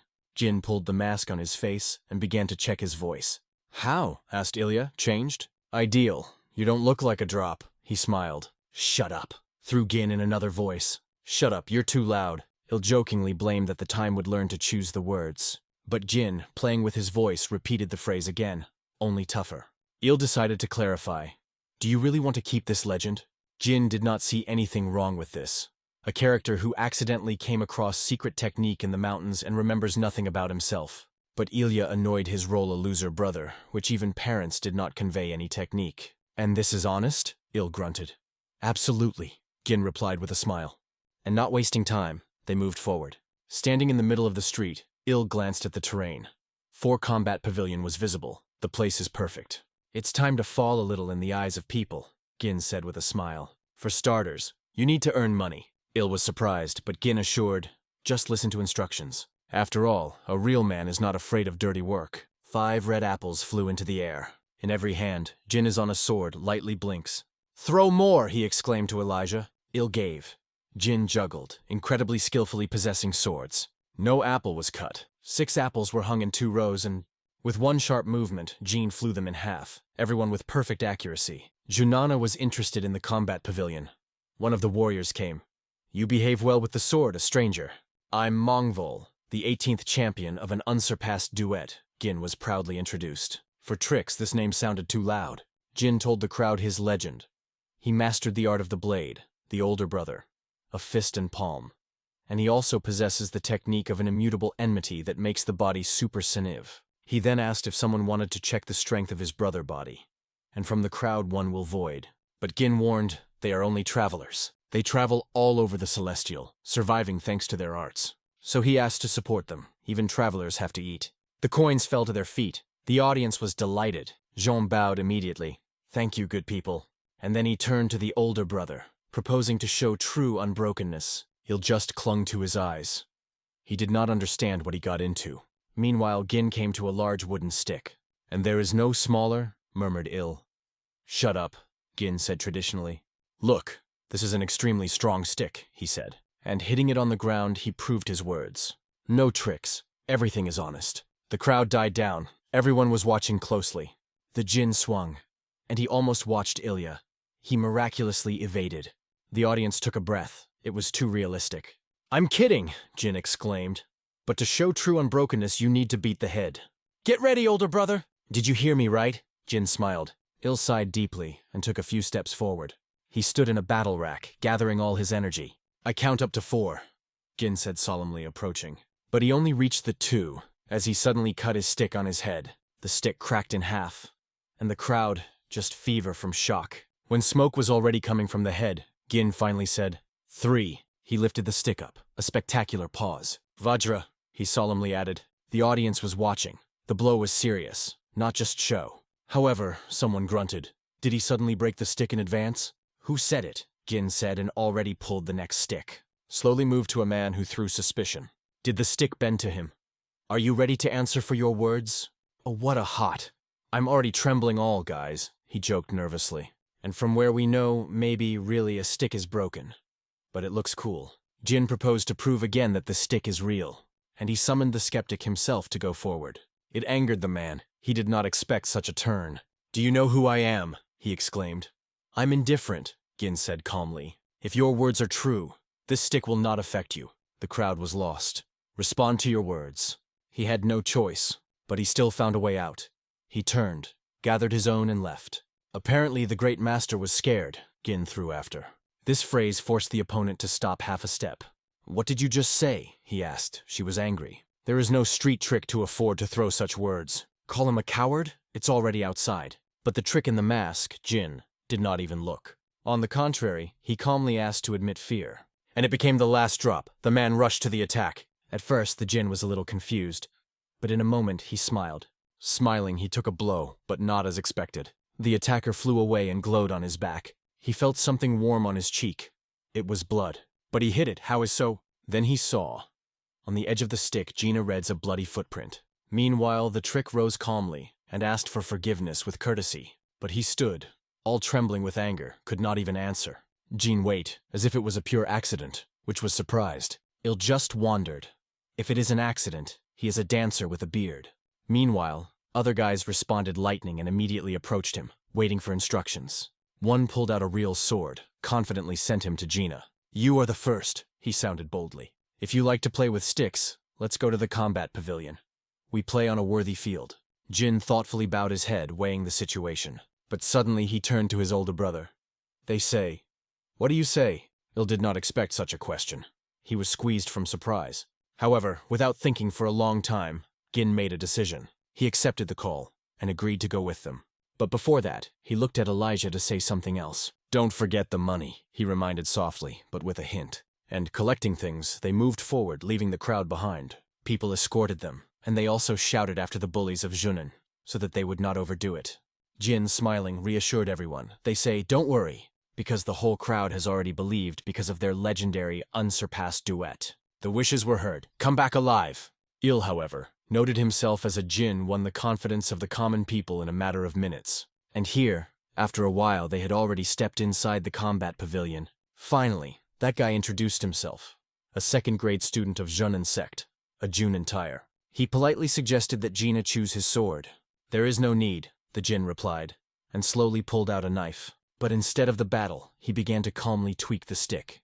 This caused genuine surprise on the faces of all present. Seeing such a scene, the tire said to stop the circus and admit why he actually came. "It is bold, as for someone who himself got into another's performance and provoked a conflict," Gin calmly. The tire set the condition. If he wins, strangers reveal their personalities.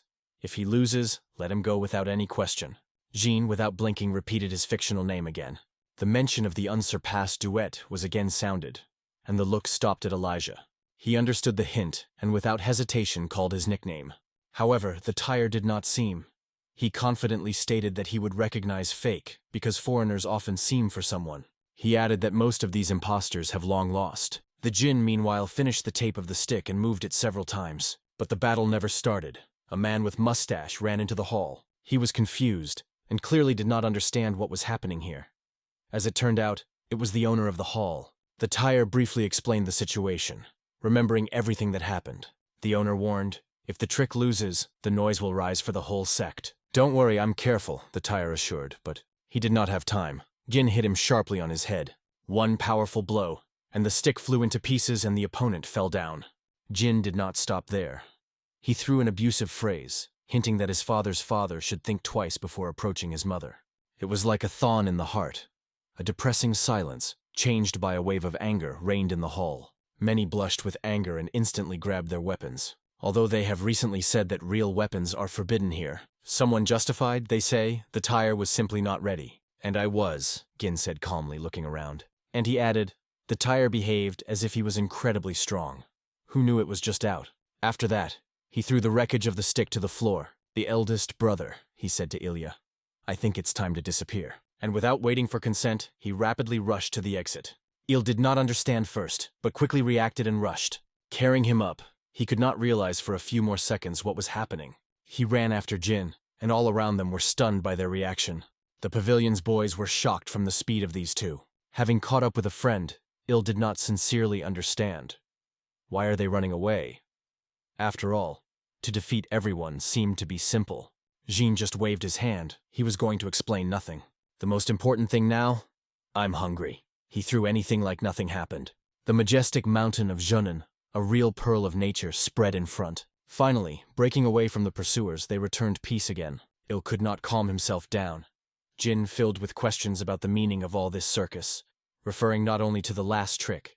"I am sure that the best warriors have already followed us, but I do not think that because of a blow to the head of the elder or the head of the sect we will rush to catch. I propose to split. Let's deal with the pursuers alone.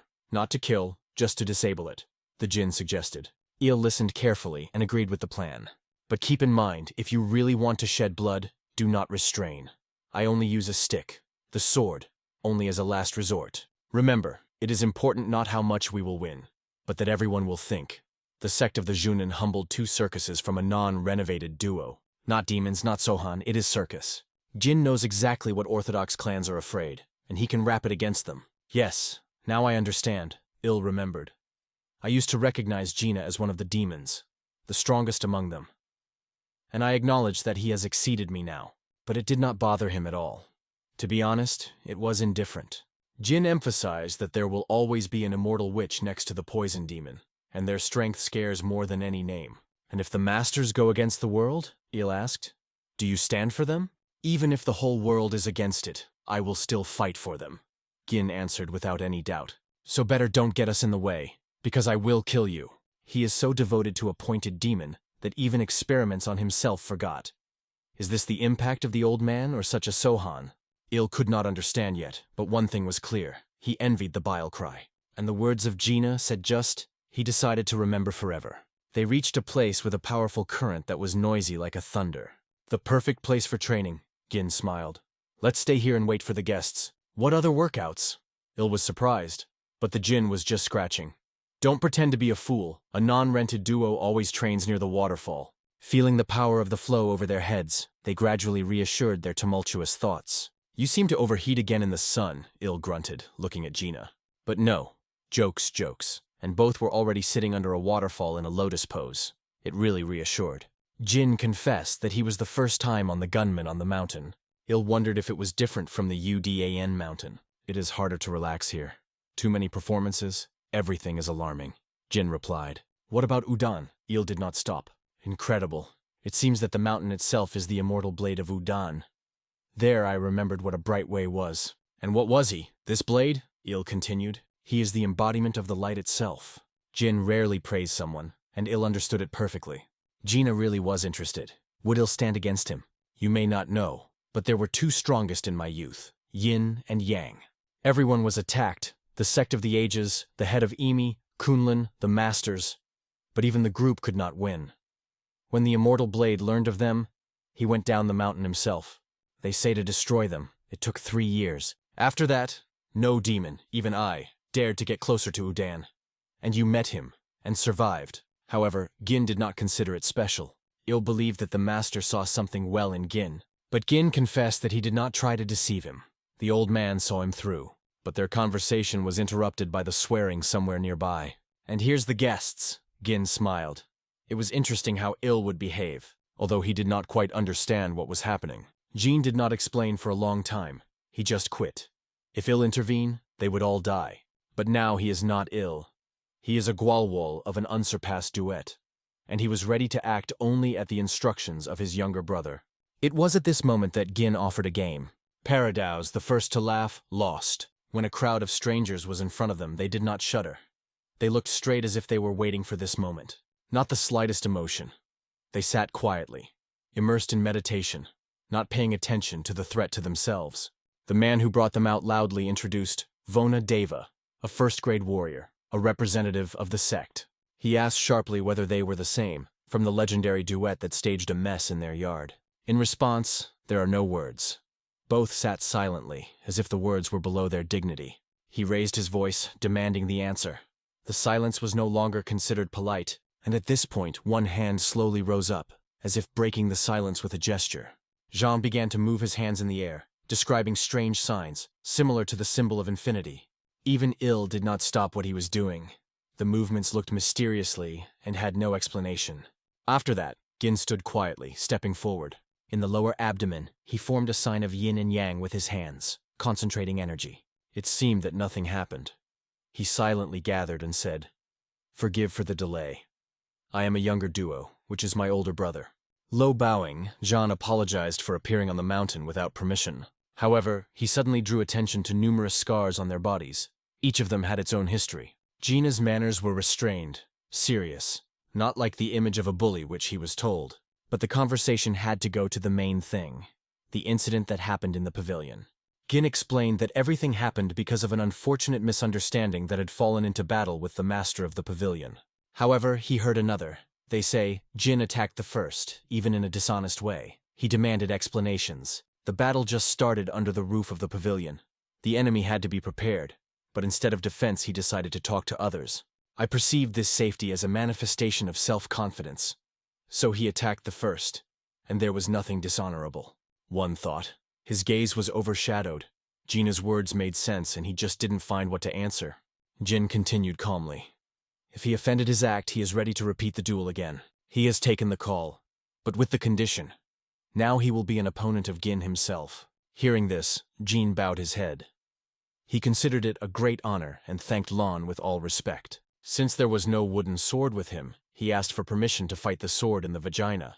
At this point, Il began to breathe out loudly, as if preparing for something important. His movements seemed incomprehensible.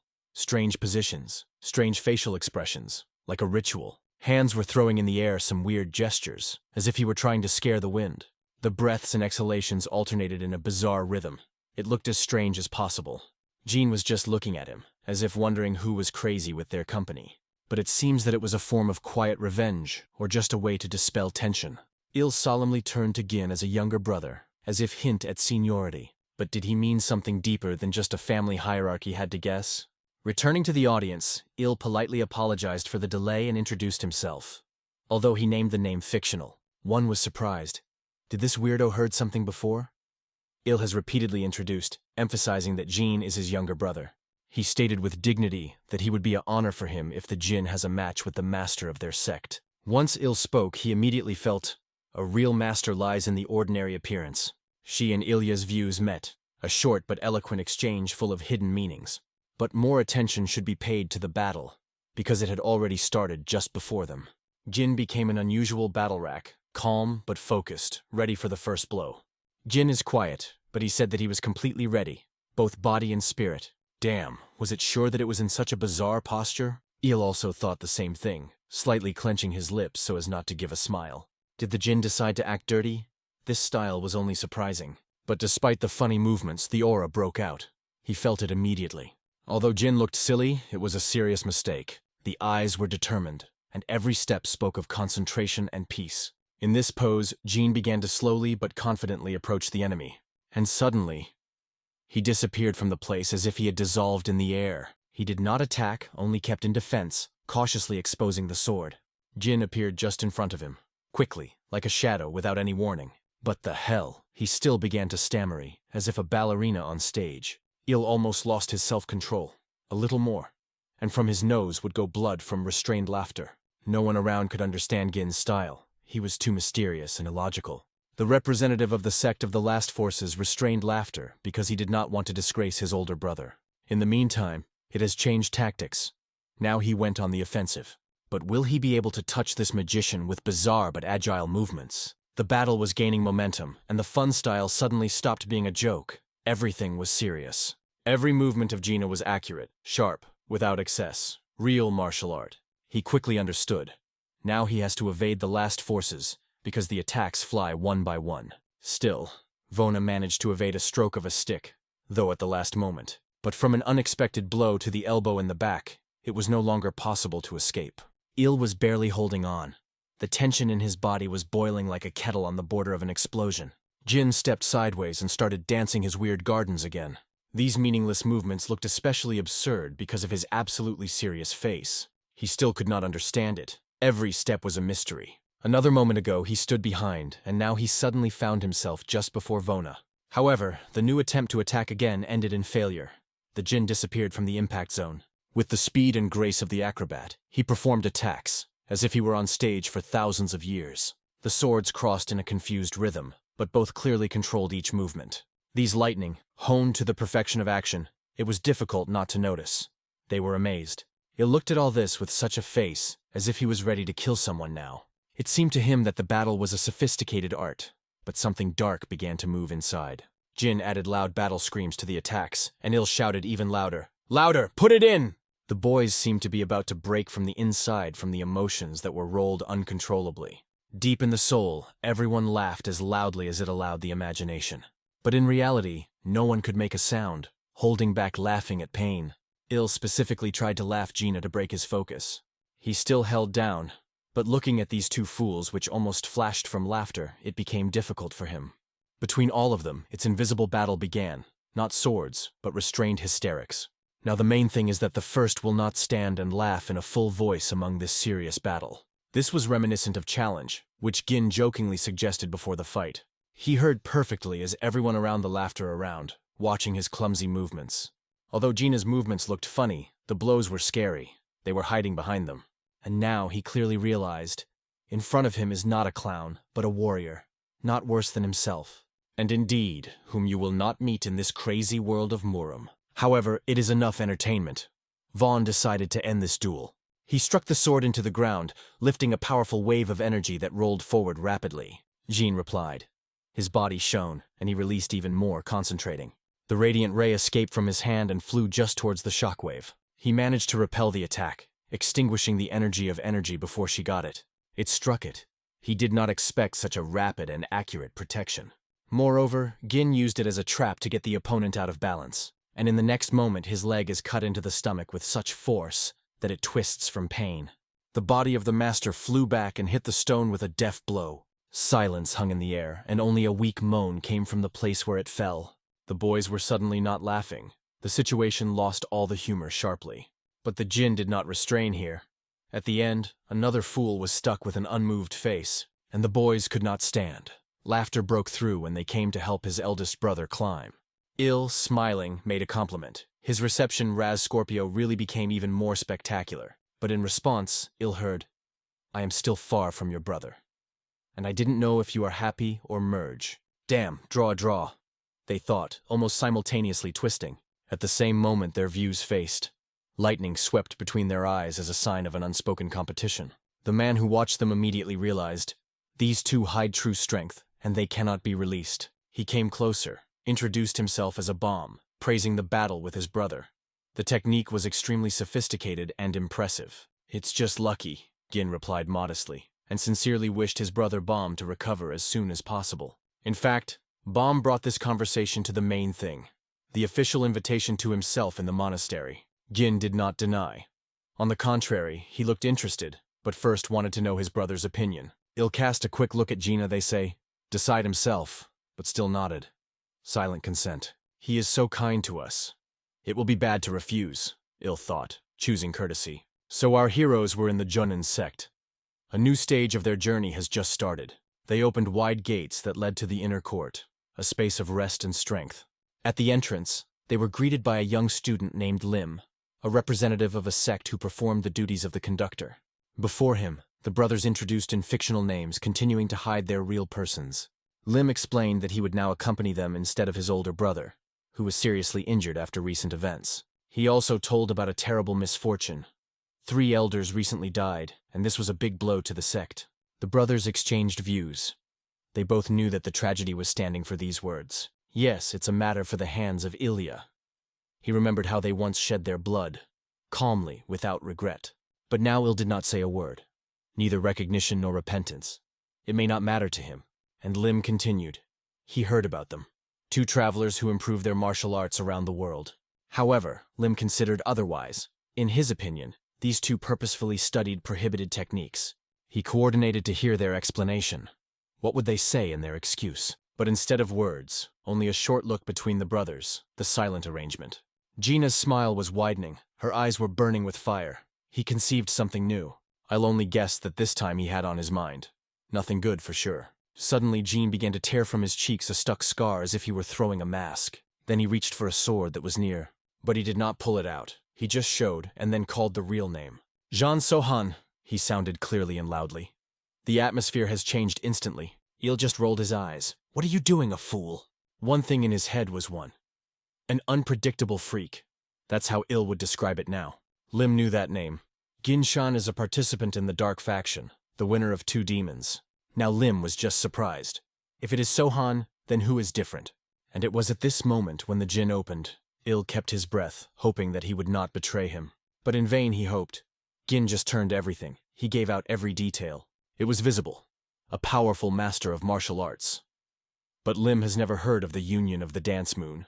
Gin said he was ready to be explained only before the head of the sect.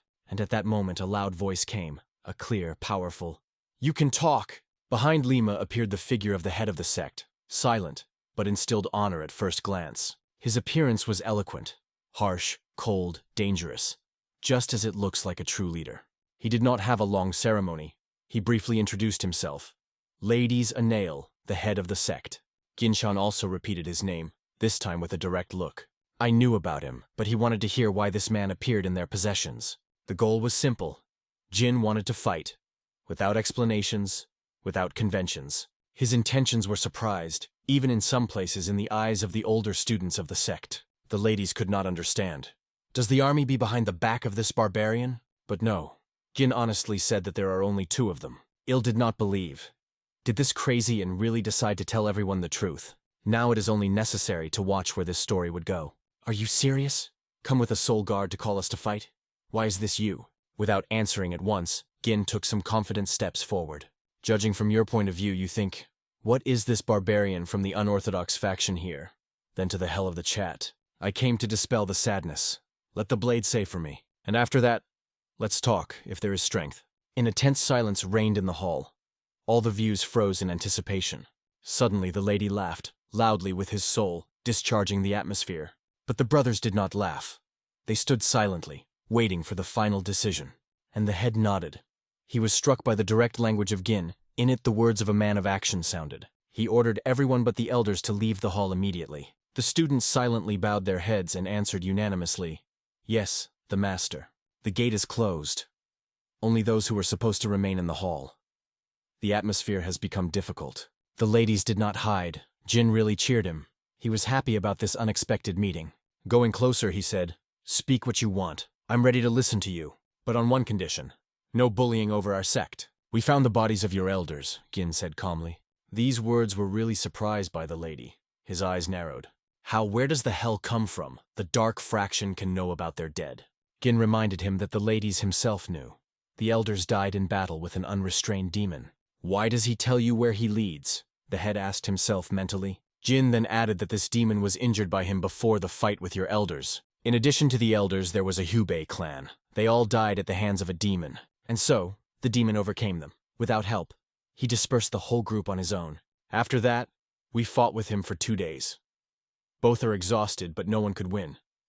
Then I summoned my people to surround him, and finally managed to inflict wounds. But when I was chasing after him, our elders and Hubei were gone, and they were the first. I listened carefully and suddenly asked, "Didn't you?" "Yes, I didn't," Gin confirmed. After that, the lady changed sharply. Cold anxiety appeared in his voice. He was waiting for the answer with a dark look that pierced to the bones. His energy thickened suffocatingly. It seemed like a moment, and he would arrange a slaughterhouse here. "Because they looked at me just as you do now," Jean replied calmly. It was his explanation, straight as a blow and at the same time bitter, as it is true that cuts deeper than the blade. In any case, not only the elders but also the Hubei clan fought against the demon. They had a numerical advantage. Gin was convinced that even if he wanted, he would not be allowed to intervene or help. The elder finally understood everything. Jin had no chance to reach for help. But despite that, I admitted, he was tormented by a sense of guilt that the Jin did not even try. Perhaps having intervened, it would be possible to save the masters of the bright path. Such a brazen son of a dog still need to be searched. Il thought with a bitter smile. After all, he saw the situation differently. He believed that Jean deliberately directed them against the demon. Then Gin explained that the head could send people to the scene and ask the head of the Iron Detachment. He survived. And then, almost indifferent, he added, "By the way, I forgot to say, I killed a fucking demon." The head of the sect struck for a moment. This news knocked out the soil from under his feet. "Yes, I killed him," Gin confirmed. "And no, I'm not boasting that he did it myself. Probably, after the fighting with the elders and the detachment, he was exhausted.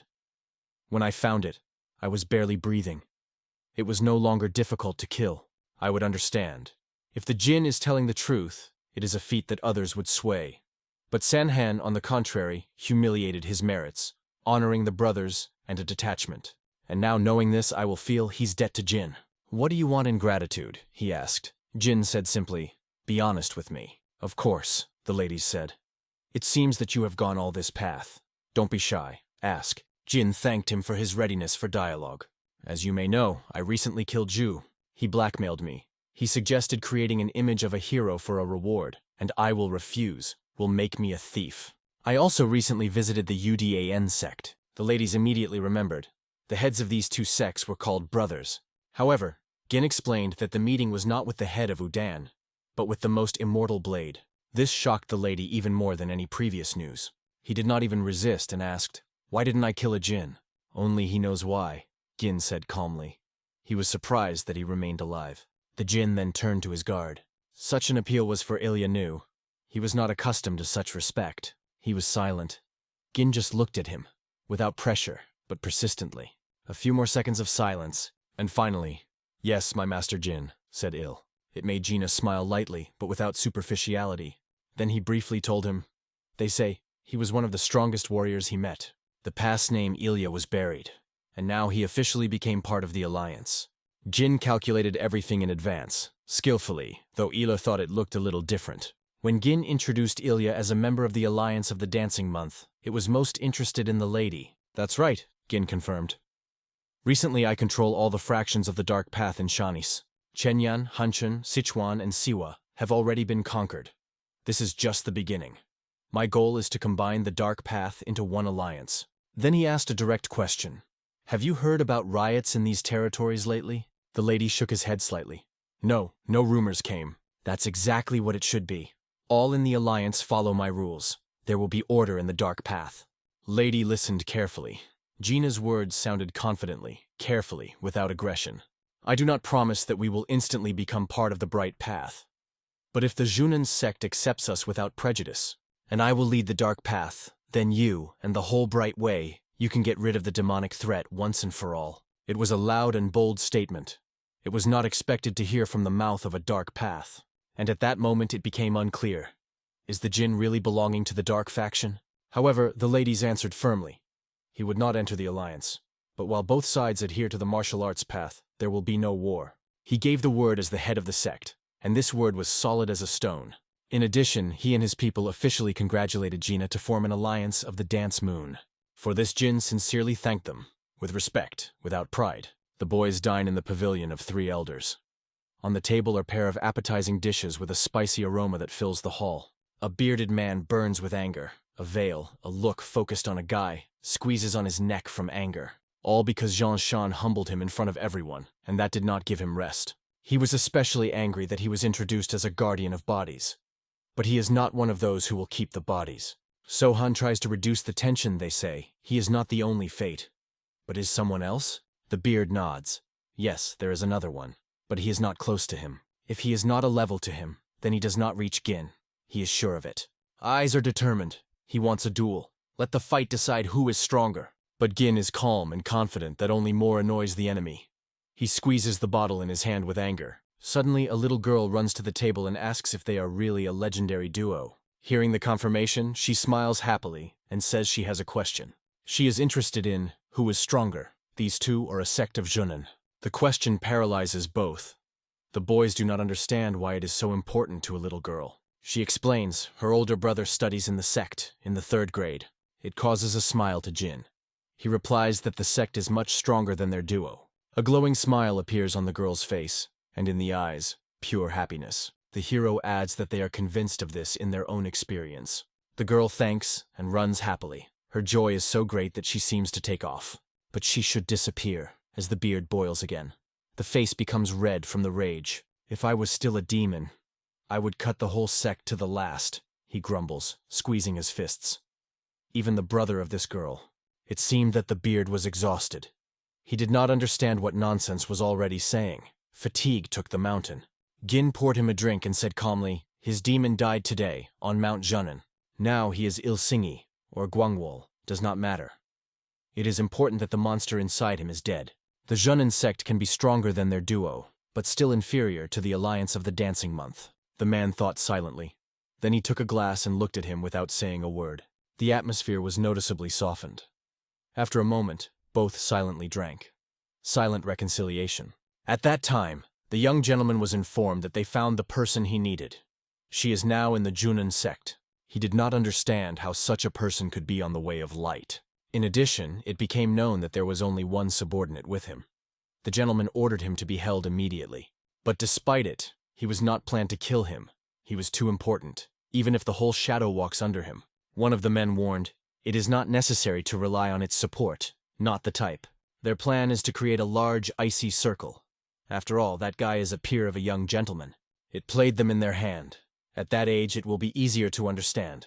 One bottle is enough, and they are already friends. At this time, Jane Sohan and Il returned to Chenan. They did not go up Hua's mountain because they knew they would end with a fight. Il was convinced that if the Sohan was not afraid, then there is another reason not to go there. The hero only sighed, but he is abnormal, he just let him be hit with someone. If we go, the war will begin. Udan, like water, Junan, like earth. Marapped Il, not believing in this beacon. But Jean Sohan was angry. He did not like such a brazen tone. Follow the tongue. The tension between them began to grow. The hero was ready to regard his words as betrayal. Suddenly, 3 strangers appear behind their backs, and everyone is looking for Gin Shan. The protagonist looked closely at the strangers. But though he tried, he could not understand who they were and what they wanted from. Without waiting for the events, Jean Sohan confidently stated that he was the one who was looking for, and was rudely asked to introduce himself. Surprisingly, Ji Chunjin was not offended. On the contrary, he exploded with a sincere laughter, as if he had heard a good joke. His reaction was unexpected. The guy immediately offered to drink together, like old friends. But Jean was not going to joke. He said that he had to apologize to him. In response, JJ rapidly shortened the distance, approaching the hero almost close. He seemed to be about to repeat his request, but in a second, he was filled with loud laughter. It was just a joke. He did not think to get around. Il only shook his head, lately too crazy, and it is unclear where they get from. Hearing this, Jug Chenjin became angry and asked with a cold smile to scratch the brazabs. If you have enough strength, do what you want, Gin replied. There was no desire to drink with him at all. The guy immediately realized, this type is clearly not one who easily comes in contact, and if he does not understand the usual words, then the language of pain will probably perceive better. Then the stranger began to provoke. They say what to do with your assistant? It frankly annoyed Gina. Ju ordered the illness to get along with his people. They say a real conversation will be only with the owner. It angered Ilya. He was barely restraining, not to give his fists and not start a fight right now. But in a moment he turned around, went sideways, and threw the enemies into his back. Go here, meat! I will tear you! Ju looked after him, thinking that a real psych was not here. Ginshan immediately caught the accent. This guy from Hubi. And Ju clearly wanted him to understand it. But the Jin did not have that they turned out to be like that. The reality did not coincide with ideas. If the head of the Alliance Jin refused to drink with him, it means only one thing. He is ready that his face will soon become meaty. But Gina did not impress the enemy's self-confidence. Ju heard that he was beating with Wedge's locals, and it was intriguing. He wanted to see these blades in action. But since the hero ignored his words, Ji could not stand and rushed. But Gin easily took a blow, just put his hand forward, absorbing all the force of the attack. Suddenly the whole earth around was covered with a thin layer of crystal ice, with sophisticated patterns that spread like a web. He used icy martial arts. It was now clear how he managed to conquer the whole shad. At that moment, Gin realized what Ju was achieving. He wants to force him to conquer and pass on Shani. But Ju himself suddenly realized, this style belongs to the cult of Heavenly Demon. Suddenly he pulled a red pill out of his pocket and swallowed it without hesitation. His eyes flashed a bright pink, his look became a predatory like a wild beast. It even scared Gina. The enemy suddenly became unpredictable, but Gin calmly got a fan.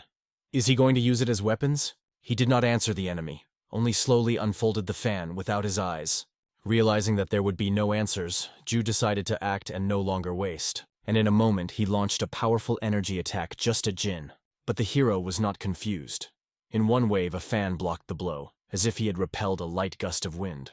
The angry Jug rushed into the melee, but Gin was skillfully evaded and answered accurate counterattacks. After several exchanges, they were again at a distance, waiting for the moment. Ginshan was much stronger than Ju. But that was still a hidden trump. And so, he gets a blue pill, swallows it in one movement, preparing for a new level of battle. Immediately after a sip, the pill from the jug began to produce a powerful energy that filled everything around, squeezing the air. His body glowed as if from the inside. He no longer seemed human, but rather a real monster. Without a second, the guy went on the offensive. One by one flew attacks. Ju wanted to check how much Jin will stand. But the hero skillfully blocked every blow, despite their lightning speed and frantic power. Ju didn't give up. He attacked again and again. At least one of them had to hit. Bright blue rays with frantic force flew straight into a Jin. Will he have time to reflect? The hero tried to react instantly to block a powerful volley. But he did not have time. His shoulder and chest were covered with an ice crust that was moving.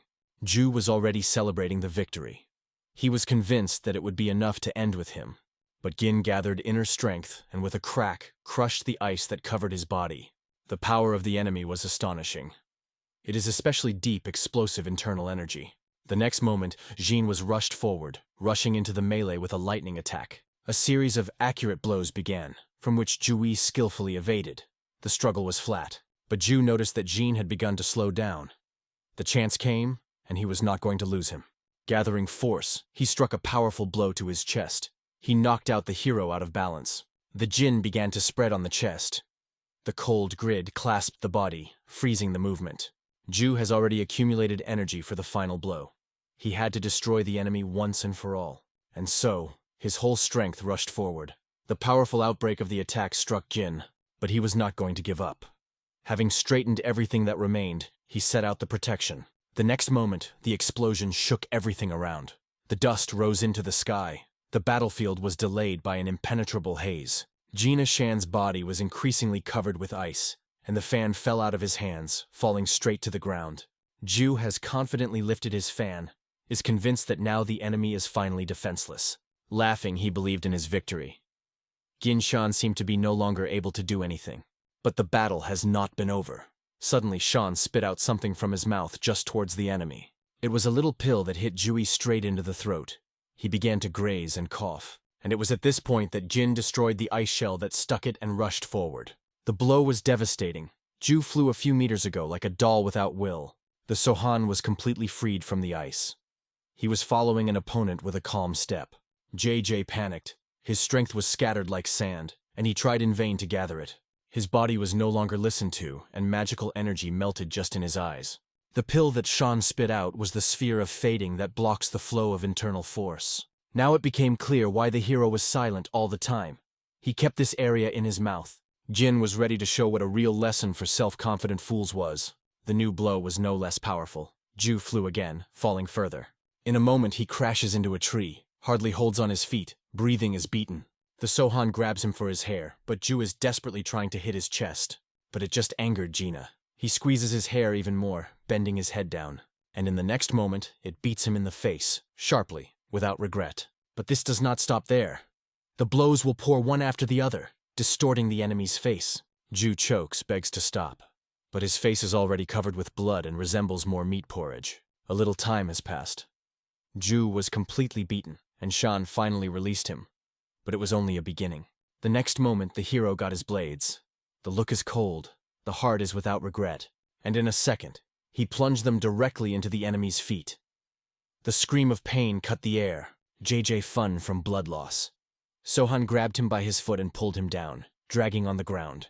Meanwhile, Il continued the battle with his subordinates. All sides were exhausted, but the forces still remained. The battle was tough. Il and enemies, in the blood, with wounds, but with unwavering determination. Their duel suddenly interrupted the Sohan, which appeared, pulling the bloody body with sword in their legs. Even the enemies were seen. They could not believe their eyes, and Il just laughed. Sohan carelessly rejected the almost dead G sideways, and was in surprise to ask why others are still alive. Going closer to the enemy, he leaned over him, not looking. Without a shadow, he came to his hand. A characteristic crunch of the bone came. Then the Sohan took the sword from his leg and put it on his neck. The intention was clear: cut the throat. But the faithful subordinates were attacking the owner. But Shan was waiting for it. His blades were already ready for a lightning answer. And in a moment, both enemies were cut into pieces. They did not even have time to wave their weapons. Subsequently, Shan explained the illness that these abominants belonged to the cult of Heavenly Demon. It surprised Ilya. He was convinced that they used the techniques of the Bright Path. He carefully asked if he was still alive after everything they had done with. The Sohan replied with a smile. He left him alive intentionally, for a slow, painful punishment. He is a master because he has experienced the same and knows how to turn suffering into art. The time has passed. Ju was stuck in a dark room, arms and legs tightly tied. The body is exhausted. He was approached by a harsh mustache with a shrewd look and a difficult step. Ju looked at a stranger in confusion. He explained, "They are in Shan'an, and Gin Sohan brought him here." The man introduced himself. The leader of the detachment of the sect of the Heavenly Demon, which operates in the Union of Hubei. Ju thought that he was a traitor, but did not hear the answer, only the order. Mr. Jean ordered him to bring him personally. Tied, beaten, Ju couldn't even move. He had to pull it. The guy broke into a cry, begging not to pull him like a soulless load. Meanwhile, men have dinner in the dining room, gathering groups at different tables. Sohan introduces everyone to Il. It is not just a security guard, but a personal defender of the alliance of the Dance Moon. From this day, everyone should obey him, so it is not discussed. And in a moment all present are bowing in the bow before Ila, greeting a new lord. Il replies with a smile. They say, "Glad to meet with such respectable people." Sohan asks everyone to sit down. They need to discuss an important business. It is at this point that the room comes to the room, dragging behind the bloody Jew. Sohan orders, to plant a mummy at the table and join yourself. Everyone is silent at the demolished guy, trying to understand who is in front of them. In a moment, Ju is already sitting opposite Shan, and Mustache takes up a place on the side. Without saying a word, the Sohan pours into a glass of liquid, cold and accurate. He says rigidly, "Drink." He wanted to drink together. The frightened Ju immediately changes the tone, begs to discuss everything peacefully, and promises that the cult will never encroach on Shan. Ju promised that the cult would not steal on Earth, the Alliance controlled, and in gratitude he offered 1 million new jog. It was a fee for a preserved life. All present are frozen. The amount is striking, but Ginshan drank further without saying a word. He did not even respond. As it should be expected, money is worthless for him. But Ju didn't stop. He stated that he could talk to higher and increase the amount. Sohan finally asked his name. He introduced himself, Ju Kunjin. The hero immediately realized, before him the son of the head of the cult. And it turned out to be true. The conversation revealed that there were 3 more brothers. Then Gin called one of his people and ordered the captive to be questioned. It was necessary to extract all the information. Hierarchy, the best fighters, their strength and weaknesses, and the sects of the light path that joined the cult. The subordinate nodded with respect. Everything will be done. All the information will be delivered. Weapons, poisons, antidotes, explosives, and, most importantly, storage of money were added to the list. It was the last order. Sohan said nothing more. Then he looked at Ju and said with a cold smile, "I have wonderful subordinates, right?" He was deadly scared. All this looked like a game, but a game with torture. But Ju still had hope. He was sure, as soon as the brothers get to this place, the Sohan would regret. But the mustache struck him in his face without warning and dropped from his chair to the floor. Ju's body flew several meters. He shuddered with pain. The blow was rigid. The subordinate already wanted to cause the next one, but Shan calmly stopped him. "That's enough." But in the eyes of JJ buried rage. He boiled with hatred and wanted to reveal these vicious freaks. The main character allows the subordinate to do with the captive everything you like, the main thing, not to kill him, so that you can then be cured. But even if he accidentally die, nothing is wrong. There are 3 more brothers in the cult. They can also be caught. After these words, the Sohan gets up and wishes to the subordinate good luck in this matter. His invincible duo silently leaves the room, disappearing in the hallway. Left alone, Ju opens his mouth again, but a mustache closes it with one blow. The blow was so strong that blood remained on the fist. Now the situation is quite clear. Ju has to be aware of it is not the cult of the heavenly demon, and there are other rules. Meanwhile, Il goes to bar. The bartender silently wipes the glasses, watching the guest. Behind him is closely watching the mustache. He suspects that this guy is a spy dry. From Ilya, he blows a deadly aura. He is silent, calm, but something worries. The bartender is nervous. He is not happy with the appearance of such a guest. Il turns to GUCA twice without asking any question. It annoys the bartender, and it explodes with a cry, switching to rudeness. But suddenly the hands of Ilya flash up with extraordinary energy. The air shrinks. He wants to escape for a moment, but something breaks something in his body. After a second, he had already bowed in the bow, assuring that he was ready to execute any order. Il wants to find a quiet place for training. There should be no people, and it should be close. Gu Sa immediately remembers one such. A reed lawn near the pavilion Lazurna Plum, just on the shore. Since there are no visitors now, the bartender asks for permission to go there with Ila. Il agrees with a smile. Let him go with him. Gu Sa assumed that Il was probably very close to his head. Yes, Ilya was annoyed with such an assumption. He did not consider himself a special one. Mustan just smiled and said that the situation was similar. Il did not understand what he was, and why he talks about himself. It turned out that it was the CA who helped to catch the demon of lust, for which he received gratitude from the Alliance leader himself. Moreover, he was the first to meet Shan in Chenan, and the first received a blow. Il was surprised when he learned that this weirdo was proud of being beaten personally. And he just snapped his nose and proudly stated, "Yes, it is an honor." Because everyone who was fighting with the head is already dead, and he is alive, and works. Suddenly the CA confesses that he envisors the illness. He can speak with Sohan daily. He does not shine anything himself, only tavern and jugs. Asks to pass the head of the head. Il is not sure that he generally remembers this boover, but agrees. Suddenly SA recalls that Shan ordered not to offend him. Shocked, he fades. His eyes are moistened, the cheeks turn red. He is sincerely moved. The hero remembers him. Il does not understand such a dramatic scene and looks somewhat tired. 3 men come to the tavern. Everyone is like a serious mission. They are silently sitting at the table and asking what you can drink here. Gu Sa sharply replies to them, as if they themselves do not see that it is a bar. He was not going to change the tone, because he is confident that he was in front of him. Men were alert. The tension was hanging in the air, and their views became cold. HU, only larger than his nose, was delighted with his own progress. Il noticed his efforts, but the intelligence of the guy, to put it mildly, did not impress. One of the guests grunted roughly so that he would shut up and bring something to drink. He went to pour, but asked to wait a little. Not a robot, after all. 3 strangers decided to stay. They needed to develop a plan for the release of the 3rd. But the attention of Il, who stood aside, was silent but focused. Gusa turned to him and asked if he wanted a drink. However, Il refused, and the employee went to the collar. But suddenly a strange order came, not to leave the collar, so it would not be. After that, Il slowly moved to strangers like a death blow to the thunder before the storm. Gusa barely looked out of the door, not understanding what was happening.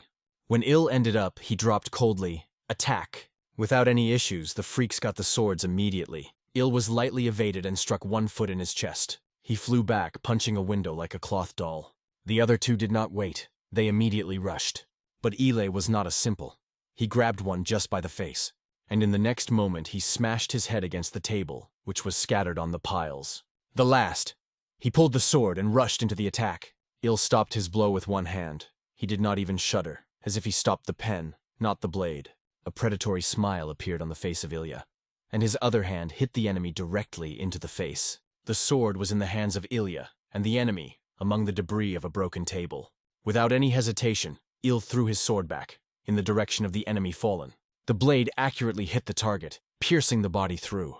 Smiling boldly, Il threw the phrase, "Congratulations in the alliance of the dancing month." Gusa stood stunned. He knew that Il was strong, but did not imagine that so. Il, as if nothing had happened, asked him to organize something. Gusa was quietly worried. Why did he kill these strangers? Il did not understand why it worries it. Does it matter? He explained that these three were stinking with blood. Their intentions were obvious at first glance. The next moment of GU, the CA fell on his knees, thanks to the illness for saving his life. Without him, he may have already been lying in his own puddle. Il tried to lift him, but the guy insisted. Respect should not have limits. These words made Ilya smile. He poured him a glass. The night was deaf and quiet. 3 shadows appeared in the empty room. They were looking for something, thoroughly inspecting the floor on the floor, and they did not find anyone. Only the basement remained. Carefully, like predators, they began to descend the stairs down. Something was a voice. Their leader was ordered to stop. All instantly pulled the swords. Strained to the limit, they stared into the darkness of the basement, and the voice continued. "Go down." It turns out that they were already waiting, and even if they manage to save him, the way back will be a little worse. In a few seconds, the whole group ran into the basement. On the floor, they saw a bloody man. It was none other than Ju, the third gentleman. His body was mutilated. He lay in his own blood. At the table sat Sohan. He reported that the worst thing for Ju has already passed. Sohan even allowed them to check the victim, to make sure he was still breathing. The guy's gaze was full of horror. Torture left a cruel mark on it, physical and mental. The chapter of the group took a small box with a pill and asked if it could be given. But Sohan was in no hurry to allow. At first, he himself wanted to check it. Taking the pill, he remembered that he saw it earlier. Ju used one during the battle. This stimulator only acts on divine-level fighters. And, without hesitation, the Sohan swallowed it himself. The guests were shocked. The brazen spoiled everything. But it was too late to change something. It was definitely not poison, and no one allowed the strangers to feed him the prisoner. Suddenly, the group leader sat right on the floor, lowering his head in honor. Other warriors followed his example, descending before the Sohan to his knees. He asked quietly what they should do to pick up the young gentleman. Sohan did not answer. He rose and slowly approached them. After a short pause, he extended the head of an empty glass.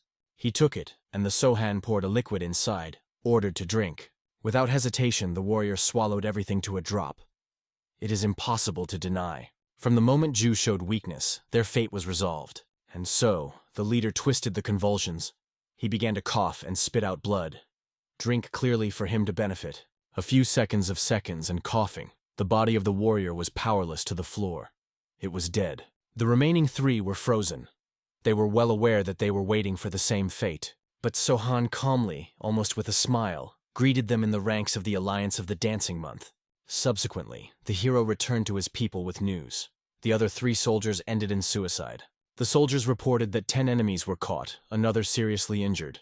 It is unlikely to survive. Those who went to the Alliance are probably already dead. Sohan addressed everyone and said, "Who wants to die is now the best moment to do it." To his surprise, there was no one who dare. Although he expected several deaths, he ordered Carr to make a list of their names. Now these people belong to them.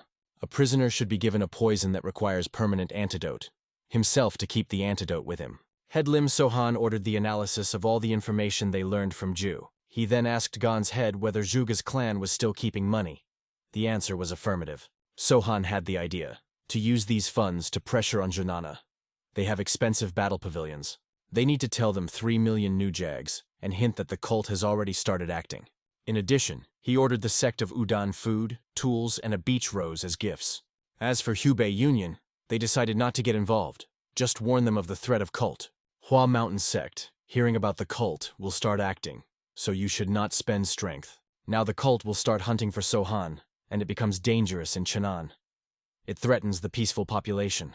Therefore, women, children, and older ones should be evacuated. They will be met by allies there. The idea came to everyone. On their faces ran cunning, satisfied smiles. Sohan was convinced that they would surely like the new place. It is safe and cozy. But in a moment, the room exploded with sincere laughter. These people were not afraid of even the cult. It was too late, and the hero suggested that all his soldiers drink together. Now that the prisoners also served him, this invitation also concerned them. Sohan ordered everyone to get up. The prisoners were much tensed without knowing what to expect. It has passed for a while, and everyone gathered in the dining room. The tables were broken from food and glasses, from alcohol. During the feast, Shan said that he grew up at the school where he was taught to dance.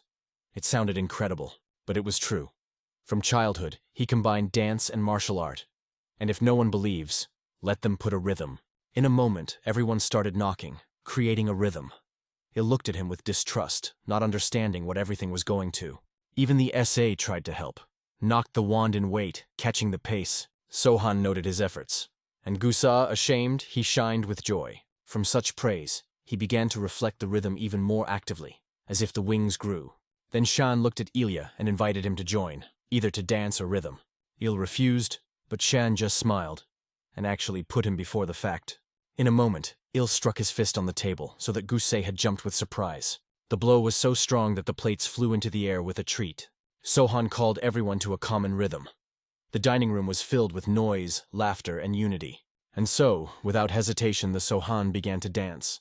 His movements were graceful like a bird's flight. Everyone was passionate about how he was moving, enjoying every moment. And suddenly one of the men raised his hand. He also wanted to dance with him, and in a few seconds, they danced together, giving the soldiers a sea of laughter and good mood. He watched with curiosity and seems to have wanted to join, but he was ashamed.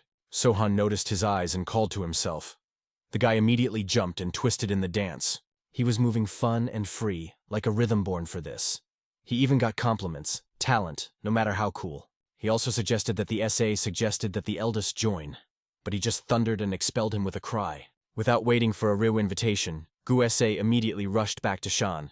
And now, 3 dancers were moving in a frantic rhythm, while the rest had fun on the tables and laughed. Shan suddenly introduced himself. Jean Shan from the surrounding one.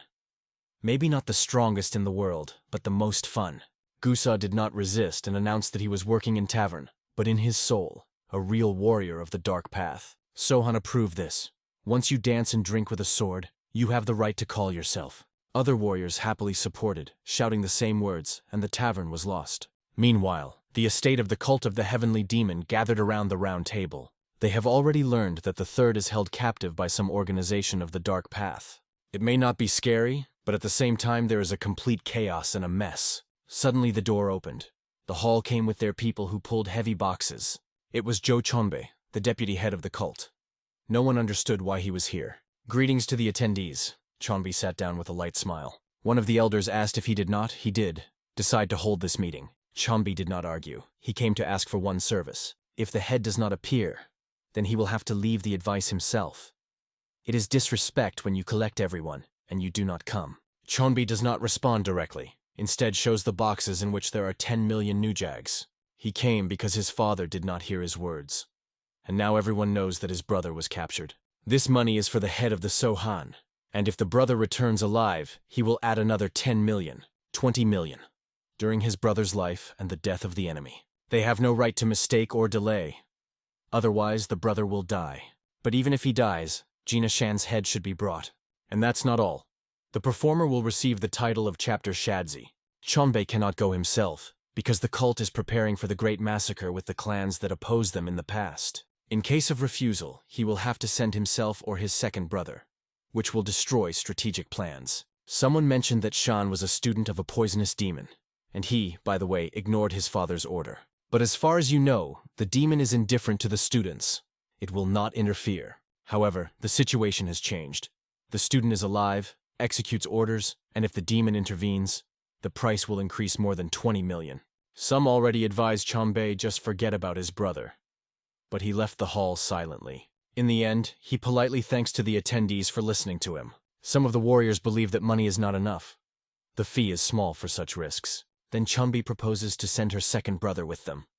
Then there will be more chances. But this is a dangerous thing. If the poisonous demon appears, they are doomed without a second brother. If someone is not ready to save the third son, it is better to confess now. And at that moment, the door to the hall opened sharply. The room includes a gray, silent man with an icy look. The poisonous demon itself. The gray old man sits in his place and asks why they gathered this council. Chanbei immediately goes to the substance. He says that his student, the same, grew up and became dangerous. The old man looks at the face of the audience, not understanding why everyone is so tense. A heavy silence reigned in the room for a few seconds. Chanbei confesses that his student is held hostage by his brother. But the old man is not at all surprising. The young man explains that his brother was in Shanus until Shan was grabbed. It just causes laughter in the old man. He seizes. Should he ask his student for pardon? Chanbei in irritation asks to convey such disdain for his father when he arrives. But the poisonous demon is just waiting for the head. He is not interested in listening to the arrogant boy. He hoped to discuss important things, and instead, the child is playing adult policy. Chanbei is affected by the old one still sees small in it. When the poisonous demon sees the boxes with money, he asks why they are. He explains. This is the price for his brother's liberation. The old man laughs. Does he think he can buy like them like cheap prostitutes? Chanbei denies feverishly he meant completely different. The old man quit. What if his subordinate suggested to kill the old man for the same money? The guy passionate about martial arts does not understand how the world is arranged. The poisonous demon again requires the presence of the father. And just at this moment comes the head of the cult of Heavenly Demon, Jangol. With a calm voice, he asks his son to leave the room. He goes obediently. The head turns to the old, strictly demanding explanations. Why did he speak to his son? The old man replies calmly. He wanted to order the murder of his student. The head suggests that the poison demon appeared for fear of his student. But the old man just smiles. If he was afraid, would not be demonic. Now the cult takes care of his student. Seeing a poisonous demon, the head begins to take the situation seriously. But the old man does not try to interfere with anything. And it is this indifference that annoys him most. The poisonous demon asks whether the fear that is read in their eyes will be discussed today. He looks at each of those present, as if they saw their souls through. Meanwhile, Chanbei discusses with his second son, Ju Chong'um. He agrees to go to the task. The first brother also decided to fight to the end, and given the presence of a poisonous demon, probably an immortal divination also joined Shan'an. The situation is unpredictable, so the guy will go there, and Chanbei will persuade his father to allow destroying a poisonous demon. He is convinced that he will receive consent, but everyone is afraid of a poisonous demon. Does he not see how others are silent, fearing to speak? Chanbei is angry. When he asked for help, the warriors only turned his eyes. They do not care that they are not them. But the young man is not going to stop. He is full of determination. Meanwhile, in the Hua Mountain sect, in the Repentance Cave, a bearded man is dormant. Suddenly he is awakened by someone's voice. The door appears in the door. What does he need? The man rejoices. Maybe he was finally kicked out of the sect? But no, not this time. It is rumored that the cult of Heavenly Demon is about to attack Shan'an. Their sect also received an order, and now Borodin is appointed responsible for the execution of the order. He is not delighted. He chose him again, and it annoys it. The first brother threatened, "You will not go. You will sit here by the end of the year." But the man suits it. Suddenly, Chok remembered that his brother knew the head of the unorthodox faction of Chenyan. It turned out to be true, but anyone could not be told. The guy hinted that this man was the purpose of the cult. The news shocked the beard. But this is a master's order, so he has no choice. Without options, he is preparing to go down. Everyone was already waiting for him. When he was left alone, a quiet smile appeared on his face. This person is still alive. They gathered in this remote place to hold important negotiations, where every word could be decisive for the future fate, and the atmosphere of tension permeated the air. Jin, the main character, sat directly opposite Ju, not averting his gaze, as if testing his determination in this dangerous conversation. He asked calmly, but with a hidden challenge in his voice, whether his older brothers were stronger than himself. Joe answered without hesitation with just one word, but it sounded weighty and confident. Much. The next question was comparing their strength with the cult leader, and the answer was unequivocal. The father has no equal. Jin felt that they revered Baekmujin as a great warrior, and also said that he belonged to the orthodox faction.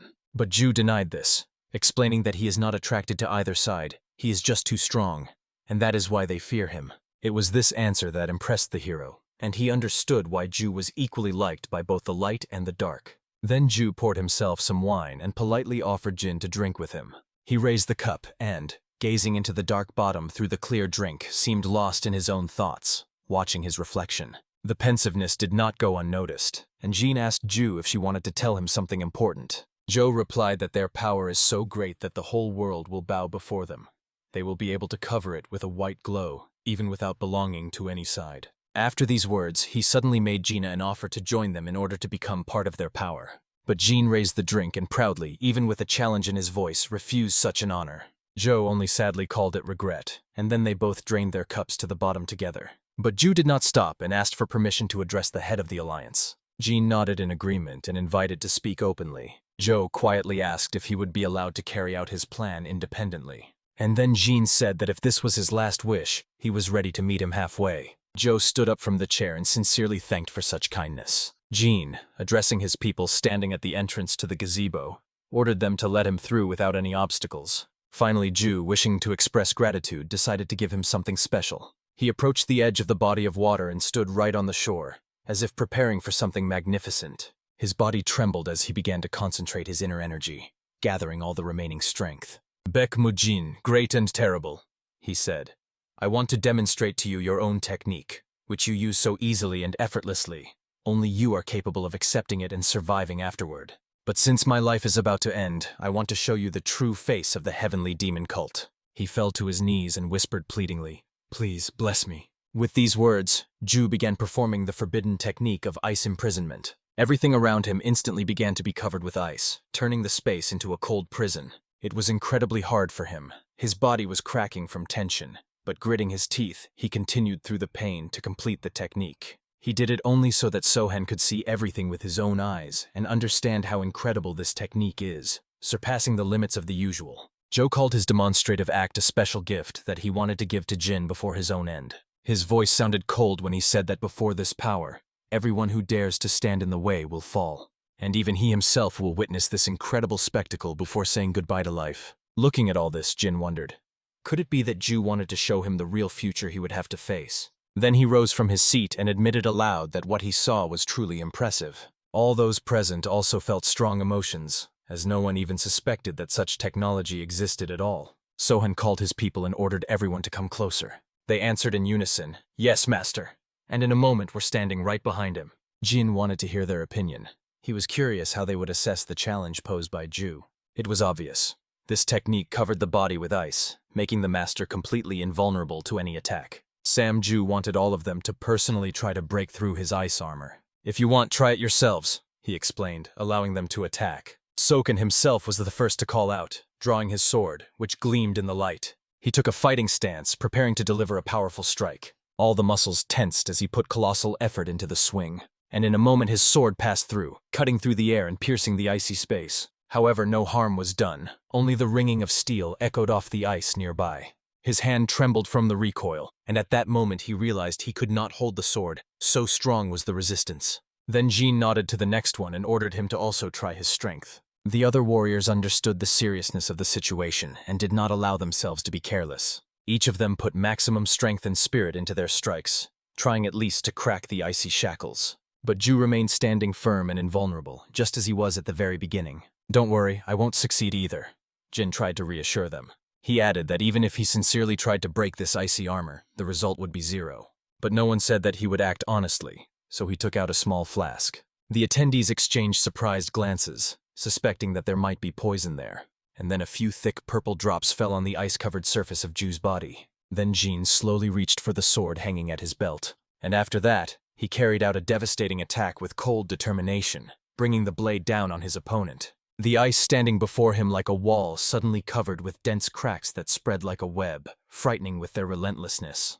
For a moment, the frozen hand tore away from its own body, like a foreign fragment that no longer belonged to a living creature. In front of everyone, she fell onto the icy slabs, A dull echo sounded that made even the bravest shudder. Jin sharply turned back and briefly but authoritatively ordered his men to move forward.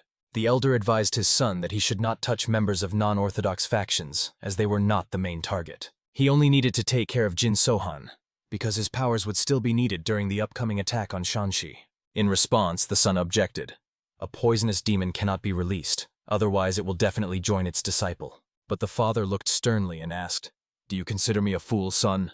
The boy bowed his head and whispered apologetically, "No, forgive me, father." The old man explained that the poisonous demon is not as simple as it seems, and everyone who has ever heard of it knows this well. He was not supposed to be here at all today, so if he showed up, he probably had an ace up his sleeve. Therefore, the father asked the son if he thinks that the demon came here unprepared. He remained silent, but from his facial expression it was clear.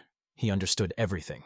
The old man added that it is not even a demon, but his twin brother, known as the Immortal Healer. These words stunned the boy because he could not understand why all this was necessary. The father understood well. His ease of movement always surpassed his brother's, so the demon himself could be nearby, as they always did. He strictly warned his son not to underestimate the elders and experienced masters. Then he asked where his brother had gone, whether he had set off to Channon. When he heard the confirmation, the old man ordered his son to follow him without delay. "It is easier to win a war when you have the advantage," he said.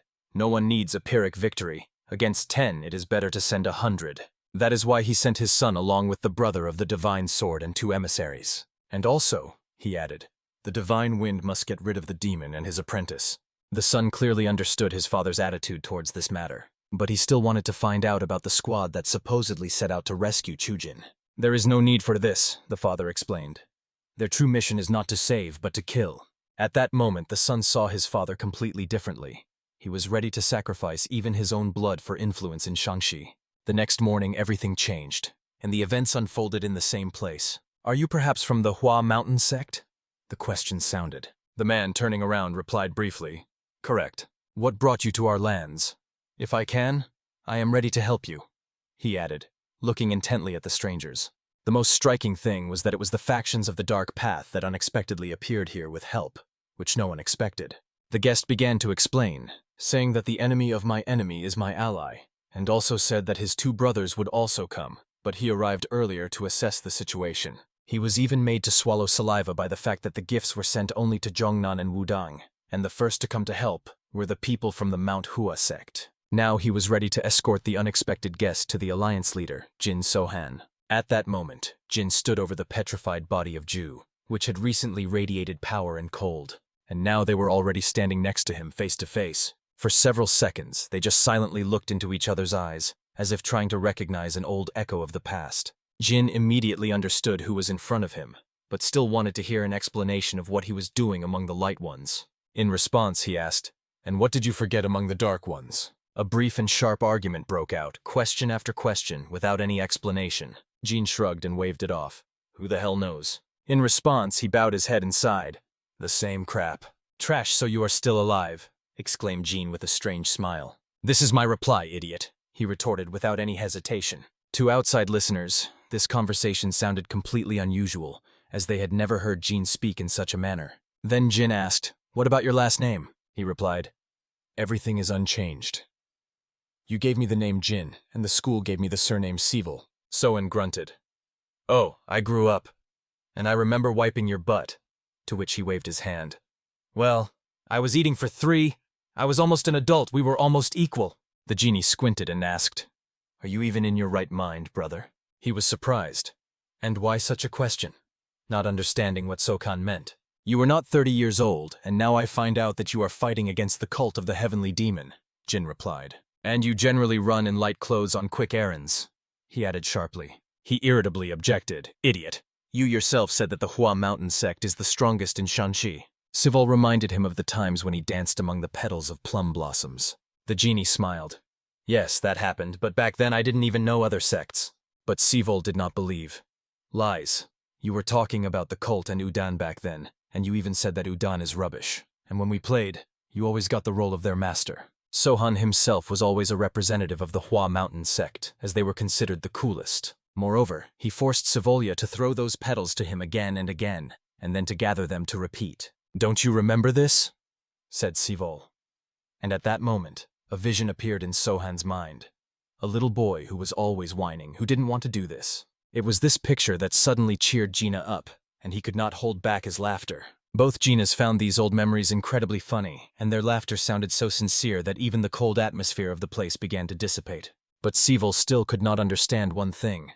He hoped to find Sohan in the sect. But why was he among the Dark Ones? Could it be that everything happened because of him, since he himself had to join them? Sohan explained that there was no choice. His master, who kidnapped him, did not belong to any sect at all, and he did not even know exactly where he was being held. The fact that he was kidnapped at one time came as a surprise discovery for Sevolia. He admitted that they did not even suspect this difficult period of his life. But Sohan only sighed with relief and added that at least he was glad not to end up among those vile creatures from the cult. Exactly, agreed Sevil, feeling the same relief. For it would truly be unfortunate if they had to become enemies and fight against each other. He even imagined how fun it would be if he himself joined the cult and asked Jin to imagine this scene. Sohan laughed. Shit, how fun! And even added that he could argue. The two of them would have torn everything apart there, and they would have been kicked out even faster. That's exactly what I meant, Sevil replied, recalling that he himself had almost been expelled several times, and before that was forced to sit in the Cave of Repentance. So they could talk non-stop, as if time had turned back, and this conversation could have lasted until the very evening. Sohan did not hide his joy. He was sincerely happy that Sevil was alive, and admitted that now he could die even with a peaceful soul. Why are you speaking as if you were an old man on his deathbed? Sevil was surprised. Jin replied seriously. You should return to your brothers. I will take care of the heavenly demon cult myself. I don't want you and your people to suffer. But Sevil jokingly handed him fried carnations, hinting that he was not going to retreat. After all, he saw in this a chance for himself, a chance that comes once in a lifetime. The sect does not allow leaving the monastery without permission, and ahead of them awaited a confrontation of colossal scale full of brutal battles. And most importantly, it was in this that he saw the opportunity to overcome his own barrier and grow stronger. After these words, Jin asked him to sit in the lotus position, preparing for a serious conversation. Then Sohan turned to the head of Go, who was standing nearby. He ordered him to take people and surround the coastal pavilion so that no outsider could get inside. And in a moment this order was carried out with impeccable precision. Sevil sat in the lotus position, and Jin, sitting down beside him, began to share. He consciously gave up swordsmanship techniques. Sevil admitted that he himself had been thinking about this question. And the art of MANHUA was so profound that he never saw its limits throughout his life.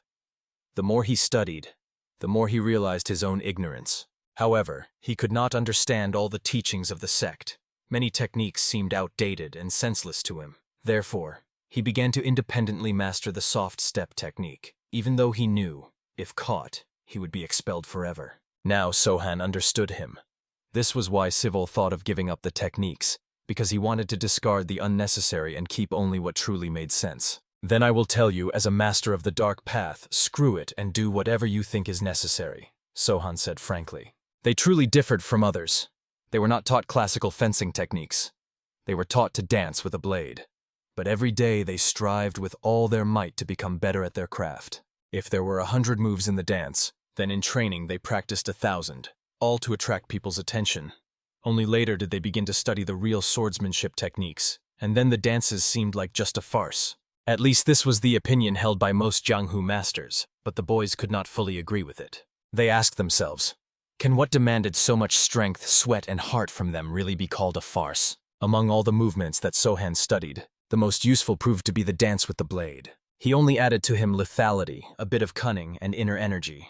After all, any movement could become a technique if filled with the power of qi and the desire to win. It was precisely because of this that they were stronger than many warriors who stood against them. This was their advantage. So Sohan explained to Sevil, if he gets too fixated on how and what to do, it will only slow down his development. Feel like the technique is nonsense? Forget about it. And as for the sect, if they were truly that powerful, all the strongest warriors in the world would have to be their disciples. But in reality, this is not the case. You see, the problem is not in the theory. It is in your head, he said seriously. I stopped caring about all those techniques I was taught, added Sohan. And after these words, he slowly drew his swords. I only need them. With them I kill, parry, and block strikes. I simply allow the blades to possess me, he said with cold confidence. Sevil stood up and admitted, it seems I am beginning to understand what you are talking about. They looked into each other's eyes, and in that gaze, Understanding flashed. But it was then that Sivol noticed something strange. He saw traces behind Sohan's shoulders, as if from poison or some forbidden drugs, but could not understand what exactly. Sohan interrupted his thoughts. No, none of this. This is a long story, he added briefly. Then Sivol placed his hand on his shoulder and calmly said that he was in no hurry. He asked Sohan to extend his hand to check the condition. He even obeyed without thinking and gave him his palm. Sivol began to act, explaining that they were taught such checks in the sect, and asked Sohan not to move. His gaze deepened, and he saw the inner silhouette of Sohan's body. The energy he felt inside scared him. What is this damn thing? He couldn't help but exclaim in surprise. Inside there was true chaos, resembling a disease or a terrible poison. Or maybe you are still capable of accumulating internal energy, he said doubtfully. But none of these versions was correct. He could accumulate only a little energy, but that turned out to be enough. The next question was direct and sharp. Who did this to you? And the answer came without any hesitation. My masters. Sivol was stunned. Sohan had several masters, but why did they do this to him? Could they really have been like beasts? But everything is fine. What is it that bothers you so much? Jin replied calmly, as if nothing special had happened. In the spiritual world, each chi has its own color. For example, the divine art of the purple cloud shines with shades of tempering, and his eyes seemed gray, like a mixture of black and white that never found harmony. She resembled a soul that had been torn apart many times and then somehow pieced back together. His shirt looked like a quilt sewn from multicolored patches, and Sohan's answer was brief but confirmed the worst. Yes, exactly like that. This truth struck Sivolya even more than he could have expected. Sohan, as if nothing happened, asked him to continue further and tell everything he sees. Sivol focused. Your energy core is surrounded by a cloud of poison and antidote. They continuously try to destroy each other, but cannot. It is this vicious circle that prevents you from accumulating internal energy. Then he directly asked who his masters were. The answer was brief. The Mad Twins. Exactly. Who else? Sighed Sivol, as if he had finally understood the inevitable. Then he added that he could heal him by using pure inner energy to remove the poison from his soul. Sohan remembered that the masters often told him about this method, but always emphasized, it is only theory. Sivol did not stop and began to continue the conversation, explaining the following. The essence of his words was that he could truly heal him and free him from these endless torments. But Sohan did not believe that Sivolya would have enough strength. This will not work, he said. If it were possible, the master healer would have cured me long ago. But Sivol did not give up, again overwhelming him with words. Supposedly, his masters are madmen from the dark path. If he trusts him, then he needs to find others, those who possess divine techniques. Take the master from the Strike sect and go to Shaolin. There will be 3 masters with 3 divine techniques, including me. He even started shouting at Sohan, demanding consent. And in a moment, Sohan finally agreed. But it all ended with a sharp slap on the head, a clear backhand. Sivolya was confused by such a reaction, but when he heard a dry, all right from him, he got another one. I'm offering help, and he turns his nose up. Sivol grumbled, rubbing the back of his head. The boys stood stunned under the gazebo, watching their strange quarrel. But the real shock for everyone was that at this time a representative of the Zhongnan sect visited the alliance leader. At these words, Sivol turned pale and almost blue. After all, not long ago he fought with the disciples of this very sect, leaving them many insults and defeats. But staying in one place for a long time was dangerous. It was necessary to move forward, and everyone understood this perfectly. It was then that Sohan came out to meet the arrivals, wearing a calm and confident expression. He was greeted by the elder of the sect, Lim Zhuchen, sincerely expressing hope that they had not arrived too late. Sohan responded, wishing the elder an easy journey and expressing gratitude for the timely assistance. There are not many of us, Lim said, but we are ready to lend you a shoulder. Each of your masters is worth hundreds of fighters. Sohan replied respectfully. After these words, they exchanged a brief but sincere smile, and soon Sohan touched on an important topic. By the way, a disciple of the MANHWA sect must apologize to you for his unacceptable behavior. He turned his head to Sivol and asked him not to delay. I greet you, Master Lim. I am Jin Sivol, he said with a bow. Lim clarified, Are you already a master or not yet? To which he heard the answer. No, I am still on the way. The elder expressed hope that at least here he would restrain himself and not cause quarrels with his students. Sivol answered seriously. This will not happen. We have one goal, to help the alliance leader Jin Sohan. And then he was the one who announced that he would lead them further. Together with the sect leader Sohan, he moved forward without looking back. Sivol remained in place together with Lima's students. They missed him so much that it was felt almost physically, like a longing that stretches to death itself. And finally, Sivol decided to catch up with his comrades. He still needed to ask Sohan why he was specifically called the leader of the Alliance. He answered simply, "I want to create the Dancing Moon Alliance, which will stand beyond the light and dark path. I already have the left hand. Only the right one is missing," he added after a pause. It was an unmistakable hint, and Sivol immediately understood that it was about him. Hearing their conversation, Lim immediately asked if they knew each other. "Yes, we are acquainted. We are brothers," came the reply. Later, Sohan was already sitting in the same place, pondering the details. He asked where the meeting place would be appointed. "Any option will suit us," the elder replied. "Let them come to Lake Chonmi in Channon," said Sohan. "All right, sir. Do you have any preferences regarding the number of people?" Lim clarified. "Any option will suit me," he replied without even hesitating. After that, Sohan remained sitting here in silence, and the only one who was in his room turned out to be Go. "We call it a meeting, but in reality, it will be a fight between two leaders. And judging by their confidence, the cultists intend to kill me," said Sohan. He silently listened to his words, neither interrupting nor trying to object. "Moreover," continued Jin, "they didn't even inquire about the third participant." Go nodded, acknowledging that he had noticed it himself. Then Sohan asked if there was any news from Hubei or Wudan, but there was no word. Because of this, Jin understood. If Wudan had really arrived, he would not be so worried about the appearance of the cult leader. After some time, he stood on the elevation, and behind him stretched a whole army of people ready for battle. His brother approached him, already in new clothes, shining with a completely different appearance. "It suits you," said Sokan with a smile. "You look like the leader of some unorthodox faction. It is among them that you will have to be today," he added seriously. Sivol advised him in response to be careful and keep all possible consequences in mind. Then Sohan caught the glance of Ilya, who was standing nearby. Their old conversation surfaced in memory when he asked what he would do after his death. Because if a true leader of the cult appears, most likely, he will die. And then he answered with a question. "Do you really want to say that when we fight, you don't think about death? And what do you think yourself?" Sohan replied to him then, and he added sincerely, "If the fight is inevitable, I always attack first." "Do you really want to be the first to die?" Il asked again, looking him in the eyes. "Even if I die, I will go as a member of the non-orthodox faction," replied Jin. "And you? How about you?" came the reply. And now, looking at him, Sokan had no doubt that it was exactly that conversation spinning in his thoughts. Meanwhile, the long-awaited guests were approaching, each step sounding like a drumbeat. They were all ready for the meeting, tense but confident. Their spirit and determination were a mirror image of those who stood before them. Two groups faced each other, and every gaze was heavier than a blade. One of them addressed Sohan directly. "Are you the leader of the Jin-Sohan alliance?" At that moment, Jin was assessing them himself. The cult leader was not here, but the power in each of those present was felt almost physically. Until this moment, no one had spoken a single word, and even to the question asked, no answer was given. Jin just silently turned around and walked forward with a calm step. He walked straight into the gazebo, where his interlocutor was already waiting for him. The atmosphere thickened, and even the silence felt threatening. With a gesture, he invited him to sit down, as if it were not a duel, but an ordinary conversation. Sohan sat down at the table opposite, meeting him with a cold look. "I am Ju Jonbek, the deputy leader of the cult of the Heavenly Demon," he introduced himself in a calm voice. And almost immediately, without wasting time, he asked, "Where is my brother?"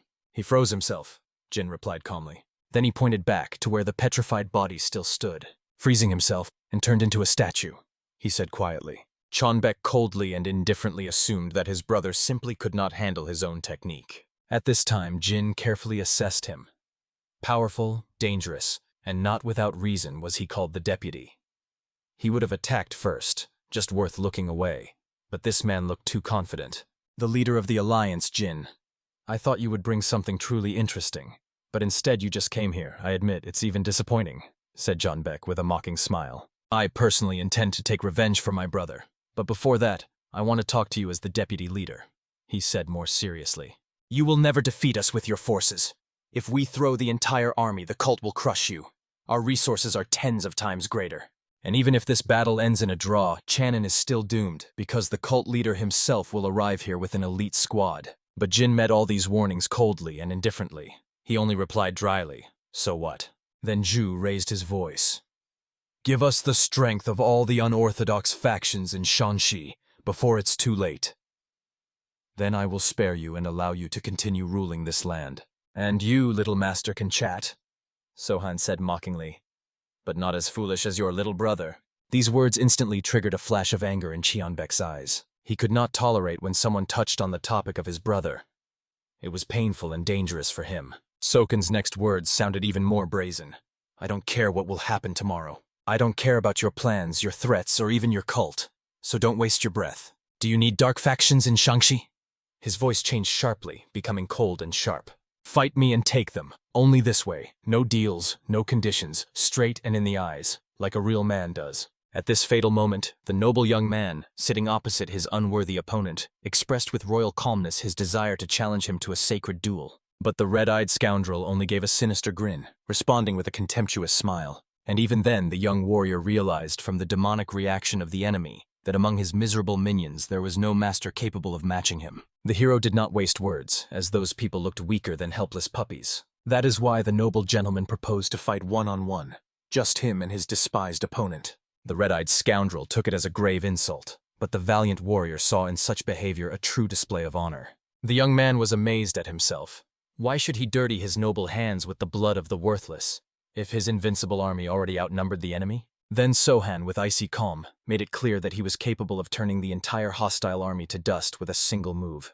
But it was hard for him to believe that their miserable leader so fervently desired to destroy his own servants. After this, he coldly stated that his subordinates would enter the sacred battle only after his death. So he suggested to the deputy to get by with little bloodshed. But he brazenly refused, and then the hero decisively rose from his seat like an angry deity, realizing, his enemy trembles with fear that he will not see tomorrow's dawn. The young warrior replied to him in kind, rising majestically from the table, warning that he would make the alliance leader bitterly regret every word. At that very moment, his eyes flashed with a dark demonic light, and an ominous wind of fate rose around. The young man, like an evil spirit, instantly disappeared from the place, transferring directly to the master, the leader of the group. There he ordered to bring him Sohan's head at any cost. The man bowed respectfully and moved towards the ranks of his soldiers, who had been standing opposite all this time, showing no fear. The right hand of the alliance leader was only delighted at the opportunity to finally stretch his bones after a long pause. But Sohan immediately ordered his comrade to step back and not engage in the bloody massacre. The loyal comrade was sincerely surprised to learn that his master intended to confront these miserable enemies alone. However, the valiant warrior explained that unlike their cowardly leader, he was not used to hiding behind the backs of his own people. The right hand laughed at such worthy words of the master, and his face lit up with the anticipation of battle. He swore to Sokan that if anyone dared to interfere, he would tear the audacious person to pieces. The enemy himself could not believe that some mutts of the dark path dared to such audacity. He introduced himself, explaining that he held only a lower rank in the cult, and then the hero realized, once again, only another lackey was opposing him. Sohan only asked at the end whether he came here of his own free will or was forced, and warned, if he seeks mercy, it is better to fall down immediately. But the scoundrel was already too enraged by the hero's contempt, so he swiftly launched an attack, and the noble warrior needed only a moment to disappear from the enemy's sight and appear on the solid ground behind the sign. After that, he drew his 2 moonblades and began skillfully deflecting all the strikes aimed at him. At that moment, the opponent decided that Sohan turned out to be a weakling, as his internal energy seemed meager and his movements too restrained. This meant only one thing. He would definitely kill his opponent in this deadly clash. Everyone, holding their breath, watched the group leader. He truly looked powerful and unshakable. But only a few understood that in the fight against Sohan, one cannot afford a moment of relaxation. The red-eyed one was confident.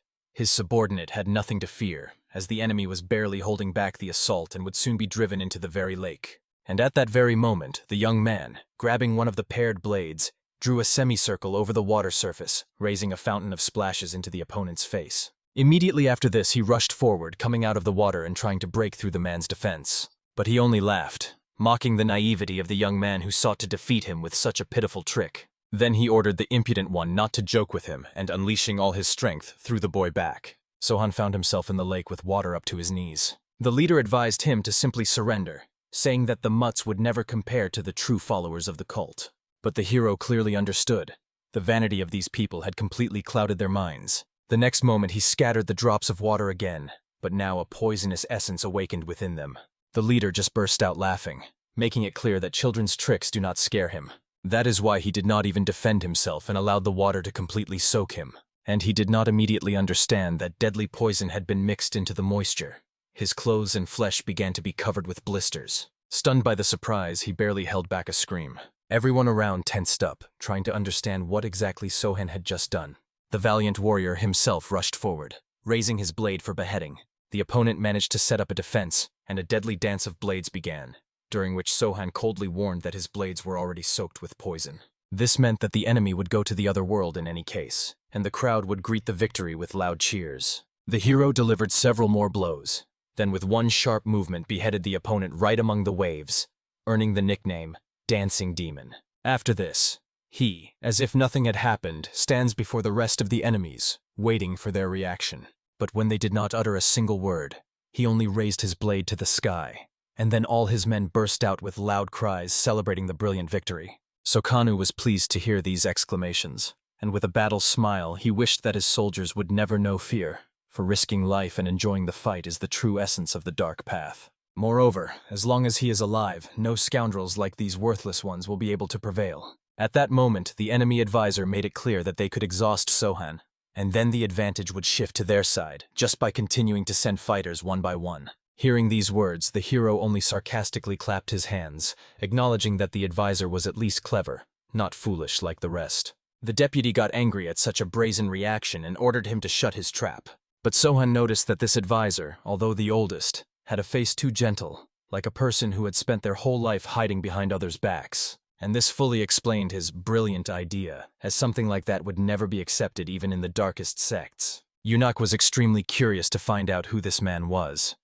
But as soon as he opened his mouth, Sokan sharply ordered him to be silent, because he had no desire to listen to the old worthless man who sought to hide behind his people. The angry man barely restrained himself from knocking the cheeky youth's head off right on the spot, and the captain humbly asked the master of the heavenly wind not to succumb to the provocations of this insolent person. At that moment, Sohan loudly called out for the next one who dared to face him. But no one moved from their place, and then the hero himself moved forward to choose his next victim. He approached the petrified statue of the third master and, staring into his stone eyes, decided that he wanted to find out from him who would be the next opponent. And then everyone understood. Sokan was not a man pretending to be mad. He himself was the embodiment of madness. At that moment, he began talking to the statue, comforting the third owner, who was supposedly disappointed that the older brother never avenged him. But the young man calmly reminded the stone ruler of his brother's words. He is only a deputy, and a deputy should not dirty his own hands. The subordinates reacted differently. Some froze at such a strange sight, while others barely held back laughter, realizing that Sokan had entered his own element. The hero shifted his gaze to the deputy, and explained that his little brother was making him wait too long. So he asked, "If the deputy is too scared to go out alone, let him send someone else quickly. The sooner they start, the sooner this pointless waste of time will end." Moreover, he reminded, "In this same lake once died the great demon of lust and the old poisonous witch. Out of respect for them, the deputy should have sent someone more worthy against him than that miserable leader." The subordinates of the deceased clenched their fists in rage, not understanding how this insolent person could allow himself such behavior. Even their comrades were already begging the master to choose a truly worthy opponent, because listening to such mockery was becoming unbearable. It was then that the guard of the second master unexpectedly stepped forward, who himself wished to fight the hero. He did not seem completely sane, but decided to try. The master warned everyone to be more careful with this man. He was not only cunning, but also well-versed in poisons. Bowing, the warrior promised that he would never let his lord down. Sohan was even surprised by such a loud speech, and with a smile suggested, "Come out and dance with me." He, furious to the extreme, launched an attack, not understanding when this audacious fellow would finally shut up, and in a moment both began a deadly dance of blades. But the deputy clearly saw that the scene with the statue unsettled the guard. The assistant advised the master to order the warrior not to get distracted, because this was no longer a game, but a real battle. The deputy was burning with rage. Now this man was defending the honor of his younger brother. But everyone understood. Such devotion usually leads only to death. And just then, when the guard swung, his blade froze. It was aimed directly at the stone master's neck. Sohan took advantage of this moment and turned it into a chance for a deadly strike. Of course, everyone decided that he was a vile coward hiding behind the statue, and the young man came up with nothing better than to smash the stone body if it gets in the way. But when his blade flew up, the guard desperately rushed to save the statue, doing everything to throw Sohan away. After this, a fierce fight began, and the guard tried with all his might to keep Sohan away from the stone statue. The irritated advisor immediately ordered the warrior to stop this farce. The third master has long been dead, and the statue must be forgotten. The alliance leader also acknowledged that it was right in this situation to destroy the obstacle and even allowed the young man to do it himself. Cold-bloodedly weighing his chances, the guard understood. If everything continued the same way, he was doomed to defeat, and began to hesitate whether to destroy the stone body himself. But his master fiercely reminded him that the statue symbolizes his brother, and ordered him to focus exclusively on killing Sohan. Having no right to disobey, the guard decided to fight according to the established rules. Sohan saw the inner struggle of his opponent, and even remarked in a friendly manner that such mental torment would only hasten his end. Immediately he lunged forward and struck with his deadly blades, forcing the enemy to barely dodge. Behind the enemy, where his equipment crashed, a powerful explosion erupted. From the guard's reaction, Sohan understood. He would not withstand this. But the blow shattered the statue behind which he had been hiding all along. The frightened warrior looked back, and the young man instantly used this moment to get up close. One blade fell from above, and the second blade mercilessly pierced his neck through and through. Thus died the guard of the second master, choking on his own blood and falling into the silence of death. The observers quickly realized. Sokan deliberately distracted the enemy and divided the strikes of the blades with a lightning-fast combination. His fighting style was cunning but incredibly effective. He took every opportunity to break the opponent's concentration. It was nothing like the traditional teachings of Manhwa that he once mastered. But for his people, it became more of a reason for joy, because it reminded them of their brother's receptions. At that moment, Sohan ordered to bring him some wine, and when the man brought the jug, the enemies immediately recognized him as the former commander of the elite squad who betrayed them for the dark path. Sohan instantly realized that his opponents had recognized the traitor, and suggested that he greet his old acquaintances. But the man did not even consider them friends. To him, they were nothing more than scoundrels, and he openly wished for their death. Sohan was convinced that the fighter was telling the truth, and, having confirmed this, let him go back. Then the young man took a sip of wine, and everyone noticed the sinister spark that lit up in his eyes. Everyone knew perfectly well that the drink was poisoned, but the hero, as if nothing had happened, offered to share it with the others. It shocked everyone. Even in such a situation, he remained himself. One of his assistants just laughed, understanding that these miserable people do not have the courage to repeat the act of the alliance leader. After this, all his men laughed cheerfully, which angered the warriors in white robes even more. And Sokan, not seeing a single volunteer among them, decided at least to drink his sorrow alone. Burning his enemies with his gaze, he understood. He had already irritated them enough. It was time to kill their leaders so that the flame of battle would ignite completely. He was supposed to take with him at least two, either two leaders or the leader and someone else, to significantly ease the situation of his people. So, having drained the bottle of wine to the bottom, Sohan only reminded the deputy, "It is not worth forgetting about the affairs of your comrades, one of whom is already resting at the bottom of the lake." His comrades only laughed, well understanding that he was a real thorn for the enemies and knew how to drive them mad. Therefore, everyone patiently waited for one of the leaders to finally break and come forward. At that moment, two dared to approach to pull away the body of their petrified master. But Sohan, pacing nearby, began to lecture the young men, reminding them to be extremely careful with the statue. That is why both tried to get her out as quickly as possible. But suddenly Sohan shouted loudly, making them flinch. It was all just because he wanted to warn them, to hold their hands more carefully so as not to damage the statue. But they took his words as mockery, and making a careless move, they broke off the statue's arm. Two brothers watching this became extremely angry, and their assistants did not know where to look. Sohan calmly asked not to do anything with the statue, saying he would try to put the hand back in place himself. But despite his cold tone, to everyone it looked as if he was going to just kill them on the spot. Frightened, the young men forgot about the hand and hurriedly began to drag the body away. Of course, Sohan immediately noticed that they had left something behind. To this, they only replied that let the hand remain with him. But the young man just scratched the back of his head. He had no idea why he needed this stone limb. Naturally, the deceased's brothers were enraged by how their brother's body was being desecrated. The rest barely held back, because although he was not crazy, everything looked quite funny. Finally, Sohan decided, "You can't leave your hand here. Someone might trip over it." So he set off for the lake without hesitation. The subordinates froze, imagining what their master was planning. And indeed, since the hand was not needed, he decided to get rid of it by throwing it to the bottom. At that moment, the deputy laughed a sinister laugh, realizing that for the hero it really did not matter at all. And after that, he understood. It was time for the younger brother to enter the fight. Everyone was amazed at how Sohan could remain so cold-blooded after everything that had just happened. But the hero explained simply. He used the hand, like the statue, only as bait.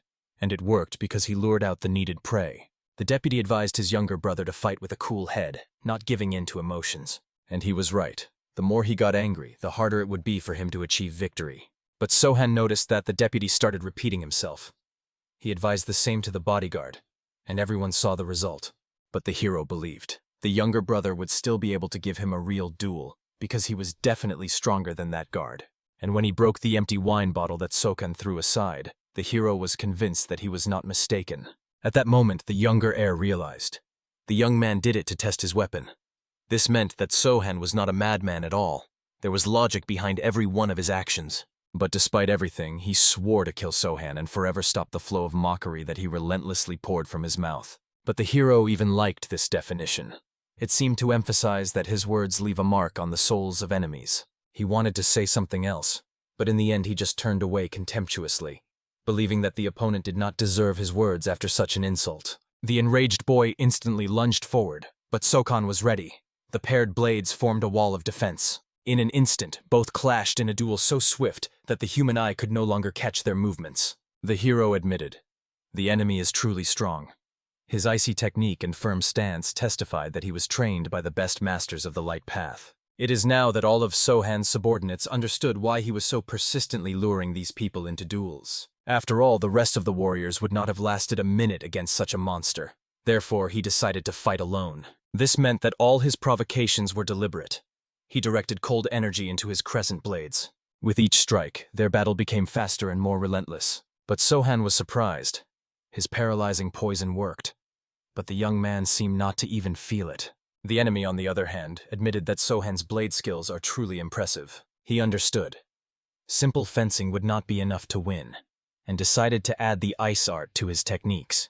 With bare hands, he created a wall of ice that thundered straight towards the opponent. Sohan did not dodge. He only twisted the blades, slicing and deflecting the icy avalanche. The enemy took advantage of this moment and closed the distance, unleashing icy equipment right in the hero's face. He managed to dodge, but the edges of his clothes were still covered in ice. He was one step away from an unpleasant end. Everyone who followed the match acknowledged, the boy's ice techniques are truly incredible. The alliance leader had to act immediately because the cold had already begun to slow his movements. And it was then that the enemy, having lost fear, approached and grabbed the hero right by the blade, freezing his hand.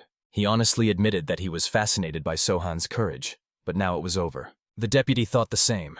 He was convinced that the young man would die any moment. But Sohan only smiled, looking straight into the eyes of the naive enemy, and at that moment spat in his face. His saliva was soaked with the strongest possible poison. Then he leaned over and asked if he liked the taste of the dark path drink. Only now did everyone understand.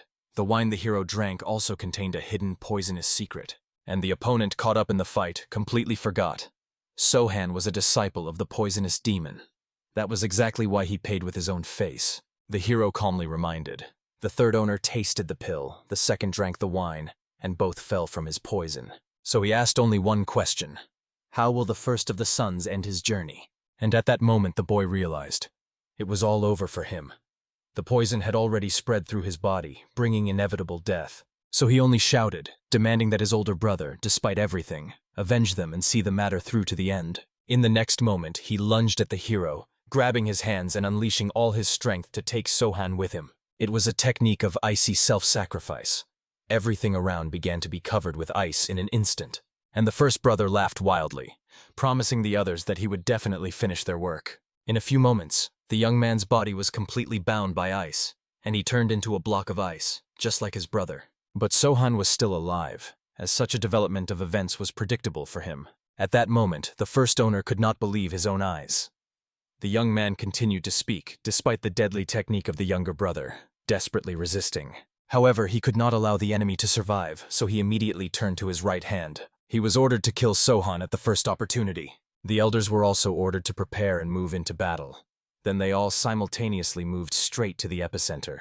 But suddenly a powerful explosion thundered, causing everyone to stop abruptly. It was Sohan's assistant who firmly declared, "They will only be able to reach the master over his dead body." The fighters rushed forward swiftly, their steps echoing like the beats of war drums. Their sole goal was to protect the leader of the alliance, even if it meant giving their own lives. Meanwhile, a bloody slaughter raged in this place, tearing the air with the clashing of blades. Sohan's body was already completely frozen, as if he himself had become part of the cold monolith. Only one crack ran down the center of his face, revealing the shadow of life within. In his consciousness, a single thought was beating: how cruelly the cold penetrates inside. And despite the pain, he hoped for only one thing: that his subordinates would stay alive. Is this really the end? The frost had already reached the very core of his existence. The pain tearing his body was unbearable and incredible. And even now he remembered. Worse things had happened in life. Death is just another trial, and it is bearable. At that very moment, he was able to speak in his own imagination with his masters, acknowledging, "This is probably his last minute. My poisonous teacher, it seems I can forgive you for all the suffering you caused me," he thought. "Dear immortal teacher, I am grateful to you." His voice echoed in the depths of the soul. Great Master Immortal Blade. He felt that thanks to these people he was able to touch the truths of this world. But unfortunately, this turned out to be insufficient to win. At that moment he remembered the teacher's words. "You are the embodiment of yin and yang." And it was these words that became the key he so desperately needed at that moment. If we believe Sivol's words, his core consisted of the energy of poison and antidote. He himself was fully aware of this. Then he suggested, maybe one should not fight the cold, but accept it, embrace it, and conquer it, uniting yin and yang into a single whole. Despite the pain, he began to act, undergoing a dangerous experiment. With all his might, he tried to catch that subtle balance he so lacked, the balance that was already trembling in his body. Amid the unrestrained flows of internal energy, he sought a point of balance. At that very moment, his eye opened wide, and two elements flared up in it. Two forces merged into one, giving birth to unprecedented power. His body was covered with thick, dark veins, as if nature itself was pouring new strength into him. This dirty energy burst through the veins, spreading throughout the entire body. Enduring was incredibly difficult, but he did not stop. He did what everyone considered impossible. But despite everything, his body remained bound by icy chains. And yet, in a moment he felt, the situation is changing, becoming easier. Inside him grew a new rhythm, the harmony he had been searching for so long. The ice shield began to crack, gradually losing its strength. The first cracks ran across his shell. With each breath, they became deeper and wider. And now he had enough strength to rise from his knees. "Let's go," he whispered, feeling the power filling him. Inside, he had already become invincible. And if inside you are invincible, then your body on the outside becomes a reflection of this truth. The ice that bound him began to crumble into fragments. His eyes flashed with yellow light, as if the flame of life burst out of the darkness. And in an instant, his entire shell exploded, scattering into huge pieces. All his friends immediately noticed this change. Before them stood their leader, a brave figure, no longer bound by any chains. Their hearts were filled with joy, for they saw their leader unbroken once again. And the enemy looked at him with surprise, not understanding how he managed to break free from the icy captivity. Sohan responded to him only with a confident look, full of strength. But it was hard not to notice the battlefield covered with the bodies of the dead. "You all did wonderfully," said Sohan, acknowledging the courage of his people. And he even joked, saying, "It seems they managed well without him." With these words, he only raised the fighting spirit of his soldiers. The enemy could not understand how Sohan managed to break free. But he was sure, now he must be incredibly exhausted. Therefore, he placed all his hope on the left emissary. At that very moment, he was secretly preparing a treacherous strike. But he was not able to finish the attack so quickly. Sohan immediately felt his movement, and a moment later 2 more appeared behind the emissary. They firmly grabbed him by the shoulders with their hands, not letting him break free. And just as he managed to turn his head, at that very moment his life ended. His body was no longer whole. It was torn into 2 pieces, and he fell to the ground as a soulless semblance. This was the appearance of the Mad Twins. Their hands at this moment seemed almost identical. Both were heavily splattered with blood as they tore him apart with their bare hands. Until the last moment, no one expected the Mad Twins to intervene in the fight. Sohan folded his hands in a respectful greeting and called them his teachers. For everyone present, it was a real shock to find out that these monsters are their mentors. "No need," they replied. "What manners in the middle of a battle?" By doing so, they reminded everyone, now is not the time to freeze in amazement. First of all, it is necessary to deal with the enemy. And it was then that the air began to shimmer with an ominous green glow. It was the color of dark energy. Too many fallen warriors were already lying in this place. It was almost impossible to control anything when such a powerful, all-encompassing aura was pressing down on you.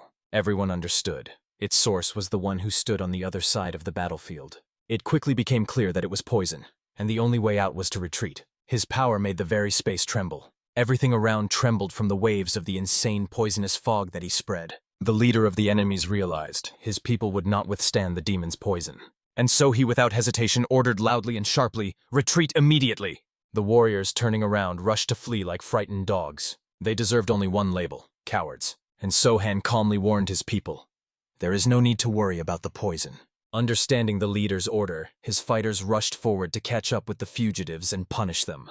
And he stayed here, only he and his two teachers. One of them decided to test his student. He placed 2 fingers on his tendon to feel the condition of the body. Strange. It seems there is no more poison in your body. For others, it sounded almost unbelievable. But he still asked how their boy was feeling. Sohan replied that he felt an amazing lightness, as if he had experienced a new birth, although he himself did not understand how it happened. He admitted he was simply lucky. The master could advise him to take care of himself now. But he understood. When his subordinates had already entered the battle, such advice would be useless. He only reassured, saying there was no need to worry. The cult warriors would not be able to cause serious harm to his people. At that moment, Sohan realized the truth. From the very beginning, it was they who directed the cult of the heavenly demon, and only thanks to his release from the icy chains did the enemy warriors flee. But despite this, his masters insisted that he first restore at least part of his internal energy. Sohan understood them and sat in the lotus position, focusing. Staring at him, they thought of only one thing. The whole world had almost been turned upside down, searching for an antidote, and he managed to cope on his own. They had no doubts left. Their student was truly gifted. But can this be called simple luck? His inner core of the 2-headed serpent and the peach of the Monkey King, eaten in childhood, granted him the ability of lightning-fast regeneration. The poisonous master's experiments caused him a lot of pain, but they became the foundation of his martial art, and the immortal master helped him recover faster from poison. The love and support he received at the Dancing Moon School helped him endure the most painful trials, and the guidance of Master Immortal Blade taught him to seek balance. And it was Sivol who opened his eyes to the problem he had not noticed for many years. Thanks to this, he finally managed to break free from the icy captivity. But can all this now be called just luck? When Sohan stood up, one of the masters approached him and noted, "His energy is already quite stable." Then he looked at his body and could not contain his amazement. All the scars that once covered him disappeared without a trace. He sincerely congratulated the student because he understood that he had achieved a true metamorphosis. Probably, along with the poison, all his injuries also disappeared. Another master sighed and called him a fine fellow. After all, he survived despite everything, even after battles with the Sword Demon and the Wind Demon. Hearing about demons, Sokan asked to explain in more detail what kind of creatures they were. In the cult, they are called the Heavenly Sword and the Heavenly Wind. And the righteous fearfully call them the Demon of Wind and the Demon of Sword. They are the executioners of the cult of the Heavenly Demon, came the reply. And now he understood why everything was happening exactly like that. Sohan realized that he must see the matter through to the end, and directly asked the masters if they were ready to join. The answer was short and firmly confident. Why not? And the 3 of them set off to finish the task that still remained unfinished. Ahead, a battle was still raging that showed no sign of abating. At this place, the most diverse attacks converged. The strength of the opponents was colossal, and the battlefield shook with every strike. And as soon as he appeared, everyone around froze in an instant. Sohan burst into the fight like a heavenly avenger descending to earth. His hand tightly gripped the sword, and his eyes shone with cold ruthlessness. It was ruthlessness towards every enemy he encountered on his path. His blade tore the bodies of enemies to pieces in the literal sense. The realization that their master had returned made the allies smile with relief. His presence inspired everyone to continue the fight with new strength. But suddenly 2 more powerful energies appeared in the atmosphere. The Mad Twins landed like true heroes. Their impact on the ground was like thunder. As soon as they touched the ground, dozens of enemies immediately fell dead. For them, it was just an opportunity to stretch their own muscles. The enemy leader watched the appearance of the twins, feeling the cold creeping inside him. And glancing aside, he saw how his warriors were scattering under Sohan's blows. The Zhongnan sect also put all its strength into clearing the way in this hellish battle. Even the masters of MANHUA have already joined the battle, adding chaos and brilliance to the clash. The enemy saw and understood everything perfectly, but decided to launch an attack. But at that very moment, a new figure appeared before him. It was Il, whose fighting zeal and thirst for killing could only be compared to Sohan himself. I thought I would only deal with Sokan. How wrong I was, the leader thought. But already in a moment, the same word that had recently sounded escaped from his lips. Retreat. Shit. Only managed to think 2 traitors before they fled. The entire army was rushing after them, ready to save their lives. But to think that the escape would go without pursuit was a big mistake. They were chased down and killed on the spot, their backs slashed by blade strikes. Their blood splattered in all directions, staining the ground red. But one of the masters advised Sokhan to stop the pursuit, otherwise his people could also suffer. Through the mountain of corpses, only 2 words were heard. Stop the persecution. These words were picked up by other voices, repeating the order until it turned into a chorus. In the heat of the battle, one of the masters looked closely at Ilya and noticed something strange. He told Sohan his style resembles the technique of the furious demon himself, to which Sohan explained, "This is him, only now he has changed his face, and from now on he is my left guardian."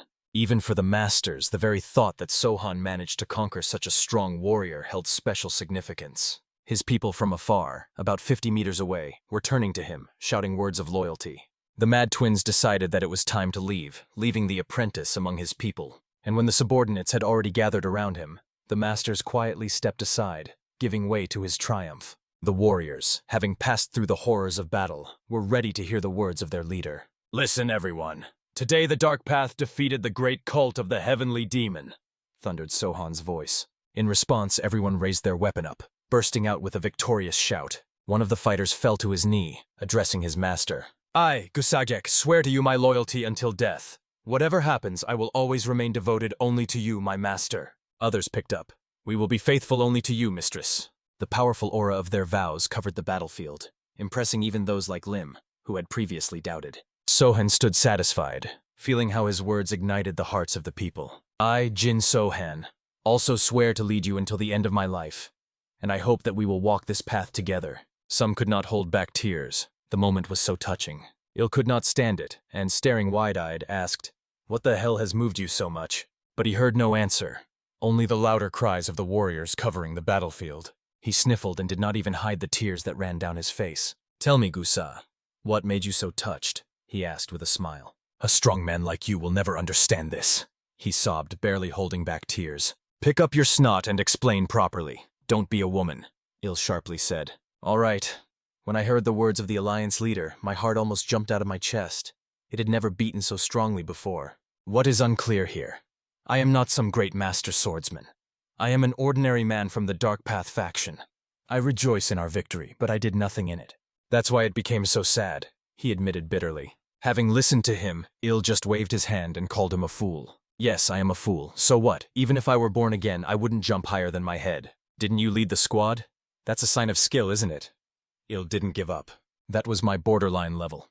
I think that's the maximum I am capable of," he replied quietly. Although he himself perfectly understood, if instead of complaints and tears he had paid more attention to training, he could have become a true warrior. "Enough, it's time to go," Il reminded him. After some time, night had already fallen outside. On the table lay a map, on which Il placed his hand. He was watching and understood nothing. "This map will lead you to the one who will make you a person. Find him." "Are you joking? Even a dog by the trash can understands that this is death." He repeated the question. "Do you even want to become a master?" Then he explained. "The one I am sending you to once saved my life. I owe him. He is talented, but he doesn't care about martial arts. But if you say you came on my behalf, he will take you as an apprentice. Then you will become his disciple. In short, I am sending you to him. Go and learn from him. Because you can't be a boy running errands in a tavern your whole life. And do not make up unnecessary excuses. Decide once and for all. Do you want to whine about your failure all your life, or finally gather your willpower and become a real person? If you don't want to, suit yourself. I don't care what you choose. But if I see you whining one more time, I will smash your skull with my bare hands." Because Illy clearly understood. The last time he saw not tears of joy, but pity for himself. Life always gives a chance, and then, your choice. To take it or not. Having said this, Il slammed the door and left him alone, deep in thought about what he had heard. Meanwhile, late in the evening, they were walking together. He recalled the words of the master. Sohan then said that it was a true metamorphosis, and now confirmed it once again. "With the new body, poison is no longer a threat to me. Even considering my insane reaction, now I am resistant to it," he explained. "I am leaving a place for you as the right guardian," Sohan calmly added. Sivol asked in surprise why he was so sure that he would join. "Where will you go?" Sohan answered simply and firmly. In his soul, Sivol felt gratitude.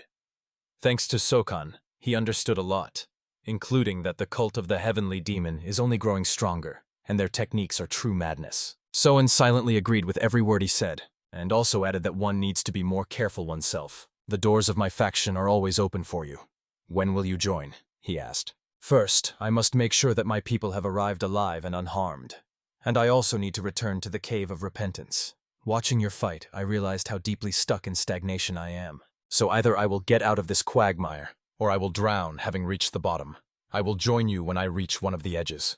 But before Sivol leaves, Sohan wanted to give him a gift. He led him to the frozen enemy. He stretched out the sword and said, "You can kill him with this blade. He is quite strong, but will have to give all his strength."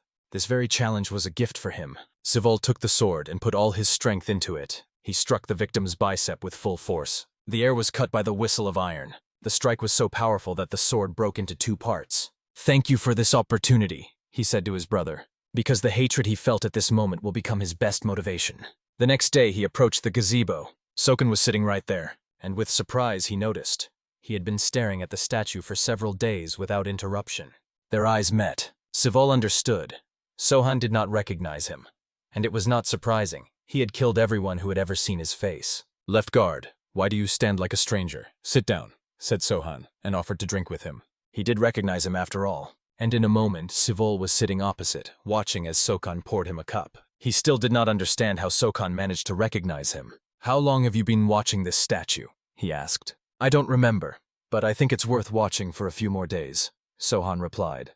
And having downed another shot, Il turned to him again. He opened up, saying that this was his true face, and Sohan reacted as if it was a trifle. Understood. He was even confused. "Is that really all he will hear? Are you serious? Did you even understand what I meant?" he asked again. "You saw my true face, and the only thing you said was understood?" "Well, you're ugly. Do you want me to expand on the topic?" Sohan said with a smirk. "You bastard," Il muttered, not understanding how he could so easily brush it off after his confession. And Sohan tried to lighten the mood. "Don't worry. Most people are jerks, and that's that. Moreover, beauty is still a burden, believe me." But Il still wanted to know, how did he manage to recognize him when he was in a different face and different clothes? "I immediately understood. I don't know how to explain. I just saw and felt it, probably because I often look in the mirror. The whole matter is in my eyes. I am sure you noticed it yourself." He guessed that he meant his ashen look. Sohan continued, "I often gaze into my own eyes to notice the slightest changes.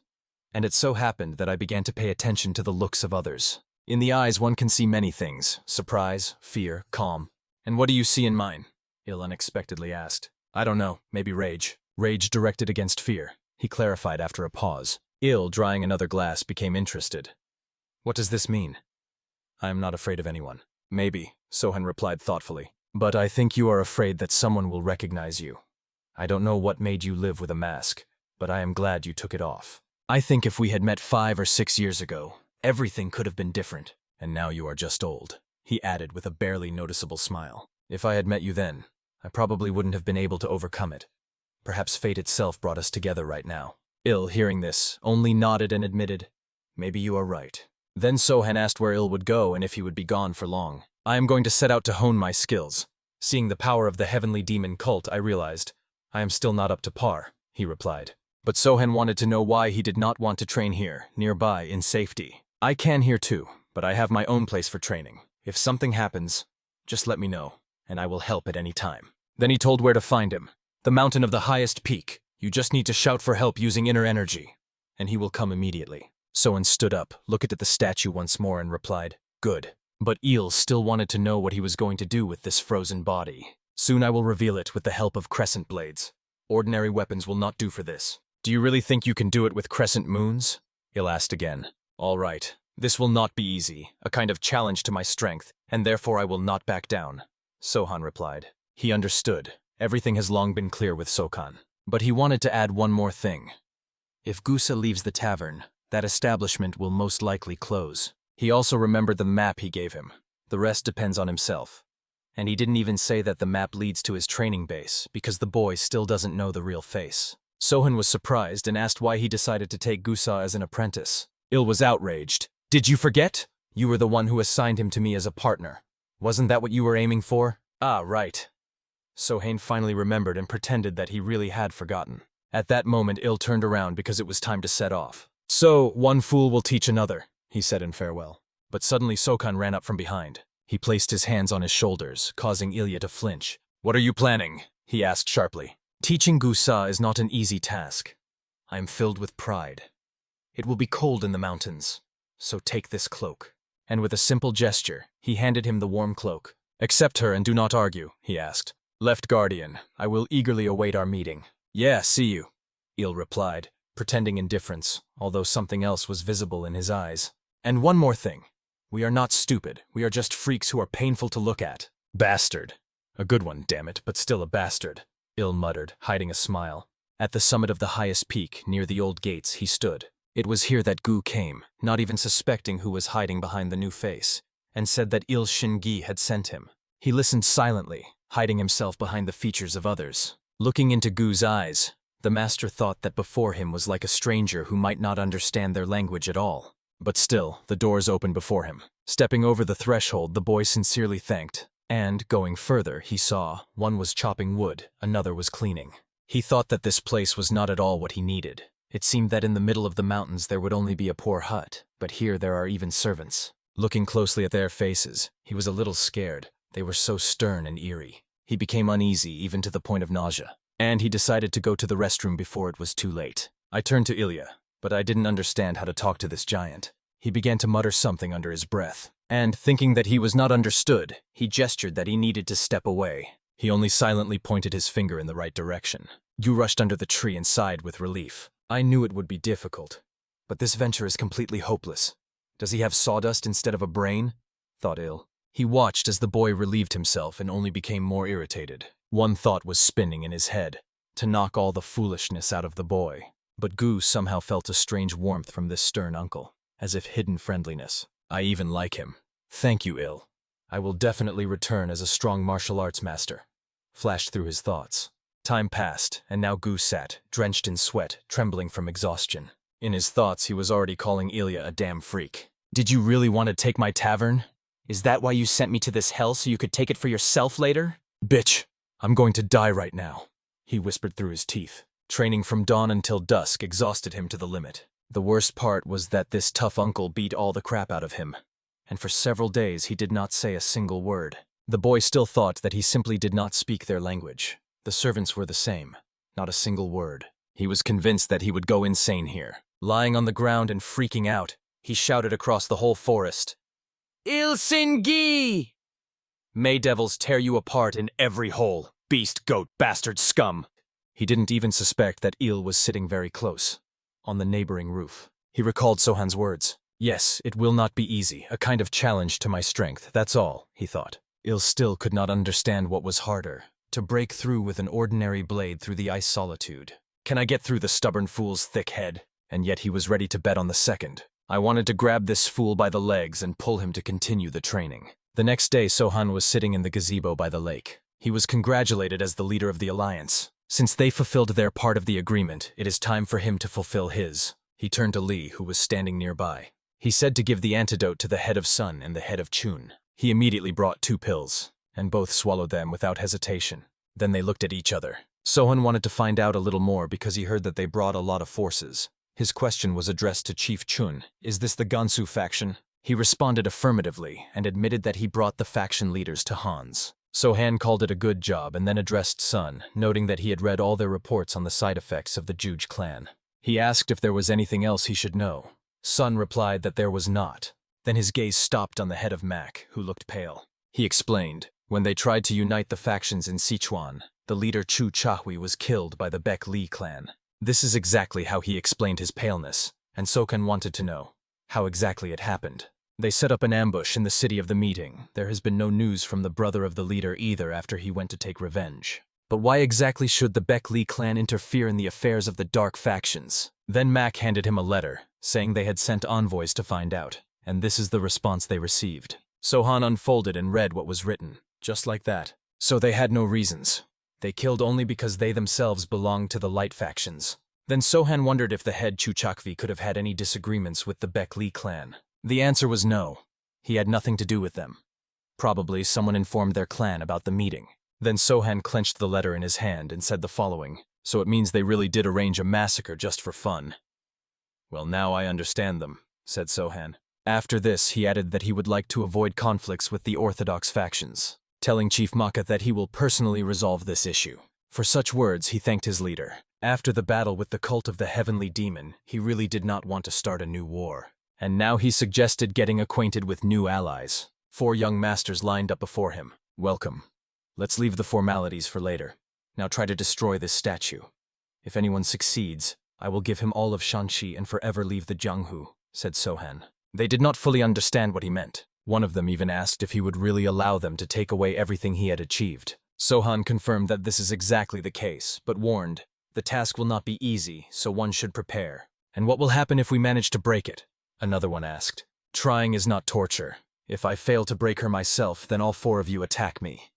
Sohan replied calmly. Such a response only fueled the interest of newcomers. It turned out to be a rather interesting acquaintance. The first to volunteer was the big guy, who drew his weapon and stepped forward. His axe was so massive that it was interesting to see what it was capable of. Equally impressive were the huge biceps he tensed before the strike. Shouting his name loudly, Sajinpen from Gamsu, he swung and struck the blunt end with all his might. A loud bell rang, causing even the air to tremble. And just as loudly, Jinpen himself flew back, barely holding his weapon in his hands. Wusun, observing this, smiled and ironically asked if he was hurt, and if a doctor needed to be called. He, angry at his failed attempt, only snapped back and advised him to shut up. It is the turn of the next 3 contenders. The next in line was a slender young man. He gave his name, Shadowbow Nam Cholwu. It was quite interesting to watch the master archer among the contenders, especially considering that the tip of his arrow was no smaller than a real blade. Nam Cholv pulled the bowstring so tight that it creaked and released the arrow. She flew with a piercing whistle straight into the target. The shot was extremely precise and hit the statue's head directly, but only minor scratches remained on it. Soken addressed the archer, noting that he had seen him compete in archery skills with the leader of the Broken Soul sect. Great, but now he wanted to see the next one. The third to come out was a young man with a sword in his hands. He gave his name, the same. His gaze changed, and with all determination he rushed to the statue.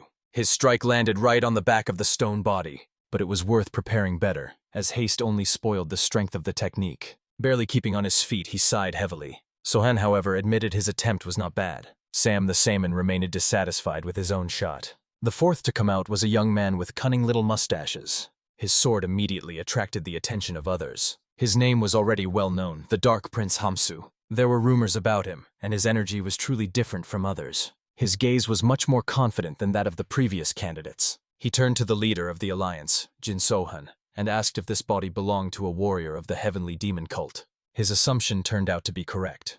It was the result of their ice imprisonment in stone. For this guess, Sohan called him attentive. Focusing and slowly exhaling, the Dark Prince carefully prepared for the strike. His attack was so powerful that all the dust around rose into the air. His sword trembled, but still got stuck in the statue's shoulder. Sohan, seeing this, was convinced that this warrior was truly strong. Now it's my turn, he said, drawing his own weapon. He approached the statue, recalling how many times he had thought about this moment. I was thinking about what to focus on, speed or pure strength. His energy began to manifest noticeably. Everyone saw how the sword in his hands seemed to scream, demanding a strike. His movements became smooth, as if everything around had slowed down. Raising the blade upward, he sharply brought it down, cutting through the air. Sohan delivered a precise and accurate strike, so professional that he cut through the very body of water stretching behind the statue.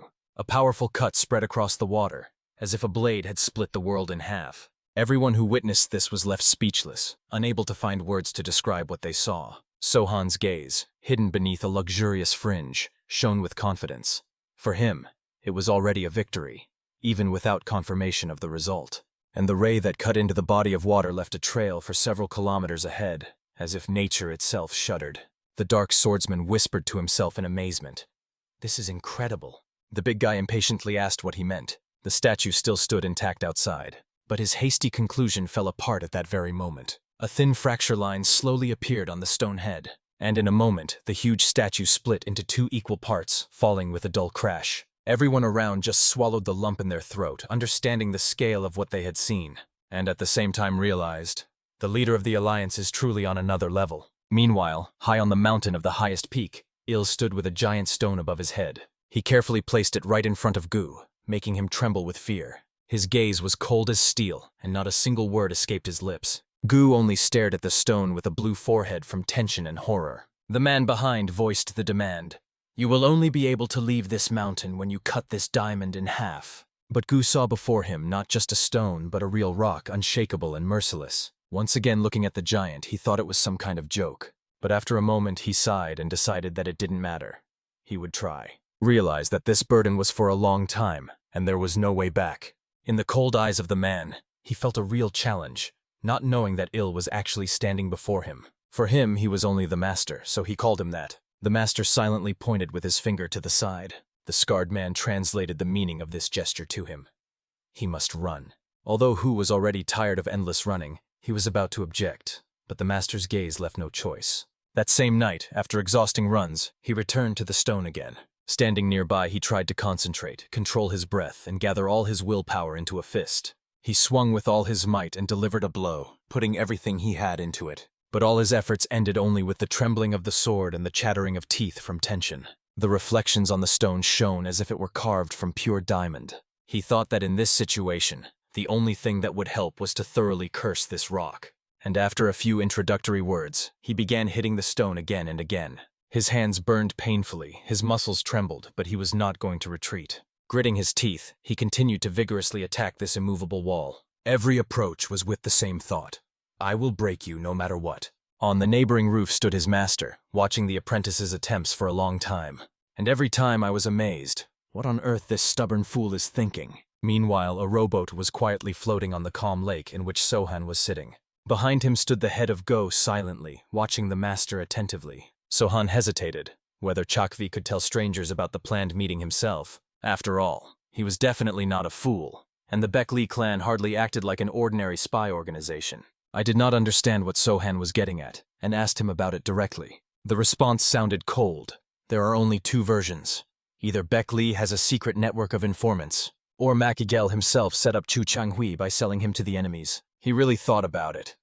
It made little sense, because Sichuan was the territory of the hedgehog. But Sohan clarified again that this is only an assumption, not confirmed by facts. So first you need to find the mole, and only then act against the Baek-Lee clan. Next, he presented his idea: to send letters to the orthodox factions of Sichuan and to the Baek-Lee clan. Each envelope will be marked with a special scent that will be revealed upon opening and will expose the spy. Sohan also expressed hope that those with whom he drank and shared a dance would not betray him. After all, he did not want to kill people he considered his comrades. Meanwhile, something was happening in the Baek-Lee clan. Near the gates, behind the backs of warriors lined up in even rows, a cry rang out: "Let me go!" Several servants dragged the man by the collar like a useless burden, and next to them they threw several more of the same, mercilessly dropping them on the floor. Before them, swords fell with a dull clang, and the order sounded cold and harsh: "Raise your weapons." Among the prisoners, Chu Chakvi's younger brother raised his head and asked, "What are you planning?" But in response, I only heard a cold order to shut up. A stage appeared before everyone on the second floor, where a majestic figure stepped out onto the balcony. Step by step, a man with a terrible aura that pressed on everyone's chest was approaching. He was immediately greeted as the true leader of the clan. Chu turned pale, realizing that before him was not an ordinary warrior, but the very leader Baek-Lee.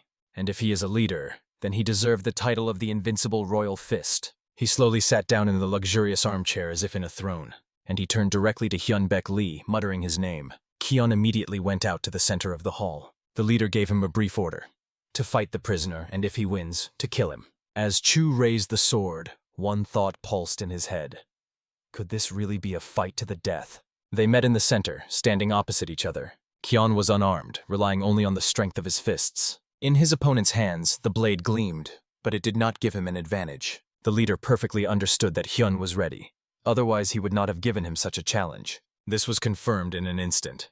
The enemy's body twisted from the blow. One precise fist to the liver, and the opponent staggered, barely holding on.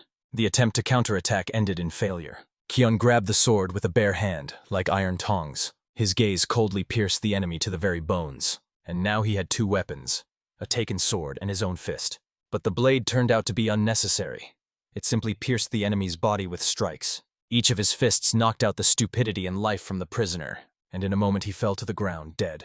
Kyun only disdainfully remarked that his opponent moved slower than a snail. Then he bowed, asking forgiveness from his leader. At that moment, one of the close associates approached the leader, holding a message. He reported about a new meeting that was to take place in Guyana between orthodox clans. Among the participants are the head of the dark faction Guanyana Mak Igel and the leader of the Dancing Moon Alliance Jin Sohan. According to rumors, Mak has already pledged allegiance to Sohan, and this meeting will only be a formality to confirm his loyalty. The leader immediately understood that this meeting was more like a demonstration ceremony than real negotiations. He only ordered to keep watch over everything, without interfering unnecessarily. The old man could not hold back and wanted to ask why the leader was doing nothing, since everything was happening almost under their noses. The leader explained that Sohan, upon hearing about the recent ambush, deliberately decided to immediately hold another meeting. He swore that it was a provocation, and although Sokan is far from a fool, he does not intend to play by his rules.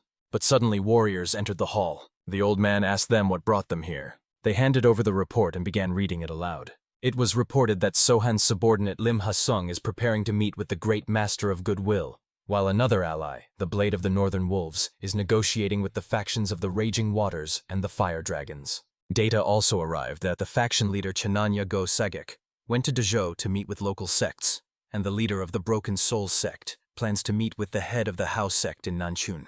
The leader grabbed them, sharply throwing, "Enough." Everyone immediately fell silent, realizing that he got angry. The old man quietly muttered whether Sokan was not mocking them all. And at that moment, the cult leader boiled over, clenching his fists and thinking only one thing.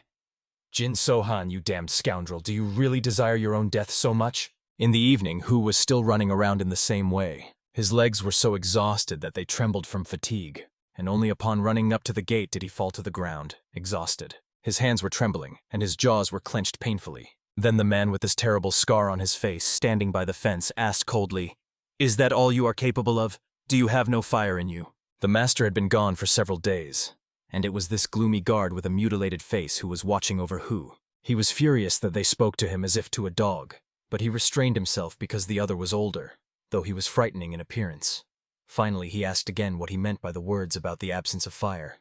The scarred answered simply, "You have no goal. You are not obsessed with training. You do not strive for strength.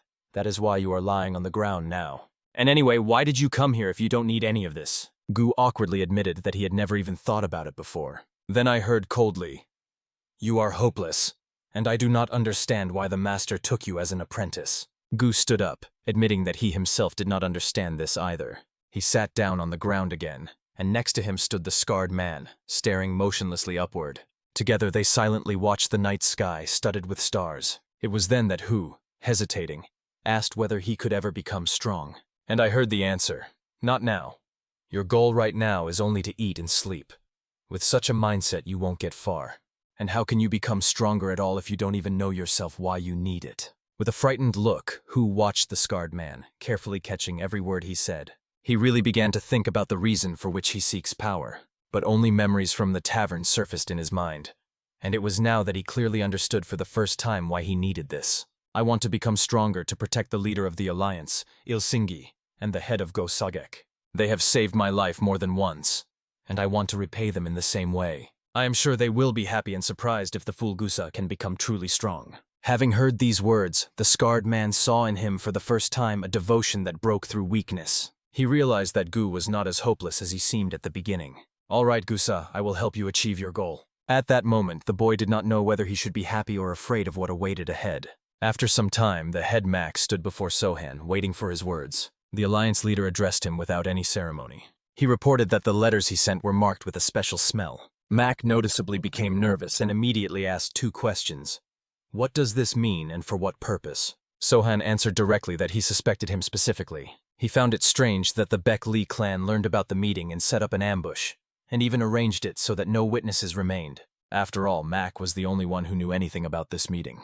Having heard this, Max admitted that the suspicion sounded logical. Sohan added that it might already be too late, but still asked if Mac thought this would go unnoticed. And he directly asked if he has personal matters with the Baek Lee clan. Then Mac fell to his knees, begging the Alliance leader to believe that this was some kind of misunderstanding. He explained that the mission in Sichuan was difficult, but he was not Baek Lee's mole and did not open that letter. Sohan replied that if it is true, then none of his subordinates will have the smell. Mac assured that this was the case and swore that he was not a spy, but admitted that he had personal scores to settle with the Baek Lee clan. After this, Sohan ordered him to raise his head and look him straight in the eyes. Mac, with a frightened face, looked up and repeated that he was telling the truth. Sokan's blue eyes pierced him through, making him shudder. For a few seconds, they silently looked into each other's eyes, as if weighing fate. Finally, Sohan asked which specific accounts link Maka with Baek Lee. He honestly admitted that the matter was about a woman. According to him, the leader of the Baek Lee clan was extremely dishonest. This was enough for Sokan to agree to give him a chance for revenge. He stated that Mac is obliged to repay not only for his wife, but also for Chu Chakvi. For Mac, it was a shock, but an even bigger shock awaited ahead. Sohan approached him and grabbed him by the neck, lifting him off the ground. He ordered him to gather all his men and destroy the Bekli clan. Squeezing his throat tighter and tighter, he forced Mac to open his mouth. Then he took out a pill and held it right by his lips. With one move, Sohan threw it down his throat. And he coldly thanked Mac, because thanks to him he understood one thing. There are always people who will take advantage of your kindness, even if you treat them sincerely. And now, after what was said, Sohan forced Mac to swallow the pill. He swung his right hand, pulling it back. And from such a slap, the earth trembled. The poppy fell on its back and hit the ground with a dull thud. Then, crawling humbly, he began to crawl back to Sohan. The leader said coldly that he would personally take a small squad and set out with him, to make sure that he correctly understood the order and will carry it out. So he ordered to prepare, as they will perform soon. Mac, remaining on his knees, only helplessly repeated, "Yes, leader."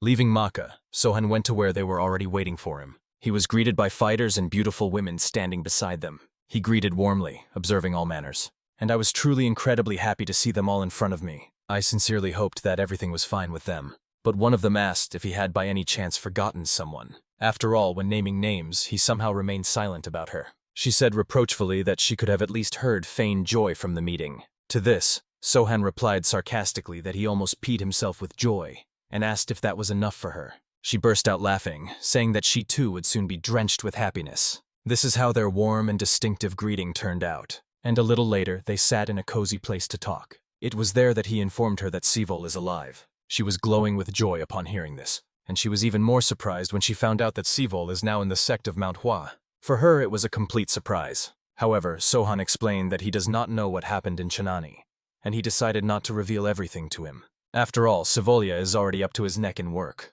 and he also decided not to tell all the details about her for now. For this, she thanked him once again. Then Sohan shifted his gaze to the other two, Hyun and Jugtan, and asked if they knew that the leader of their clan was already dead. With bitterness, they admitted that they knew about the death of their leader. Sohan said that others may not understand the true reason for Jugepei's death, but they know everything, because it was Hyun who came to him. He only silently agreed with his words. The leader continued. The Jug clan has fallen, and now all the side branches are fighting for power. That is why the two of them must revive the Juge clan, and he will personally help them with this. After these words, the same emotion froze on their faces. Shock and confusion. They could not believe that he was really saying it seriously. But Sohan continued speaking, revealing his plans. After restoring the clan, they will create a new messenger Jug. Someone among them asked what will happen next. And then, he replied coldly, I will come to kill you. Or you will stay here and fight against the cult of the heavenly demon. The choice was theirs. Everyone around did not understand why Sokan suddenly started talking about them. But he explained. After all, he has already killed the second and third sons of the heavenly demon, so it is quite logical to expect that he will soon come to repay the debt. The situation suddenly turned from unclear to shocking. The conversation was finished, and Sohan set off along the shore together with Sagek. He suddenly addressed him with a question. Why is he looking at Yoren like that? At these words, Sagek turned blue, not understanding what exactly Sokan meant, but it was enough for them to meet eyes. For Sohan, everything became clear. He just wanted to hear the confession aloud. Sagek awkwardly admitted that he only looks at her. She is like a younger sister to him. Yes, she is sweet and nice. Sohan did not want him to wander among women like a vagabond and did not object to him and Yoren becoming a couple. But he asked directly whether Sagek was ready to take responsibility for this girl. He replied that the leader is going too far because he himself does not even know if these feelings are mutual. At the same time, he admitted that he understood the meaning of his words. He just thought that Joran did not suspect that she liked him. The next question was asked sharply. Do you really think she is that blind? Just from this one thought, Sajek was afraid that she had understood everything long ago, and Sohan calmly added the truth. Only a complete fool would not have noticed how you looked at her throughout our entire meeting.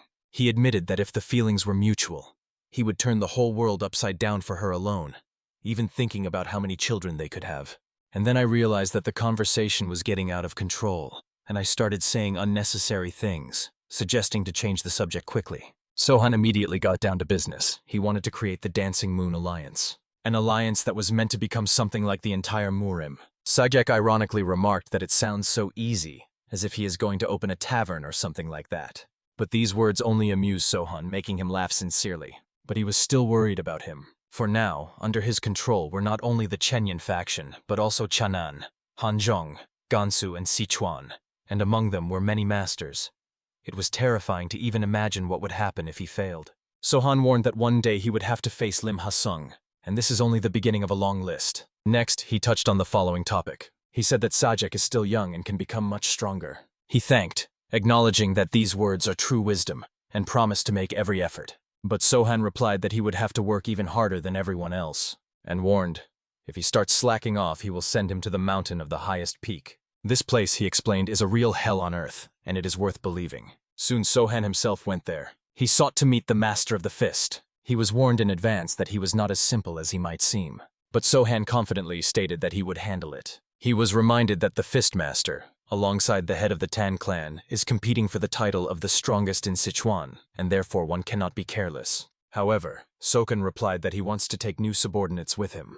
The crazy twins, his teachers, asked if he wanted to take them too. He admitted that he doubted the loyalty of the new people, and this was an opportunity to test their loyalty and his own resilience. The Beckley clan itself interested him little, and he would fight the Fistmaster only if the latter met him himself. Hearing this, the twins simultaneously declared, "Then we will go with you."